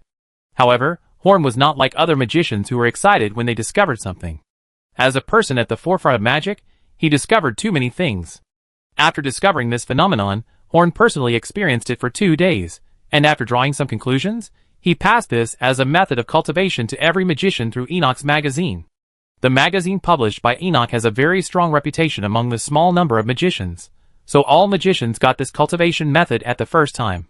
This method is very simple to practice, and the effect is immediate, so it quickly became popular among low-level magicians, and it also has its own name, Horn's Fatigue Cultivation Method. The fatigue training method is not difficult to practice, but no magician has thought of it before. It can only be said that this is a blind spot in thinking.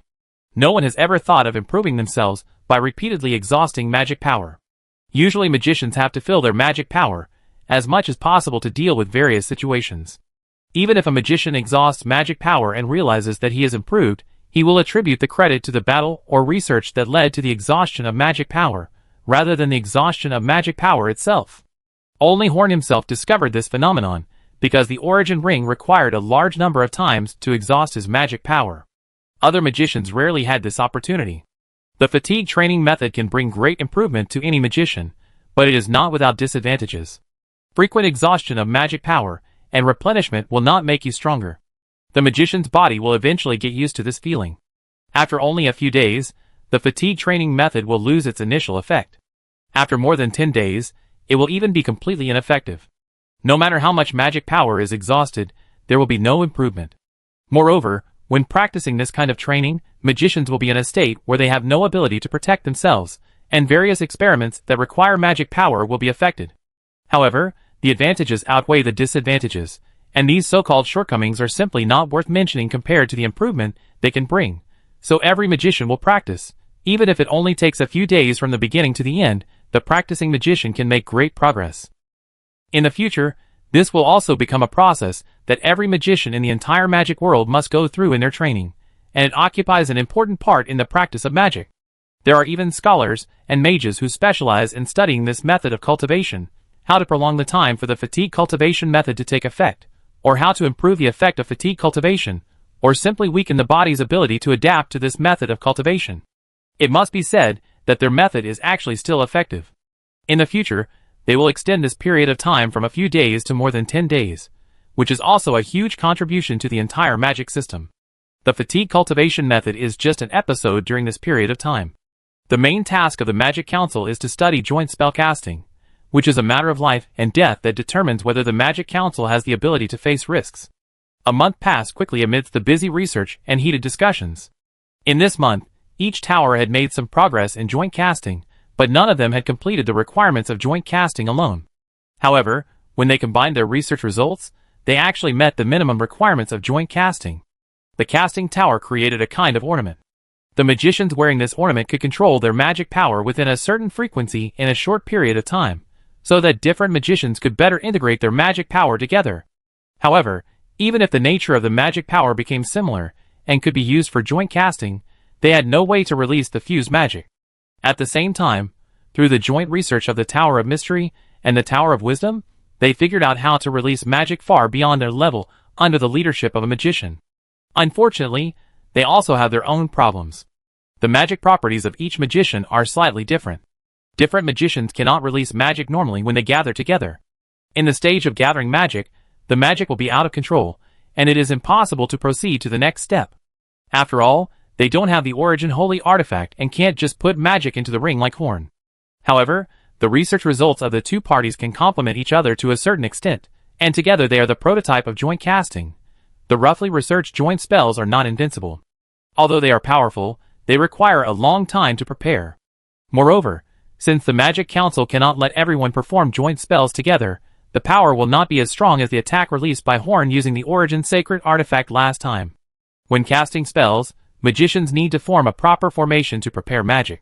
Each spell requires a magic array disc made of precious materials, and they cannot be disturbed when releasing magic.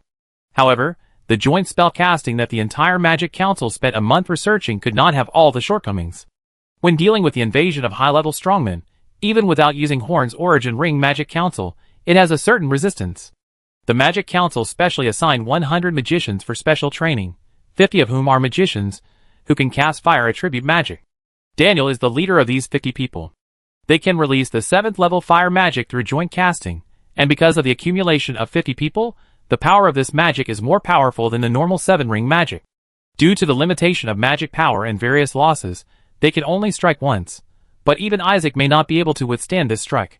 The other 50 people specialize in binding magic, led by Terry. Since there is no ready-made 7-ring binding magic, they can only simply strengthen the magician's hand to the level of the 7th ring, but it should be enough to bind the 7th level warrior in a short period of time. And because the characteristics of the magician's hand can make their casting speed much faster than the 50 people who cast fire magic, so they can bind the enemy before Daniel and his team finish casting. Joint spell casting requires a great deal of tacit understanding between magicians. If one person has a problem, the spell may collapse. However, this is not too difficult for magicians. The 100 magicians selected are all excellent magicians in magic control. It is not difficult for them to complete the joint spellcasting training. When there are level 7 strongmen like Isaac who attack the Magic Council in the future, as long as they delay for a while, these 100 magicians will quickly gather and release magic on the warrior. Under the premise that the attacker is not prepared for them, they can theoretically control him. Chapter 404. Although it is still not safe to rely on joint spellcasting in the face of crisis, this is the limit of what the Magic Council can do at this stage. The method of completely resisting the 7th level strongmen cannot be put into any marginal city. As for why we are not on guard against the 8th level warriors, it is because if there are really 8th level warriors who want to occupy Spark City, there is no possibility of resistance at all. Moreover, there are still a few 7th level strongmen who have no connection with other cities, and the 8th level warriors are basically all related to major cities. The research on joint spellcasting has come to an end in this month. If the research continues, no progress will be seen in the short term. Only a few magicians are still following up the research, and the lives of all the remaining magicians are back on track. This month has put many researches of the Magic Council on hold, but at least it has given the Magic Council the ability to deal with attacks from strong people, so it is still cost-effective overall. The research on joint spellcasting has been completed, but Horn has no end in sight for liberating the Origin Ring. After nearly a month of constantly releasing and restoring magic power, the ring face of the Origin Ring has now completely turned into color, but it is still made of metal. How to say it? It looks uglier than before at a glance. Horn, with dark circles under his eyes, lay on the ground and stared at the ceiling in a daze. He seemed to be hollowed out, but the origin ring was still progressing slowly. He didn't know how long it would take to become a complete version. He knew he couldn't go on like this. If he continued to shoot out when it was full, his strength might even decline. The short-term fatigue training method can improve strength, but it can only hurt the body after the effect is over. In addition, the damage to his body caused by releasing the fireball before has not been completely healed. He can no longer bear the constant release and accumulation of magic power every day. This can't go on any longer. We need to find some tricks to release the power of the origin ring, and then we need to take a break and relax. He first learned about the research of the Magic Council in the past month. Before, he only roughly knew what they were doing, but Horn, who had been stuck in the Mage Tower, didn't know what the specific results were. So the magicians began to show Horn their results in the past 2 months. There is nothing much to say about the Mage's hand. It just holds Horn down so that he can't move. It should be very useful against warriors. After all, this magic is not easy to be discovered by warriors as long as it is slightly hidden. But it didn't have much effect on Horn, who could easily see the movement trajectory of the wizard's hand, and had enough speed to avoid it. As for Daniel's group, Horn was amazed. The 50 magicians jointly released an enhanced version of the 4-ring magic flame knife. Although it didn't have the temperature and destructive power of Horn's move, this move was strong in its powerful cutting force and single-target attack ability. Its killing ability against individuals was not much weaker than Horn's origin ring fireball. Seeing the result of their joint spell casting, Horn had a new idea about freeing the origin ring, but he would talk about that later. There were other places Horn wanted to go. He first walked to the big pit he had blasted out, and looked at the fragments of Isaac's body in the center that Ian had specially protected with magic. He no longer felt as humiliated as he did a month ago. Time will eventually wash away everything, and Isaac is just a stone that has been crushed by the rise of the Magic Council. The small building in front of the Parliament was no longer usable due to the power of Horn's fireball, so Yian simply demolished the small building that was built a year ago and turned it into a spacious gate. As for the alchemy house, it was open on the side of the gate and is still operating normally. There is a big sign at the door. We accept VIPs to customize enchanted weapons. Those who need it, please go to the main store to make reservations. The customization time will be long, please wait patiently. Well, you have to learn a lesson after suffering a loss. Even if a strong person comes to find trouble, there must be a reason. There are only a few people as shameless as Isaac. Although putting up such a sign now may seem like a sign of surrender, it avoids some possible risks. After sighing for a while, Horn walked around the orphanage and the city government and other places. After inspecting the situation, Horn walked out of the city alone. After such a long time, the place should be ready. The days when Edward was away were indeed peaceful, but Horn could only go by himself if he wanted to do something without being able to use his clone ability. Fortunately, the place he wanted to go was not far away, and the city now had the ability to deal with risks, so he was not afraid of any problems. This month, the entire Magic Council has been working hard to fight against the risks brought by the strong, but this is only the Magic Council. Spark City itself is still operating normally under the command of Garfield, and because of the impact of the Isaac incident, all the businesses in Spark City have become smoother. So the Spark City exclusive army that has been prepared for a long time has basically been completed. This time Horn went there to see what the future Spark City army will look like. The original Boulder City supported an army of 20,000 people. Although it did not show its combat effectiveness in the battle to seize the city, its strength is still quite impressive if it is pulled into a field battle, so Horn still has a little expectation for his army. The new army only has 10,000 people. No matter how many more people there are, they can be supported. However, it will bring burden to Spark City and affect its normal operation. Moreover, Spark City has a large number of magicians and wild witches, so it is not very short of combat power. Therefore, Horn only prepared 10,000 people in the early stage.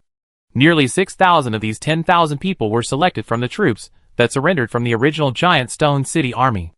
Among them, there are some warriors and elites who are about to become warriors. Most of them are middle and low-level officers. As for the general, who originally managed the army, he was a 4th-level warrior who had long been captured by Spark City, and is now managing public security in the city. Some of the remaining 16,000 people were sent home to farm, and some were managed by Garfield in Spark City to maintain the public security of Spark City. The remaining 4,000 people in the new army were young or middle-aged people recruited after the establishment of Spark City, and are now in training. Turning on the invisibility spell, Horn walked into the barracks. As he walked, He was thinking happily whether he would see the soldiers training hard after entering, whether he would see the refreshing atmosphere of the barracks. In short, he was full of expectations for the new army in Spark City.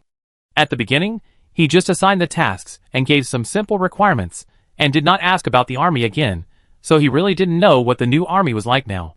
Chapter 405. As he approached the military camp, the noise inside was a bit noisy, and he was already very close to the military camp, but no one had noticed him yet. I used the invisibility technique, so of course, these ordinary soldiers couldn't find me. Horn comforted himself, and then he exuded a little breath and walked straight into the military camp. Then he walked past as if he was in an empty space. Even though he exuded a breath, no one noticed him. Was there not even a proper guard at the gate of the military camp? Horn exuded an aura that deliberately exposed his state. As long as there was a slightly responsible first-level soldier, or even a soldier close to the first-level soldier at the door, he could not enter so easily. The door was so sloppy, and coupled with the noisy sound inside, one could imagine what it was like inside. After walking in, Horn's face became even gloomier. Not only was there no one training inside, but it was a chaotic scene. There were soldiers doing all kinds of things, drinking, wrestling, and grilling skewers. Only a few fairly diligent soldiers were exercising in the corner. Among them, there was a very young boy who worked the hardest. He was the orphan Horn had met in the orphanage. His name was Sire. He didn't want to live in the orphanage because the life there was too comfortable, so Horn allowed him to join the army when he was less than 14 years old. His current performance really didn't disappoint Horn. As for the others, Horn wanted to smash their heads with his staff. So Horn walked to the depths of the military camp with a gloomy face and anger, and knocked hard on the door of the tallest building. "Who is it? Do you want to be beaten? Didn't you say that if you have nothing to do today, don't bother me?" An impatient voice came from the door. Horn sneered, "Oh, you have a bad temper." The magician's hand was activated, and the solid wood door was directly hammered open by a huge force. The entire door panel flew out. In the scattered wood chips, Horn walked into this warm little house. "Who is it? Don't want to live anymore?" The sturdy man in the room looked at Horn with his eyes wide open, and then he wilted when he saw the mask on Horn's face. "Mr. Speaker, why did you come here in person?" Let me explain. In the room, a sturdy man who had stripped naked hurriedly put on his pants and stood in front of Horn. In the bed, there was a woman wrapped in a cup and shivering. "You are really capable of bringing a woman to the barracks, Corey," Horn said sarcastically. To manage the new army, Horn did not want to use the old man from the original Boulder City, but he had no other people to use, so he sent someone to find this guy named Corey to serve as the general of the new army through the recommendation of Harrington. This guy had experience in managing an army, but was later expelled because of one thing, and has been living in poverty ever since. With the attitude that since there is no one else to use, Horn asked him to manage his new army. Although recruiting someone randomly is not suitable, it is more reassuring than using the original people in Boulder City. But now it seems that there is no reassurance at all. The new army managed by this guy is a pile of shit. Explain. How can you explain to me this military camp that is like a bandit's den? Where are the magicians of the parliament and the officials under Garfield? Where did they go? The new army is not under the control of Cred alone. Every month, there will be magicians from the parliament and officials from Garfield to supervise here, and they will be replaced after a month. This is to prevent the new army from slacking off and to limit Cred's power, so as to avoid something that will make no one happy. Well, today is a holiday. They went back to Spark City, and a new group of supervisors will be replaced tomorrow. Creed said weakly, "What holiday?" "Holiday? Well, even if it's a holiday, we still have to have the most basic protection, and we can't bring women into the army." Horn's face stiffened for a moment. Creed did not lie about the holiday, so it was not strange for him to see such a scene when he came to see the new army today. After all, he set the rule of 1 day off every month. Fortunately, Horn was wearing a mask, and Creed couldn't see his expression. He was still in a state of shock, and hurriedly admitted his mistake to Horn. "I reflect on the problems in the military camp. It's my problem. The woman in the bed is my wife. I took this job and can't go home often, so I took advantage of the holiday to let her come and accompany me for a day." Horn didn't know what to say now. If today was a holiday, he really couldn't say too much except for the protection issue. This was an embarrassing phenomenon caused by his brain being confused after developing the origin ring for a month. "Today's incident is the only one, so I won't punish you. I will increase your vacation in the future. At the same time, the military must give vacations in batches, and it is not allowed to have fun all at once like now. Also, I will come to inspect you irregularly this month. If I see this mess again next time, I will make you pay for it." After saying that, Horn left the barracks with a swift step, his cheeks still red. When he left, he seemed to hear Kraid's roar. It seemed that the soldier's monthly vacation was completely messed up by him. "I hope he won't be scared to impotence by me." Gladdy, who has become stronger than before, opened a letter, closed it after reading it, and then came to a secluded courtyard alone. In the small courtyard, a yellow-skinned old man sat on a carefully carved wooden lounge chair under the shade of a tree, swaying comfortably while fanning himself with a palm leaf fan. Spring was about to pass, and the weather was very hot now. "You obviously want to use a more relaxed method to cool down. Why do you still use this laborious method?" Gelady asked in confusion. "You are still young, so you don't understand. This is a kind of enjoyment." Gelady shook her head. Many of the old man's habits made her feel puzzled from the bottom of her heart. She didn't want to delve into it, so she threw a piece of paper to the old man. "In a few months, a relic will be opened in the northernmost part of the church. I want to go there to relax. Do you want to accompany me?" "Relics? How did you know it would be open a few months in advance? I don't recommend you to go there. I always feel that there is something fishy here." The old man thought for a moment and said to Grady, "I have to go. There are things in there that are very important to me. If you don't want to go, I will go alone. Be careful here," Gelady said to the old man when he saw that the old man didn't seem to want to go. "Hey. Okay, take me with you when you go. I'm worried if you go alone." Grady smiled brightly, took the palm leaf fan from the old man, and gently fanned him. The old man smiled and narrowed his eyes. He was Douglas. Everything now was exactly what he wanted, a simple life with his family. Chapter 406. Horn said he would come within a month, but on the second day, he followed the inspectors of the parliament and the city government and sneaked in using the same invisibility he used yesterday. He wanted to catch Cord off guard and see if he was fooling him. To his relief, he was almost discovered at the door this time, so he restrained his aura and began to visit the military camp openly. There was no way, the level gap was too big. As long as Horn was a little more serious, no one in the military camp could find him. Horn didn't know much about the military, but what Kred had arranged was what the Salon army should look like. The entire military camp was training vigorously. The patrol team with neat makeup was patrolling near the military camp. There was a post every 7 steps, and a sentry every 5 steps. If Horn didn't hide deliberately, it would be difficult for him to get in. The training situation also satisfied Horn.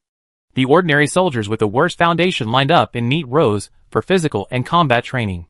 This was the preparatory training for becoming a soldier. Most people only had the opportunity to become soldiers when facing a battle after completing this training to a certain level. You can't become a warrior just by training, but without training and without a good foundation, it is also extremely difficult to awaken into a warrior in battle. In fact, nearly half of the warriors come from the armies of various cities, and few people outside the army can undergo such systematic high-intensity training. The training of soldiers with a certain foundation is different from that of ordinary soldiers. Half of their time is collective training, and the rest of the time is high-intensity special training to become a warrior. Horn nodded in satisfaction. This was the appearance of a newly formed army. Even though Horn didn't know much about the army, he knew it shouldn't be like that.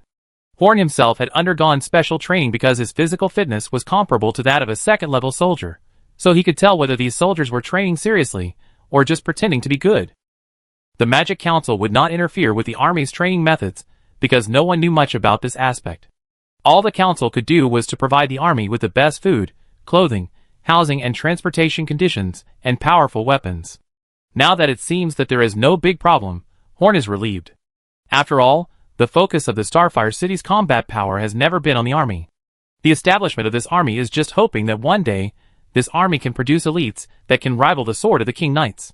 Horn is naturally happy that an elite team can be produced, and he will not feel that he has lost anything if it cannot be produced. After turning around in stealth, it seems that the situation is okay, and Horn showed up behind Kred. Creed looked at Horn as if he had seen a ghost. "I specifically told you to take strict precautions today. Why did you come in like this again? Are you not satisfied with my coming?" Horn's tone became low. He was not very satisfied with Creed's performance yesterday. "Satisfied?" Creed said with a wry smile. "I saw the guards this time. I think it's normal that they couldn't find me when I came in, so you don't have to blame them," Horn said as he patrolled the barracks. Creed followed behind him, afraid that he would find something wrong again. He almost scared his heart yesterday. As they walked, Horn stood in front of a group of soldiers who were training. This group was exactly the group that Sire was in. "Are you looking at that kid? I heard that you arranged him here. Although he is young, he is a good candidate, and he seems to have some family martial arts skills. The best in this group is Sire, so Cried knows who Horn is looking at. Give him more training. I hope to see this kid grow up quickly. I am optimistic about him." Horn looked at Sire and said, and Cried nodded quickly. After walking a few more steps, Horn stopped and said to Creed, "How is your actual combat capability now? With the existence of the 6,000 elite veterans, the combat capability is still good, but the new army has not experienced the baptism of war since its establishment, and has not been well integrated, so it is not yet a strong army." Creed's evaluation of the new army was very pertinent, and he did not deliberately exaggerate the strength of the new army in order to show off in front of Horn. "Is that so? Then I will find some actual combat for you. There should be several bandits and horse bandits in the scope of Spark City. They are considered to be the stubborn problems left over from the former Giant Stone City. I will give you 1 month to eliminate them all for me," Horn said casually. Creed looked bitter, and it was obvious that this task was a bit difficult for him. "Why? The army of Spark City can't even defeat some petty thieves?" Horn raised his eyebrows. He saw the strange look on Creed's face, and said to him, with some dissatisfaction, "It's not what you think. I just think it's not appropriate to use those guys as training objects." Creed said with a wry smile. "What's inappropriate? If not them, who else can we train with? Should we find the goblins?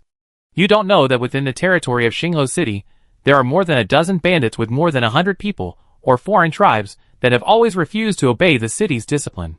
At most, a bandit village has nearly 1,000 people. If we tie them together, my new army will have the confidence to crush them." Korea explained earnestly that it was not that he didn't want to train soldiers, but that the training objects Horn found were not suitable. But what? Horn also heard that they were not suitable for training not because of their strength, but for other reasons. But they are mostly in places with rugged terrain, with natural or artificial fortifications, which are easy to defend but difficult to attack. If you ask me to take a group of soldiers to destroy their nests, I guarantee that you can do it. But if you ask us to use them to train soldiers and attack mountain strongholds, then let alone these recruits, even veterans will have to pay with their lives. Koreed's words are not without reason. This is also one of the reasons why the banditry in the God-forsaken land is serious. If you want to take them down, you must form an elite team of extraordinary people. Otherwise, it is almost impossible to rely on the army alone. This is not only the case in Xingho City, but also in the marginal areas of the entire God-forsaken land. Horn held his chin and thought. His new army had just been established not long ago. It was indeed inappropriate to carry out an action like attacking a city now, but this was not a difficult task for the Magic Council. "Is that so? If I take people to clear the obstacles that hinder you, can I use those guys to train soldiers?" Horn said after thinking for a while. "Yes, it can be, but how do you clear the obstacles? Although the barriers built by some mountain villages are not as good as city walls, they are still very strong." Corey asked in confusion. "Of course," it exploded. Horn showed a meaningful smile under his mask. "There is no problem that I can't solve with a big fireball. If there is, then I will use two." Chapter 407. Speaking of which, using bandits to train soldiers was an idea Horn came up with after arriving at the military camp. He thought that doing so would kill 2 birds with 1 stone. He also happened to have some things he wanted to accomplish with these bandits, so Horn was very anxious to make a plan. The next morning, Horn brought 50 magicians in black robes to the military camp. Daniel followed with a look of despair. He didn't want to come, but was dragged here by Horn. Horn said that it was to deal with the stubborn problems of Spark City, and by the way, they could practice joint spellcasting, but Daniel knew that Horn was probably up to something. If he was practicing joint spellcasting, why would Horn come here? The army walked, while the magicians rode in carriages. Horn sat alone in the first carriage, feeling very happy. Soon they arrived at their first target, a mountain stronghold built on a small hill. This was a group of bandits, who made a living by robbing people on the road, with a size of about 300 people. There were various arrangements on the only entrance and exit of the mountain stronghold, and the gate of the mountain stronghold was also very heavy. It was unknown how many people would be needed to attack this mountain stronghold with only about 300 people. In a mountain stronghold of this size, there would be at most 1 or 2 extraordinary people, but with the advantage of the terrain, even if there were only 2 extraordinary people, they would still be a sufficient threat. A total of 3,000 soldiers were brought with them on this trip. It was already a big battle to deal with a village with only 300 people. The new army surrounded the village. 1,000 veterans and 2,000 new soldiers were holding brand new fine iron weapons and wearing shining iron armor, staring at the village with a covetous look. The Magic Council was not short of money. After the establishment of the new army, it bought a full 10,000 sets of armor and weapons, and this was actually just their training equipment. The magicians still had many ideas to use on this army, but that would have to wait until they grew up. However, although the outside seemed to be aggressive, there was no panic inside the mountain stronghold. At most, the bandits who did not have any weapons in their hands drooled at the weapons and armor in the hands of the new army. The bandit leader frowned and looked outside. He was not worried about these troops surrounding him because he knew how strong his stronghold was, and because of the terrain advantage of the mountain stronghold, the regular army could not play the advantage of numbers. Although their mountain stronghold could not resist the regular army of more than 3,000 people, they would have to lose some teeth if they wanted to take down the mountain stronghold. The new army would have to lose at least twice as many soldiers as theirs before they could capture it. No army would be willing to spend such a huge price just to destroy a small mountain stronghold. At least there is no such army in the leader's memory, so the arrival of this army must have some other purpose, maybe to discuss cooperation? So he stood in a watchtower in the mountain stronghold and shouted loudly in the direction of the new army, "Military officers below, may I ask what official business you are here for this time? My mountain stronghold is small, and I will not invite you to come and sit down." This is just what he meant by this sentence. The words of the bandit leader are mixed with a lot of jargon with the characteristics of the godforsaken land, but Horn can't understand it. Looking at the shouting bandit leader, Horn turned to Korid beside him and said, "Doesn't he know that I can kill him with a fireball if he stands in such a conspicuous place?" Korid scratched his head, bent his body, and said to Horn, "This kind of mountain bandit is short-sighted. He must not know much about you, sir, or even the magicians of the parliament. If he knew you were here today, he would be scared to pee his pants." Daniel rolled his eyes. As a drafted man, he wanted to rush over and kill all the bandits, and then go back to playing iron. After the bandit leader finished shouting, he saw that the two leaders on the opposite side not only did not respond to his words, but also chatted with each other as if no one was around. From their actions and tone, it seemed that they did not take him seriously at all. He was furious. He actually did not have much sense of crisis. In his opinion, if the other side had a way to deal with them, they would definitely not just surround them. Now this just shows that they are guilty. He even thought that the other side did not even have a high-level extraordinary person, otherwise they would have come here to kill alone. Why would they bring an army? "Hey, the guy on the other side, I'm asking you a question. Please explain how this happened today. I'm a well-known figure here. Brother, please give me some face." Horn was discussing with the magicians what to do next, and was interrupted by him again. He raised his eyebrows and shouted to the mountain village, "Shut up. We will deal with you after we finish talking." The bandit leader was so angry that his nose was crooked. If the leader of the army, who was obviously powerful, spoke to him like this, he would have tolerated it. But why did this guy in a robe and a mask who dared not see anyone dare to ignore him? In his anger, he ignored a strange phenomenon. Why did Horn speak so softly, but he could hear it clearly from such a distance? "Little white face wearing a mask, dare you take off the mask and let me see what you really look like? Be careful when you go out in the future. It's not peaceful in the wilderness. You may die in the wilderness at any time." In the army, from officers and magicians to ordinary soldiers, all had strange expressions on their faces. Some even laughed out loud. They had never seen anyone seeking death like this. Bandits are not good at seeing the light. Apart from going out to rob, they have little information about the outside world. If they didn't have the mountain stronghold, they wouldn't even be able to deal with the pursuit of the city. So naturally, although they knew that the stone city had changed hands, they didn't know the features of the current leader Horn. "I wanted to let you live a little longer, but since you are so anxious to die, I'd better not waste time on my side." Horn turned to the magicians and said, "Let's start. Adjust the properties of your magic power as close to me as possible, and then input it into my body." Daniel said to Horn with a look of as expected, "Didn't you say you would help us become more proficient in joint spell casting? How did it get into your body?" Practicing to condense magic power is also practicing. Stop talking nonsense. It's very useful to me, come on. Daniel was speechless, and could only follow Horn's request to lead 50 magicians to call up the magic jewelry on their bodies, and the magic power became similar in nature, and then poured into Horn's body. That's right, Horn didn't intend to let them use joint magic from the beginning, he just wanted the magician's magic power to be input into his body, and then he would release the big fireball. This is because Horn wants to use the magic power of the magicians to completely liberate the origin ring. Chapter 408. Horn himself was too slow to release the power of the origin ring, and his body was still a little weak. That's why he wanted to use the power of the magicians to try his best to release the power of the origin ring. It happened that they had figured out how to slightly change the nature of magic power through a month of research, so that it would not cause too much burden on Horn's body. Originally, he planned to release the fireball directly in the wild, but with the training, he could not only clear the stubborn diseases of the Spark City, but also release his origin ring and train his soldiers. It was a win-win situation, so why not do it? Seeing the expressions of those soldiers, the bandit leader suddenly realized that something was wrong. Those guys seemed to be able to defeat them. At first, he thought that those guys in black robes were young men who were out for a stroll, but after calming down, he found that these guys might be spellcasters. Although he didn't know much about the news in the mountain stronghold, he also knew that their city was now a city created by spellcasters. But would the high and mighty spellcasters really come to deal with a small mountain stronghold, and directly dispatch 50 of them? The bandit leader couldn't believe his own thoughts. But when he saw these guys in black robes gathered together, as if they were injecting some energy into the body of the masked leader, he had to believe that there were 50 spellcasters below. Horn pointed to the direction of the village with his right hand holding the origin ring. To be honest, he was looking forward to what kind of progress the origin ring would make after the fireball was released this time.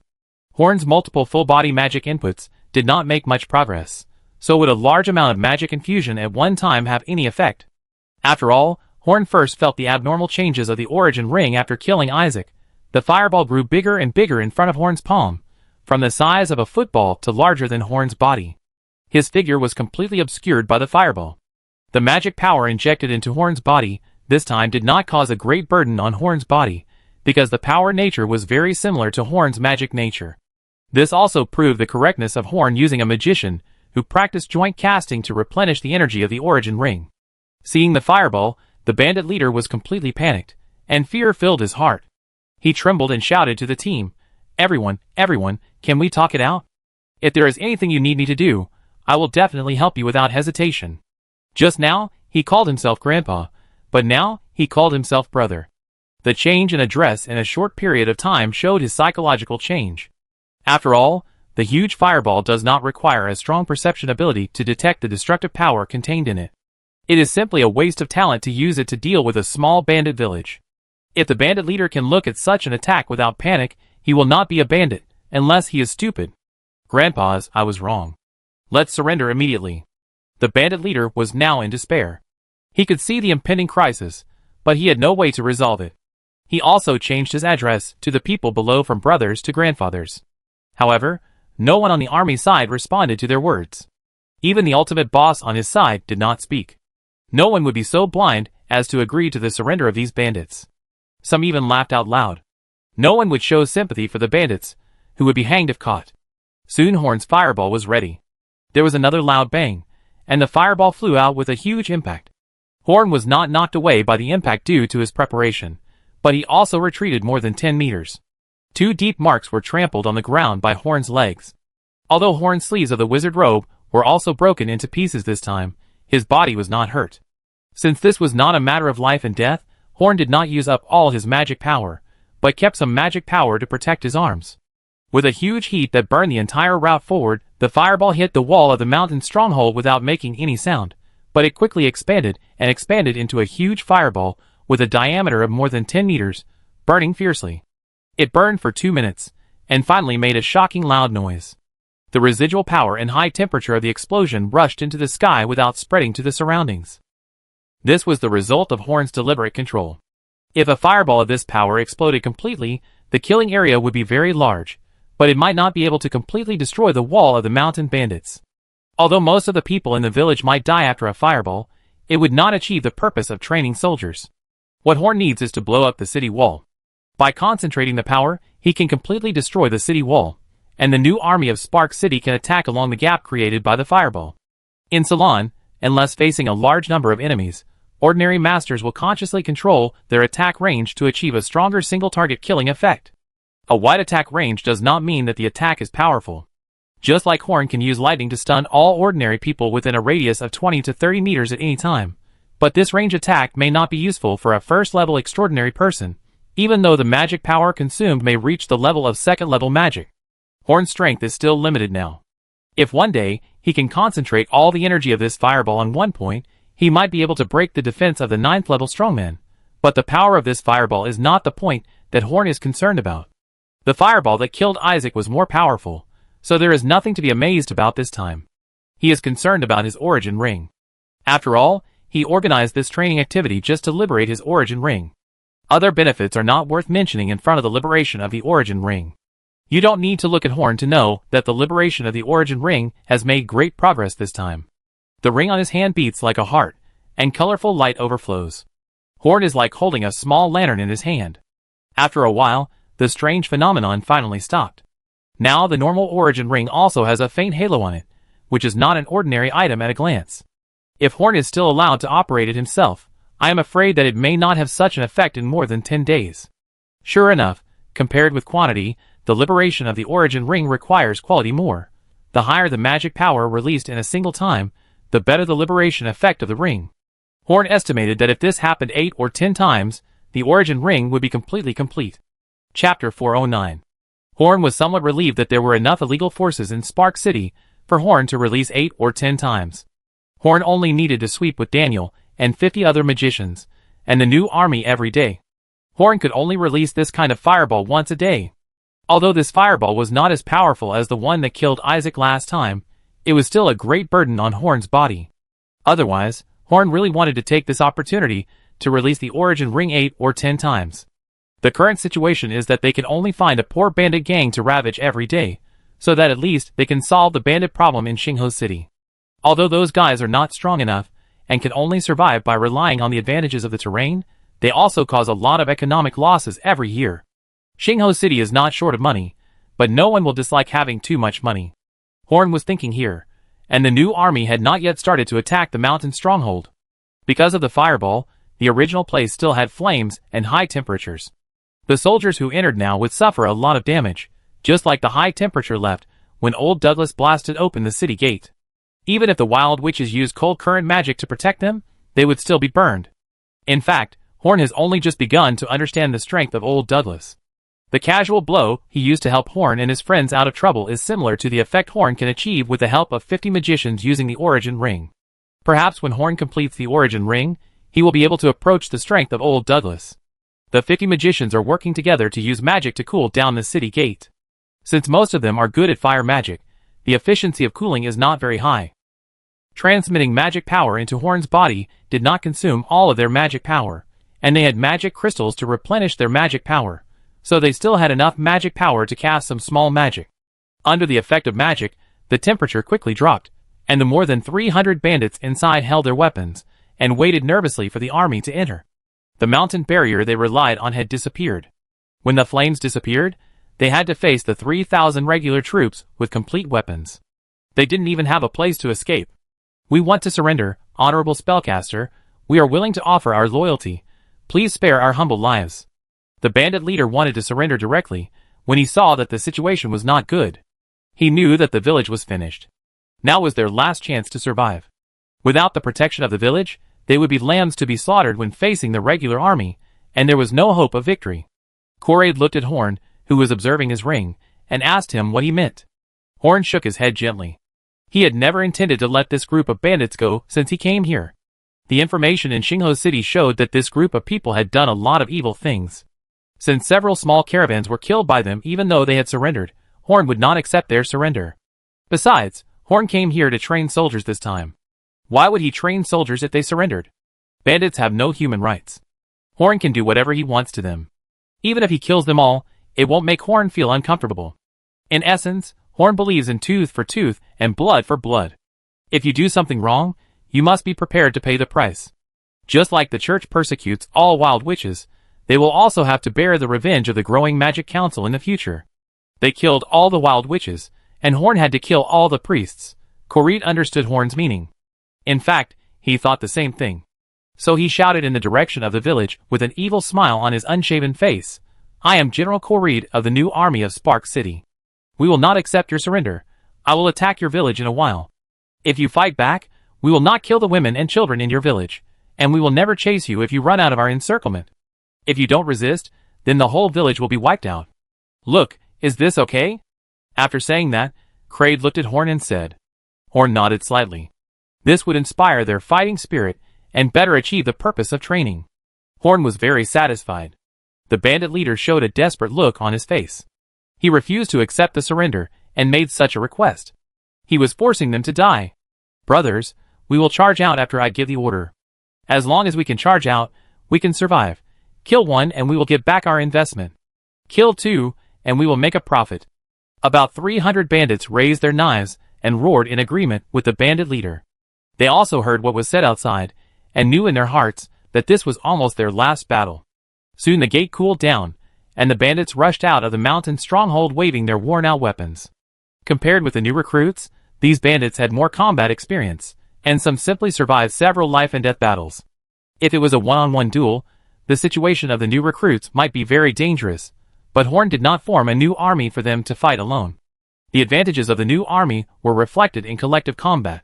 They had better weapons and equipment than the bandits, better physical fitness and orthodox fighting skills than the bandits, and most importantly, they worked together in harmony to achieve the effect of 1 + 1 being greater than 2.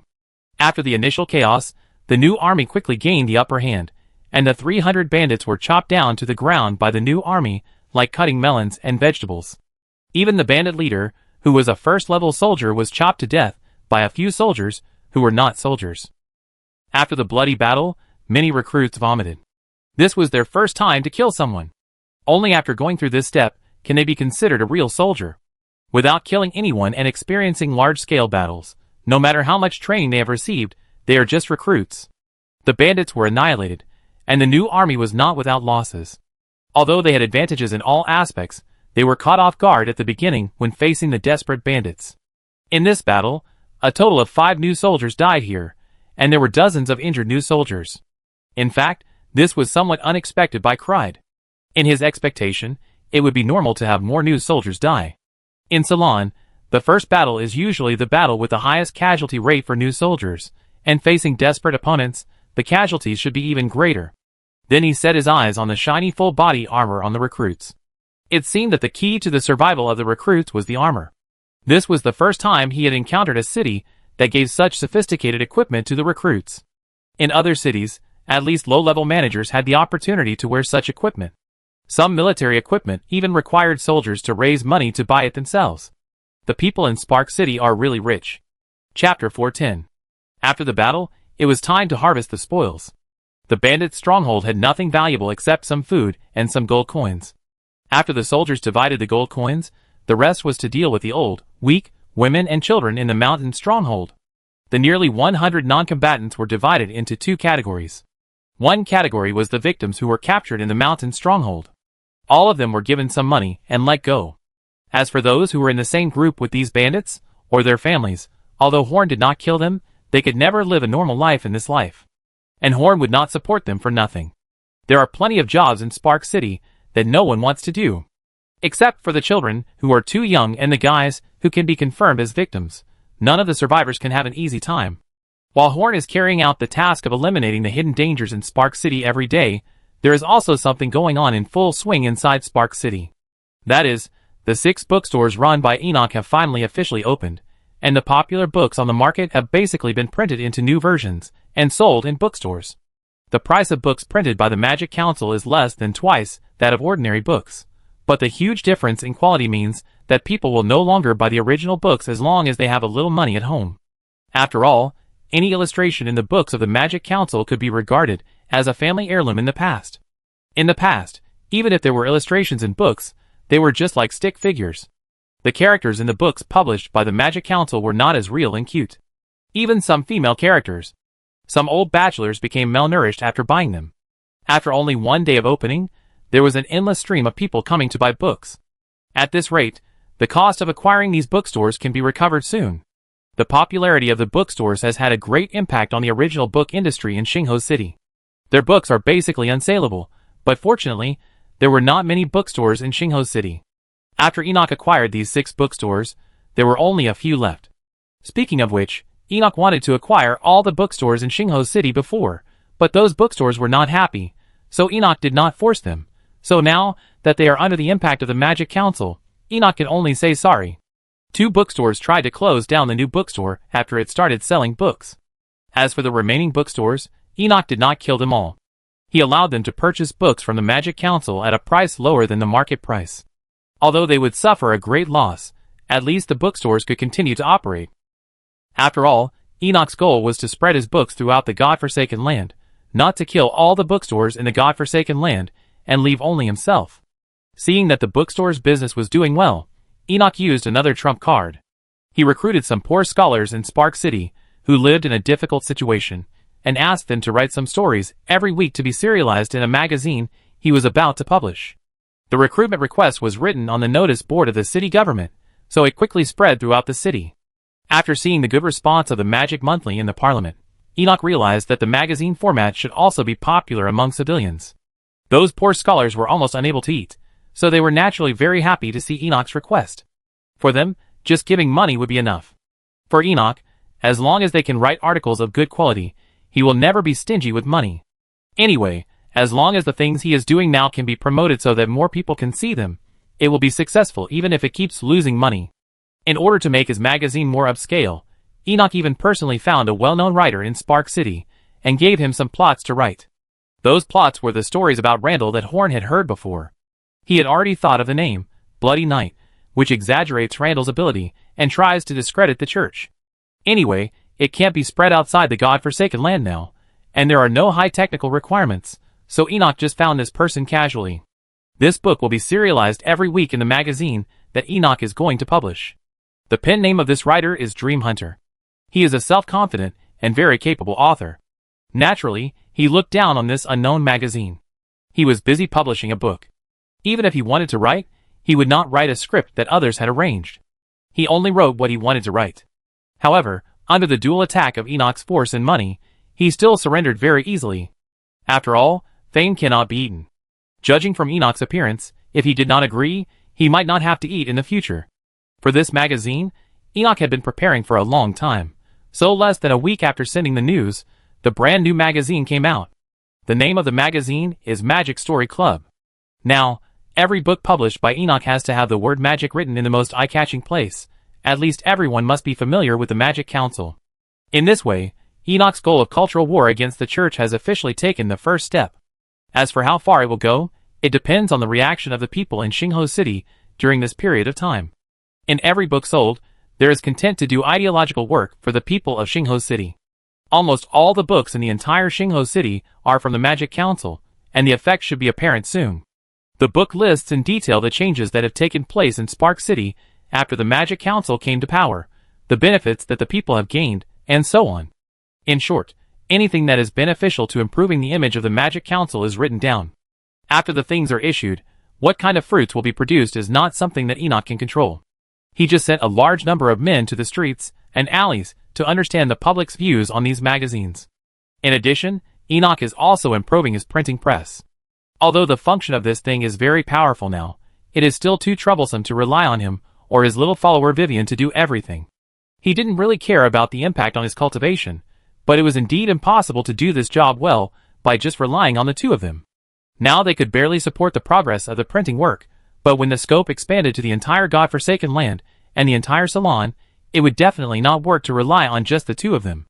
As for waiting for a new illusion magician to appear, Enoch's heart was not so big.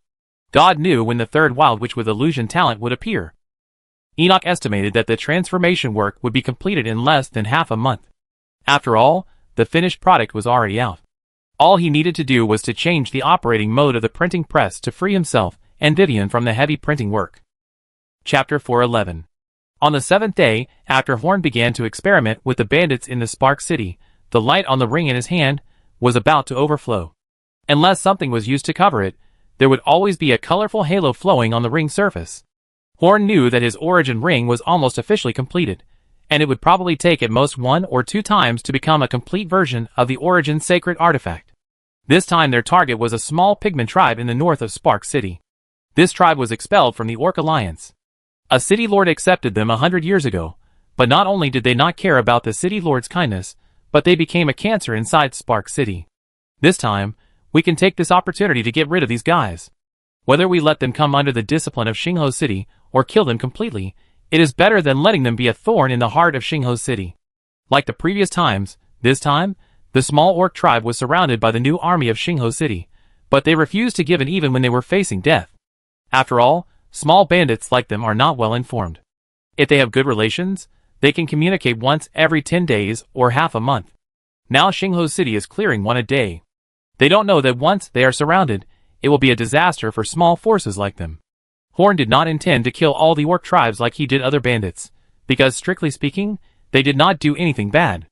They just refused to be recruited by any city, refused to serve the city, refused to obey the leadership of Spark City and pay taxes, and regarded their small piece of land as their own, not allowing any human to enter. Well, in fact, this would be a great rebellion in other cities, and they would never let go of the opportunity to break through, but in Horn's opinion, it was not a serious matter.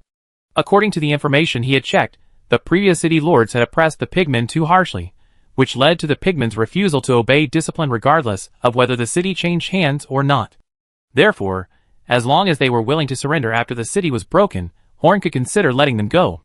Yes, even if Horn thought the independence of the pigmen tribe was justifiable, he was still not prepared to defeat them first. Horn didn't want to care about the previous grievances, but now all the places within the control of Spark City were Horn's territory. He wanted to control every place within the scope of Spark City, and try his best to tap the potential of this city. The stronger it developed, the better, so he would not allow such a place to exist. As for these pigmen, Horn would not kill them all, because in Horn's eyes, these guys still have some use. While thinking about things, Horn's fireball became bigger and bigger. At the same time, Horn could feel the ring on his finger getting hotter. There was a strong force flowing in the ring, and something was about to burst out. Horn knew that as long as this fireball was released, his ring would be truly completed. The corners of his mouth were slightly raised, and even the process of condensing the fireball became much more pleasant. Looking at Horn's fireball, like all the forces before, the pigmen tribe was also frightened and panicked. They knew that they had absolutely no chance of withstanding such power. They shouted and wanted to surrender, but like all the forces, whether they begged for mercy or not, Horn had to release this fireball. After all, releasing the fireball was the main thing for Horn, and subduing these guys was secondary. With a loud bang, the powerful fireball that was comparable to the 7th or 8th ring magic was launched, and the barrier on which the pigmen tribe relied for survival was directly flattened by the powerful force of the fireball. This time, the power of the fireball was perfectly concentrated on the section of the barrier to be destroyed, and only a small amount of power leaked out. After all, it has been launched more than 10 times. Now Horn has experience in controlling this kind of fireball. He can use less magic power than before to achieve a more powerful destructive effect. But now the most eye-catching thing is not this earth-shattering fireball, but Horn himself. From the moment Horn released the fireball, a crisp shattering sound was heard. An array of colorful energy broke through the ring of the origin magic ring and rushed into the sky. The end could not be seen with the naked eye, and it was unknown how far it flew. Then, in an instant, the originally clear sky was covered with dark clouds, and colorful light condensed in the void, turning the clouds into colorful colors. Afterwards, a colorful light column with a diameter of several meters fell from the sky and covered Horn. The light pushed away everything around Horn, and Horn was the only one left in this range. In the light column, a huge amount of colorful energy passed through Horn's body and entered the origin ring one after another. Horn could feel that the origin ring was undergoing a huge change. Along with the main line of the colored light column, a strong pressure was exerted on everyone, but no one felt uncomfortable. All they could feel was intimacy, just like the feeling of being with their mother when they were little. Everyone present, whether it was the soldiers of the new army, officers such as Kreider, or even the pigmen, was stunned. They didn't know how to describe Horn now. The world in their eyes was different from before. Looking at other places, they felt that everything was black and white. Only where Horn was the only place in the world with color. Horn seemed to be standing in the center of the world. If one had to describe it, Horn was like a god now. They had never seen a god, but if there was one, it would not be more impressive than Horn now. The magicians felt Horn's change the most. Their perception ability was beyond that of normal professionals, so they could vaguely feel that what was truly magical now was not Horn, but the ring in Horn's hand. And there was an indescribable huge while watching here. This will made the magicians feel kind, and feeling the colorful light was like feeling the world itself. They looked at Horn with even more respect. They were Horn's die-hard fans, but now they were almost Horn's fanatics. The magicians and soldiers around Horn were still rational, but the pigmen and the pigmen tribe were all crazy. All the more than 400 pigmen ignored the remaining flames with strong heat, and rushed out one by one, wrapped in something, and knelt in front of Horn in an orderly manner. In the culture of the orcs, there are no gods, only ancestors, that is, the ancestor spirits they worship. The first ancestor spirit of each orc race is equivalent to a god in their tribe.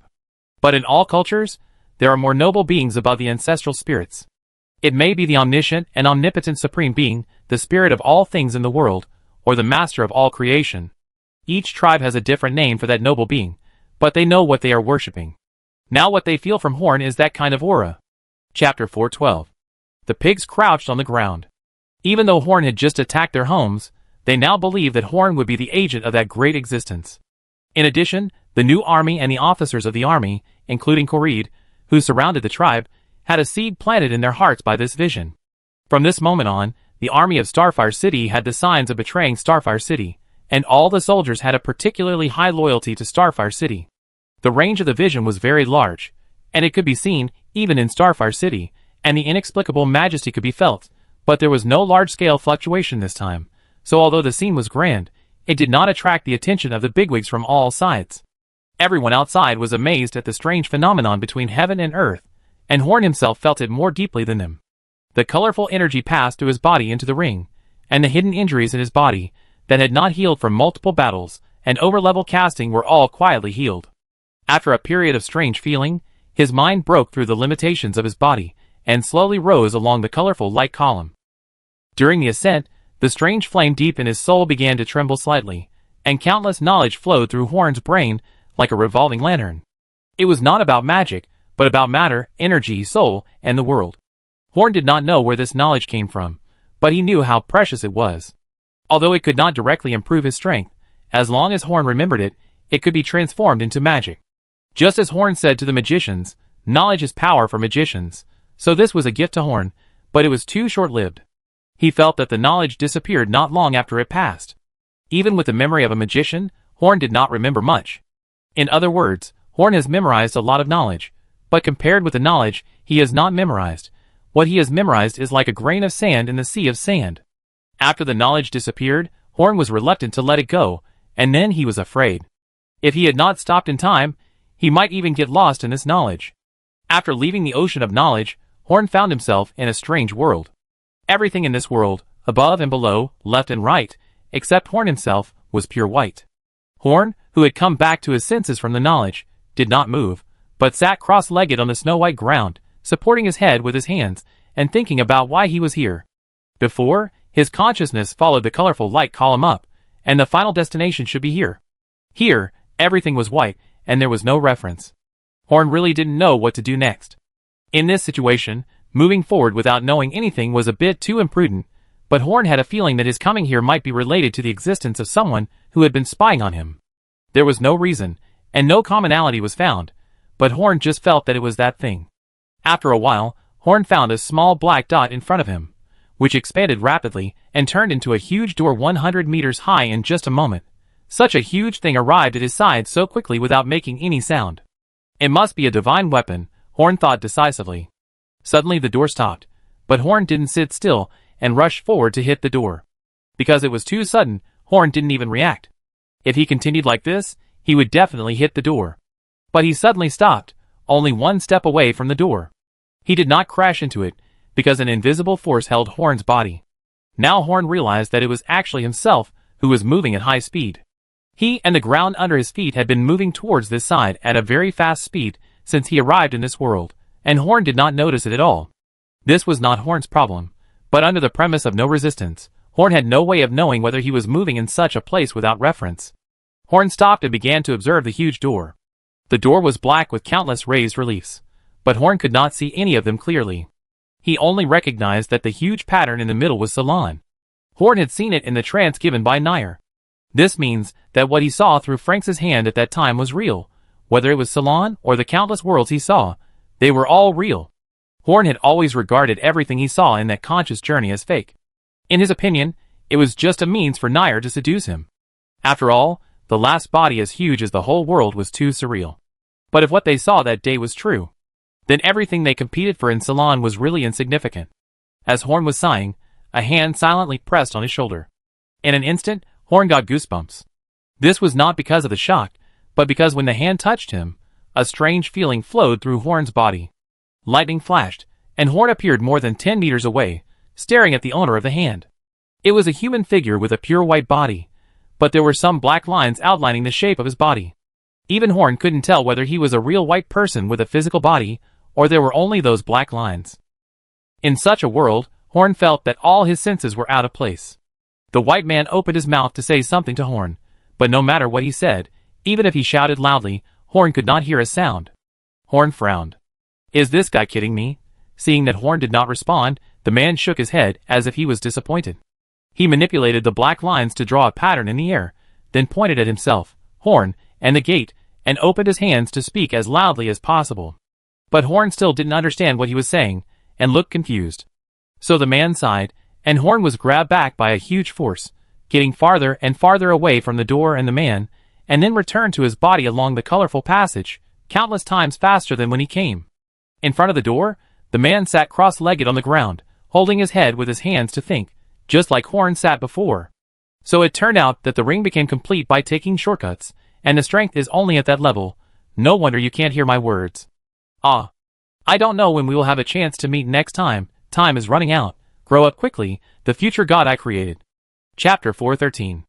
Horn's face was full of confusion after his consciousness returned to his body. He had no idea what the experience just now meant. However, thinking back carefully, Horn felt that he benefited a lot from this experience. First, he gained a lot of knowledge, and second, it proved that what Junior showed him was true. But there were still countless things that puzzled Horn. What did the white man want to express to Horn? What was behind the door? And where was the place he went before? The place Horn went to was related to the origin ring, which was a gift from the world's will. So were the little man, and the door related to the world's will? The little man drew a smiley face at the end, but Horn couldn't confirm whether the little man meant to warn Horn of the smiley face, or whether the little man was the smiley face. There were too many questions, and Horn couldn't figure it out. He felt that everything was out of context, but this at least showed that Horn's feeling was correct, and the sense of being watched did exist. When he came to his senses, the colorful energy in the sky was about to disappear, and Horn's origin ring was about to take shape. After waiting for a while, the strange phenomenon between heaven and earth completely disappeared. Horn raised his hand and looked at the ring in his hand. The ring of the origin ring turned into a shining colorful gem. The gem contained great power. Although it felt a little worse than the Sword of Kings and the crown of the Elf King, it was already a complete form.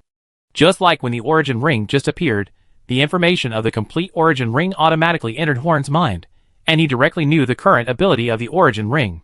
There are only two abilities. One is to change the nature of the released fireballs to a certain extent and strengthen the control of the power of the origin ring. Although it was originally able to perform rough control, it is obvious that the range of control is now greater. As for the second one, it is the key to improving the power of the origin ring. The origin ring can now store power. This means that Horn can input some power into the origin ring every day, store it, and release it when needed. With the support of the first ability, Horn can even release the magic power stored in it in batches. This means that after a period of accumulation, he can release attacks like this that require the gathering of 50 magicians at will, without any restrictions. The improvement in Horn's strength is simply unimaginable. Of course, this does not mean that Horn has the strength of level 7 or 8. He only has that level of attack power now. Maybe Horn can match the speed with the Thunder Walk technique, but in other aspects, he has no way to be compared with the strong men of level 7 or 8. But at least now Horn has the confidence to face high-level superhumans, and can easily crush all level 6 superhumans. Even if he accumulates enough, it may not be impossible to release a level 9 fireball. Thinking of the level 9 fireball, Horn shook his head slightly. The last time he killed Isaac, the fireball close to level 8 had caused him serious injuries. He should be more cautious with the level 9 fireball. If he is not careful, his entire arm may be disabled. And after experiencing the feeling of various hidden injuries in his body being healed by colored energy, Horn no longer wants to use attacks that exceed his ability to bear. He could clearly feel that the flow of magic power was smoother than before. Using energy beyond his tolerance limit would undoubtedly reduce the upper limit of his strength.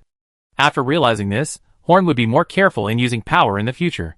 However, if he really had to use it, Horn was not sure that he would not use it.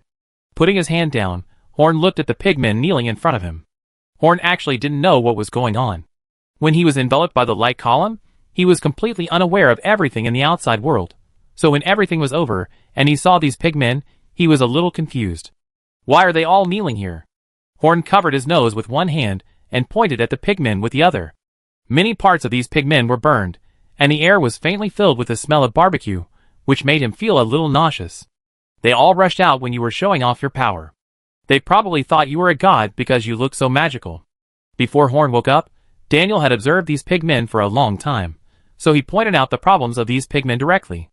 Think of yourself as a god? Horn sneered. He didn't want to be that kind of thing. He walked in front of the pigs. Before he could speak, the pig chief knelt down and shouted to Horn, "You are the messenger of the omniscient and omnipotent master. We, the pig tribe, are willing to offer our loyalty to you." In fact, if it was in the core of the orcs, such a vision sent to Horn would definitely not lead to the loyalty of a tribe. At most, it would just gain goodwill. This pig tribe has been separated from the orcs for more than 100 years. They are outliers, so they have a mysterious sense of belonging to the things that the orcs once worshipped. Besides, all their survival reliance has been destroyed by Horn. If they don't pledge allegiance to Horn, they will not be able to survive. Looking at the appearance of these pigmen, Horn suddenly felt a little bored. Since they are willing to pledge allegiance, let them pledge allegiance, as long as they don't regard him as a god from the outside world.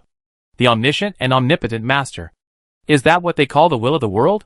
He turned to Daniel and said, "Take all these pigmen to the city. They will be responsible for the food of the parliament in the future." After saying that, Horn spread out a pair of flaming wings and flew back to the magic council at high speed. Daniel looked at these fat-headed masters and scratched his head in distress. It was hard for him to swallow the food he had cooked for these guys. Yes, the specialty of the pigmen is cooking. Because of their greed, they are good at discovering the best taste of food, so that every pigman is born to be the best cook in Ceylon. The reason why these pigmen and the city lord turned against each other 100 years ago was that the city lord forced all the pigmen to open a hotel for him to make money. After a long time, it caused dissatisfaction among these pigmen, which led to the rebellion of the pigmen. Although the pigmen are orcs, they are one of the cleanest races among orcs, and even have a slight mysophobia, so there is no need to worry about the hygiene of the food. But when Daniel thought of these pigmen cooking for him, he thought of the smelly fat pigs he had raised at home before, which made him lose his appetite. Chapter 4:14. There are still a few unruly forces in the Spark City, but Horn has no intention of following the army with these forces. The rest of the matter will be left to Daniel and the other 50 magicians. Horn had said before that he would give Daniel and the others a chance to practice joint spellcasting, so now Horn generously gave them the opportunity to practice with the army. Well, this is simply because Horn has achieved his goal, and is in no mood to go with them to deal with those weak mountain bandits. During the flight, Horn felt different from before. He felt that his body was much lighter. It seemed that the colored energy not only repaired the hidden injuries in Horn's body, but also had a hidden improvement on Horn's abilities in all aspects. Horn flew directly to Annie's mage tower and stopped, then knocked on the door. Annie's mage tower has always been open to Horn, but Horn had to notify in advance every time he went in, which made Annie very distressed. There were two things to solve when he came to Annie. The first thing was to get rid of Annie and find some monsters suitable for taming as mounts, even if there were not many. Although there was no rush now, when the new army really trained a group of elites, Horn would need to prepare some special mounts for them. Good mounts will help the new army to exert more powerful strength. He doesn't have the ability to get the white horses without any stray hairs like the King's Wing Knights, but he wants to prepare better mounts for his new army. And in the current Magic Council, only Anne can do this task. Although she doesn't have the ability to tame monsters and wild creatures, she at least knows a variety of creatures through a lot of summoning. The second thing is to ask, and to make a new wizard robe. The previous wizard robe was sent to, and to be repaired in the factory, and it has not been repaired yet. After the origin ring was upgraded, Horn had new requirements for his future wizard robes. He wanted to strengthen the sleeve of his right hand to resist high temperature and powerful magic, so as to protect his arm from being hurt too much. It was not difficult to meet Horn's requirements. Now, the newly made wizard robes are generally mixed with mithril to achieve the desired magic effect. At most, the materials consumed by Horn's wizard robes are relatively precious. As for the white gloves he got from the ruins last time, Horn was not worried. He had not yet tested the upper limit of the gloves. Speaking of which, he had never had a clue about the manufacturing materials of the white gloves, otherwise this material would be the most suitable fabric for making wizard robes. Time passed quickly. After Horn completed the origin ring, the Magic Council began to develop steadily. First, all the resistance forces in the entire Spark City were wiped out, and the villages and towns outside the city all obeyed the orders of the council. Now the Magic Council has complete control over the entire Spark City. As long as it is an order from the Magic Council, it can be spread throughout the Spark City through the city government within one day, and there will be no situation of secretly obeying and secretly disobeying. The power of Spark City is highly concentrated. In this highly centralized state, various policies conducive to urban development were issued by the city government controlled by Garfield. Without the pressure of force, Garfield's only goal was to improve the productivity of Spark City and make it richer. Spark City, which was already very rich, became even richer, and most of the residents in the entire city became rich together. Garfield was therefore loved by the city residents. The residents of the Forsaken Land had never encountered such a city manager. They were very lucky that the previous managers did not exploit them. After that, Enoch's books completely occupied the market in Xingho City in a short period of time, and their reputation spread beyond Xingho City. Many booksellers from other cities came to Xingho City specifically to purchase books. Enoch's books became the second best-selling product of the Magic Council in the God-forsaken land after soap. And with its excellent quality, sooner or later the Magic Council publishing house will dominate the God-forsaken land and produce the same monopoly effect as in Xingho City. Finally, the new army in Xingho City has undergone a fundamental change after clearing out all the bandits. It is not a strong army now, but at least they have all seen blood. The thundering measures of the parliament frightened all the guys who wanted to make trouble in Xingho City, which made the public security inside and outside Xingho City very good. Undead City, which is more developed business, is next to Xingho City, but because Garfield set a relatively low commercial tax compared to Undead City, coupled with good public security, merchants began to like to trade in Xingho City. With the development of business, all walks of life in Xingho City can make money, and with the vigorous development of Garfield, in just a few months, the most prosperous area of Xingho City is not even worse than Undead City. The wealth of Spark City also attracted some people's attention, but after they explored the big pit at the entrance of the Magic Council, and the traces of the destroyed cottages, their thoughts were quietly extinguished. The fireball that killed Isaac might have been released by chance through some special means, but more than 10 big pits in the entire Spark City told them that Spark City did have the means to release such attacks at any time. In the God-forsaken land, the strong are qualified to have everything. Now that Spark City has proved that it has the ability to manage a wealthy city, few people come back to spy on the wealth of the Magic Council, which allows the Magic Council to develop steadily. A few months later, at the junction of the Tidal Mist Swamp and the Black Shroud Forest, on a dry ground, a huge camp was built. The camp was basically built with plants. It had not been built for long, but it had already formed the prototype of a small tribe. There were about 500 people in the tribe. All of them were wild witches, who wanted to go to the Forsaken Land of God. When they passed through the Black Shroud Forest, they were led here by the elves to live. There was a stone tablet left by Horn in the camp. The content on the stone tablet was, after passing through the Tidal Mist Swamp, the Forsaken Land of God is in front. The first city you see is called Spark City. It belongs to the Magic Council. There, the wild witches will not be discriminated against, will not be exploited, and will not have to hide their identities. The abilities of wild witches are gifts, not curses. Countless fellow wild witches live there openly. That is the place of your dreams. However, there are many dangers in the Tidal Mist Swamp ahead, and there are endless dangers and monsters. To ensure your safety, please stay here for now.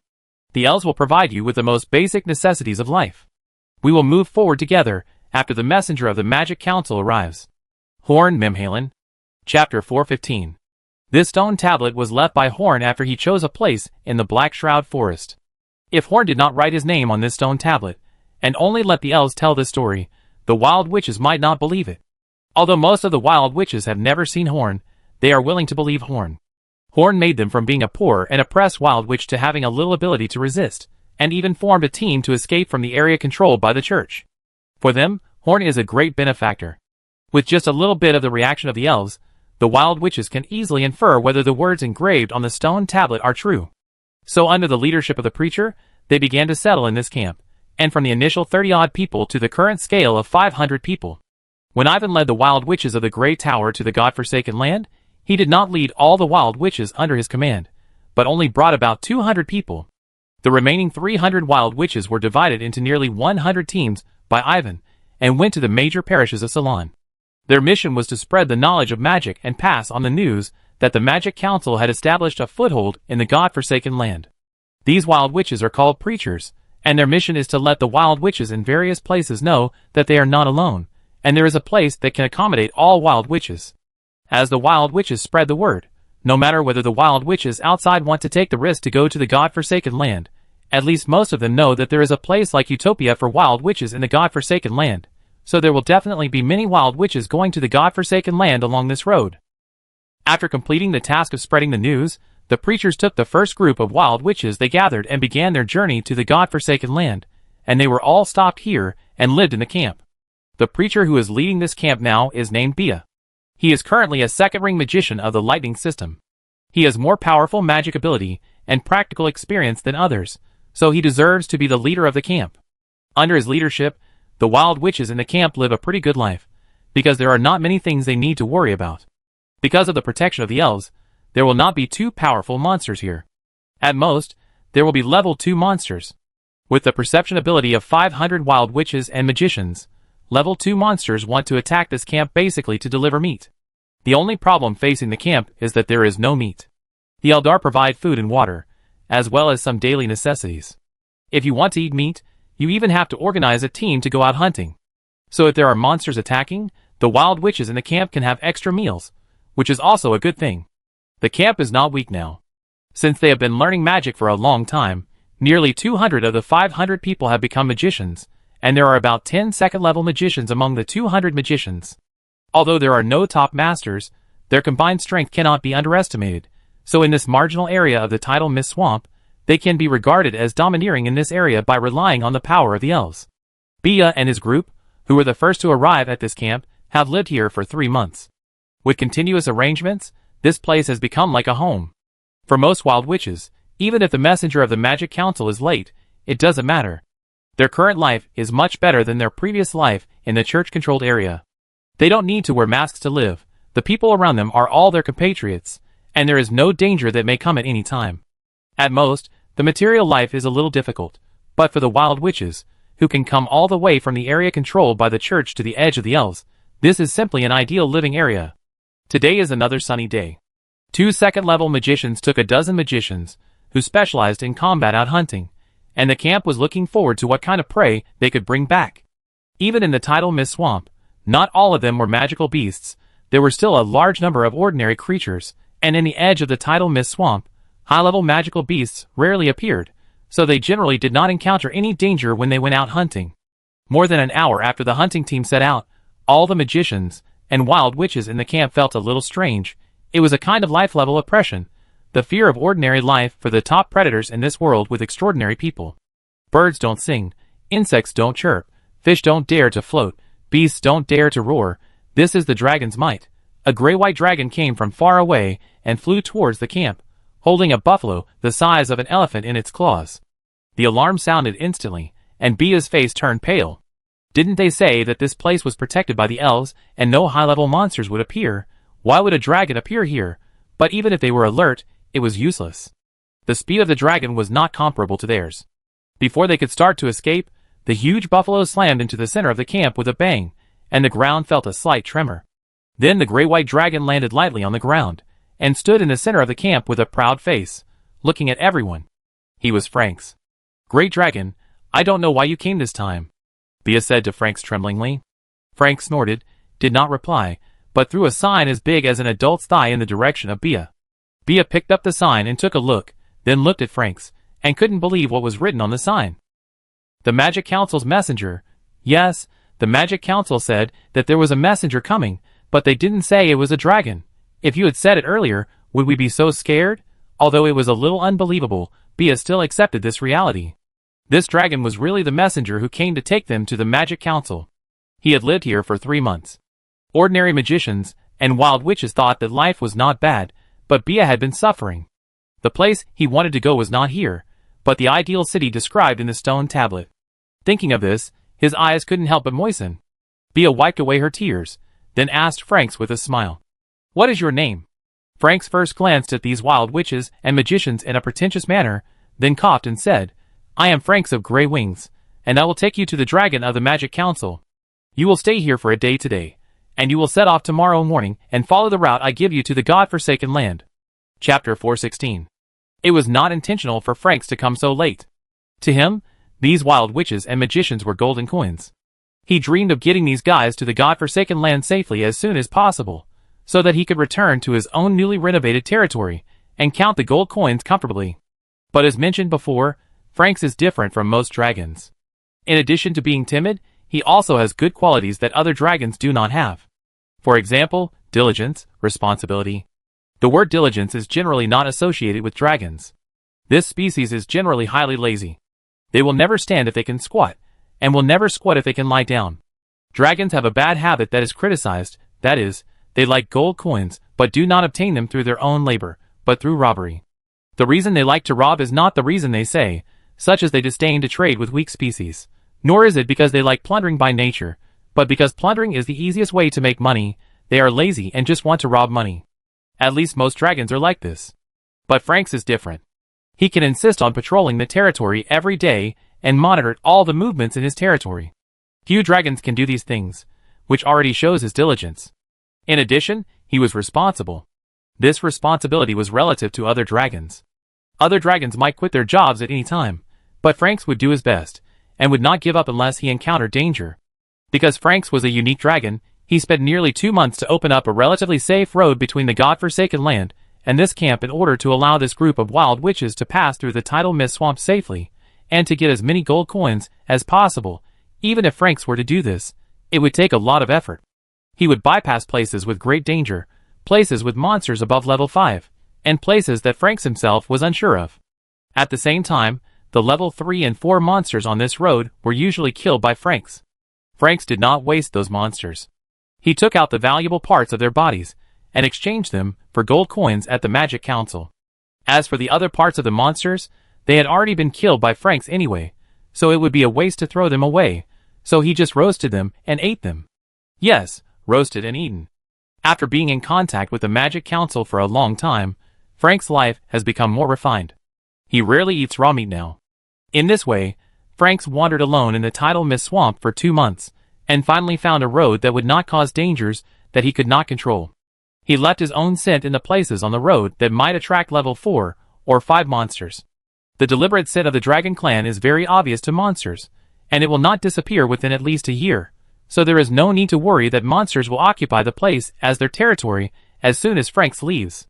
After the hunting team came back in the afternoon, Bia led everyone to prepare for a celebration. They had lived here for a few months, and they had to prepare well on the last day before leaving.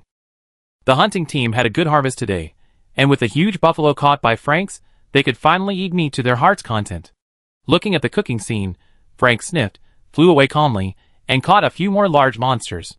The food prepared in the camp was only enough for them, but not enough for the great Lord Franks.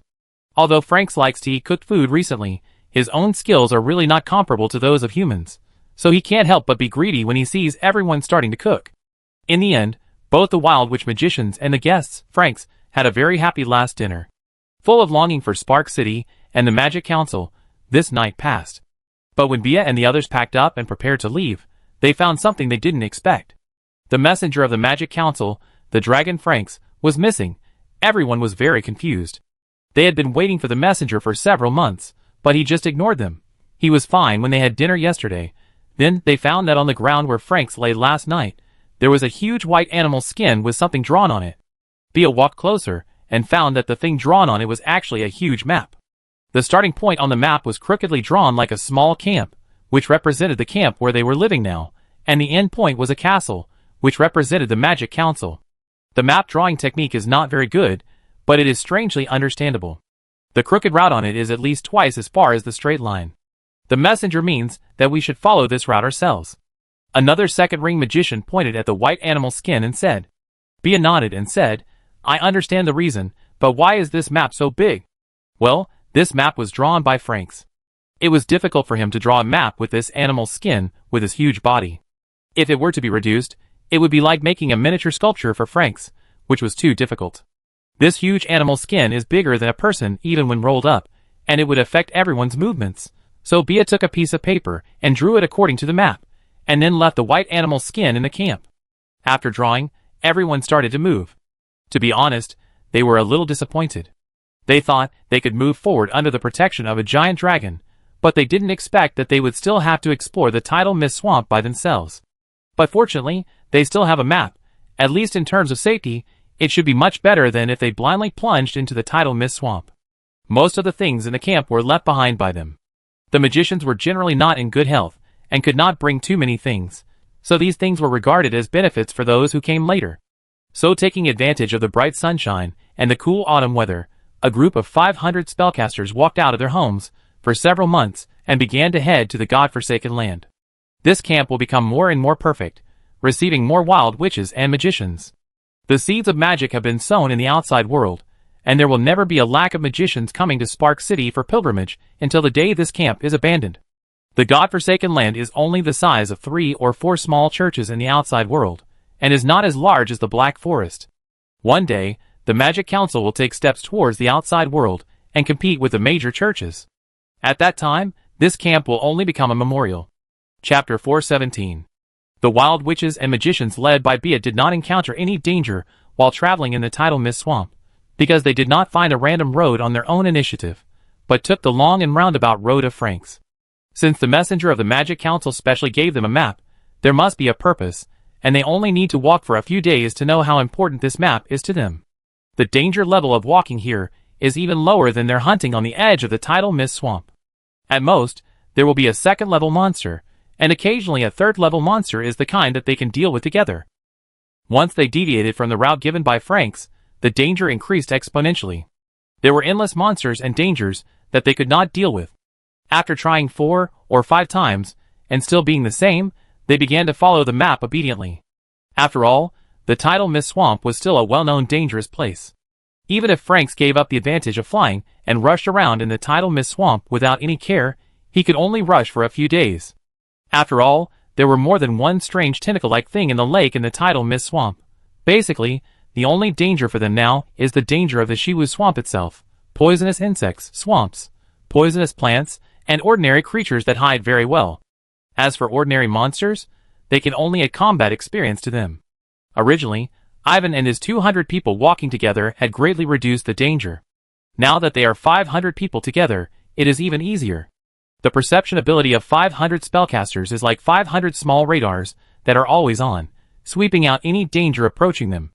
They can resist conventional dangers, and unconventional dangers are basically avoided because of Franks. It seems that Franks disappeared before they started to act, but he has been following them secretly. These guys represent his gold coins in Frank's eyes, and he will never stand idly by. With Franks watching, there will be no monsters that they cannot deal with on this road. 2 months passed quickly. Although Bia and his team walked smoothly, they have not yet walked out of the tidal mist swamp, because the distance was lengthened by Frank's map. In the past 2 months, the biggest threat to them was those poisonous insects and poisonous plants that had no strength. If there were no magicians in the team who could deal with poisons and parasites, they would probably lose a lot of people.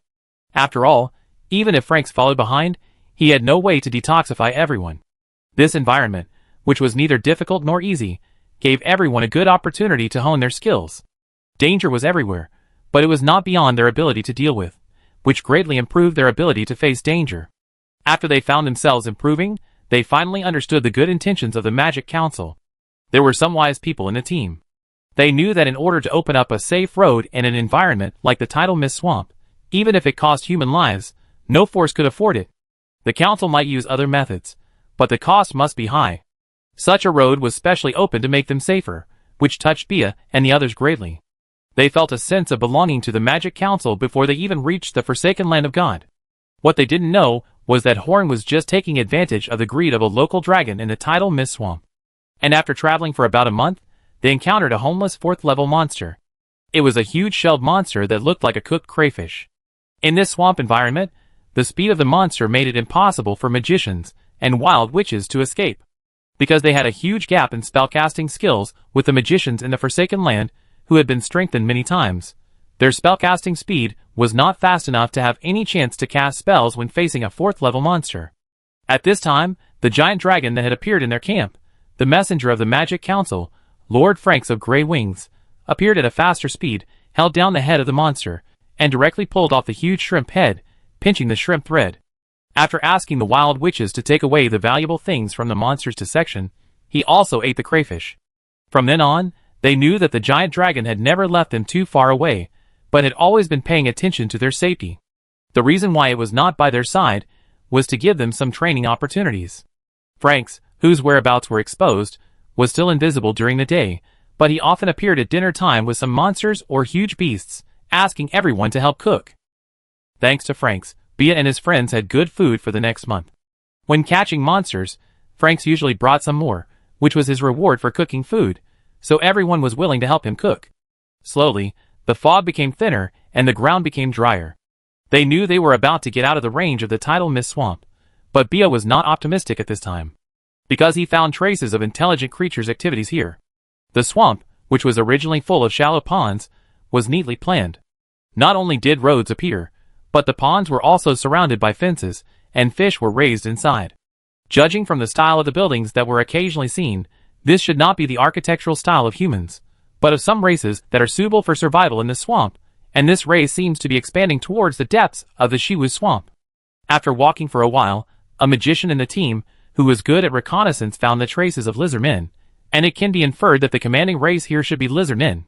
Among all the subhuman races, the lizardmen are the easiest to negotiate with, but they are extremely unwelcome to humans who suddenly break into their territory. They welcome people who greet them before entering, but if they just break in, the leader of the lizardmen tribe, with such a large territory, should be very powerful. It is unknown what attitude the leader will have towards them. Now Bia is considering whether to bypass this lizardman tribe and enter the god-forsaken land. Anyway, this is the edge of the tidal mist swamp, which should not be dangerous, and he does not think that their 500 people can deal with a lizardman tribe with such a large territory. But at this time, all the magicians in the team suddenly changed their faces, because they could sense that there were hundreds of lizardmen running towards them, and they seemed to have locked Bia and his team. In a place like the tidal mist swamp, they simply could not outrun the lizardmen. Chapter 418. Following the lizardmen, Bia and his friends saw a small hill.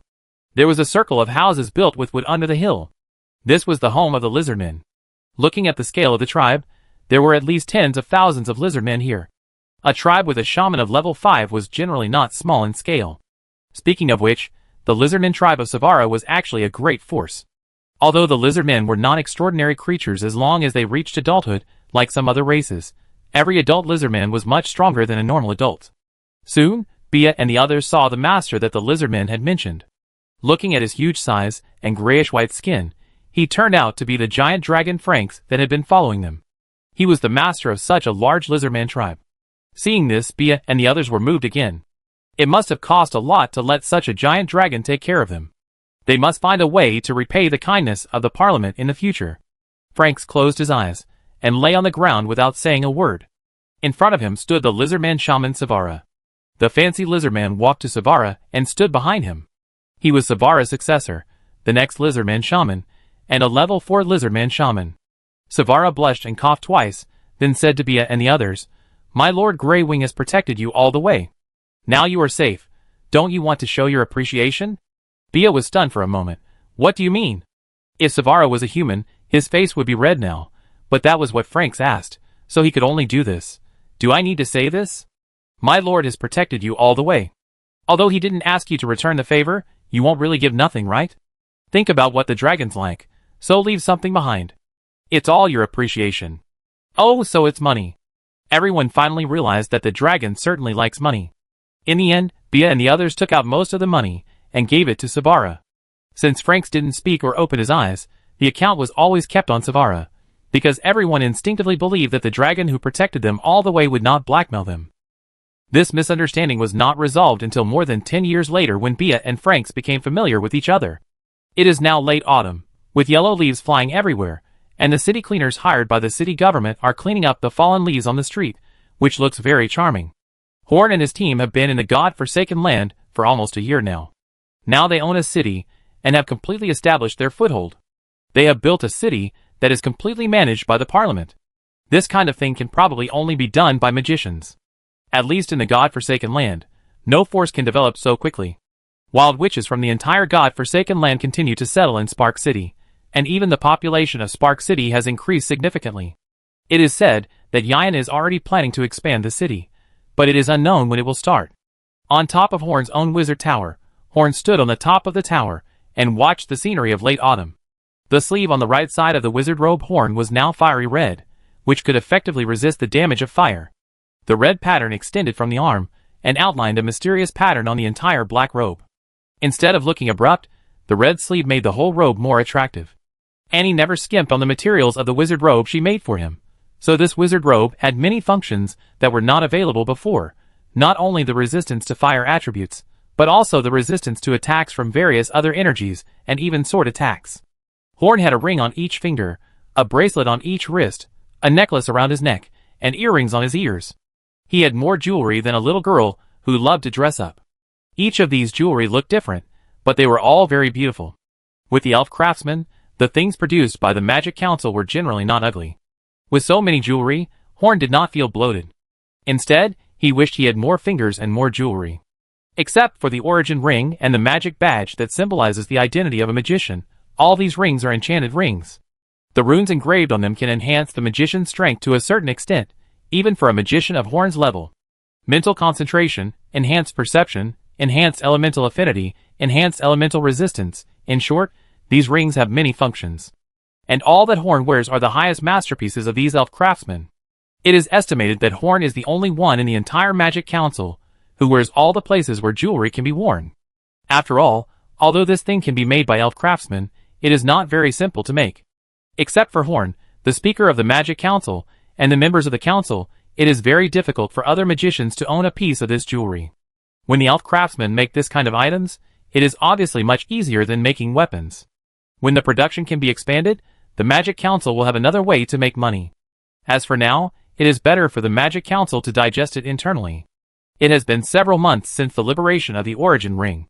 Horn's strength is still only 5 rings, but the knowledge Horn obtained when passing through the color channel has made him much stronger than before. Even among all the 6th level extraordinary people, Horn is at the top of the group, although he has only digested a small part. But even so, Horn still has a long way to go to become a 6-ring magician. The stronger the strength, the harder it is to advance. Even with Horn's talent, he is still the best among all magicians. Edward has been away for several months. Even if the Orc territory is far away from Spark City, he should be back now, but Edward hasn't come back yet. Maybe he is having fun there, and doesn't want to return to the Magic Council for the time being. Horn feels annoyed when that guy is around. He really misses him a little after he left for several months. Horn was also very curious about whether Edward had become the sacred beast of the cat people, and if he succeeded, whether he had gained any useful abilities. However, he probably succeeded and was enjoying himself, otherwise that guy would have come a long time ago. As for his safety, Horn was not worried at all. After all, Horn himself had no way to kill Edward except by committing suicide. Chapter 419. After taking a breath of cold air, Horn performed a leap of faith directly on the top of the Mage Tower, enjoying the pleasure of falling at high speed for a while before landing lightly on the ground. His phase research has not been completed yet, and it is not time to rest yet, but there are several things to deal with today, so he has to come out. It has been a long time since he has had anything to deal with, and the few things that have been left have been piled up in the past few days. First, Enoch's books and some products of Spark City finally attracted the attention of the purchasing team of the outside church, who came to the godforsaken land. They decided to come to Spark City for simple purchases and inspections in a few days. If the quality is really as good as the rumors, they will establish a stable trading relationship with Spark City. Horn could understand their deal with Spark City, but he always felt it was a bit strange. Spark City was a city built to destroy all churches and make the gods fall, but merchants from the church came to Spark City to do business, with the church's tacit approval. I don't know what the church bosses would look like when they knew that their merchants bought goods in such a city. However, Horn speculated that they might not care at all. After all, even if Spark City has grown to a certain extent, it is still not a threat to the church. Even if the church adheres to the principle of nipping danger in the bud, the current Spark City is not even a bud for the union of hundreds of churches in the outside world. The second thing is that in a dozen days at most, the new Magic Council supervised by Yan will be completed. The new Magic Council, which occupies about half of the central area, will be extremely empty even if all the magicians are put in. Even if the Magic Council grows larger in the future, the new Magic Council will be enough to accommodate most people. At least it will be enough to be the headquarters of the council. Horn is looking forward to the new council. He wants to know how shocked he will be when he sees the construction with his own eyes. After all, Few city lords are willing to invest nearly 30 million gold coins in the transformation of an area.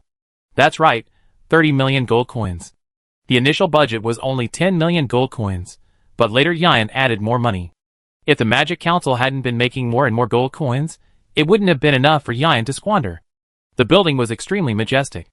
Even Horn, who was now in the southeast area, could see the huge outline of the main building from the top of his own magic tower. Since Horn had been very busy and was about to move to the new magic tower, Horn had some things to prepare, so he decided not to see the scenery. He just waited 2 days to give himself a surprise when he moved there. In addition, recently Enoch's bookstore has published a batch of books that are not suitable for children. Horn has secretly bought them. He has been looking forward to such delicate books for a long time, but unfortunately, he has never had time to read them. This time, he has time to observe them carefully. Well, by the way, Frank's work should have started a long time ago. According to the news from the Lizardman tribe, a group of about 500 magicians and wild witches will soon arrive in Spark City. Horn will have to arrange for their reception. The weather is getting colder, the branches and leaves of the trees on the street have turned yellow, magpies are singing on the branches, and the sharp wind makes the pedestrians on the street become sparse. Today is a special day for all the wild witches and magicians in Spark City. The new Magic Council in the center of the city has been officially built, and they will move today, which also indicates that the development of the Magic Council will enter a new stage. Horn took the lead and walked in the front, followed by Deputy Speaker Yian and Enoch and other members, and then the first batch of magicians of the Magic Council, many of whom have become second-ring magicians, and then the magicians who joined later. After a few months, the Magic Council now has more than 1,000 council mages, 800 or 900 idle mages, and countless wild witches settled in Spark City. With a large number of mages, Horn, wearing a red and black robe, walked on the clean stone floor while looking at the current central area. On both sides of the wide street are countless large and small solid factory-like places. These places have only made a rough framework and have not yet been filled with content. According to the plan, this place will be renovated at any time according to needs, and this part will not be used until the council stabilizes in the new home. After walking a long way, there was a circle of open space. This open space was for the parliament to fill in the future. This was the most rudimentary place in the entire central area. Further ahead was a huge square, which was larger than any square Horn had ever seen in his life. Even if Horn led thousands of people on this huge square, it could not make the square look a little fuller. Opposite the square was the headquarters of the Magic Council. This huge building was more than 100 meters high and 500 to 600 meters long. In the center was a raised wizard tower-like building. In addition, there was a huge wizard tower-like building at each of the 4 corners of the building. It was like a huge castle built by combining a huge wizard tower and 4 smaller wizard towers. The size of the building was like a huge monster, which made people who saw it for the first time feel depressed, but seeing the huge emblem of the Magic Council carved on the front of the building would make the magicians feel proud. Behind the headquarters, there were 5 buildings that were much smaller, but had a similar layout to the headquarters, which were arranged in a semicircle. This was the territory prepared for the 5 towers, including the casting tower. This is only the first half. Behind the main building of the parliament is a beautiful small lake, and behind the lake is a wizard tower that is not much lower than the headquarters. There are more than 10 lower wizard towers around it. These are the wizard towers of Horn and other parliamentarians. All the magicians who had not come in to see it before were amazed. After all, it cost nearly 30 million gold coins to make it. If it doesn't shock them, the money will be wasted. Even the elves such as Della and Reynard who followed behind couldn't help but exclaimed. If they were asked to describe it in 2 words, it would be grand. Although it was not as exquisite as the Elf King's court, this huge size was already the largest building they had ever seen. The visiting team walked to the end of the square, to the gate of the Magic Council headquarters. Before officially entering, they still had one thing to do. Chapter 420. Horn turned around to face the magicians, and flew to the stage in front of the square, which was specially designed for speeches. There was a fixed white metal ring there, which was engraved with a newly developed magic technology to amplify the magic. As long as Horn stood there, everyone in the square could hear what Horn said. After setting this up, anyone with permission could speak, and Madame Sharon no longer had to cast the spell every time. After coughing twice to test the effect, Horn took off his mask and put it aside, and said to the magicians, "You all know that today is a special day for our Magic Council. It has been a year since we arrived at the God-forsaken land, and Spark City has been established for more than half a year. Although the city was ours before, We have always been active on the edge of the city, which always seemed a little awkward. Now the new Magic Council has been transformed, and from this moment on we are the masters of this city." The magicians cheered happily, and their voices were even louder than the sound made by Horn using the amplification magic. They were really happy, not just performing to echo the speaker.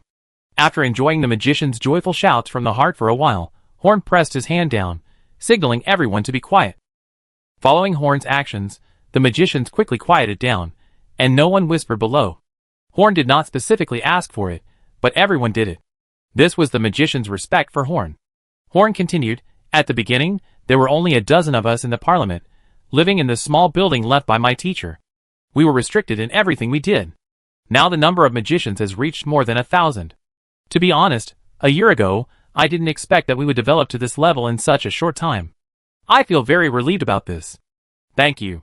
After that, Horn bowed deeply to all the magicians, because they represented the hope of Horn's dream, and were the main force to complete the feat of the rise of magicians. Horn continued, "You should also know what we are going to do here today. Please shout it out loud." "Swear." All the magicians shouted in unison. Horn's expression became solemn. "Yes, today we are going to swear. This oath will be the code that all of us magicians will abide by. Please remember today's oath when you become an outstanding magician. Once the oath is spoken, it must be obeyed. All magicians must supervise each other. Those who violate the oath will be punished. Magicians who are unwilling to swear, please leave the team now." Horn waited for a minute, and no magician moved, and no magician even had a hesitant expression on his face. So Horn clenched his right fist and put it on his chest, and began to shout loudly. Every time he shouted a word, the magicians behind him followed. There is no need for hypocritical gods to witness, and there is no need to sign a contract with despicable devils. We are willing to use our own knowledge, wisdom, life, soul, and the dignity of magicians as witnesses to abide by this agreement until our souls dissipate. Anyone who learns magic and abides by the magician's agreement is a fellow. When they are in danger, I will help them. I have knowledge and share it with them. Anyone who kneels to the gods and persecutes my compatriots is an enemy. I will kill them when I see them, peel their skin, eat their flesh, drink their blood, break their bones, and never stop until they die. Anyone who breaks his oath and acts like a slave to his enemies is a traitor. The magician's oath is for himself, and he is his own witness. No one is qualified to witness for the magician, and the magician does not need to worship any idols." Horn had long thought of making all magicians swear together. He wanted to make all magicians have a unified code of conduct, which would not only help manage these magicians, but also help unite all magicians. Starting today, every magician who officially joins the Magic Council must loudly say his oath under the gaze of more than 3 magicians. Horn wanted to engrave the fact that the church is the enemy of every magician in the bones of all magicians, even the magicians in the forsaken land of God, who have not been persecuted by the church. Horn wanted them to remember it. After the oath, every magician had an inexplicable sense of mission in their hearts. This sense of mission made them even more loyal to the Magic Council. The wild witches watching outside had a little more desire to become magicians, and their desire to practice became stronger. In addition to the magicians and wild witches, the outsiders who watched the oath had an inexplicable feeling about the Magic Council. They understood that this was an organization with its own beliefs, and such an organization would definitely succeed. After the oath was completed, Horn landed, opened his arms, and smiled at the magicians. "What are you waiting for? This will be our territory from now on, and this is your home." He led the magicians into the new headquarters of the Magic Council, and found that the inside of the huge building was more gorgeous than the outside. As soon as he walked in, he saw a huge hall that was 100 meters long, wide, and 10 meters high. The decoration of the hall was very much in the style of the elves. The ground was shiny, and dozens of huge stone pillars played a supporting role. On the wall opposite the hall, there is a huge painting with a red background, with a triangle and a 12-pointed star in a circle, and the emblem of the Magic Council in the middle. Inside the building, Horn felt a faint magical aura, and immediately understood that this giant building was probably completed with the help of magic. Otherwise it would be basically impossible to build such a large building in half a year with Salon's construction level. And these magics can be continuously strengthened. As long as the Magic Council stays here for 1 day, the building will continue to be strengthened and eventually become unbreakable. The old Grave Keeper walked in the Church of the God of Fire. He had been away from the black-haired young man for a month, but he still hadn't found the person who carried his undead mark. After his last undead was killed, the aura of the mark on Randall became extremely weak, and it was not easy to find even if he came to look for it himself. But he had to find Randall anyway, because that was his only way to transcend ordinary creatures, and he would never give up. If his master forced him to do it, then he would not think about hitting that thing. But the master was just persuading, and persuasion would not change his mind. Suddenly, his old face showed a hint of joy, and at that moment he sensed Randall's aura, just at the edge of the church of the god of the north wind. Chapter 421. The sky was clear, and the air was gentle. Under the autumn light, a large convoy entered Spark City. There were about 100 carriages and several hundred people. They were a joint inspection team from 6 churches in the outside world. The various products of the Magic Council have long been famous in the God-forsaken land. They have also seen the magic of the Magic Council's products in the outside world, so instead of buying them at a high price in the outside world, it is better to buy them in the original place, Spark City, which can bring them higher profits. If the price of products in Spark City is lower than that in the outside world, the quality is better than that in the outside world, and the quantity is sufficient, they will establish a good trading relationship with Spark City, and come here to purchase every once in a while. Horn knew about their arrival many days in advance, but Garfield was in charge of all matters related to the business of Spark City, and Enoch and Ian were in charge of matters related to the Magic Council. Horn did not want to negotiate with the people from the church unless necessary. And now Horn is busy receiving the wild witches and magicians that Franks brought back from the Black Forest. They just escaped from the outside world into the God-forsaken land, so it is better not to let them meet with the merchants of the church. After all, they should be quite sensitive to the church now. The merchants from the 6 churches were all ordinary people, but their guards were very strong. There were several level 5 and 6 warriors, and even more low-level warriors. Yan knew this when they passed through the gate of Spark City. As a caravan, such a lineup was already quite luxurious. Although the 3 major forces tacitly agreed that they could conduct business in the God-forsaken land, they still had to bring strong enough guards. After all, these people came to the God-forsaken land to do business. Even if something went wrong, their backing church would not be able to support them, so they must take their own safety measures. There are not as many warriors in the outside world as in the God-forsaken land, and most of them are under the jurisdiction of the church, so hiring so many warriors requires them to spend a lot of money, because whether they sell things to the God-forsaken land or take things from the God-forsaken land to sell to the outside world, they have to add a price. Some special goods may even be priced 5 or 6 times higher, and even then, the supply still cannot meet the demand. The transactions between the God-forsaken land and the outside world are all exclusive, and only these merchants have the right to set prices. These businesses alone support dozens of super-large chambers of commerce. The wealth and power of each of these chambers of commerce are extremely amazing, and some are even richer than Undead City. But it is precisely because of this huge profit that they can only rely on the church to exist. Once the church does not need them, they will no longer exist. After all, wealth in the outside world can only bring them enjoyment, but not power. David Walker is a member of the Walker family in North Wind City. He came to the Forsaken Land to do business on behalf of the Church of the God of the North Wind. His family was treated favorably by the Church of Leon City because of some things a year ago. Under the recommendation of Leon City, he defeated many opponents in a selection event and got the opportunity to represent the Church of the God of the North Wind to do business in the Forsaken Land. The Church of the God of the North Wind had just won the opportunity to do business in the Forsaken Land among many churches, so it was the first to send David to test the waters. If David did well, the Church of the God of the North Wind would invest heavily in this business. David could also make a good living with this opportunity. If he did not do well, there would be no future. As long as he could succeed, the Walker family could become the largest chamber of commerce in Leon City, and it was not impossible for it to even become the largest chamber of commerce in the entire Church of the God of the North Wind. In fact, he was still quite grateful for the cousin who was killed with the Blackrobe butler. He also knew what kind of character his cousin had. It was impossible for her to die for love with Deacon Joseph. Maybe his uncle used some dirty tricks to make the church believe it. But he only mourned for her for a while, and then became happy. Without her sacrifice, he would not have been able to get this opportunity to turn the family around. It would be better to have more cousins like this. Now, as long as he does not do too badly, he can at least turn the family around and become the head of the family. This is all thanks to his dear cousin. Since the first wave of the God of the North Wind was just to test the waters, David was not given a lot of supplies. He only brought a dozen servants and 5 carts to carry goods, and some gold coins to purchase goods. Even his guard was just a 3rd-level warrior.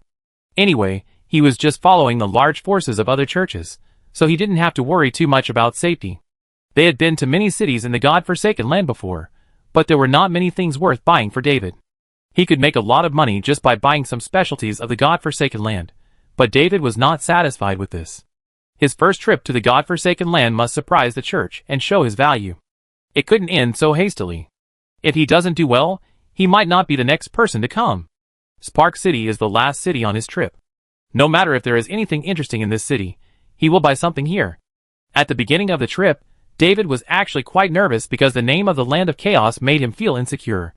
But after walking for a distance, he found that there was nothing to be afraid of here. The people living here are all poor people without faith.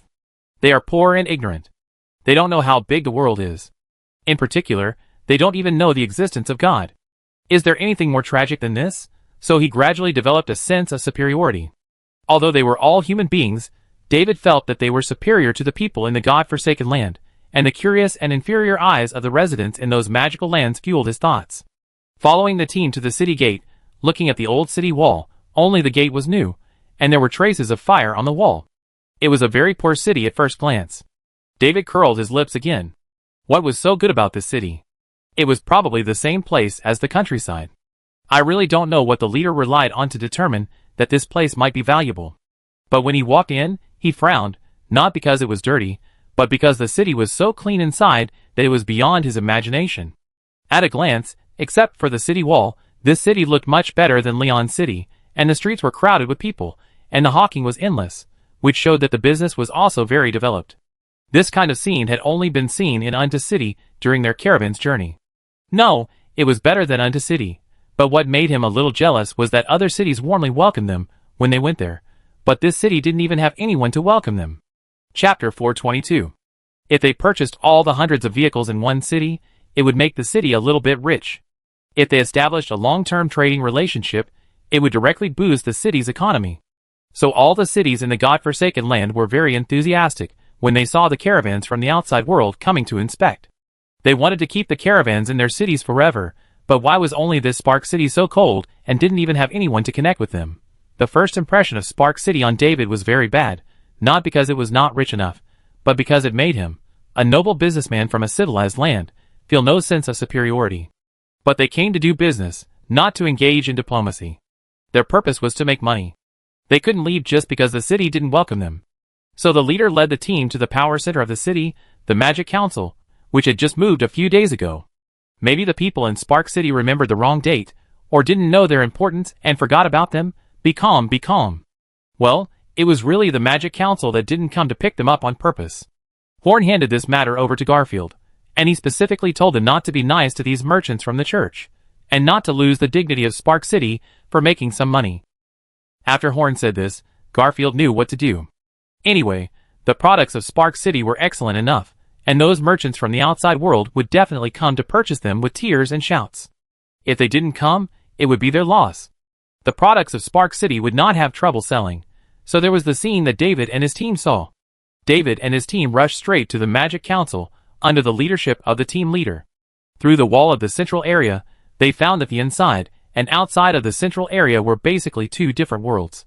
The magnificent buildings that could be seen directly from outside the wall shocked them even more. Even in the holy city of the church, they had never seen such a huge building.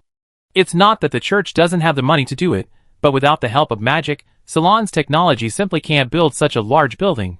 The merchants wanted to take this opportunity to visit, but they were stopped by the magician guarding the gate at the entrance of the central area. The reason was that this place was not open to outsiders at all. The Magic Council is the base camp of their own forces, and the magicians are not generous enough to let the enemy visit their base camp. But this means something completely different to the merchants. Not only did no one pick us up in your city, but they didn't even let us enter the core area. This is completely disregarding us. It was the first time that they had suffered such a great blow in a city in the God-forsaken land. The other party did not treat them differently at all. Especially David found that the man in the black robe in the central area looked at them with disgust, just like the way they looked at the natives of the God-forsaken land. Just that look made them unbearable. For them, this was already a humiliation. After seeing the quality of the goods, they would viciously belittle the city, and then leave cruelly, leaving them with no place to cry.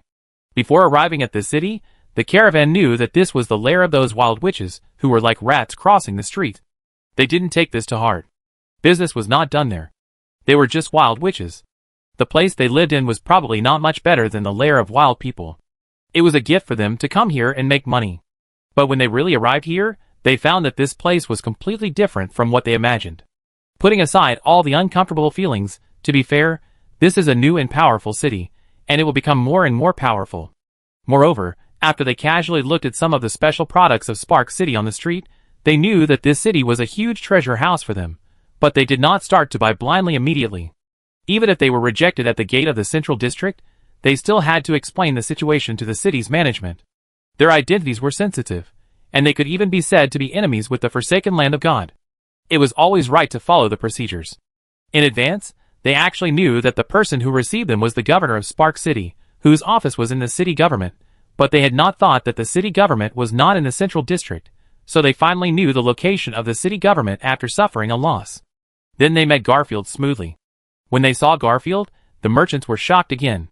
Such a large city was managed by an ordinary person. Judging from the fact that such a large caravan was handed over to them, the power given to him by Spark City was much greater than that given to the city lord by the church. This made them feel a little jealous. Why would ordinary people in the barren and wild lands be given such great power, while ordinary people like them, who came from the land covered by gods, were inferior to the lowest level clergy no matter how much money they had? Of course, they could only think about these things. Everyone knew that if they said these things to others, they might be tied to the stake when they returned to the church. After a lot of wrangling with Garfield, the merchants finally reached a transaction agreement with him. Merchants from outside can buy freely in Spark City. As long as the merchants in the city are willing to sell to them, they can buy, but Garfield sets a transaction tax for them that is 3 times that of other cities. After leaving the city government, this group of people were holding back their anger and were not prepared to reach an agreement with Spark City to continue trading. Garfield's attitude towards them was too bad. But after strolling around the street for a while, they couldn't stop looking. It would be a loss for them if they didn't come to this place again. It turned out that the soap they bought at a high price in the outside world was actually produced here, and the soap sold here was much better than other places in the God-forsaken land. In the God-forsaken land, soap is a daily necessity that ordinary people can afford, but outside the God-forsaken land, soap is a luxury item that is only provided to clergy, and only clergy can afford it. So if they buy a lot of exquisite soaps here, wouldn't they be able to make a lot of money? If the soaps only surprised them, then the books made by Enoch were like being hit on the head by the god of wealth. Can such exquisite books really be made by humans? You don't need to read the content. Just look at the cover, and you will be attracted, and the price of such exquisite books is so low that they are shocked. If they can sell these books to the outside world, how much wealth they will get. There is also a shop called Alchemy House. Everything sold there is very useful to them. To them, Spark City is simply a huge treasure house. As long as the goods from Spark City are shipped out, they can be sold for at least 10 times the profit. For them, this is a gold mine. Chapter 423. After only strolling for less than an hour, they completely forgot about their dissatisfaction with Spark City. What if they were treated badly? What if the taxes were several times higher than those in other places? Compared with the value of the goods here, it was nothing. The caravan soon separated. They couldn't move freely when they were together. They wanted to separate and buy as much as they wanted in Spark City. David took his 5 pitiful little carriages to shuttle in Spark City. His first thing was to buy carriages. He was sure that Spark City was his opportunity to rise. In order to do better, the 5 carriages given by the church were not enough. He wanted to spend all the money he brought with him, and then exchange them for the specialties of Spark City, and bring them back to the Church of the God of the North Wind to sell. As long as they come here to trade in the future, his family will rise inevitably. He plans to buy all the books with the 5 carriages he brought, and then use the other carriages to buy soap and other specialties that only the Magic Council has. For his own future, David happily led his team to search for valuable goods, unaware that as they were getting farther and farther away from the main force, several pairs of eyes had already been staring at them. Somewhat strangely, his team of more than a dozen people left the bustling commercial street, did not buy anything, and slowly turned into a deep alley. After twisting and turning, they came to a place that normal pedestrians would never come to. Suddenly a cold wind blew, and David was startled, with goosebumps all over his body. He looked around, wondering how he came to this place that was not safe at first glance. He turned around in horror and looked behind him, only to find that his guards and servants fell to the ground and began to sleep soundly. No matter how he shouted, they would not wake up. This scene almost scared him to scream, but he quickly calmed down. The opportunity to represent the Church of the North Wind to come to the God-forsaken land was certainly due to the opportunity brought by his cousin's sacrifice. But more importantly, he had a talent for business, so he could stand out from the many businessmen. He knew that if he could make his guard fall asleep, it would be easy to make him disappear. As an ordinary person, he could not escape from here no matter what means he took. He was specially asked to come here because he had something to tell him. If he wanted to rob, he would not have to make such an arrangement to make others fall asleep. He guessed correctly. He was led here because he had another purpose for him. After he calmed down, 3 figures walked out of the darkness, a man and 2 women. The man was wearing a black robe with purple patterns, with 2 strange 7-pointed stars on his collar, while the other woman's robe was covered with 6-pointed stars, and the last one was a girl who was only 15 or 16 years old wearing a black robe. The 3 of them were Enoch, Anne, and Vivian. For some reason, although they did not cover their faces, David could not see their faces clearly. From the time the guard fainted until now, the whole thing was full of strange atmosphere. Could these 3 people be evil wizards? No, just like the priests cannot enter the Forsaken Land, there will be no wizards in the Forsaken Land. What is the purpose of these people? We want to do business with you, Enoch said. His voice was gentle and powerful, but if you listen carefully, you can't hear any characteristics. Please tell me what business. I will try my best to help you as long as I can. People have to bow their heads under the eaves. David did not resist at all, and seemed very cooperative. I will give you an exclusive channel for purchasing books, unlike other church people who can only buy books in bookstores, and the quantity is also very huge. I can even restrict other church people from buying supplies in Spark City, and only open it to you. Hearing these requests, David's breathing became rapid. If this was true, it would not only benefit his family, but also the church. If he really reached an agreement with these 3 mysterious people, he might even gain great honor in the church. But he was not stunned by this pie in the sky. There is no free lunch in the world. As an excellent businessman, he naturally understood this truth. We don't have too many requirements.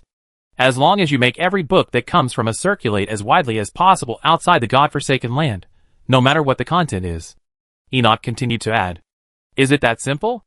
David couldn't believe it. If it was just like this, there wouldn't be such a big deal. It's not that simple. The price I give you will be very low, so I won't ask you to set the price too high. My requirement is that our books can be circulated in the outside world, and people of all levels can see it. TSK, when I ship the things out, won't I be the one to set the price? David thought disdainfully, but the conditions proposed by this man were basically unilateral benefits for David, and there must be secrets that he didn't know. By the way, if we have some small things in the future, please try to help us, Enoch suddenly said to David. As long as it does not violate my beliefs, I can try my best to help you with your request. David nodded and agreed. Suddenly he realized that these simple favors were definitely not good things. In this city dominated by wild witches and extremely hostile to the church, what purpose could there be for secretly giving him benefits? It was nothing more than using him to achieve some ulterior and dirty purposes in the church-controlled area. After thinking about this, he looked at the 3 people with a hint of contempt. They did not dare to confront the power of God head-on, but could only play some such small tricks that could not be seen on the stage. These heretics could only do such crooked ways. This insidious method is really the wrong person to choose a devout believer like him. Now he will pretend to be friendly with them here, and then report them after returning to the church, so that they will have to pay the price. David's expression changed very slightly, and he concealed it very well, but Enoch still found it. When performing illusions, it is often necessary to make appropriate changes to the illusion according to the emotions expressed by the person in the illusion. So as a master of illusion, Enoch is very good at observing words and expressions. You seem to look down on us, and you may be thinking of reporting all these things when you return to the church. Enoch looked at David with sarcasm. He dared to disobey him in front of him. This guy is really bold. Chapter 424. Enoch's tone carried a trace of undetectable murderous intent, and David's face immediately turned pale. Was his thought just now noticed? He didn't express it at all. It's one thing to think in your heart, but it's another to be seen by others. His life is in their hands now. His good life has not yet begun, and he can't die here. He knelt down hurriedly, and wanted to go over to grab Enoch's robe, but Enoch dodged it flexibly. After being dodged, David was not discouraged.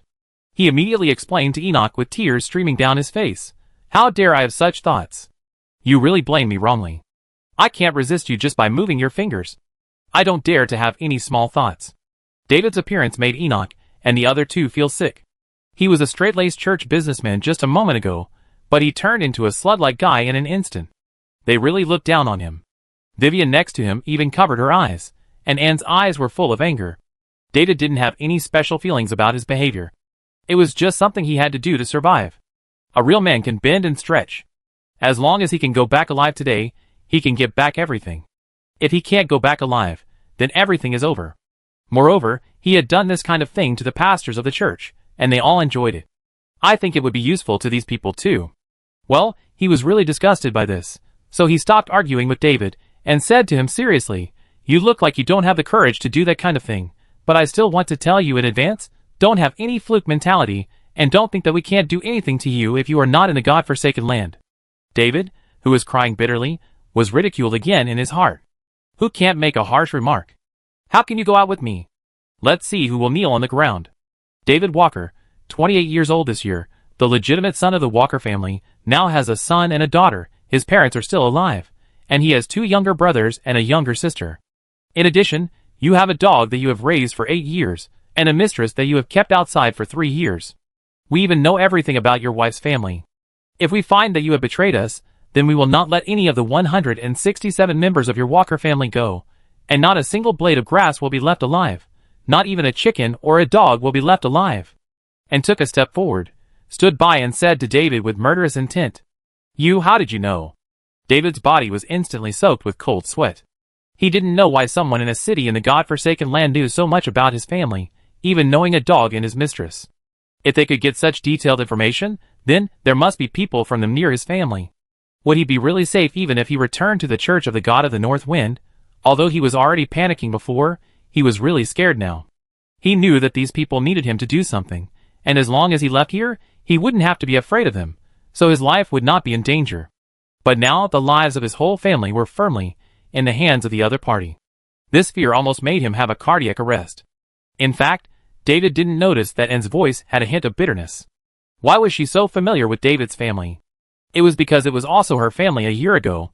Enoch wanted to find a hidden person among the foreign merchants in the God-forsaken land as a nail planted inside the church.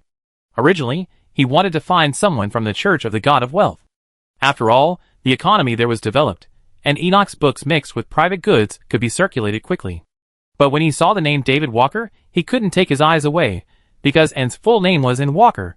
This guy is Anne's relative, so Anne must know him.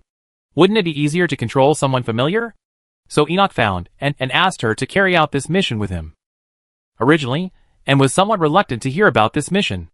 After all, her family was her scar, and she didn't want to open it again. But Enoch explained to her in detail that doing so would have a very positive effect on the Parliament, and she also wanted to know if there were any changes in the family, so she finally came. When she was following David in the dark, she saw his cheerful face, and then roughly understood what the family was like now. It seemed that the family was not sad because of his death, but also used her fake death to gain greater benefits, so she didn't need to ask anymore, and just focused on helping Enoch complete his idea. The threats she made were not all alarmist.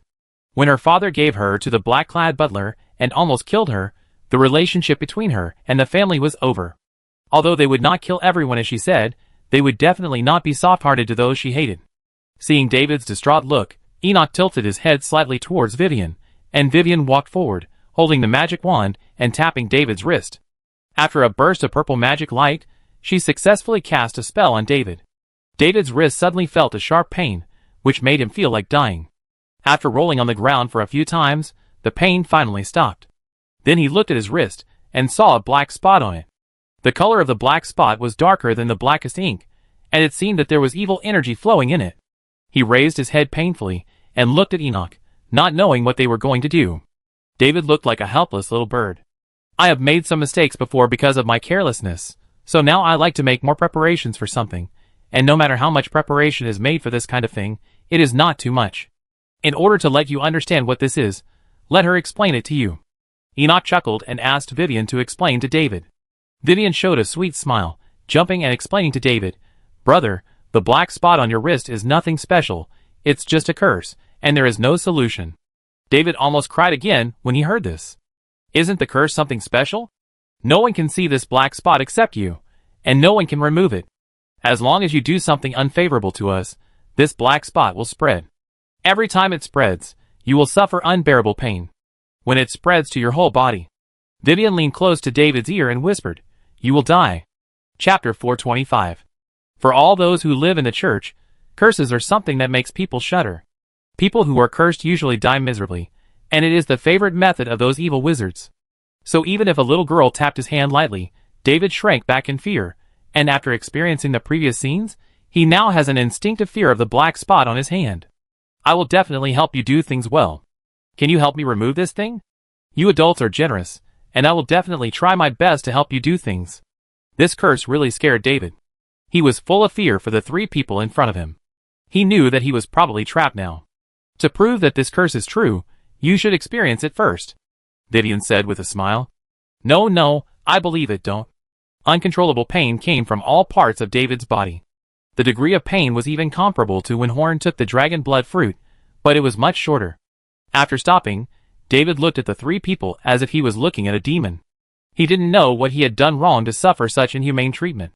"In order to prevent you from being really firm in your faith, and not afraid of your own death or harm to your family, I have made other preparations. My faith is not firm." Regardless of David's expression of despair, Enoch took out a stack of papers and stuffed them into David's hands. He almost fainted after taking a quick look. There were vivid pictures drawn on them, all of which were David's various blasphemous behaviors, such as writing on the statue of the north wind to go to the toilet, throwing the scriptures into the cesspool, and many other blasphemous behaviors. But David never did these things. But this picture looks so real. "None of this is real," David murmured. "When these things spread all over the streets of Northwind City, will they really be important?" Enoch said with a raised corner of his mouth. "It's not important. Nothing is important." David's eyes were sluggish, and he had collapsed. "Your guards will stand up and walk to the street in an hour. That's when they will wake up. After waking up, they will forget that he had fainted. I hope you don't let them see that you have a problem. If you are exposed, I will be very troubled, and I may not do something to make everyone unhappy." After Enoch finished speaking, he, Vivian, and Annie disappeared into thin air, leaving David in the dim alley in a daze. David sat in the alley for half an hour, and then he recovered a little. In this short period of time, he truly experienced what it felt like to go from heaven to hell. Now he dared not underestimate Spark City anymore. In his eyes, it had become a place like a devil's cave. He had to use this half hour to recover to normal state, and he couldn't let his guard see any clues. The guard was sent by the church to protect him, not hired by himself, so he couldn't let the guard have any suspicion. Now he has made up his mind to work for Enoch, because his life, his reputation, everything he has is under Enoch's control, and as an ordinary person, he really has no way to resist.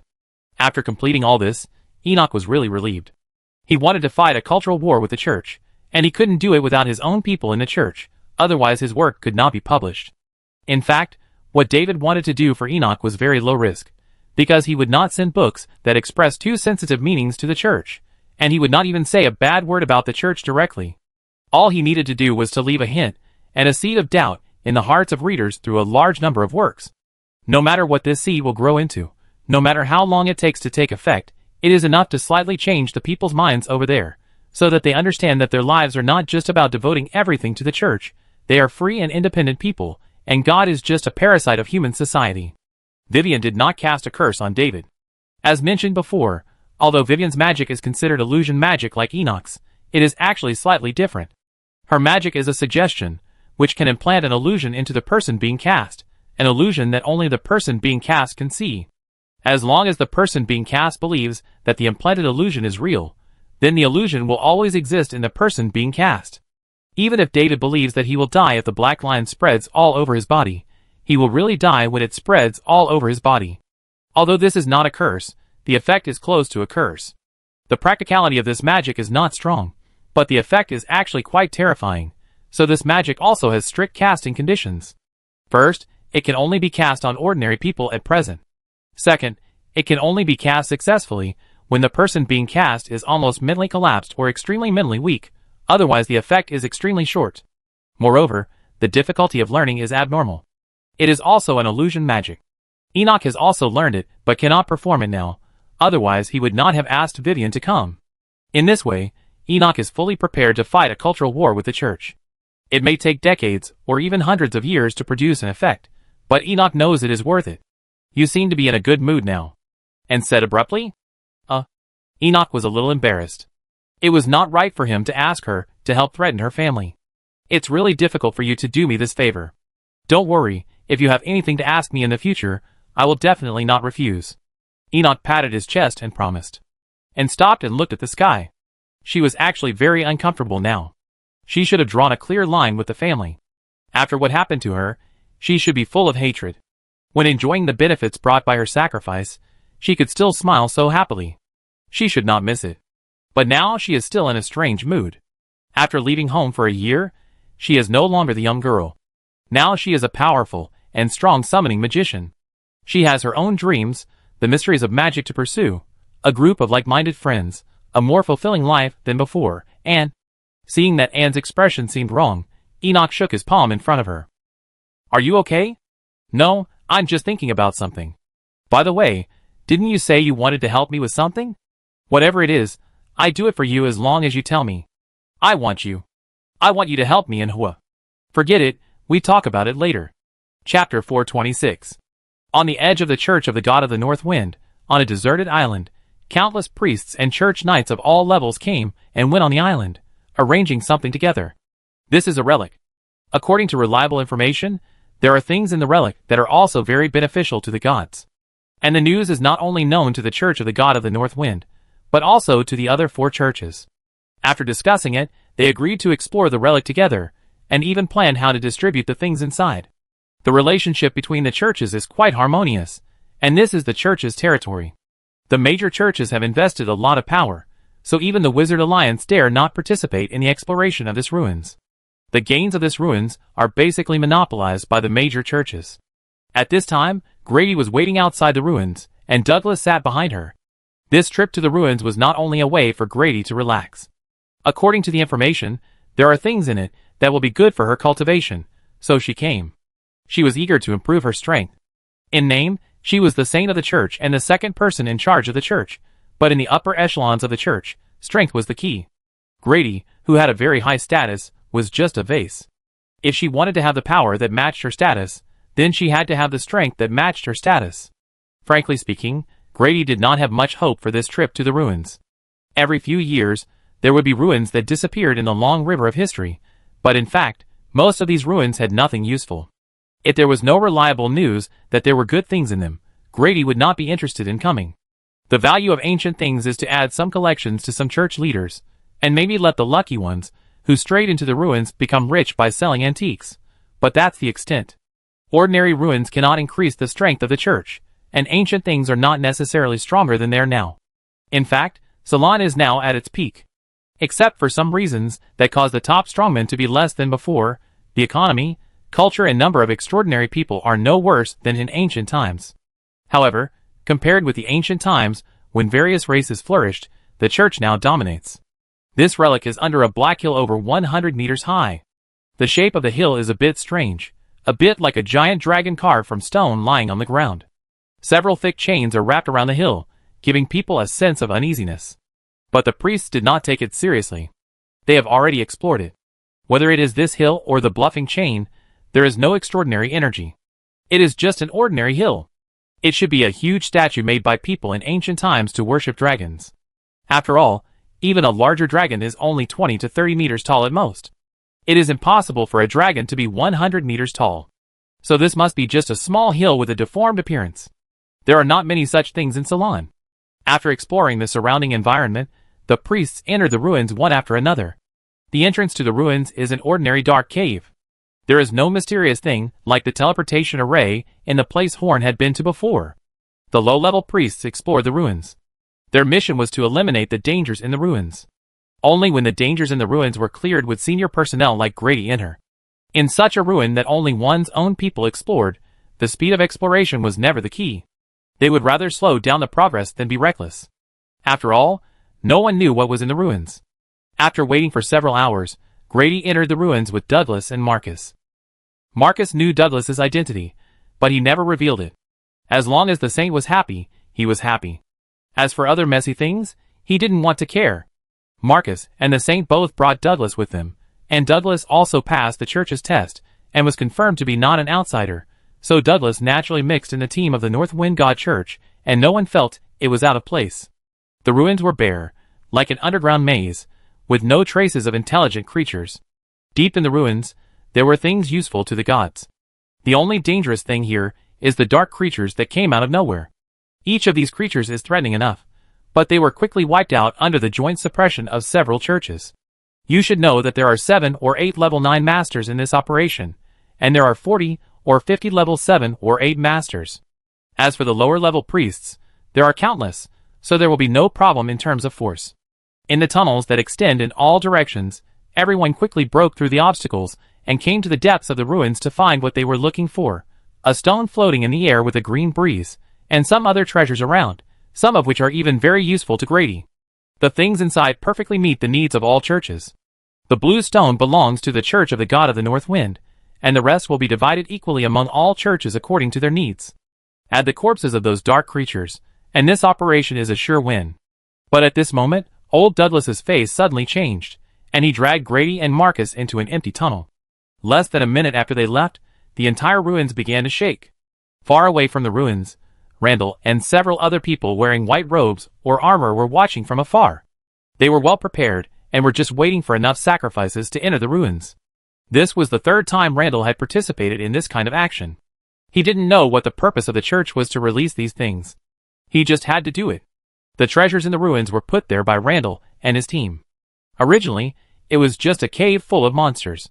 The news that there were treasures here was also spread by Randall and his team. All the preparations made in the past year were for this moment. After doing this, Randall can return to the Kingdom of Holy Light.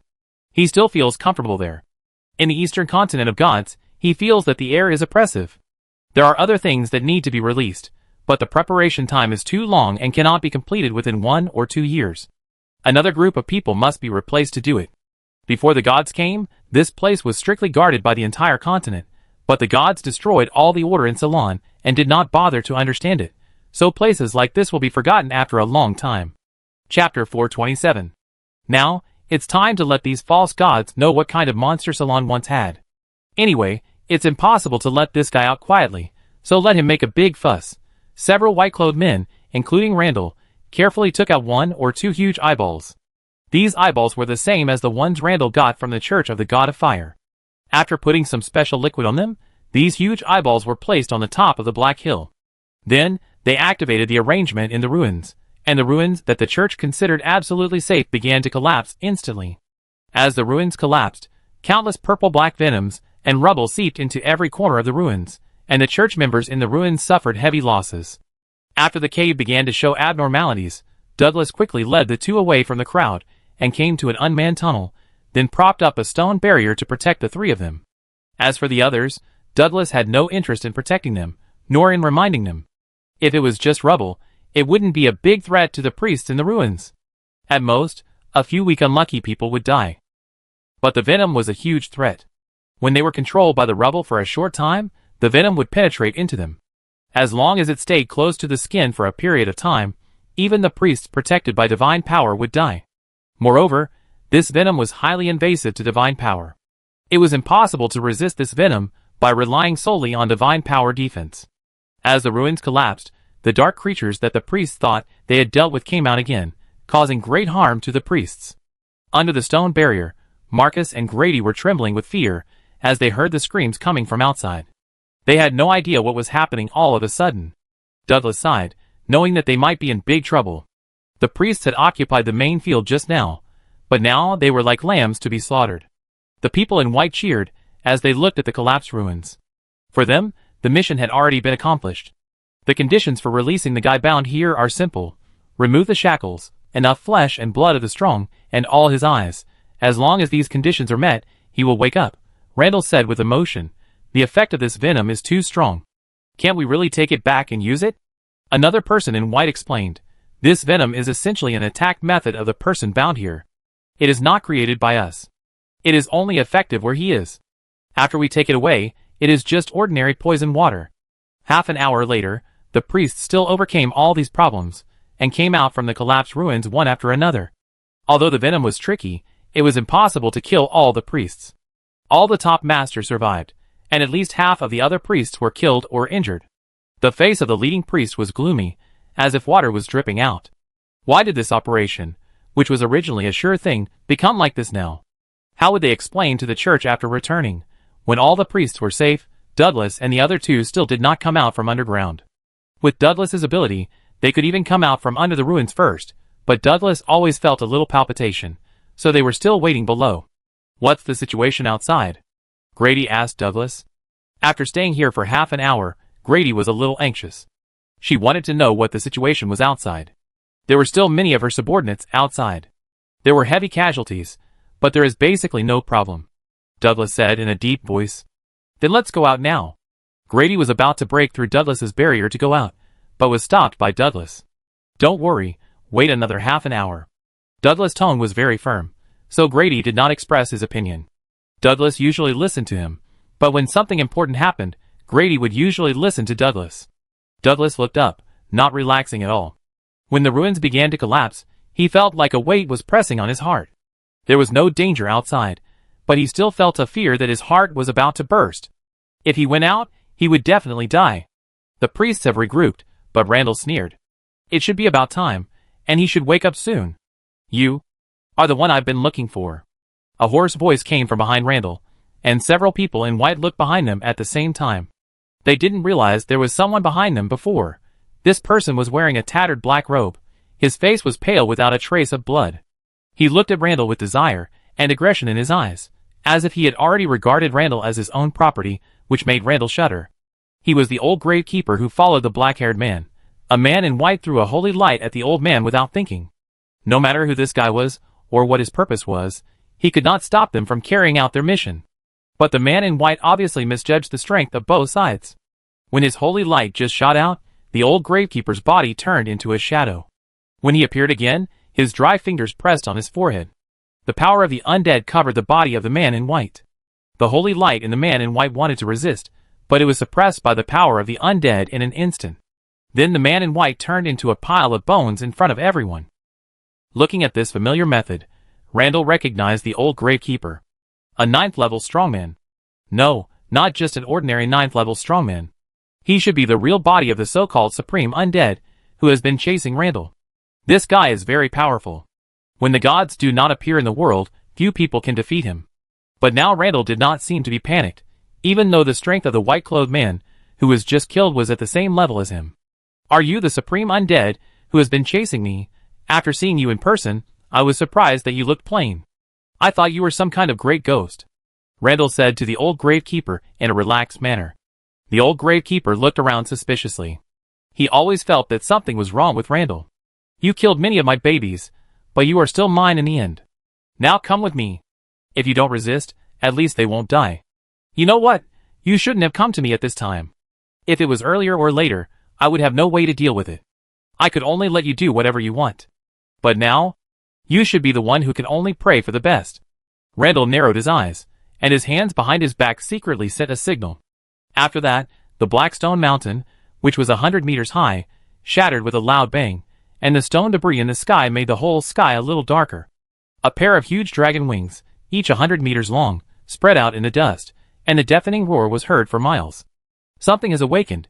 In the dust, a black and purple dragon breath more than 10 meters thick was sprayed into the sky, and then it was divided into countless fine dragon breaths, which carpet-bombed the area. The entire area around the ruins was attacked. After the smoke cleared, the ground was covered with traces of powerful energy explosions. The priests who had just come out of the ruins suffered huge damage. After a big scene, the huge body of 100 meters high flapped its dragon wings slightly, and flew in front of Randall and the others. Its densely packed scarlet eyes stared at them, without a trace of emotion in the dragon's eyes. This is the King of Madness, the thousand-eyed cursed dragon. Sagator, why are you here, and why did he also revive? The old gravekeeper was at a loss.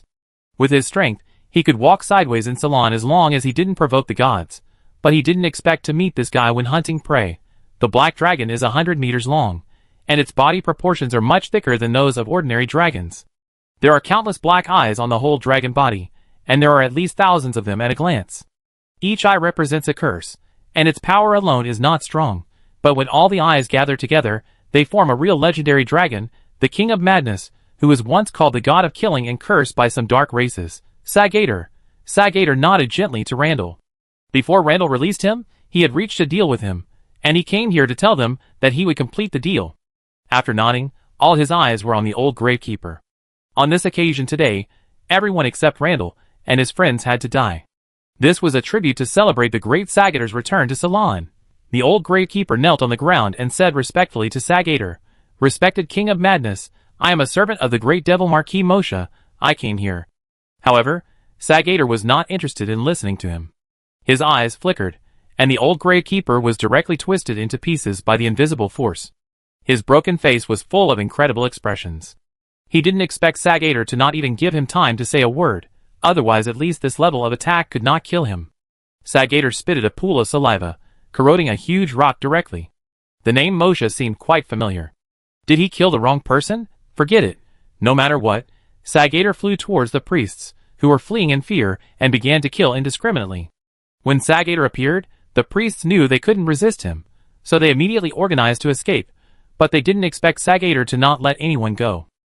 He killed all the priests present like he was crushing bugs, and then roared on the battlefield full of corpses. Randall and the other white-clothed men left when Sagator started the massacre. They didn't have the leisure to watch the battle. Now they couldn't leave even if they wanted to. They were not like Sagator, who was almost invincible in Ceylon. After Sagator killed everyone, his nose twitched slightly, and then he stretched out his claws to the ground and pulled out a ball of earth. This was Douglas's earth magic barrier to protect Grady and the others. Douglas's face turned green with anger. Why did such a powerful creature suddenly appear? He tried his best to hide the aura of the three of them, and prayed that this guy just played with the ball of earth for fun. Sagator fiddled with the ball of earth for a few times, and then a small breath of dragon breath came out. Old Douglas immediately mobilized all his magic power, and tried his best to finally block this wave of attacks. If he hadn't had the sacrificial scepter in his hand, which he had found time to borrow from the elves, he would have died here. However, the situation was not optimistic. His defense against the dragon's breath had exposed the three of them to the dragon. Now, if the dragon took it seriously, they would definitely die without a burial place. But if they didn't make an effort to resist the dragon's breath just now, the three of them would have been wiped out. At this moment, a hurricane that seemed to blow everything away blew over, hitting Sagator and almost making him fall, and the earth ball flew out of his hand. Sagator didn't care about the little bugs in the earth ball. His thousand dragon eyes looked in the direction of the attack, and saw 5 figures with various colors of light floating there. These 5 figures were the incarnations of several gods through their believers. This time, the dragon's killing spree here deeply angered them. It was unknown how many years it would take to train the priest he killed. So the 5 of them joined forces and rushed here to kill the evil dragon, but when they really saw Sagator, they realized that they should not come this time, because the aura of Sagator was even stronger than their incarnations. He had just escaped with such a powerful force, so after he fully recovered, he might even be equal to the original bodies of the gods, or even stronger, but now that they are here, there is no point in regretting it. This time, the 5 of them came together, and the dragon has not yet recovered to its peak state. This time, they will keep the dragon here forever. They would never allow anyone in Ceylon to rival them in strength and walk around in Ceylon without restriction.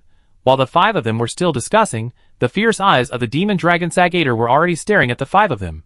Before he was sealed, there was no such strange life form as gods, but this did not prevent him from having a good fight after he had just escaped. Whether to fight or not was not decided by the 5 gods, but by Sagator, because he was the god of killing and cursing. He was the king of madness. The war begins. The battle between the gods was earth-shattering, and the terrain of this area was changed. No one noticed that a big stone ball with legs ran out of the battlefield between the gods. Under the protection of Douglas, they left quietly. In a battle of this level, no one would care about a few humble mortals. No one knows what the specific battle was like. All they know is that the last huge dragon flew into the sea with shocking scars and disappeared, and the churches of the 5 gods, who participated in the battle, have been recuperating for several years. When the dragon escaped, the space of the entire salon became unstable, and countless small space cracks appeared, but they usually disappeared in a moment. Only in the god-forsaken land, there was a space crack of medium size between the 3 cities of Undead City, Bigma City, and Spark City, and there was no sign of disappearance. Chapter 428. Horn's nose moved slightly. It seemed that it was time to eat. The maid brought a silver-covered dinner plate to Horn, placed it on the table in front of him, took off the silver cover, and inside was a fragrant pork chop. Pick up the knife and cut the ribs. The hot air was accompanied by a crispy cutting sound, which sounded very nice, so this was a good pig. The owner of this pork ribs was a first-level magic beast, who was injured in a fight with his own kind in the cold winter, so he was captured by Xinghuo City and turned into food. The ribs themselves are valuable, and the seasonings and ingredients used to cook pork chops are rare treasures. As the head of Spark City, Horn enjoys the best resources of Spark City. But what makes the pork chops so tempting is the pig chefs specially hired by Spark City. Although they are pigs, they cook pork deliciously and delicately. They have been chefs in Spark City for several months, which has satisfied all the magicians. Even Daniel, who was a little uncomfortable with pigs cooking at first, now accepts it calmly. After cutting off a small piece of pork chop and stuffing it into his mouth, Horn showed a happy expression on his face. A magician can go without sleep for several days in a row, but he cannot go without food for several days in a row. When conducting research, Horn can eat simple food for several days in a row, but enjoying food in his spare time is also a wonderful enjoyment. After spending half an hour to eat all the prepared food, Horn touched his bulging belly with satisfaction. His physical fitness alone is enough to rival that of a second-level warrior. Of course, he also has the characteristics of a warrior, that is, he can eat. If he lets go of his stomach, he can eat several servings of food at a time. After eating and drinking, Horn looked at the origin ring in his hand and fell into deep thought. After the origin ring became complete, Horn would put part of his magic power into the origin ring every day to store it, so that his magic power would always be in a state of recovery. To date, the origin ring has been infused with magic power by Horn for several months. Once released, the power contained in it is enough to kill masters of Isaac's level more than a dozen times. However, this is just the result of Horn's estimation. In fact, in these few months, he has not released the power of the new origin ring once. Horn, who has a bit of a hamster personality, wants to store as much magic power as possible to avoid insufficient in battle. However, the storage in a few months is enough. Now Horn wants to try out how powerful the complete version of the origin ring is. Otherwise, Horn may be flustered in the actual battle and not understand the weapon in his hand, and the result of the battle may be fatal. Unfortunately, there is no resistance or hostile force near Spark City for Horn to experiment. Spark City has long been governed by the Magic Council, and the organization that dares to say no has long ceased to exist. So if you want to test the power of your origin ring, you need to find a place to experiment yourself. Going out for some exercise can also help digestion. Horn walked out of the Mage Tower, opened his wings of fire, and began to look for a suitable place to test. Today is not a good day, it is raining heavily, but this can't affect Horn. His mage robe can automatically block the rain, and the wings of fire will not be affected by the rain. At most, it will consume a little more magic power. After flying a few circles outside the city, Horn finally chose a forest as his test site. There are rumors that monsters attack people here, so few people come here. In addition, the heavy rain today should not hurt people by mistake. The destructive power of fire can be seen directly when destroying trees with fire, and it will not cause fire in this weather, so this is an ideal testing site. Horn first shot at a rock, launching an arrow-shaped attack, punching a deep black hole in the rock. The magic power of the fire arrow is probably only 3 rings of magic power, but it is more powerful than the fireball. Horn is testing the first function of the origin ring, which is to control the release fire. Originally, at most, the shape of the fireball could be roughly affected, but no matter how it was affected, it would definitely be a fireball, and it would not become a flaming arrow like today. Now, changing the shape of the fireball does not require Horn to control it, and it can be affected with just a thought. The simple test made Horn very satisfied, and the next step is to conduct more complex tests. The flame overflowed from Horn's hand, sometimes turning into a long sword, sometimes into a long whip, and occasionally 1 or 2 smart birds appeared. In short, Horn was having a lot of fun. After playing for a while, Horn basically concluded what the origin ring could do. At the 4th ring, the flames released by the origin ring could be manipulated by Horn, and could even be transformed into fire magic that had nothing to do with fireball. However, the 5th and 6th rings could only deform, and were essentially still fireball. After the 7th ring, it could only maintain the shape of the fireball, but under the premise of maintaining the shape of the fireball, it could also slightly change the ability of the fireball, such as exploding fireball. After the controllability test, it was time to test the power. Horn had completely let himself go, swiping 3 times in 3 directions, releasing 3 fireballs of different natures. Each of these 3 fireballs was as powerful as the one that killed Isaac, but releasing 3 magics in a row only made Horn's hands tremble slightly. He had already prepared for the side effects of releasing the power of the origin ring, and after the origin ring became complete, the power it exerted on the caster became much smaller, so he could achieve this level. Looking at the fireballs rushing through the forest, as if they could destroy everything, Horn showed a satisfied smile. Now, with the help of the origin ring alone, Horn has become very powerful. Fuck, who the hell is this? Throwing fireballs everywhere is a jerk. A familiar shout came from the direction where Horn fired the explosive fireball, and then with a boom, the explosive fireball exploded, and a small mushroom cloud appeared in the distance. Horn took a breath of cold air. I wonder if his fireball will hit someone he shouldn't hit. Afterwards, Horn suddenly shuddered, as if a tube of magic and blood had been suddenly drained away. This familiar feeling made Horn realize that he was right. He had indeed killed Edward with a fireball. In the direction where the fireball exploded, countless beasts of all sizes ran towards Horn, surrounding him with murderous intent. The scene was once very tense. Chapter 429. Regardless of their size, the monsters, or wild beasts, that surrounded Horn had one thing in common. They were all cats. Horn looked at these guys with a little surprise. He was not afraid. Although there were many of them, and they all looked very fierce, the strongest of these cats were just low-level monsters. Horn could kill them all without even moving a step. What surprised him was why so many cats surrounded him after he killed Edward with a fireball. This reminded him of when Meredith had asked Edward to take her away. She had said that Edward would at least gain the ability to command a group of cats.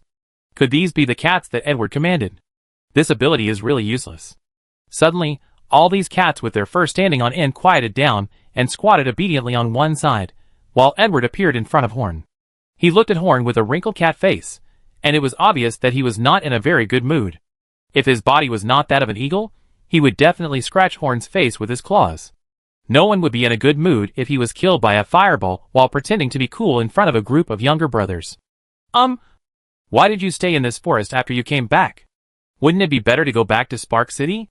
Horn said with a guilty conscience that he had just looked around and saw no one before releasing the fireball. It felt so good to hit the tree with the fireball that he forgot to check if there was anything in the fireball's path. We're hiding from the rain there, meow, Edward said expressionlessly. It was indeed raining heavily now. Edward could ignore the rain, but his cat brother couldn't. It's good to hide from the rain. It's good to hide from the rain, he. Horn, who was in the wrong, said with a wry smile. Edward and Horn finally returned to the Magic Council. Along the way, Horn and Edward signed many unequal treaties. There was no way this time it was Horn's own fault. It was the first time Edward saw the new Magic Council.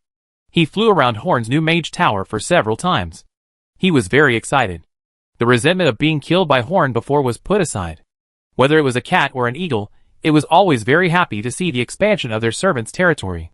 If Horn's mage tower was a small sapling, then the current mage tower was a towering tree. After Edward's excitement, Horn began to settle the cats that Edward brought.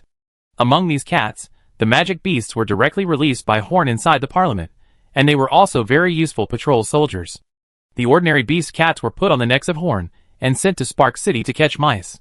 At the same time, an order was issued that the residents of Spark City were not allowed to harm the cats with tags on their necks. These were Edward's little brothers, and they had to be taken care of. Then Horn asked Edward why he had returned to Spark City after such a long time. The territory of the Alien Alliance is basically at the other end of the God-forsaken land, and it took nearly a month to travel there. After arriving at Meredith's tribe, Edward established his status as the sacred beast of his tribe without any difficulty. After a celebration, he gained the ability to communicate with all cats without rank. Yes, it was just communication, which was a far cry from the control described by Meredith. But Edward had no dissatisfaction, because he enjoyed the treatment of God here. He came here for fun, so as long as he was happy, he would definitely not have anything. Every pretty cat lady here likes to hug him, and will agree to all his requests, but Edward is a little bit unable to deal with some overly enthusiastic cat ladies. Of course, Edward would not do anything dirty. He just felt comfortable with the beautiful cat people. Originally, he was not very satisfied with the cat's head because of Horn's preference, but now he feels that the cat's head is not bad. This feeling is more likely because becoming the sacred beast of the tribe makes him more cat-like.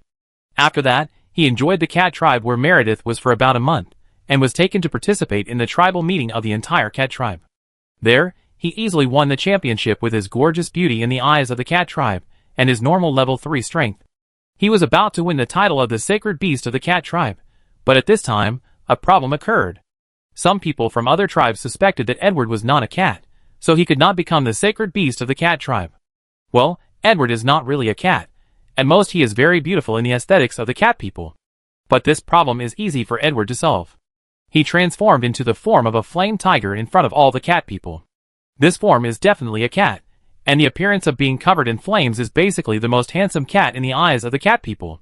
In addition, Edward's level 4 strength is the strongest among all the cat-type monsters in the selection of holy beasts, so he successfully won the title of the cat people's holy beast, and took Meredith with him to show off.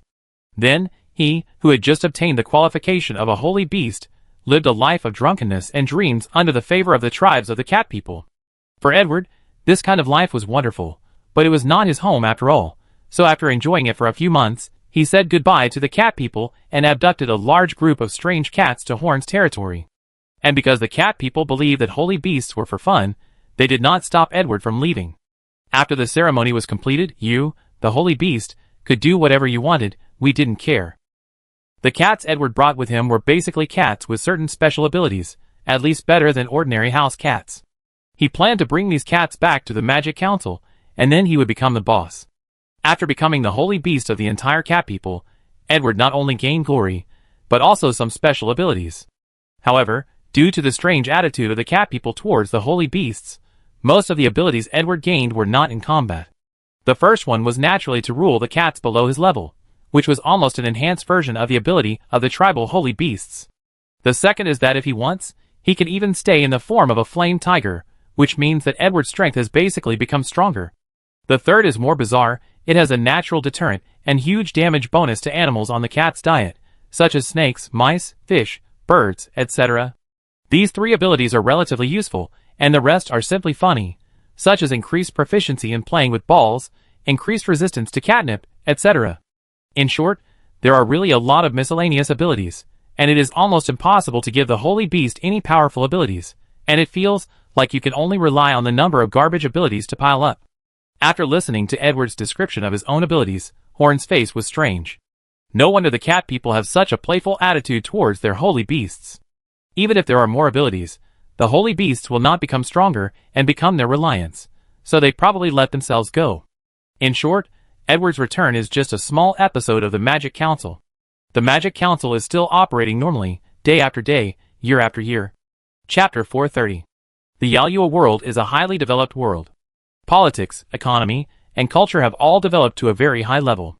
Hundreds of years ago, Yaoyuo no longer had the concept of a country, and there was only a unified Yaoyuo Federation. The prosperity of Yaoyuo is based on an energy field that is ubiquitous in the Yaoyuo world. This energy field is called the DT force field. Hundreds of years ago, someone began to conduct systematic research on the DT force field, making the energy of the DT force field a kind of energy that Yaoyuo people can generally use, and based on this, the Industrial Revolution was carried out naturally. In ancient times, the DT force field was a force that only high-ranking people could control. In the past few hundred years, Yaoyuo has developed rapidly, and technologies based on the DT force field have sprung up like mushrooms after rain. They have explored every corner of the world and proved that the place where they live is a huge disk-like world. But they cannot walk out of their own world. At the end of the world, there is an unbreakable barrier. No matter how they study the DT technology based on the DT force field, they cannot break through the barrier of this world. Their research on the DT force field is quite in-depth.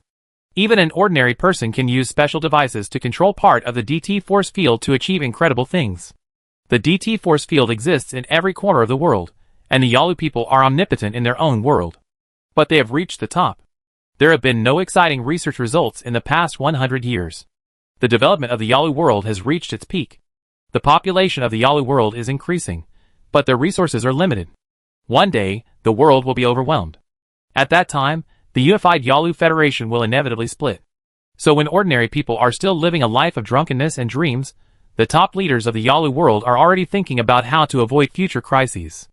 In order to deal with future crises, Yaoyuo has made preparations in two directions.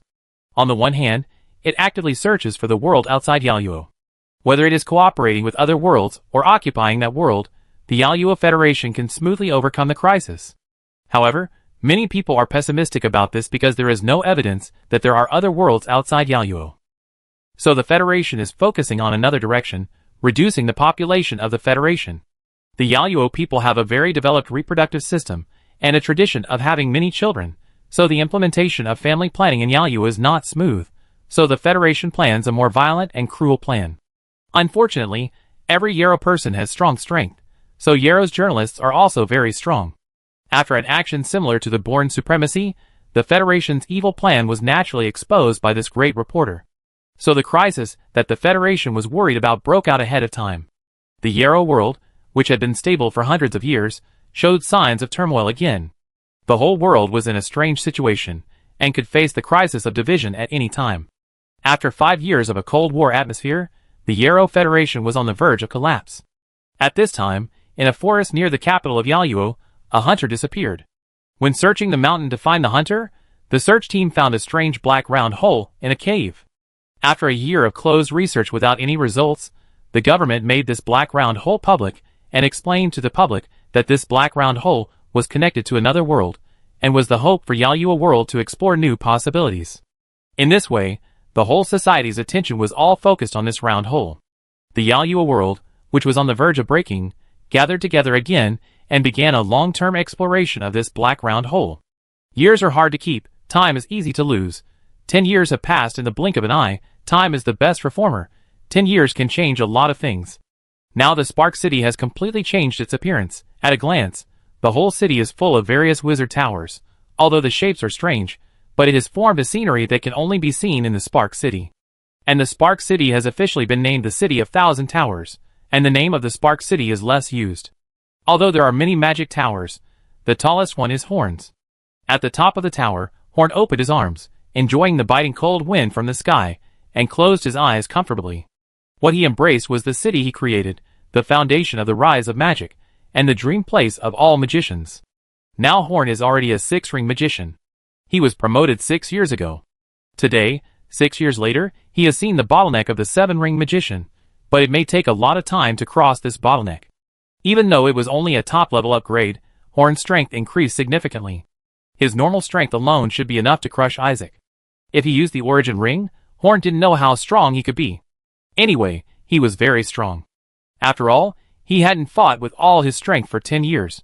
His face was still as young as before, as if only 1 month had passed in the past 10 years. Under the influence of magic, his aging speed was almost stagnant. Not only him, but other magicians were the same. The stronger the magician, the slower he aged. In fact, this phenomenon does not only exist in magicians. Warriors, wizards, priests, and other extraordinary people have a much longer lifespan than ordinary people. The word extraordinary represents not only strength, but also a lifespan that exceeds that of ordinary people. However, the lifespans of various extraordinary people are also different. The longest lifespan is that of wizards. If the demon behind them is willing, then some wizards' lifespans are so long that they can be regarded as another kind of eternal life. The second is priests. Their lifespans are completely determined by gods, but generally, even if they are 9th-level priests, their lifespans will not exceed 500 years. Even a warrior of level 9 can rarely live over 300 years old. The upper limit of a magician's lifespan is still unknown, because magicians have only appeared for a short time, and no magician has died of exhaustion, so Horn is not sure. But according to Horn's own aging situation, the lifespan of a high-level magician is probably not too short. 10 years have allowed the strength of the Magic Council to develop explosively, but for Horn, it is just the starting point of his rebellion against the Church, and he still has a lot of time in the future.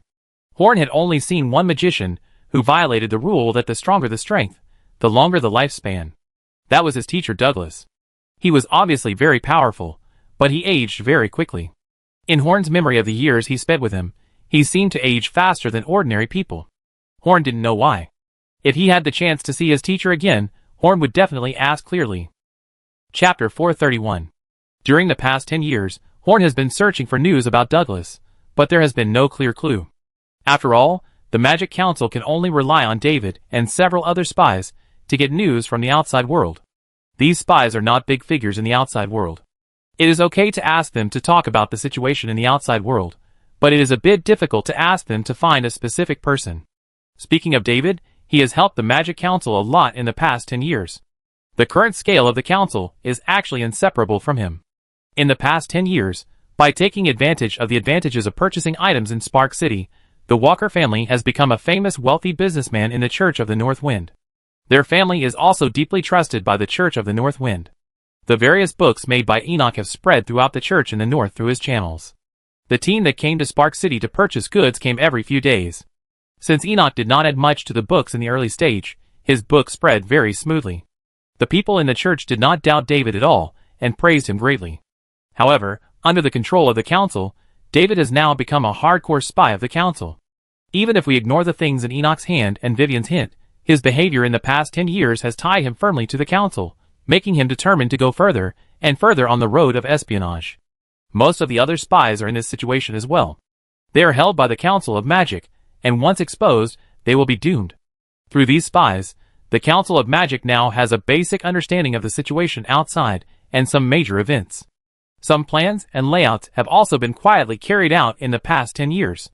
At the same time, every time the convoys from the outside world come to the Forsaken Land of God, they will bring a large number of magic materials that are not available in the Forsaken Land of God, and the price is lower than that of local specialties, which also makes the strength of the Council of Magic grow rapidly. In short, trading with the outside world is 100 benefits for the Magic Council. In 10 years, not only has Horn become stronger, but the overall strength of the Magic Council has also been improved. Just look at the wizard towers all over the city. At present, there are more than 9,000 registered mages in the council, and there are countless idle mages. As for wild witches, you can definitely hit them by throwing a few bricks in Spark City. Not only are there more numbers, but there is also a huge difference in strength compared to 10 years ago. Most of the members of the parliament have become 5-ring magicians, like Horn 10 years ago. The strength of the counselors is divided into 3 levels. The strongest are Enoch and Yayan. They can now completely defeat ordinary level 6 warriors. At least Sammy has no power to fight back against them now. Then, there are Ann, Terry, Luke, Ivan, and Daniel. Although they are not as strong as Enoch and others, they can easily defeat level 6 warriors, but it is not easy for level 6 warriors to defeat them. They may even lose if they are careless. The rest are Mrs. Salem and Shirley. Although the strength of these 2 ladies is not outstanding, they are much better than ordinary level 5 professionals, and they have amazing insights in their respective fields. This is a member of the Magic Council. There are also several outstanding figures among the other mages in the council, including Carp, nicknamed the Puppet Master, Bia, the Lightning King, and Alphonse, a plant-based magician who uses plant-based magic, but his attacks all have explosive effects. They have all become 5th-ring magicians, and some of them are as strong as the council members. Most of the 5th-ring magicians are about to be promoted to 6th-ring magicians, but the difficulty of promotion is probably not low. Even Horn has stayed at the level of a 5th-ring magician for more than 4 years. As for the 4th-level magicians below the 5th-ring magician, the number is quite considerable, more than 150, and the remaining magicians below the 3rd ring are countless. After the number of magicians increases, we can intuitively see the impact of talent on the magician's strength. The one with the best talent is undoubtedly Horn. Although he was 2 rings ahead of others 10 years ago, he is only 1 ring ahead now, and it seems that he is about to be caught up.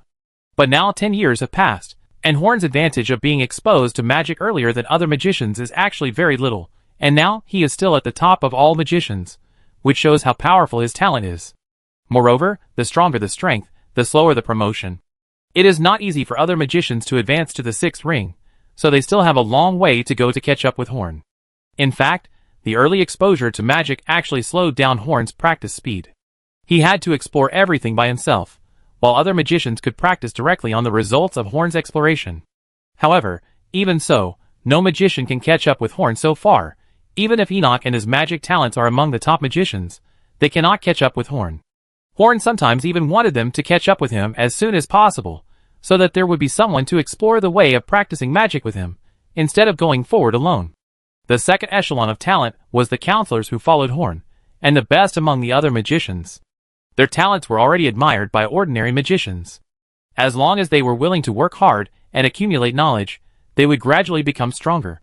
The third echelon of magicians were ordinary magicians.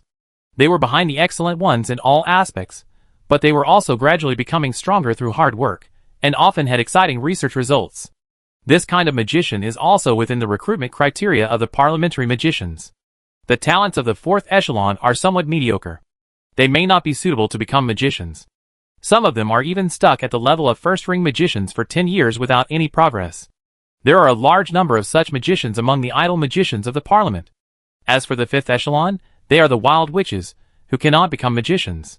After 10 years, it is finally verified that not all wild witches are capable of becoming magicians. At least a small half of the wild witches cannot become magicians in the end. They practiced for 10 years according to the basic training methods provided by the Magic Council, but still could not open the sea of magic or enter the sea of consciousness.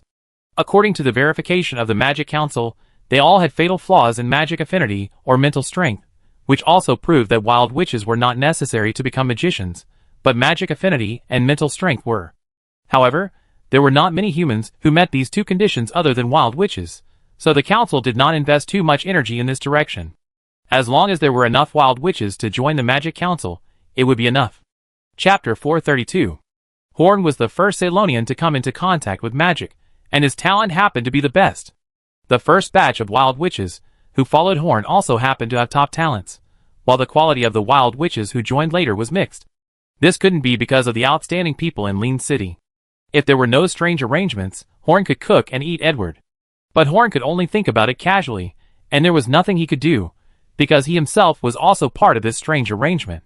He had some clues about the coincidences he had experienced, so now he rarely entangled in these things. In short, Horn wants to overthrow the rule of the church and create an era for magicians. The existence that arranges all this should have the same intention as Horn, and that's enough. The Magic Parliament has become powerful, and Spark City is no longer the marginal town with a little money. 10 years are enough for Spark City to get rid of the shadow of the original Stone City, and become a city with considerable influence in the nearby area. Now the governor of Spark City is still Garfield. He has experienced 2 changes of office. Every time he votes, he wins with an absolute advantage. There are even few people competing with him. The Parliament can guarantee the fairness of the vote, so Garfield has truly won the trust of the residents of Spark City. In the hearts of the residents of Spark City, Garfield is the best leader. Although Horn has a higher status than Garfield, the residents of Spark City still like Garfield more.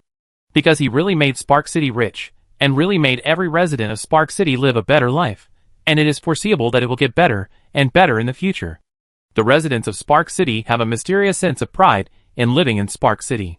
They are proud of being from Spark City, and regard any outsiders as bumpkins, even if those outsiders come from cities that are much stronger than Spark City. This pride brings the residents of Spark City a cohesive force beyond that of ordinary cities, and this cohesive force will one day shine somewhere. Spark City is rich, and the Magic Council, as the real ruler of Spark City, is naturally even richer. The Alchemy House has even established branches in other cities, and the products of the Magic Council have also been recognized by the entire God-forsaken land, bringing in huge amounts of wealth every day.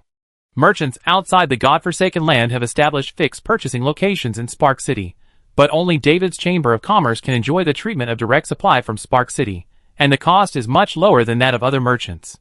Moreover, the goods that merchants from the outside world sell to the outside world are actually completely different from the goods that Xingho City sells to the Forsaken Land of God.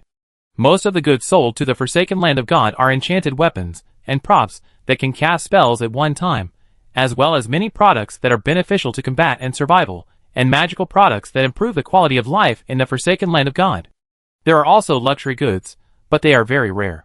And the goods sold to the churches outside the outside world not only do not have anything that can improve the other party's combat power, but also a huge amount of things that can make people lose their will, such as magic music boxes, magic novels, magic paintings, magic toys, magic perfumes, magic aphrodisiacs, magic pornographic books.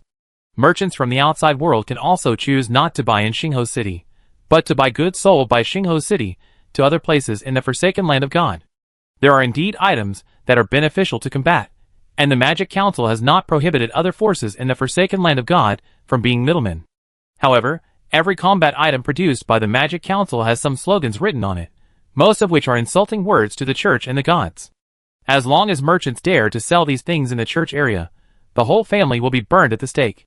Moreover, they are not keen on selling weapons to the outside world, because in their opinion, the church is already strong enough and does not need to use these gadgets to improve its strength. Besides, the money earned from selling magic music boxes is not less than that from weapons, so why should they go far away? In addition to magic props that can be used by ordinary people, magicians have also developed a lot of magic props that can only be used by magicians in the past 10 years. For example, the magic vehicles that Horn has always been obsessed with have now been produced in two types, namely the magic broom and the magic carpet. Horn actually doesn't like these two vehicles very much. He wants something cooler, such as a magic flying boat. However, the Magic Council does not have this type of product now, unless Horn specifically requests it, so Horn can only use the top-level magic carpet and magic broom for the time being. Both flying vehicles have their own advantages and disadvantages. The magic carpet is slower, but very stable, and does not require additional energy. It is still much faster than ordinary horses at full speed, and it is tireless. The magic broom only needs a small amount of magic power to fly, and its speed is much faster than the magic carpet, but there is a problem. The posture of riding a broom is very awkward for male magicians. It is not stable to sit, and it hurts the balls. Except for a few female magicians and some speed seekers, no one likes the magic broom. In addition to magic vehicles, there are also magic lamps, long-distance magic communications, and other things. Magic coins, which had been used only on a small scale before, were officially circulated in the Magic Council. Magicians usually used magic coins for transactions with each other, and magic crystals were used for less important transactions. As for gold coins, at least within the Magic Council, few people used them. Magic coins could also be exchanged for gold coins, and the exchange value was very high, but no one would do so except for the really poor magicians. They could make a lot of money by selling gold coins casually, but it was not easy to get magic coins. The wall of the central area is now much taller than it was 10 years ago, and it has many magical effects attached to it. Now you can only enter the central area through the gate. At a certain place on the wall, there are two huge white boards with some information on them, which makes this originally deserted area lively. The board on the left is where the Magic Council issues tasks. These tasks are basically issued to mercenaries in Spark City. All magicians can issue tasks through the board on the left when they lack materials for experiments and manufacturing, or need help to find something. In addition, the casting tower also rewards some materials through this board every once in a while. To be honest, these materials are not difficult to obtain, and may not be worth the price, but if the magicians are asked to obtain them by themselves or through formal channels, they are obviously not happy. The delay in the experiment is much more important than the small amount of money. And this board has allowed countless bounty hunters and mercenaries from local or foreign places in Spark City to stay here for a long time, and has also driven a large number of taverns and hotels. Whenever they have time, they squat in front of the board and wait for tasks, because they all know that the number of tasks issued by the Magic Council is large, the difficulty is simple, and the rewards are high. Originally, there was a tavern in Spark City that issued tasks for bounty hunters and mercenaries, but after the Magic Council made these two boards, the tavern really became an ordinary tavern. Chapter 433. The board on the left is for magicians, while the board on the right is outsourced to merchants. As long as they are willing to pay, they can post advertisements or tasks on this board. This whiteboard is a magical product made by the Forge Tower. It is very convenient to post tasks, and has a high level of attention. If only magicians post tasks here, the tavern will not lose business. However, the whiteboard on the right has also attracted people who used to post tasks in the tavern, because posting messages on the whiteboard is much more convenient than in the tavern, and the effect is much better. The two blank boards attracted a large number of merchants, mercenaries, bounty hunters, and other people, which in turn led to many grocers and middlemen to settle here. Now it has become the largest task distribution center in several nearby cities, which has also greatly promoted the economy of this neighborhood. Nelson is an old mercenary who has been in the industry for more than 20 years. He has a mercenary team of more than 10 people under his command. The name of the mercenary team is White Stone Hammer. It is not famous, but because of the two blank boards of the Magic Council, it lives a relatively comfortable life. There were no tasks today, so he moved a small stool and waited by the whiteboard, hoping to find a task that could be easily completed and profitable. This kind of task was hard to find in other places, but it was possible to find it by waiting here in the Magic Council. He was not the only one waiting here. There were also a dozen people from other small mercenary groups, so he was also very nervous when waiting, otherwise the business might be taken away by others. Suddenly Nelson's eyes lit up, and his fighting spirit burst out, and he flew directly to the manager and took on a task, while the others who were also waiting were full of regret. Nelson's breathing was a little rapid. He had found a treasure this time. If he hadn't acted quickly, this mission wouldn't have belonged to him, because this was a large order worth 100,000 gold coins, a price that would definitely tempt even the large mercenary groups. When the mission appeared before, he simply glanced at it. It was an exploratory mission, so it wouldn't be too difficult. Nelson burst into laughter when he picked up the mission requirements and looked at them. Seeing the other people squatting there, they rolled their eyes again. They also wanted this mission. The investigation location is a canyon near the junction of Spark City and Moonlight City in the tidal mist swamp. There is intelligence that there are abnormal phenomena there. As long as they find out the cause of the abnormality, they will be rewarded with 100,000 gold coins. If they cannot find out the cause, they can get a lot of rewards with simple intelligence. In Nelson's opinion, this mission is too simple. It's just an investigation, and they don't need to fight. As long as they are careful, they will basically not encounter danger. In addition, there are 2 special members in their team, a water magician and a thief. They are both first-level professionals. Although their strength is not very strong, they will be of great help to them in the investigation. It was basically impossible for magicians and thieves to appear in the mercenary team 10 years ago, but now it is a very common thing. There are tens of thousands of idle magicians in the first and second rings in Xingho City. Most of them are working hard to climb to a higher level or become parliamentary mages, but not all magicians are obsessed with improving their strength. There are also many idle magicians who find jobs with their magic abilities. Some are employed by the Magic Council or the Chamber of Commerce, some make money with their own abilities, and some join the mercenary group, and their small mercenary group is also like this. Thieves are a special kind of warriors, who suddenly appeared in Spark City 6 years ago. At that time, they were few in number, but they had already begun to emerge. After that, the Parliament and the Thieves Guild strengthened their cooperation. Since 2 years ago, the number of thieves in Spark City has been excessive. The best ones are supported by the Magic Parliament, while the weaker ones are allowed to make money on their own. Nelson and his team are a mercenary team of only 10 people. After he explained the mission to the team members, they quickly prepared to set off. The abnormal point on the map is about 2 days away from Spark City. On the way, they arranged the mission plan in detail. Although Nelson thought the mission was easy, they would not be too careless. Even the simplest mission must be done with all their strength. Otherwise, that mission may be the last mission to be carried out. This is something that every mercenary must remember forever when they enter the industry. They agreed not to advance rashly before determining the danger level. If it exceeds the level they can handle, they will only rely on thieves and magicians to obtain the most basic intelligence under the premise of ensuring safety, and then retreat. If the danger level is not high, they will try their best to find out what the battle they are talking about is. A reward of 100,000 gold coins is already a huge sum of money for a small mercenary group like them. In the Shiwu Swamp, in the canyon marked on the map, there is a simple camp. How simple is it? There is nothing but a tent, not even a fire. However, there are still many people in this camp. There are hundreds of tall barbarians standing outside to be hit by the wind and rain. They are like sculptures without any movements, no expression on their faces, and their mouths and necks are all covered with dried blood. Some people even have animal hair on their mouths. In the only tent, a human man sat in a stern manner, with a strange smile on his face and a faint green fluorescence in his eyes. There was no sound in the entire camp, and at most one could only hear their orderly breathing, as dead silent as the cemetery full of undead where Daisy once lived. The man in the tent was named Jieli, and he was the illegitimate son of the former lord of Giant Stone City, Jinuo. More than 10 years ago, after the change of ownership of Spark City, he took a stroll in the Magic Council and fled the Forsaken Land of God, which made Horn unhappy for a long time. He has an extraordinary obsession with the city that once belonged to his father. For more than 10 years, what he has thought about most is to take back the city.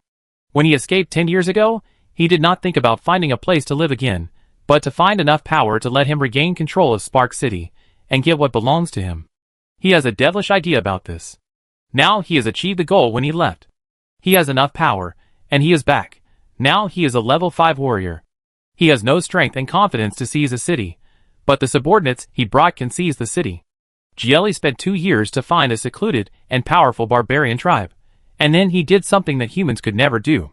He integrated into the barbarian tribe and spent 8 years to make everyone in the tribe obey his orders, more obedient to him than the most loyal slaves. Chapter 434. At night, the sky of the Shiwu Swamp was dark and blurry, without a single ray of light. On the ground, there were various light sources, including some luminous plants and minerals, as well as the eyes of some predators. A team of more than 10 people quietly moved forward in this environment. The dangers at the edge of the swamp were nothing to them. Dealing with this environment was a basic skill for mercenaries in a city at the edge of the swamp. They were Nelson and his group. Now they had reached the edge of the location marked on the map. Going further would be the abnormal location mentioned in the news. "Stop!" A man in a plain black robe suddenly said solemnly. He was the only spellcaster in the team, the water magician Polly. "What's wrong?" Nelson immediately stopped and asked Polly. There was only one spellcaster in his team, and Polly could find things that he couldn't find, so Nelson was very cautious about Polly. "Something is wrong here," Polly said after closing his eyes and exploring with his mental power for a while. After he finished speaking, the other warriors in the team began to explore. The environment was normal, the animals were normal, the air had no peculiar smell, and there were no hidden monsters nearby. They quickly completed the inspection of the surroundings, but found nothing unusual. "What did you find?" After the inspection, Nelson asked Polly in confusion. "I just felt something was wrong, but I couldn't tell what it was, and I felt very uneasy." Polly's brows were about to be knotted, but his own mental power exploration did not find anything unusual, but the more he moved in that direction, it seemed as if he was getting closer to something terrifying. "Then let's move on. Everyone, be careful and don't be careless." If Polly had said something valuable, Nelson would have been on high alert, but a simple statement that something was wrong could not stop them from moving forward. After moving forward for a while, a man in black with two short knives on his waist first noticed something was wrong, and the other mercenaries also felt something was wrong. He had been observing everything around him. As they moved forward, the plants became obviously less energetic than outside, as if they lacked water, and looked a little withered and yellow. They also saw some animals going against their habits, as if they were crazy. They even saw a rabbit crashing into a tree, with blood on its head, but still crashing with red eyes until the rabbit died under the tree. If it was just this one rabbit that was abnormal, it would not be strange in the tidal mist swamp. It might be parasitized by a strange parasite, causing abnormal behavior. However, there was more than one abnormal animal here, and there were other abnormal phenomena. All of these were enough to make the team more careful. This must be the abnormal situation in the intelligence from the Magic Council. If it wasn't strange, the Magic Council wouldn't spend a lot of money to hire people to investigate. "We won't conduct an in-depth investigation this time. We will leave after getting the most basic information." Nelson also began to feel uneasy. He didn't know what kind of thing existed in front of him, which caused such an abnormal situation now. However, they still had to get the most basic information. Even if it wasn't for the 100,000 gold coins, they had to try their best even if they couldn't complete the task. This was the basic professional ethics of mercenaries. Next, they carefully went deeper into the canyon. The atmosphere along the way was a bit strange. They did not encounter any danger, and even when they were about to reach the source of the problem, they still did not hear any sound, as if there was nothing in front of them. After walking a short distance, they finally saw the simple camp. That should be the existence that the Magic Council issued the mission to find. There were hundreds of barbarians standing straight like wooden sticks, without any movement. If it were not for the energy aura on their bodies, they could even regard these things as dead objects. In Paul's eyes, the situation was even more bizarre. In the eyes of the magician, all the barbarians had a disgusting green energy. The energy was like intestines hanging on these barbarians, and bubbles kept coming out. The energy of hundreds of barbarians was connected together, forming a huge and extremely disgusting energy phantom. Paul retched uncontrollably. "Run, run! If they find us, we're done!" Polly took out the broom from his back, and was ready to retreat at any time. Although the distance they were observing was considered a safe distance, from what Polly saw, the level difference between the two sides was too great. Under such a gap, the so-called safe distance had no meaning at all. Just as Nelson was about to ask Polly about the situation, he found that the barbarian in the front suddenly turned his head and looked at them strangely. His mouth was so wide that his saliva flowed out uncontrollably, and his eyes seemed to be stretched. It was an extremely distorted expression that no human could ever make. The invisible might enveloped the entire team, and everyone's heart seemed to be held by a big hand, as if it could be crushed at any time, because they could directly feel the malice coming from this barbarian. "Run away in a scattered manner, don't look back," Nelson shouted in a cold sweat. He didn't need to test them to know that they couldn't deal with the barbarian, so they decisively ran away in a scattered manner, so that there was at least a glimmer of hope. Just by looking at it, he knew that the gap between the two sides was too big. The barbarian didn't give them time to breathe. He jogged a few steps in their direction, then bent his knees and jumped, leaving a deep pit in the place where he was. He actually jumped directly in front of them across the so-called safe distance. This guy is at least a level 6 warrior. A gust of cold wind blew, and the barbarian returned to the camp. His hands and feet were all covered with blood. It was obvious that he had just carried out a massacre. He walked into the tent, knelt on one knee in front of Jelly, and told him everything he saw. Send a team to investigate our situation. It seems that the unknown Spark City has already noticed our arrival. Jelly said with a sinister smile. You didn't let the people go, I want to catch them off guard. How many people didn't get killed? Waste. Jelly kicked the level 6 barbarian to the ground with a bang, and whipped him with a whip and fighting spirit, but the barbarian didn't show any intention of resisting. After beating for a while, he threw the level 6 barbarian out, and then returned to his original posture, and didn't move. The camp returned to a strange state of silence. Chapter 435. Jelly's strength is acceptable, but he is definitely not as strong as the barbarian leader. He is just a level 5 warrior. If they really fight, the barbarian will kill him like a chicken. But Jelly has no psychological barriers when beating the barbarian. He just feels the need to teach him a lesson and starts to whip him. Because he is the barbarian's superior, an absolute superior who cannot be resisted. It is not Jelly's own ability to control so many barbarians. After leaving Spark City, he has been wandering around, relying on being a single bounty hunter to make a living, and actively looking for opportunities to retake the city. If things continue to develop like this, at most a few years later, he will give up the unrealistic fantasy of retaking Spark City in the hardships of life. But one day, when he was accepting a mission and passing by a lost relic, he slipped and fell into a huge pit of unknown depth. After falling for a long time, he saw an extremely great existence in the pit. Even in the cave, that person had endless power and radiated a dazzling light.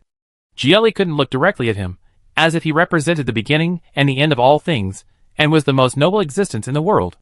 Just one glance, it was as if 10,000 years had passed, so Jelly did not hesitate at all and directly expressed his loyalty to that existence, dedicating his life, faith, soul and everything else to this existence. After staying in the cave for an unknown amount of time, Jelly was finally sent out by that person. When he was leaving, he looked back and seemed to see countless pieces of flesh and blood wriggling, but he knew it was just his illusion. Even though he and that person were far apart, that person's spirit was always connected to Jelly, and Jelly was released to serve that person, not for Jelly himself. Under that person's guidance, he successfully integrated into the barbarian tribe. All the barbarians would listen to his command as long as they stayed with him for a period of time. In the end, even the leader obeyed his orders. Even if he wanted the barbarian leader to die, he would not hesitate at all. However, that person was too far away from Jelly, and it was not easy to pass on the power, so Jelly did not really control this barbarian tribe until today. After that, Jelly immediately took all the barbarians with fighting power to the godforsaken land. He wanted to take back what he lost. As for the lives of the remaining barbarians without fighting power in the tribe, no one would care. And that person also supported Jelly's idea, because he also wanted to have a base in the godforsaken land. Now Jelly has one level 6 barbarian, 5 level 5 barbarians, and hundreds of barbarians of all levels.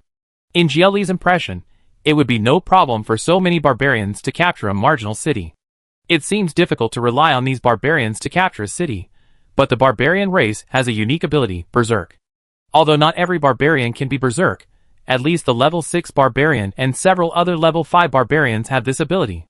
The cost of a barbarian going Berserk is not high, it just reduces their combat effectiveness within 2 or 3 days, but during the nearly 1 hour of Berserk, their various abilities all crush normal extraordinary people of the same level, and can even compete with extraordinary people of a higher level. So many barbarians, who can go Berserk, can destroy most marginal cities. The other party only wants a territory, while Jelly has set his sights on Spark City. In the minds of Jelly, and even all the barbarians, they are normal. They are all desperate to seize a city for various reasons. Their team is full of vitality and vigor, but it is not the case in the eyes of outsiders. They are just a lifeless team, including the leader, who are all like puppets. All of them have an indescribable aura, depression, madness, hysteria. Even the small creatures in their camp had lost their minds, and died after performing various incredible actions. But Jelly was completely unaware of all this. All he knew was that he was leading an invincible team to the Spark City, and he was extremely high-spirited, but in reality, he had become unlike a human being. Even the monsters in the jungle were unwilling to provoke this strange team, so they passed through the tidal mist swamp smoothly all the way. It was not Jelly's intention that they were stationed here like puppets for several days. The existence behind him wanted to occupy a stronghold in the God-forsaken land, but his power could not penetrate into the God-forsaken land. As long as they entered the God-forsaken land, his control over GLE and others would disappear. However, due to the special nature of his own existence, he still had a way to deal with it. He wanted to transform GLE and others here and directly change their minds, so that even if he did not control them personally, GLE and others would act according to his will. Only when he is ready will GLE and his team set out. After occupying a city, the little bit of power he left in GLE will slowly revive. Although the existence of their level will be suppressed to a certain extent in the God-forsaken land, they can already make part of their power work in the God-forsaken land for a short time. Whether it is the indescribable existence or GLE's consciousness, they are convinced that they can successfully take down the Spark City, because 10 years ago, the mayor of the Spark City was only a 6th level spellcaster, and the barbarian in GLE's team was almost a 7th level warrior after going berserk. In addition, there are several 5th level warriors in the team who can go berserk. This kind of power is definitely enough to deal with a city on the edge of the God-forsaken land. Unfortunately, they didn't know that they had been discovered by the lizard men on the first day they were stationed there and transformed, and the news was sent back to Spark City. In the past 10 years, the lizard men belonging to the Dragon Franks have been working hard to reproduce, while expanding the territory in the tidal mist swamp and transforming more land into a place suitable for human habitation. This can also be regarded as an alternative way to achieve the expansion of Spark City. At the edge of their control area, a monitoring mechanism has been set up. As long as there is an abnormal situation, it will be reported to the Magic Council. It is basically impossible to sneak attack the Magic Council from the swamp. At first, the news was not taken seriously when it was passed back to the Parliament. It was common to see some abnormalities in a place like the tidal mist swamp, so they just randomly found a mercenary team to investigate. But when the remaining few people in the team escaped back, the information they brought immediately attracted the attention of the entire Parliament's top leaders. Chapter 436. Magic Council Headquarters, 3rd floor meeting room. The meeting room is a huge circular room. On the north side of the room, there are 11 raised round platforms. Each round platform has a chair. The middle round platform is slightly higher. This is Horn's seat.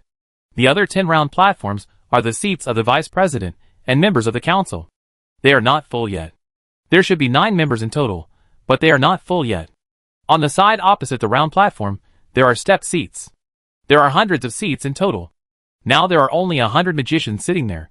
They are the top leaders of the current Magic Council. Even though there are hundreds of people sitting in this room, it still looks very spacious. If necessary, this room can even be expanded into a large conference room that can accommodate thousands of people. At this time, all the high-level members of the Parliament in Xingho City gathered in this conference room. Yan said that there was a major incident that was enough to threaten the safety of the Parliament, so no one would be absent for such an incident. The meeting officially began. Yan coughed lightly and began to explain to everyone. Everyone is very busy, so I won't keep you in suspense. This time, there is indeed a very important matter to discuss with everyone. We all know that Mr. Savara's lizard tribe has been monitoring the movements on the edge of the tidal mist swamp. Just a few days ago, they found that there was an abnormal situation in a place in the tidal mist swamp. We didn't care at first, but after hiring a mercenary team to investigate, the intelligence I got told me that if we don't pay attention to this matter, it may have a fatal blow to the Parliament. The magicians in the audience didn't care. The current Magic Parliament is much different from the previous one, and it hasn't shown its strength to the outside world for 10 years. It's not easy to threaten the current Magic Parliament. The magicians were still discussing in a low voice, and Yang continued, "Everyone, there is an invasion from outside." As soon as these words came out, the conference room exploded. Some people couldn't believe it, some were eager to fight, and some wanted to learn more about the situation. In short, the scene was very chaotic. The faces of Horn and other congressmen suddenly darkened. They knew Yan and knew that he would not say anything nonsense. So, is there really a possibility of war? Please be quiet. Yan clapped his hands lightly, signaling everyone to be quiet. A few mercenaries, who explored the abnormal point at that time, came back alive. Now let them talk about what they saw at that time. After Yan finished speaking, he clapped his hands lightly, and 2 deacon mages came in with 4 shivering people. They had just suffered a blow that almost wiped out their group, and now they came to this room that was almost full of big shots for them, so it was inevitable that they were a little nervous. Especially Nelson, although he received a reward of 100,000 gold coins, his mercenary group was basically ruined.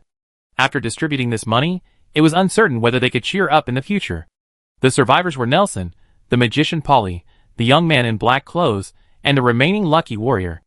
Under the questioning of the magicians, they explained everything they had encountered. When the barbarian looked at them, they had already started to flee, but the barbarian's speed was so fast that they would be torn into pieces without even a breath. However, the barbarian's actions seemed to have a certain range. According to his speed, as long as he continued to chase, none of the mercenaries would escape. However, when he was about to catch Nelson, he suddenly stopped and just watched the remaining 4 people flee in embarrassment. That's why they were able to come back alive and report this to the parliament. The other phenomena they described also caused the magicians to think deeply. No one would regard these people as normal barbarians after listening to Nelson and his description. Let Nelson and his friends stand aside first, and Yang continued to say to everyone, although there are only 500 or 600 barbarians in that camp, there is at least one level 6 barbarian warrior among them, and although I don't know why they have been stationed there for so long, according to their previous route, they should be heading straight for our Spark City, so I think we should be prepared for war. Just a level 6 barbarian shouldn't be worth such a big show. Terry scratched his head in confusion. He was still the same as he was 10 years ago. His combat ability had greatly improved, but he was still not very interested in various knowledge. Daniel next to him rolled his eyes and said, "That's a barbarian, he can go berserk." Daniel's height is a little taller than before, about 1 centimeter taller. Considering his current age, he probably won't grow taller in the future. Go berserk, TSK. Terry rubbed his hands in dismay and stopped talking, but a glimmer of fire ignited in his eyes. He had never fought against barbarians before. They are all barbarians, and they have the possibility of going berserk. I think the parliament should start preparing for war, Ivan said slowly. He looked basically the same as before, still a graceful nobleman, but the energy aura on his body was even stronger. In addition, the weirdness that Nelson and others said about the barbarians is indeed true. They are not exaggerating because of fear. We should also pay attention to this. Yan added that he was actually most wary of those strange phenomena. Even if the barbarians would go berserk, it shouldn't be difficult for the current Magic Council to deal with them. Strange phenomena. Horn tapped the mask on his face lightly, making a crisp knocking sound. The left lightning eye flashed a faint light, and then narrowed his eyes. He found something interesting on Nelson. Now the left eye of Horn's mask is no longer closed. He can control his lightning eye and no longer discharge unconsciously. Now one of his eyes is fluorescent blue, and the other is light blue, which is also a good match. He reached out to Nelson, and a small piece of Nelson's clothes was torn off with a sound. The cloth floated in his hand, and under the stimulation of Horn's magic, it showed its true appearance, a ball of disgusting green energy with bubbles. After a few simple studies, he sent the cloth to Shirley and said, "Once we really go to war with those barbarians, try not to get close to them. The energy in their bodies is very strange, and has strong adhesion. It seems that there is no threat to us for the time being, but it is best to be careful." Nelson, who was standing aside, had a green face.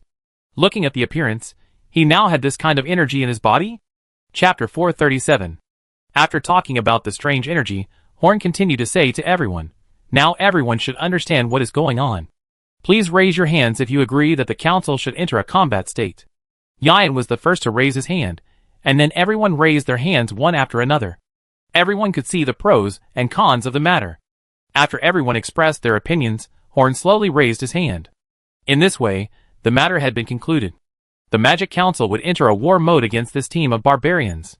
Horn was the last to express his opinion, because he was the head of the parliament.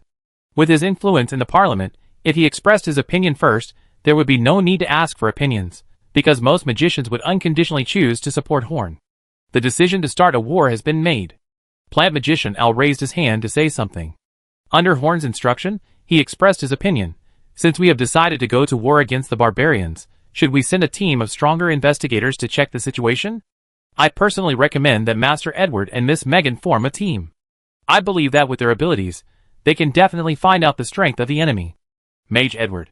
Horn gently stroked the edge of the mask, with a slightly awkward expression.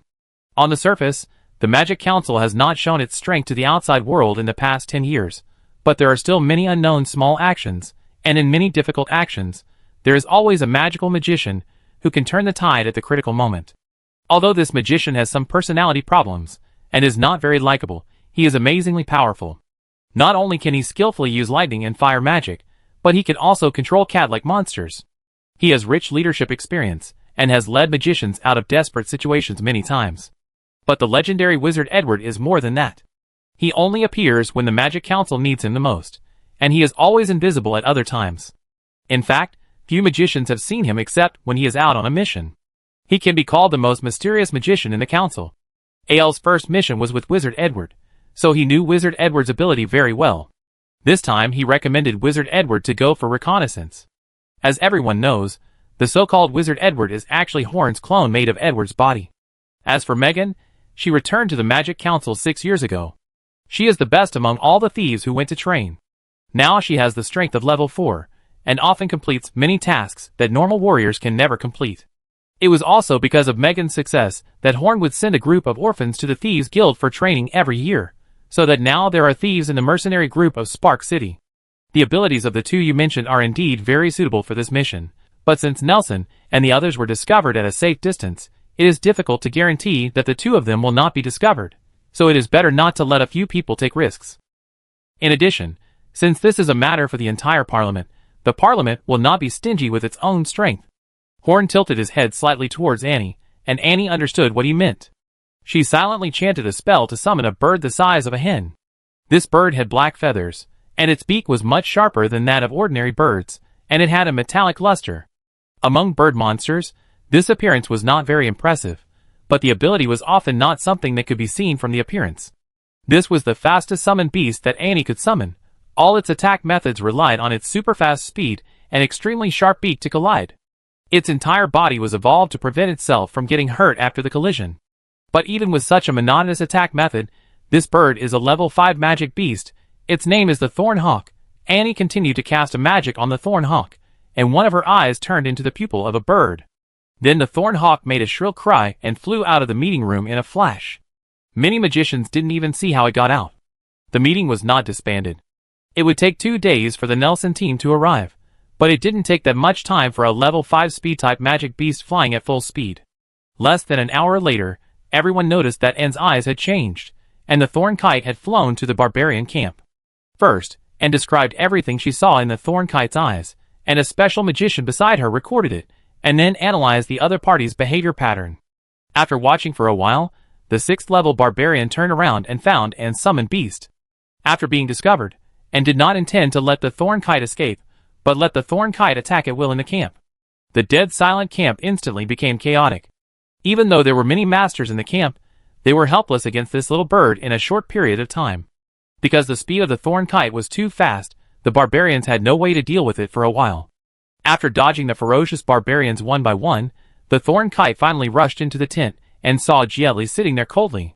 Seeing this scene was the limit of what the Thorn Kite could do. It was finally caught by many barbarians and crushed to death. Annie in the conference room turned pale. The death of the summoned beast did not have much impact on her. The next time she summoned it would be the same Thorn Kite. However, she had been mentally connected with the Thorn Kite before, so she was also hurt now. But it was worth it. She raised her head and said to everyone, "The leader of those barbarians is a human, a level 5 warrior." Human, how does a level 5 warrior command those barbarians? Horn fell into deep thought. Although barbarians look very similar to humans, they are basically another race. It is almost impossible for a level 5 warrior to lead a group of high-level barbarians. After thinking for a while without any clue, Horn laughed dumbly. He couldn't figure it out just by thinking. Everything would be revealed after defeating them. He closed his eyes for a while, then stood up and said to all the magicians present, "If these barbarians attack suddenly, we may be caught off guard, but it is unreasonable for us to be unable to deal with them after they attack us so brazenly. This time we must annihilate them all, and not spare any of them. For 10 years, we have not made our own voice in the God-forsaken land. We have been dormant for long enough. You can use your abilities this time." Chapter 438. In the south, a small town with beautiful scenery. This city has not experienced turmoil for hundreds of years. The relationship between the church and the people is very harmonious. The people are simple and honest, and they do not lock their doors at night. It is a very suitable place to live. In the center of the city, in a very normal residential house, a man with black hair and purple eyes is flipping through an exquisite book.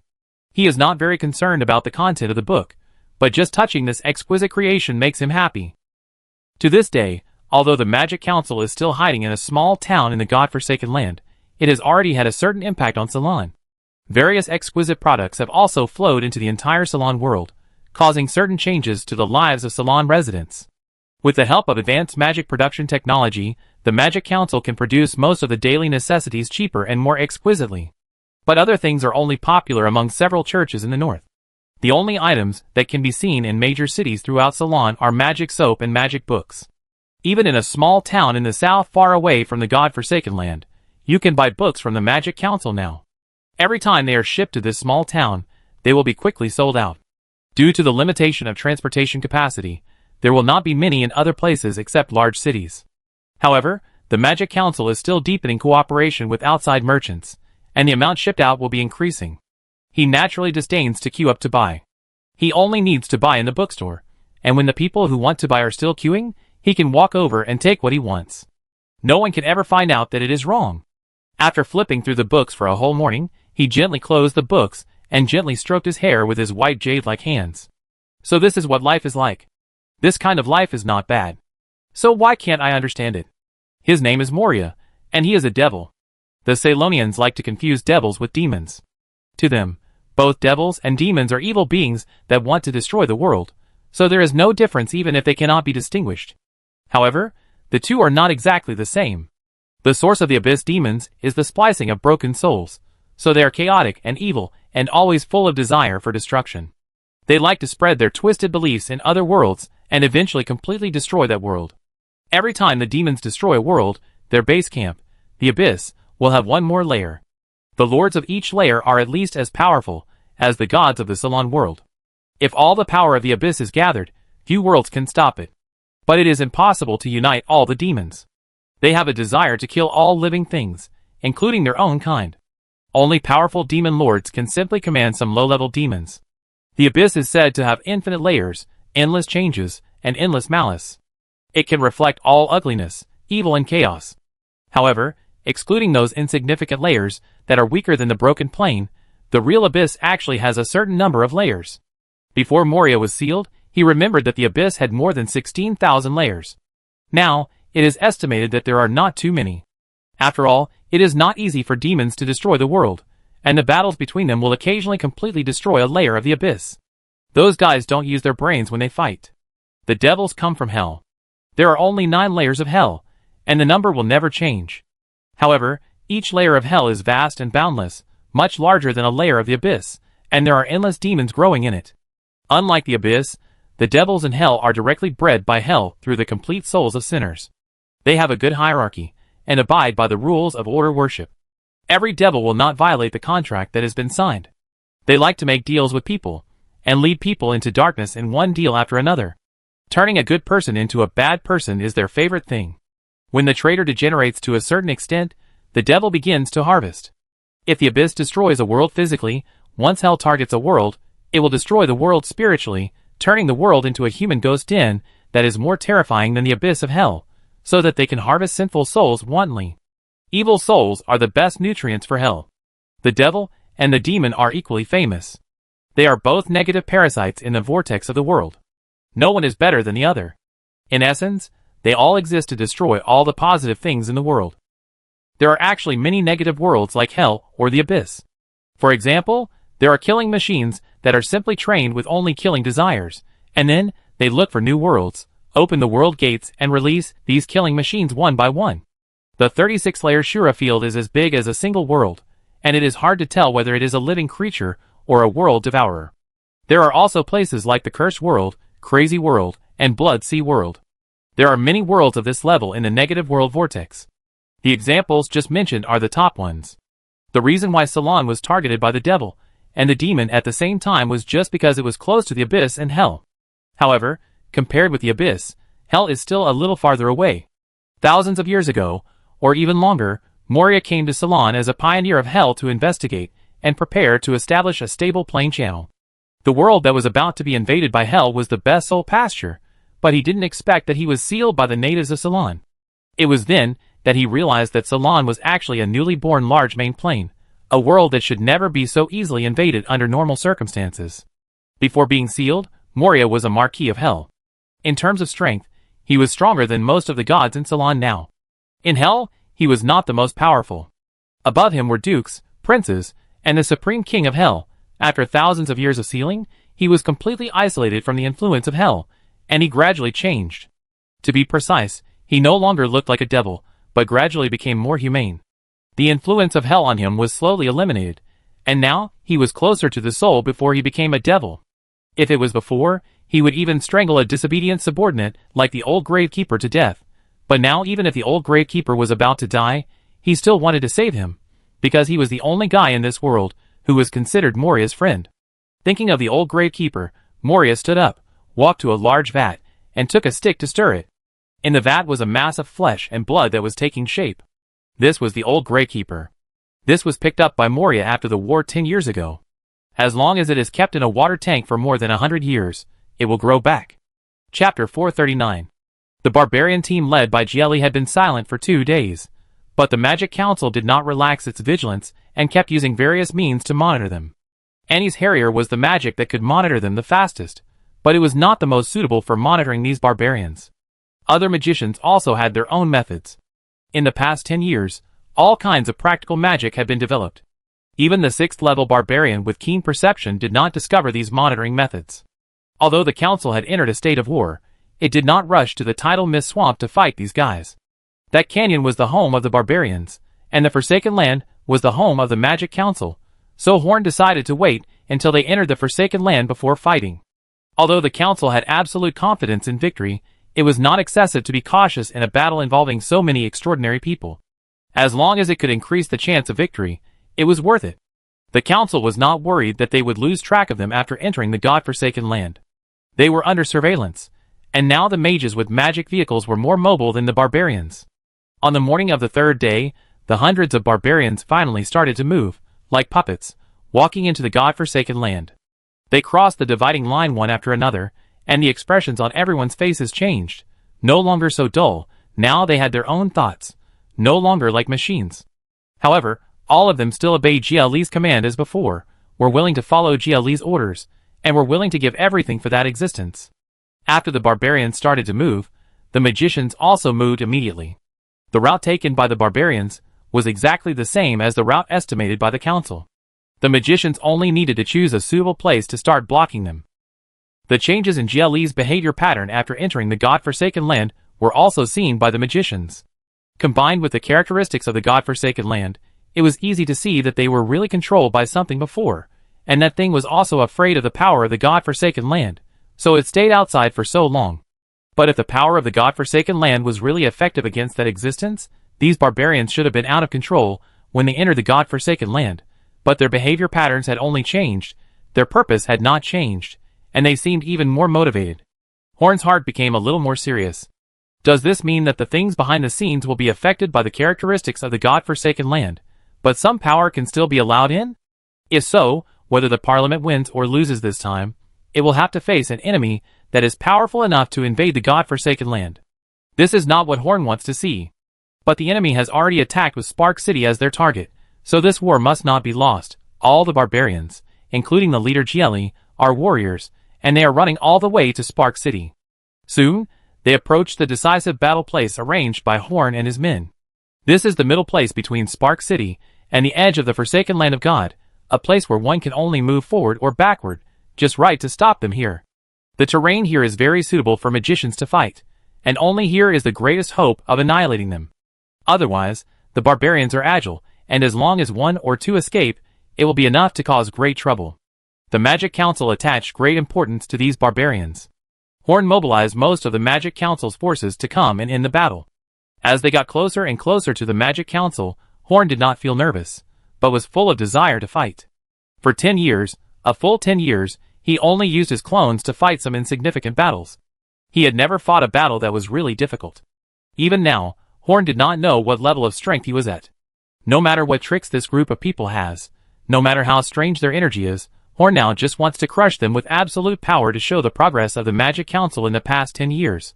A few hundred barbarians dared to attack directly without any cover. Horn would let them taste the taste of failure. Gradually, some small black dots appeared in the distance. The barbarians have come, and now the magicians can also start to attack. You know, the magician's attack range can reach places beyond the visual range. This time, Horn only brought magicians with him, not soldiers. The new army of Spark City now has 30,000 people, and 10,000 of them are elite soldiers with strong combat power. However, given the strange characteristics of these barbarians, Horn did not want to let melee soldiers fight with them in close combat, so all the soldiers used magicians. When Jelly entered half of the magician's maximum attack distance, Horn stepped forward and raised his hand in that direction, and the 500 magicians behind him, dressed in neat wizard robes, immediately took action. This is a joint magic group composed of 500 magicians. Each of them is at least close to the third ring, or even above the third ring. The quality is much higher than the joint magic group that was originally established, and the joint magic technology has also been greatly improved. At least now, they no longer need to prepare special arrays in advance for joint magic. The magic of the joint magic group has been prepared for a long time. They are divided into 10 groups, each preparing a magic, fire, water, earth or pure magic. In short, all of them are mainly lethal magic. Horn's hand suddenly dropped, and 10 combined magics flew towards the barbarian team with energy that made Horn quite frightened. Jelly led his barbarian team and rushed towards the direction of Spark City excitedly. His heart was filled with excitement and joy. He even thought about how glorious he would be after successfully capturing the city for that person. At this time, the information gap was reflected. The Magic Council had even made a statistics of every barbarian on the enemy side, and had a plan on how to deal with them, while Jelly's side didn't even know what kind of enemy they were going to face. But the same thing is that both sides seem to think they have the confidence to win. Suddenly he found thousands of small black dots standing on the hillside in front of him. It seems that Xingho City should have known that they were coming to attack, so they sent people to deal with them. But this is really a joke. Can a few thousand people stop these barbarians? There are hundreds of barbarians, who are comparable to warriors. Jelly laughed wildly. Just when he wanted his men to kill all the poor people who were blocking the way, he suddenly found that there seemed to be some strange light in the sky ahead. Those lights were above the team in an instant, and they seemed to contain the power to destroy the world. This is impossible. Jelly screamed, his voice was hoarse. Why did they suddenly have such a level of attack? Chapter 440. The fastest wind magic first landed in the center of the barbarian team.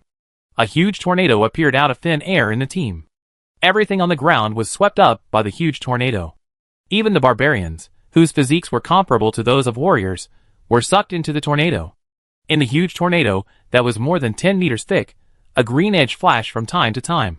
This was not just a tornado, but there were countless fine wind blades cutting it. The power of the combined magic was difficult to define, but it was at least a powerful attack that could only be released by the top 7th level spellcasters. This tornado alone was enough to cause great damage to the barbarians. Scatter, scatter, don't gather together. Jelly was at a loss, as he watched many of his subordinates being killed in a flash. The two sides were not at the same level at all. He didn't know why he was suddenly attacked in such a devastating way. These barbarians were the bargaining chips for his rise, and so many of them died just like that, which made him extremely heartbroken. Despite the heartache, Jelly also gave the right order, because the attack of the Magic Council was not just this tornado, there were also 9 other magics that had not arrived. As soon as Jelly finished speaking, a red light appeared in the center of the team. It was a huge fireball. The fireball did not cause much damage when it landed on the spot. It just happened to kill a poor guy who was unable to dodge. However, the fireball that fell on the ground expanded rapidly, and then dozens of head-sized fireballs were scattered from the fireball like fireworks. These fireballs were all burning fireballs of about 3 rings. The power of these fireballs was not as strong as the big fireball technique, but it had a wide attack range, and the area within the power range was scorched earth. The scattered fireballs did not kill many barbarians. This magic was a comprehensive attack, and its power against individuals was not strong. It should have a significant effect on a battlefield where ordinary soldiers were the majority, but these were all barbarians with thick skin and flesh, so it did not cause effective killing. However, this magic also caused burning flames everywhere where the barbarians were, greatly reducing the range they could dodge when facing subsequent attacks. The next few magics each had their own advantages, and in an instant they dealt a fatal blow to this group of hundreds of barbarians. Only more than 200 slightly stronger or luckier barbarians were left in the team, which could be said to have weakened more than half of their combat power at once. In order to strengthen the control over these barbarians, the barbarians cannot leave Jelly too far. This is also the reason why Nelson and other explorers were able to escape from the hands of the 6th level barbarians. But it is also because of this reason that the barbarians cannot escape too far, so they suffered heavy losses in the face of the combined magic, Looking at the huge damage caused by the magic attack, Horn felt a little bored after his excitement passed. It is a good thing that the magicians have become stronger, but such an overwhelming victory made him lose the strong desire to fight that he had just started after preparing for the war 2 days ago. He originally thought that this group of people could find an opponent with their aggressive momentum, but they were defeated as soon as the fight started. The difference in combat power between the two was too great. The Parliament was only making a tentative attack, but the other side was already unable to bear it. If the Parliament really got serious, this group of barbarians would not even be qualified to stand in front of them. The first round of attack had just ended, and the joint spellcasting group over there was ready for the second round of attack. At this distance, a joint spellcasting group of 500 people was enough to control these barbarians to death, even if one of them could rely on the berserk ability to reach the 7th level in a short period of time. Stop, stop. Your joint magic group's work ends here. Give other mages a chance to attack. Horn quickly stopped the joint magic group. If they continued like this, wouldn't it be a waste to call so many magicians here? You know, in order to deal with this group of barbarians, Horn brought more than 2,000 magicians of all levels in addition to the joint magic group. The cannons have been brought, and the shells cannot be taken back. Even if they are used to kill mosquitoes, they cannot end like this. Ahem, everyone can cast spells at will. There are only so many enemies, so be frugal. I also know that you have been holding back for 10 years, so at least come and try your hand. Horn turned on the new speaker function on the mask, and spoke to the magicians. This command completely excited the magicians. All kinds of magicians rushed to the barbarians like a tide. Because of what they said just now, the magicians still cherished these barbarians.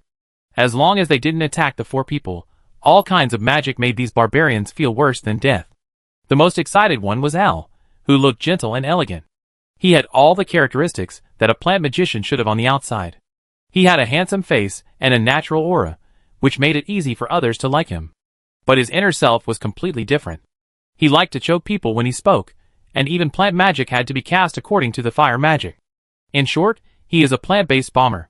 He used magic to sprinkle countless seeds in the place where the barbarians were. After a ripening magic, densely packed large watermelons grew on the ground. These watermelons have thin skins, red flesh and abundant juice, and look delicious, but whenever a barbarian accidentally approaches these watermelons will explode like a bomb, with a power close to that of a third-ring magic. He is simply a mudslide in the plant magic world. Under the magic of the magicians, the barbarians fell one by one. Even though these barbarians had thick skin and flesh, they didn't even wear armor after all, so their defense was not very high. At most, their vitality was a little stronger. None of the counselors took action. They and dozens of magicians from the Tower of Mystery and the Tower of Wisdom were observing these barbarians at this moment. They didn't care about the strength of the barbarians, but what they cared about was what was going on with the weirdness of these barbarians. But after observing it over and over again, they could only find that this energy did not seem to significantly improve their strength, but rather weakened it to a certain extent. It should only be the power to control the mind and corrupt the thoughts. Gielli was completely stunned. This was completely different from the script he had arranged. He saw that more than half of his subordinates were killed or wounded in a short period of time, so he quickly gave orders. Retreat, retreat. Now he was still essentially controlled by that thing, but how to achieve that thing's goal was decided by Gielli himself. He knew that when all these barbarians fell, he would no longer have a chance to complete the mission, so he had to try his best to save these barbarians. However, running away was just a thought. Horn would not let them escape. The magicians started to attack when they were more than halfway into the range. The purpose was to annihilate them. Instead of escaping from the magicians' attack range, it would be more practical to fight in front of the magicians. Gradually, all the low-level barbarians fell under the magicians' various magics. Only a few high-level barbarians resisted the magic and retreated.